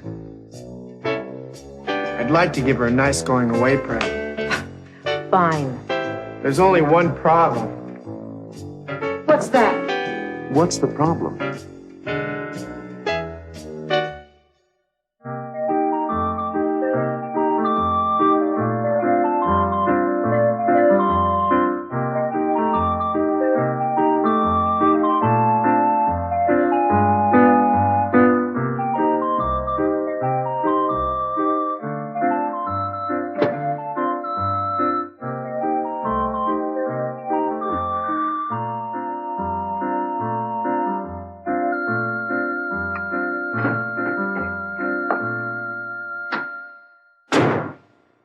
Hi, Mom. Hi, Robbie. You're home from school early. Yeah, they're getting the assembly hall ready for graduation ceremony, so we all got to go home early. Too noisy to study. Well, now that you're here, you can help me with dinner. I need those potatoes peeled and sliced. Mom, give me a break. Alexandra's coming over to help me study for my math final. Ah.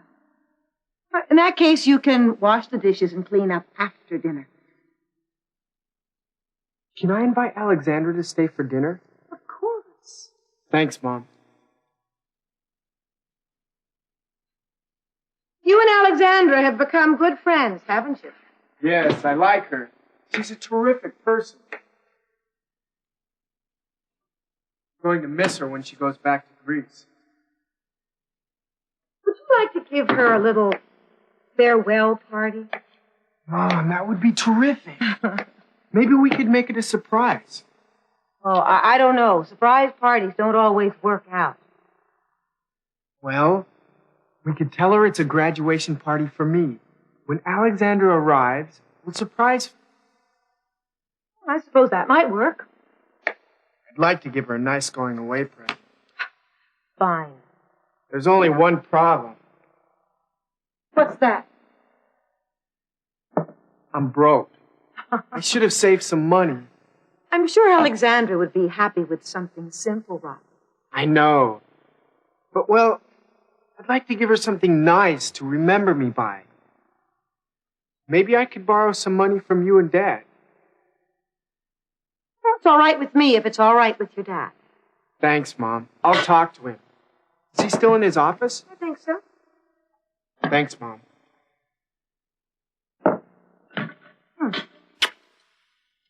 Robbie!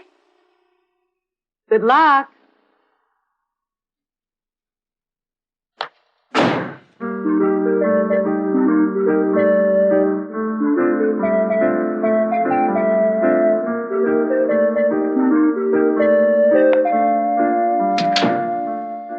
Here are the x-rays you wanted, Dr. Stewart. Oh, thank you, Wally. Now, let me check them.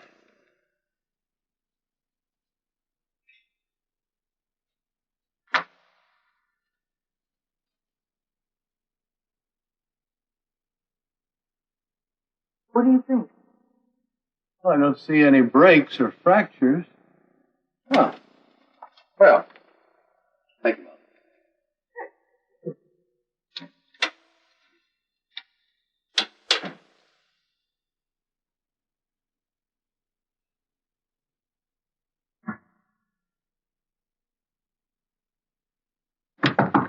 Come in. Oh, hi, son. Hi, Dad. Am I interrupting you? No. What's up? Can we talk? Sure. I need some help. Well, that's what fathers are for. Well, before I go to college, I have the whole summer. Yes? And I'm planning to get a job for the summer. What sort of job? I applied for a job as a lifeguard at the community pool. Sounds pretty good. Yes. I'll be earning pretty good money if I get it. But right now, I'm kind of short of cash. Who is it? And my friend Alexandra is going back to Greece. Nice girl. We'll all miss her. Mom says we can give her a going-away surprise party. Good idea. And I'd like to get her a nice gift. What'd you have in mind? Well, a wristwatch. So she'll think of me when she looks at the time. Nothing flashy or expensive. Something simple, but a good one. Sounds fine, Robbie. Well, I saw a nice watch, but I'll need a loan. If you could lend me the money, I could pay you back out of my lifeguard salary. Well, I guess your mother and I can manage it. When do you need the money? Would tomorrow be okay? You got it. Thanks, Dad. My pleasure, son. Oh, and Robbie. Yes? You'll probably want the family car so you can drive her home after the party. Could I?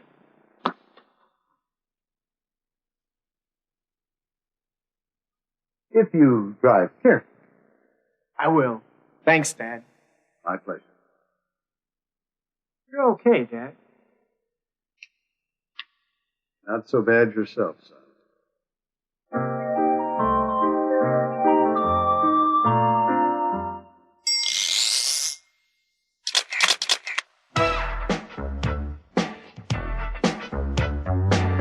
I'd like to give her a nice going-away present. Robbie wants to buy a gift for Alexandra. But he doesn't have enough money. I should have saved some money. He should have saved some money. He should have saved some money, but he didn't do it. He should have put some money in the bank. He should have put some money in the bank. But he didn't do it. Too bad. He didn't do it. Alexandra's coming over to help me study for my math final. Robbie's got to take a test in math, but it's hard for him. He's gonna study today, but he didn't study yesterday. He should have studied yesterday. He should have studied yesterday, but he didn't do it. He should have looked in the book. He should have looked in the book, but he didn't do it. Too bad. He didn't do it. You and Alexandra have become good friends, haven't you? Yes, I like her. She's a terrific person. I'm going to miss her when she goes back to Greece. Robbie never told her that he would miss her when she goes back home.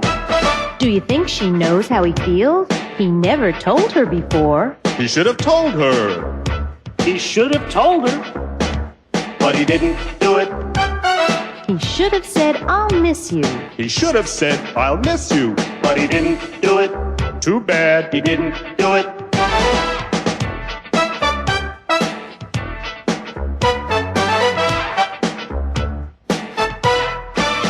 Wait, Robbie!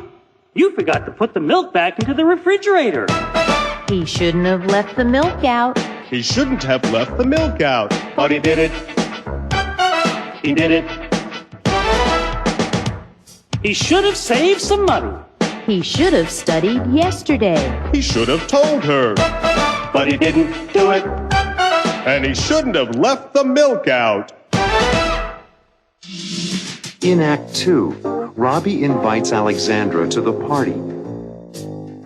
Would you be able to come over Saturday night? But he doesn't tell her that the party is for her. It's a surprise. My folks are giving me a little graduation party. Terrific. On Saturday, Robbie and his friends get ready for Alexandra's surprise party. Robbie, there's a phone call for you. It's Alexandra. She sounds upset. What's wrong?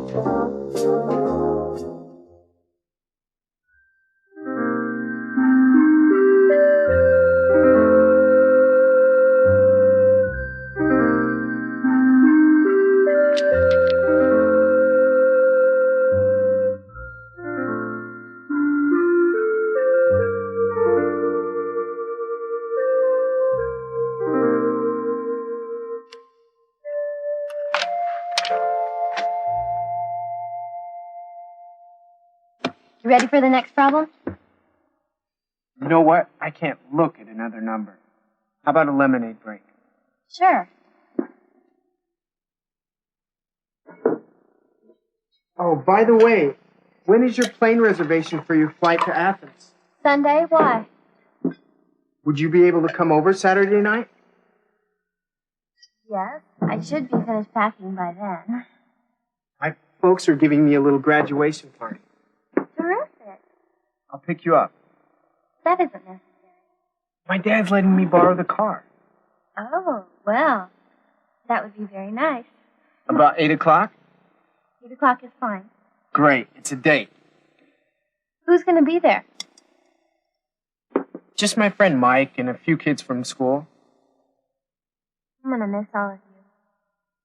You've been like a second family to me. We're going to miss you. Maybe you could come to visit me in Greece. I'm counting on it. Wonderful. Are you excited about graduating from high school? Sure. And a little scared. Scared? Why? Aren't you a little scared? I was when I first came to the United States. I'd never been away from home, and I didn't know what it would be like. But then I found out that people are the same everywhere once you get to know them. I'm glad I got to know you. Thank you. I'm glad I got to know you. And your family. Wouldn't it be nice if we could skip the examinations and get right to the graduation party? It would be very nice. But that isn't the way it works. So, back to work. Ah. Good night, Robbie. Good night, Mrs. Stewart. Thank you for dinner. Good night, Alexandra. Will you be all right? Yes, the Molinas are waiting for me. Good night, Alexandra. I'll pick you up on Saturday night, okay? Yes, 8 o'clock. I have to run.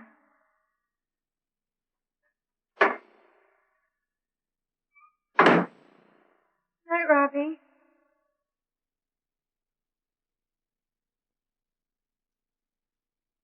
She's really a good friend, isn't she? Yeah. You are going to Am I going to miss her? That's what I said. You are going to miss her. I'm going to miss her.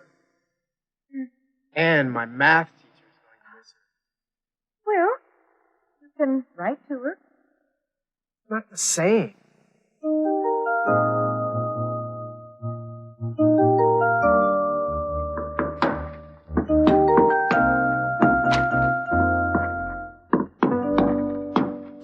How does that look, Rob? Great. Pass me the hammer. You got it. You're sure Alexandra's going to be surprised? Absolutely. She has no idea that the party is in her honor. Billy, did you bring the tapes for dancing? They're in my bag. What did you bring? Some rock and roll. Perfect. Alexandra will love it. I can't wait to see her face when she walks in here tonight. But what about the cake? My mom's decorating it right now. Robbie, there's a phone call for you. It's Alexandra. She sounds upset. Okay, thanks, Mom. I'll take it in there.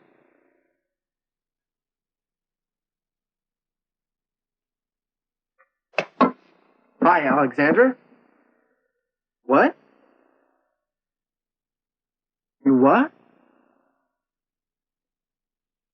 Oh, no.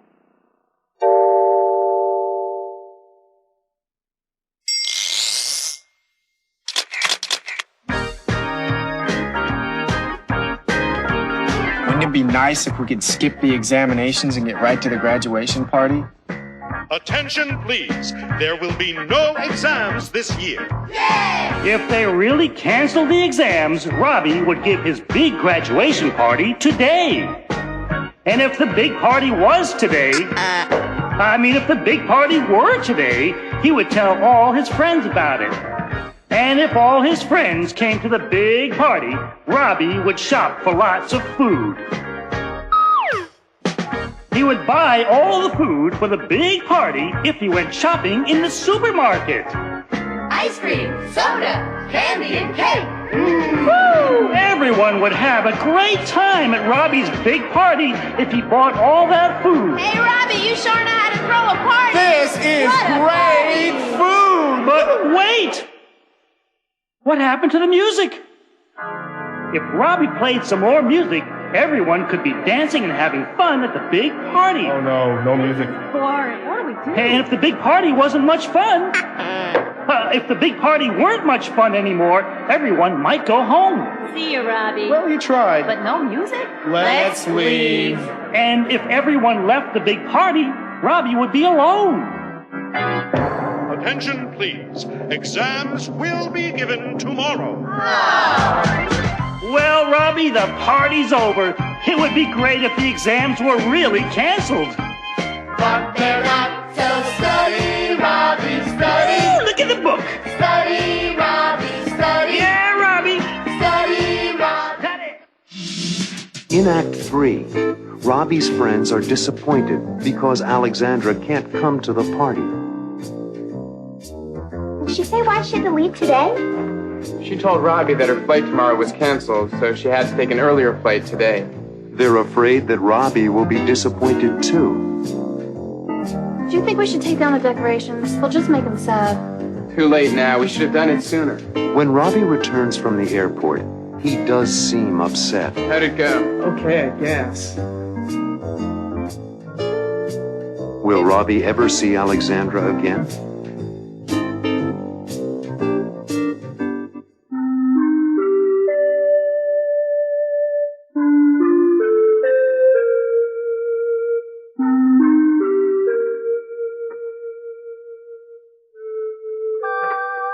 How about some music? No, let's play till Robbie gets back from the airport. Did she say why she had to leave today? She told Robbie that her flight tomorrow was canceled, so she had to take an earlier flight today. It's terrible. Oh, that must be him. Why is he blowing his horn like that? I don't know. Maybe he's angry. Do you think we should take down the decorations? We'll just make him sad. Too late now. We should have done it sooner. Oh, here he comes. Hi. How'd it go? Okay, I guess. Especially when Alexandra gave me a surprise. Yeah? What was it? This. Alexandra! Hi. What happened? I called my parents from the airport. When I told them my friends were giving me a party, they insisted that I stay. So now I'm taking a flight on Monday instead. That's great. Terrific. But how did you know the party was for you? Well, Robbie told me when he gave me this. It's lovely, Robbie. All right, now we can really start the party. No, would you mind? I'd like to say something first. Hear, hear. I would just like to thank all of you, my friends, who have made my stay in the United States so wonderful. And to Robbie and the Stewart family for opening their home. We should thank you. You're a real friend. And I also have a little surprise for you, Robbie. A little going away present. Thank you. Open it, please. I think you might be amused. Okay. I can't believe it. I guess we were thinking the same thought. You had it engraved. Read it, Robbie. In friendship always, Alexandra. I knew we thought alike, but this is too much. Thank you. All right, let's have some music. All right.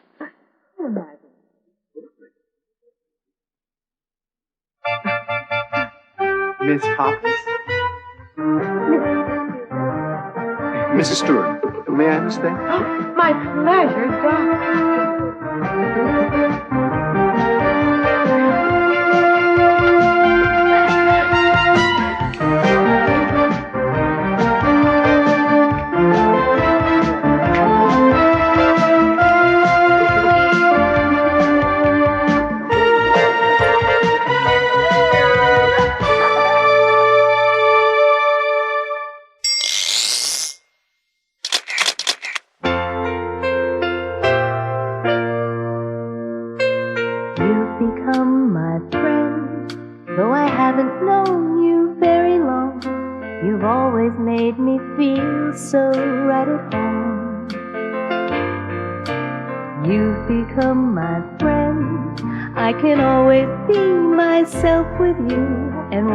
Think of you, I'm not alone. You've become my friend. You were always there when I needed you. Never had to ask for anything. You were there to help me through. I'll remember all the times that we spent together having fun. I won't forget a moment that we shared. I won't forget your smile, won't forget the way you made me laugh, the things you did to show me that you care. I'm gonna miss you, I'm gonna miss you. It's hard to say goodbye 'cause you're my friend. I'm gonna miss you. Yes, I'm gonna miss you, but sometime in the future, we don't know where or when, we'll be saying hello again.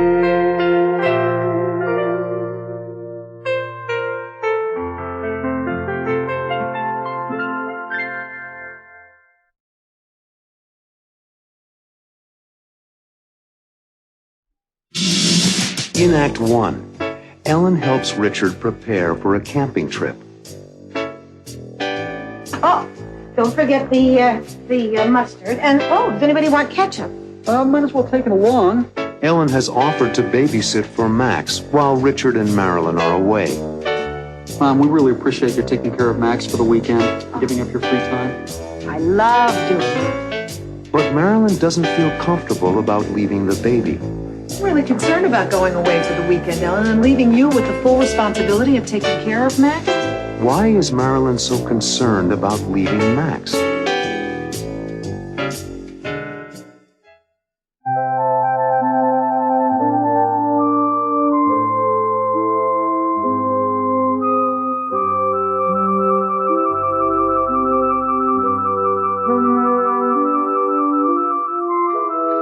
Hot dogs. I love hot dogs. There is nothing better than a hot dog in the country. Hot dogs and mustard. Cooked outdoors over an open fire.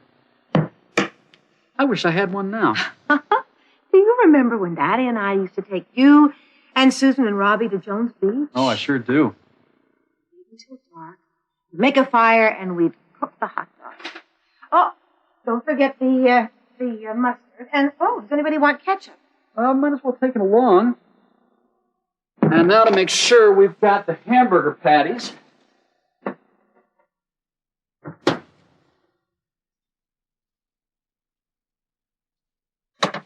I have to remember to put them in the bag tomorrow morning before we leave.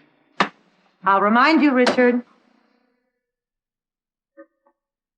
Mom, we really appreciate you taking care of Max for the weekend, giving up your free time. I love doing it. Susan and Harry have a sitter for Michelle in the city, and I'm taking care of Max. It's no big deal. I am happy to do it for you. I guess Max is asleep by now. He's not crying anymore. Baby, he's teething. Sleep finally.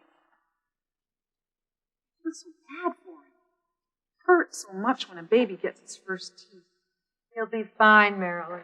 Well, he wakes up several times during the night, and the pain is so bad. I'm really concerned about going away for the weekend, Ellen, and leaving you with the full responsibility of taking care of Max. Well, especially with his teething. I wish he felt better. Please don't worry, Marilyn. Remember, your father-in-law is a pediatrician. We have a live-in doctor if there's a problem I can't handle. I agree, Marilyn. We really don't have to be overly concerned. I'll go upstairs and stay with him until he falls asleep again. Thanks. Try putting him across your lap on his stomach. He likes that. I'll try it. When are Susan and Harry picking you up, Marilyn? They're coming by at 6 tomorrow morning, so we can get an early start. That's nice, and you'll have a full day in the country. And a full night. Tomorrow night, we'll be camping out in tents. And coming home on Sunday. We'll be heading back late in the afternoon. You're going to have the time of your lives. Camping out is such great fun. You'll have a great time camping out, I'm sure. But I'm still a little worried about you, Ellen. It will be my great pleasure, Marilyn. Remember, it's only one night. He's asleep. I think he'll sleep through the night now. Thanks, honey. Hope he's good when we're away. Well, so do I. Now, to check the list of things we need for the camping trip, we need to bring a flashlight. It's in the right-hand drawer next to the bottle opener. Do we have a bottle opener on the list, Marilyn? No. No bottle opener. Is that one of the things Susan and Harry are bringing? No. And we're bringing the ketchup, mustard, relish, all that stuff, and the cooking utensils. Well, here's the bottle opener, and here's the flashlight. Matches. Matches? Yes, of course, for when we build our campfire. I can't build a fire by rubbing two pieces of wood together. And don't forget your camera and film, Richard. All packed and ready. And let's not forget our cassette player and some tapes. Ah. Some music tapes and some blank tapes, so that we can record our thoughts about the trip. Oh, that's a nice idea. An audio diary. That's what I thought. Got it. The cassette player and the tapes.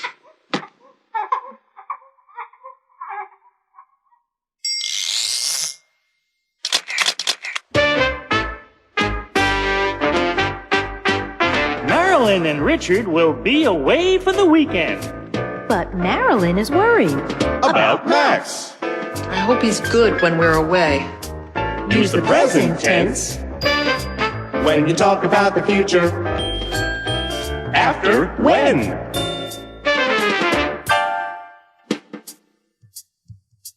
They will leave tomorrow morning, and they want to take some hamburgers along. I have to remember to put them in the bag tomorrow morning before we leave. Use the present tense when you talk about the future. After, before.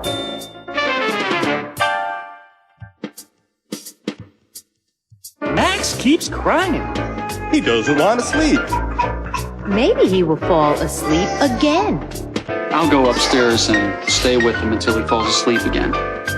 Use the present tense when you talk about the future. After, until.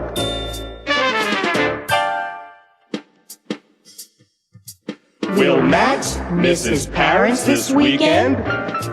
Maybe there will be a problem with him. We have a live-in doctor if there's a problem I can't handle.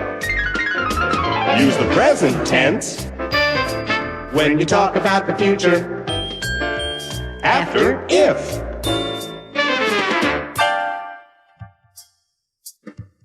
I hope Max goes to sleep after Richard and Marilyn leave. I hope Max goes to sleep as soon as everyone says goodbye.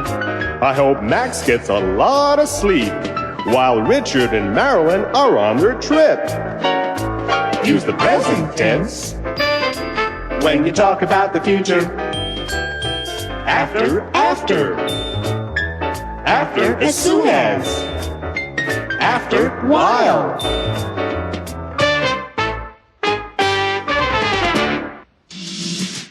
In Act 2, Marilyn, Richard, Harry, and Susan arrive at their campsite. Oh, I love it. Oh, I love it. Harry has been camping before, and he knows what to do. Well, we'll put everything over there. We'll set up our tents over there by the edge of the woods, and we'll be able to make our fire there where it's safe. Later, Marilyn and Richard listen to the sounds of the country. I've been having a hard time keeping my eyes open just listening to it. It's like special music. And Marilyn gets an idea.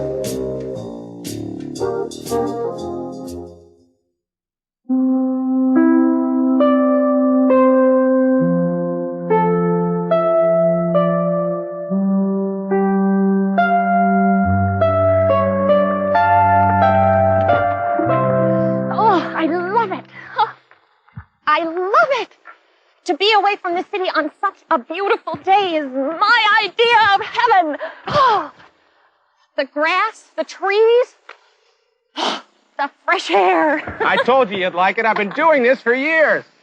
You have the spirit of a teenager, Susan. Where do you see yourself shoving around? That's what I love about Susan. She works hard, she plays hard. She's a real Stewart. Come on, Richard, help me get this stuff out of the car. Where does it go? Well, we'll put everything over there. We'll set up our tents over there by the edge of the woods, and we'll be able to make our fire there where it's safe. Oh, there's our table and benches, all set for eating. That's what makes this spot so good. Is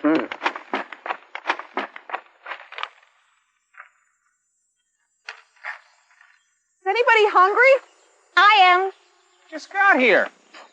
When you're out in the fresh air like this, it makes you hungry. Aren't you hungry, Marilyn? I sure am. How about you, Richard? Starving.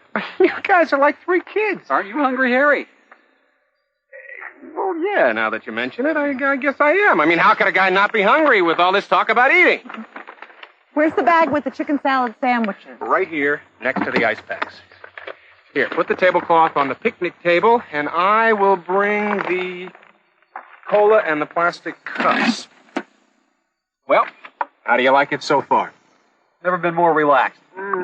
Me neither. I wish we had brought Michelle, Harry. She would have loved it. Oh, you're right.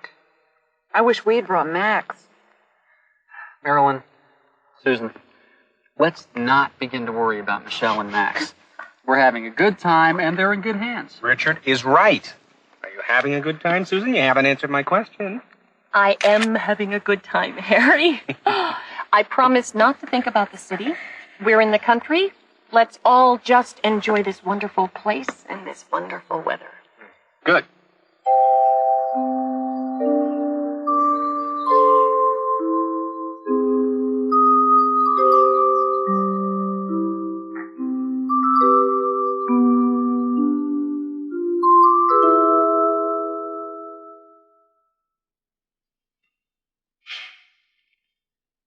This is heaven, Harry. It was such a great idea to spend the weekend this way. Thanks, Susan. I thought you'd all like it. Like it? I love it. Listen to the sounds of the summer that surround us. It's so calming. I've always liked camping out. Away from the telephones and account books. It's refreshing for me. I always go back to the city in a wonderful state of mind. We've only been here for a day, and I've completely forgotten about all my business problems. The office seems so far away. I'm glad you like it, Susan. We'll spend many more weekends like this. And next time we'll bring Michelle. I wish she were here with us to enjoy the country. And next time, we'll bring Michelle. Just listen to the sound. So soothing. I can hardly keep my eyes open. Only we could bottle the fresh air. Wouldn't it be wonderful? Or we could call it deep sleep country air. Put you to sleep. Mm-hmm. So does the sound. I've been having a hard time keeping my eyes open just listening to it. Like special music. Too bad we can't bottle the sound. We can. Can what? Bottle the sound. What are you talking about? Oh, yeah? Great idea. Let's do it.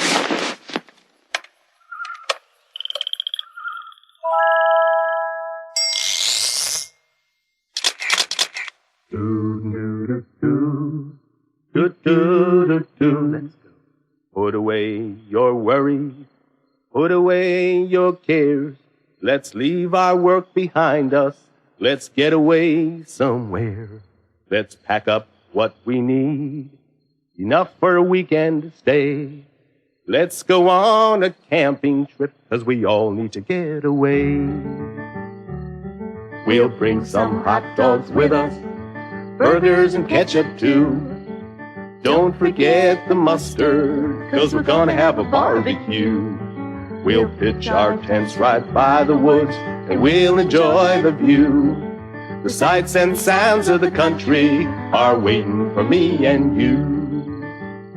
We'll set up our tents over there by the edge of the woods, and we'll be able to make our fire there where it's safe. We'll cook our dinner every night over an open fire. We'll go fishing on the lake if we can get a boat for hire.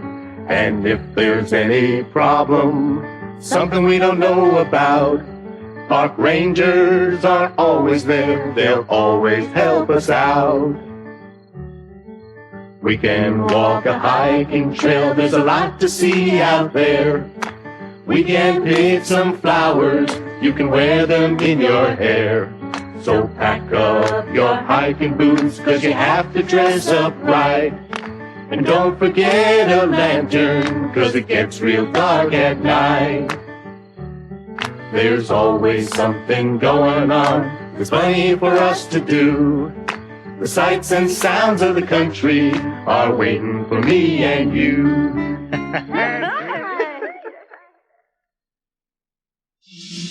In Act 3, Richard, Marilyn, Harry, and Susan return home from their camping trip. Welcome home, and I do mean welcome home. Richard thinks that something is the matter. Something wrong? And he tries to solve the problem. It works. What works?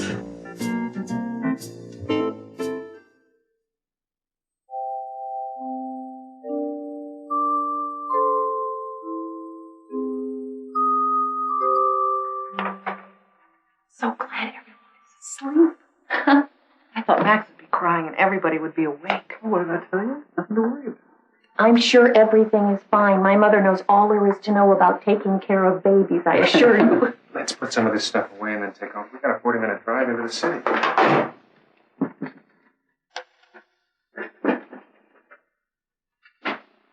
Oh, welcome home, and I do mean welcome home. Oh. Something wrong? Oh, nothing's wrong, Richard. Believe me, Max is fine. But his teeth hurt, and he just can't get to sleep, poor dear. Neither can you. Oh, I feel so bad. Oh, I'm fine. How was your weekend? We had a great time, Mom. It was wonderful. The weather couldn't have been better.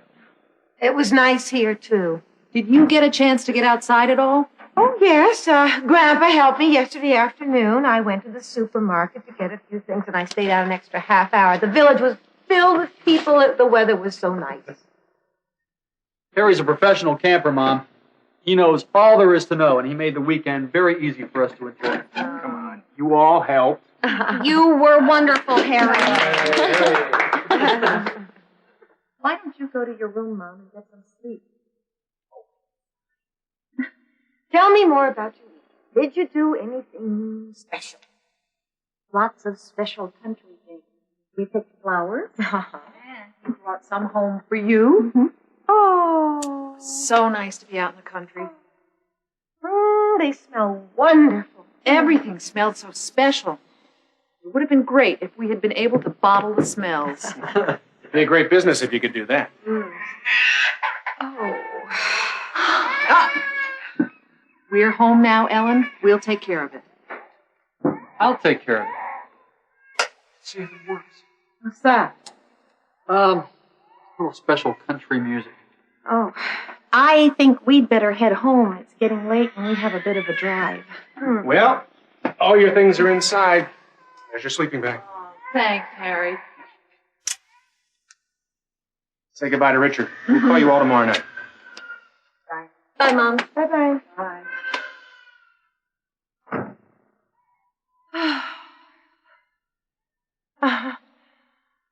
I'm so tired, I think I'm overtired.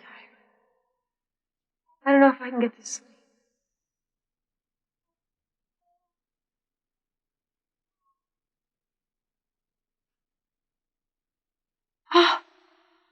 Max has stopped crying. Yes. Works. It works. What works? This.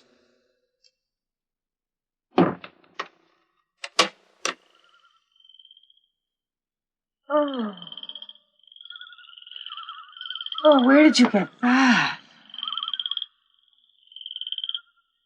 Sounds so nice.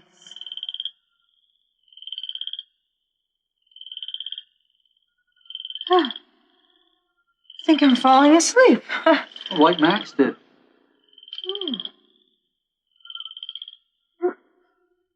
Night. Night.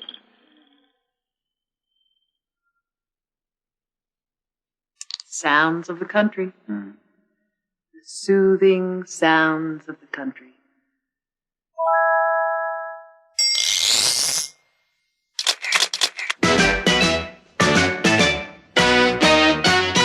Max is fine, but his teeth hurt and he just can't get to sleep. I think Ellen wishes that Max had felt better. If he had felt better, Ellen would have slept more.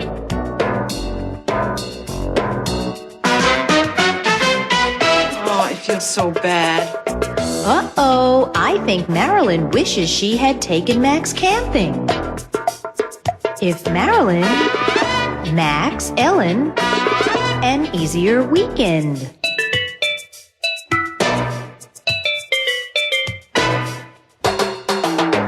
That's right. If Marilyn had taken Max, Ellen would have had an easier weekend. I stayed out an extra half hour. The village was filled with people if the weather was so nice. I bet Ellen wishes that she had stayed in the village a little longer.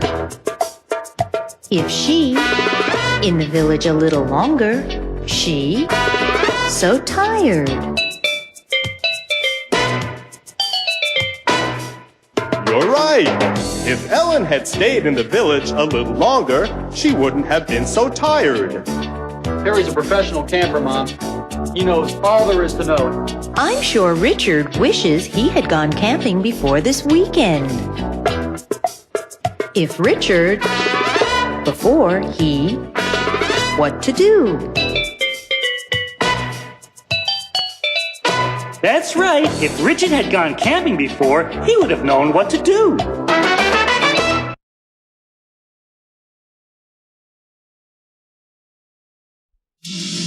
In Act 1, Richard's publisher is preparing an exhibit, a show with Richard's photographs. The next thing they'll see is this enlargement with the words Family Album USA. Richard is very nervous. Nervous about the opening tonight? Nervous, me? No. I'm scared to death. Later, a newspaper critic arrives to review Richard's work. Mitchell, so nice of you to come. Richard, this is Mitchell Johnson. Mitchell is one of the most important syndicated reviewers in the country. Will he like Richard's work?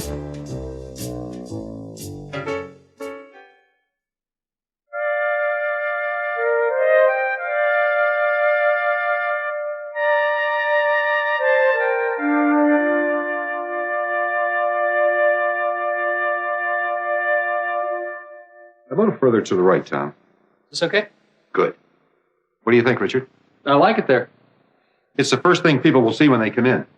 It sets the tone for the whole show. The next thing they'll see is this enlargement with the words Family Album USA. I can't believe this is really happening. You've earned it. Years of work went into these pictures. I know, but it's still a dream come true.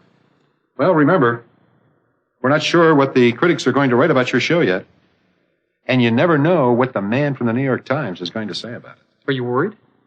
I always worry. The reviews of this show are important for the sales of your book. When did we see the reviews? Soon. One of the critics is coming over this morning for a preview. I hope he's in a good mood. So do I. Marilyn and I hope to use money from the sales of this book to buy a new house. The book will be a success, and the show will help promote it. Speaking of promoting the book, do I really have to autograph copies for the guests at the opening? It's common practice. I feel uncomfortable about it. A lot of people come to openings just so they can get the autograph of somebody who may be famous someday. Couldn't we wait until I'm famous? That might be sooner than you think. This one over here, Mr. Carlson? A little further back, Tom. It's too close to the refreshments. No, I think this one belongs in the People at Work section. You may be right. Try it there, Tom. Right. Nervous about the opening tonight? Nervous, me? No. I'm scared to death. How about guests? How many people will you be bringing? Well, my family, I guess. My wife, Marilyn, my father and mother, my brother, Robbie, my sister and her husband and their daughter, and my grandfather. Is that too many? No such thing as too many at an opening. I hope they like it. Your family or the public? Everybody, but especially my family. They stood by me through all this. I'm sure they'll like it. Harvey, how are you? Mitchell, so nice of you to come. Richard, this is Mitchell Johnson. Mitchell is one of the most important syndicated reviewers in the country. Well, you're the young man who did all this. I'm afraid so. Nice to meet you. Nice to meet you, Mr. Johnson. Mitchell has always encouraged new talent. Well, you mind if I look around and see what it says to me? Be our guest.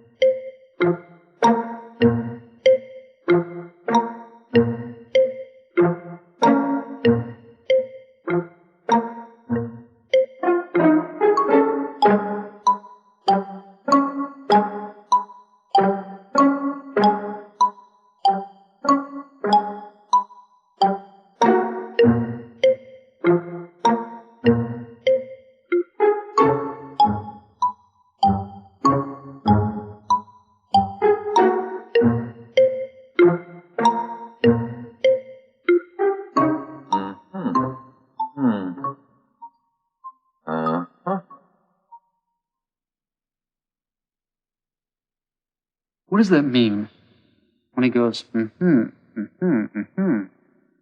It probably means he's clearing his throat. I don't know.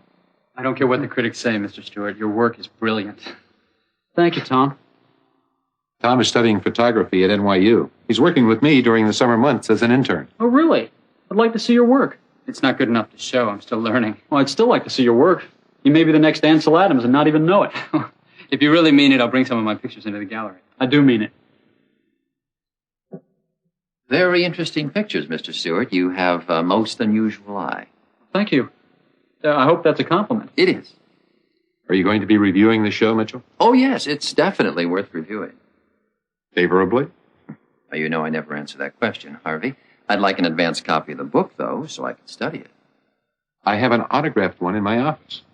Tom, would you give Mr. Johnson the copy of Richard's book on my desk? Just follow me, Mr. Johnson. Do you think you liked my photographs? We'll know when tonight's papers come out. Keep your fingers crossed.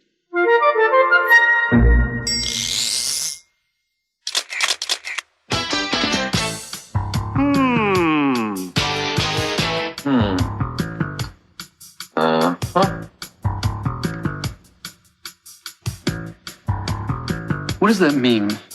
This is a job for all the sounds make sense. If you can hear the difference. Listen! He said, He meant, I'm thinking.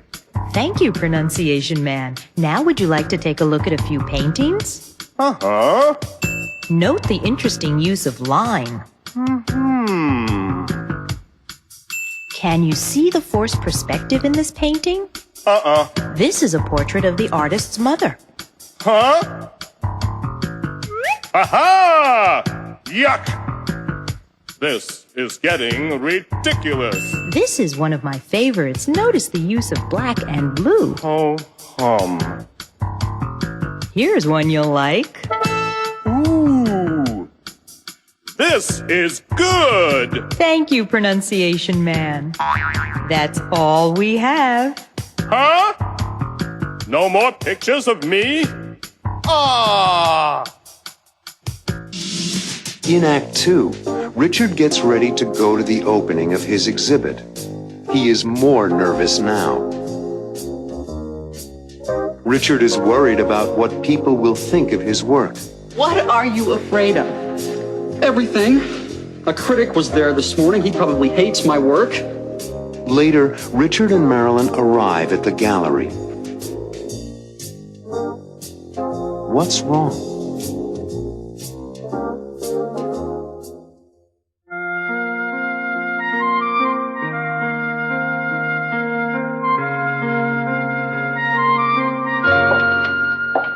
Do you like the dress? Oh, I love it. I designed it myself. It's beautiful. Are you ready? We're supposed to be there before the guests arrive. I know. Help me with this tie, will you? Honey, I'm scared to death. But this is what you've been working for all these years. No, I worked to put together a book of photographs. This is show business. Well, it's all part of the same job. Just relax and enjoy it.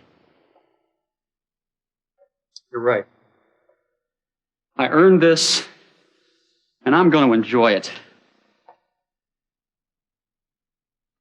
As soon as I recover from my nervous breakdown. What are you afraid of? Everything. A critic was there this morning. He probably hates my work. I have to sign copies of my book for a lot of people I never met before. My new shoes hurt my feet.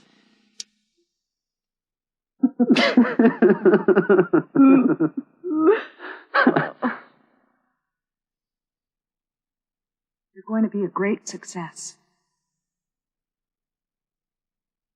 Are you ready? As soon as I get these cufflinks on. Here, let me help. Mom and Dad are already on their way down to the gallery.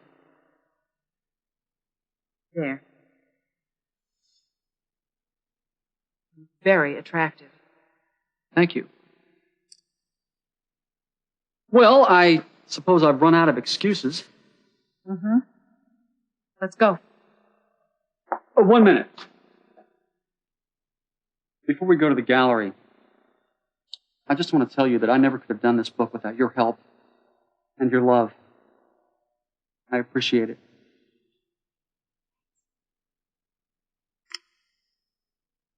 Now, no more stalling.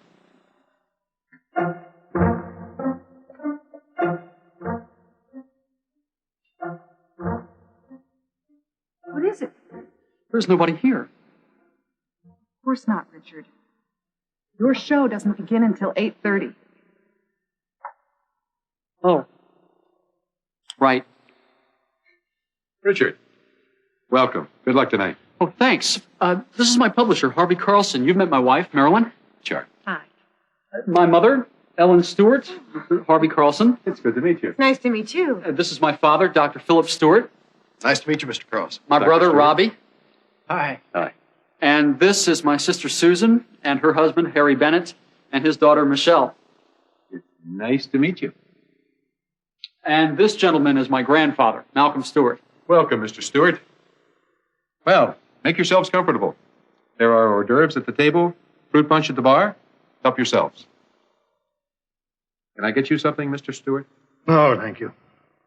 You can feel very proud of your grandson, Mr. Stewart. I do. I'm proud of all my grandchildren, Mr. Carlson. Of course. Feel free to look around. If you need anything, just ask. Thank you. Harvey? Yeah? Did Mitchell Johnson's review come out yet? Not yet. The newspapers don't come out till about 10 o'clock. When they come out, we'll get it. Thanks. Ready? Yes. Have the people arrived? The guests are waiting. Tom's about to open the doors. Good luck. And stop worrying. They're going to love it.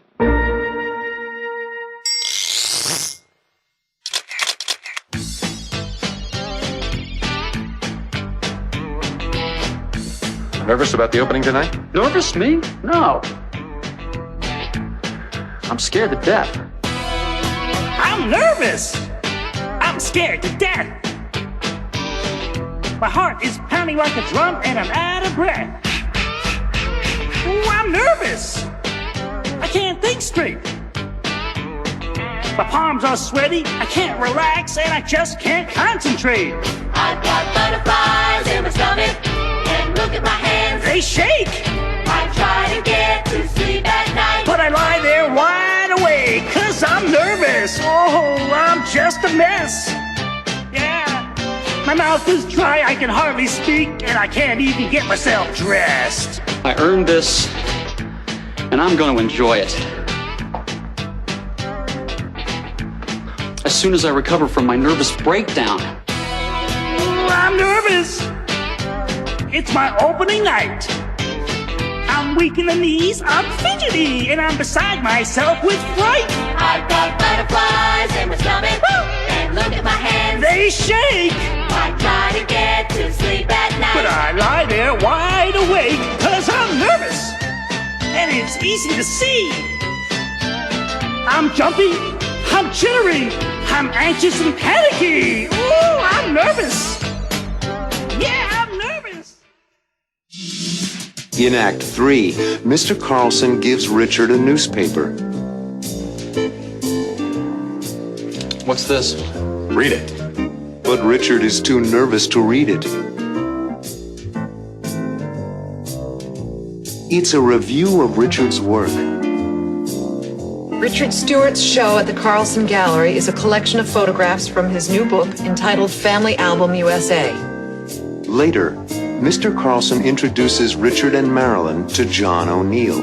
Ah, Richard, Marilyn. I want you to meet John O'Neill. Mr. O'Neill is a magazine publisher, and he offers Richard a job. Will he take the job?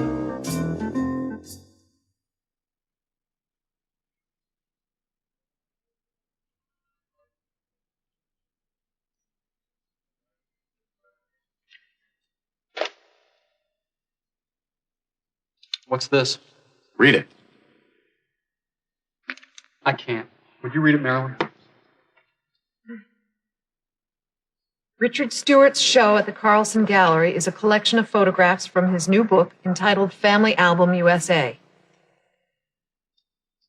There is power and beauty in Mr. Stewart's work, and his book introduces us to a remarkable new talent. Oh, Richard, it's wonderful.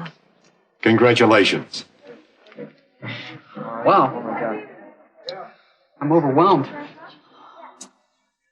Ladies and gentlemen, if I may have your attention for a moment, please.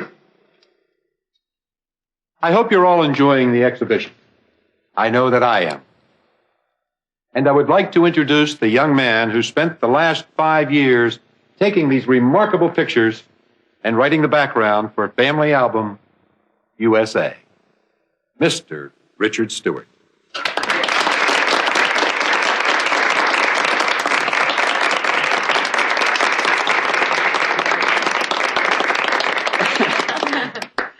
Hello. I want to thank all of you for coming here tonight. I'd like to thank Harvey Carlson for his faith in my project. But most of all, I would like to thank my family for their love and support all through this adventure. Thank you.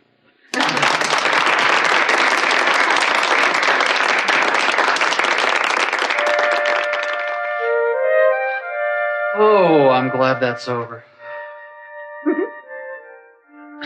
Would you mind? Oh, not at all.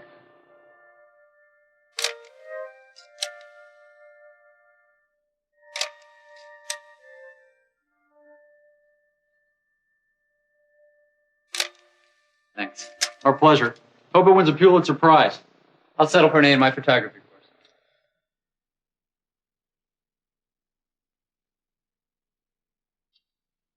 Ah, Richard, Marilyn.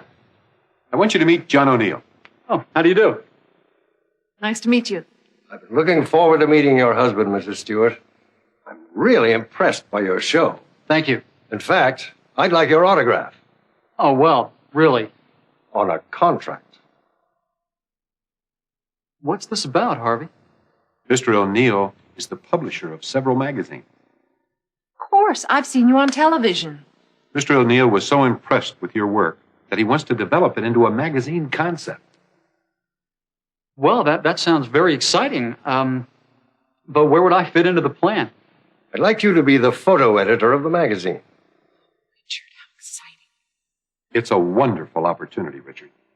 Hold on. Wait a minute, please. What's the problem, Richard? The problem is that I'm a photographer, not an editor. I like what I do. In fact, I love what I do, which is going out with a camera and a roll of film and seeing the wonder of humanity. Now, I appreciate your offer, but I've worked so hard on Family Album USA, and I'm giving some thought to a new book on a different subject. I'm flattered, but I enjoy taking pictures, and I want to continue doing that. Thank you, but I'm happy being a photographer. I understand, Richard. Richard, I know your next book will be a success. Congratulations. Thanks.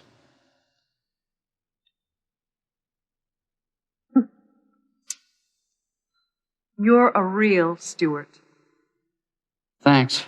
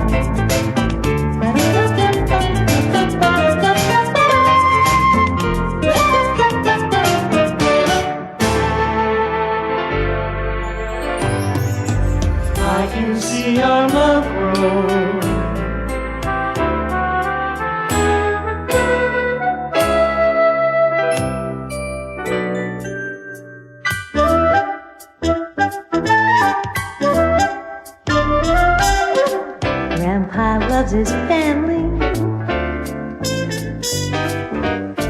Grandpa loves his family.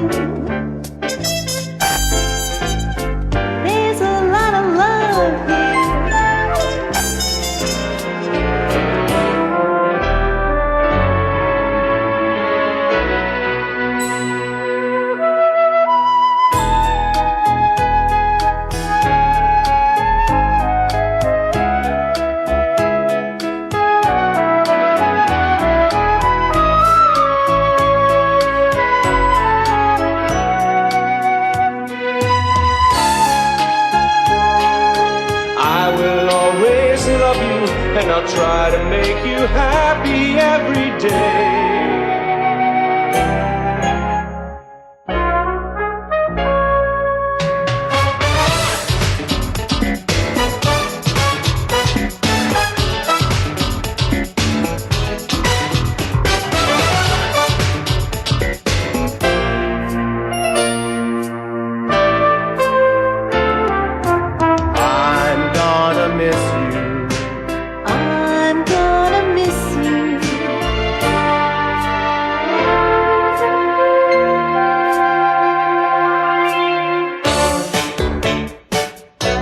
You're gonna be fine.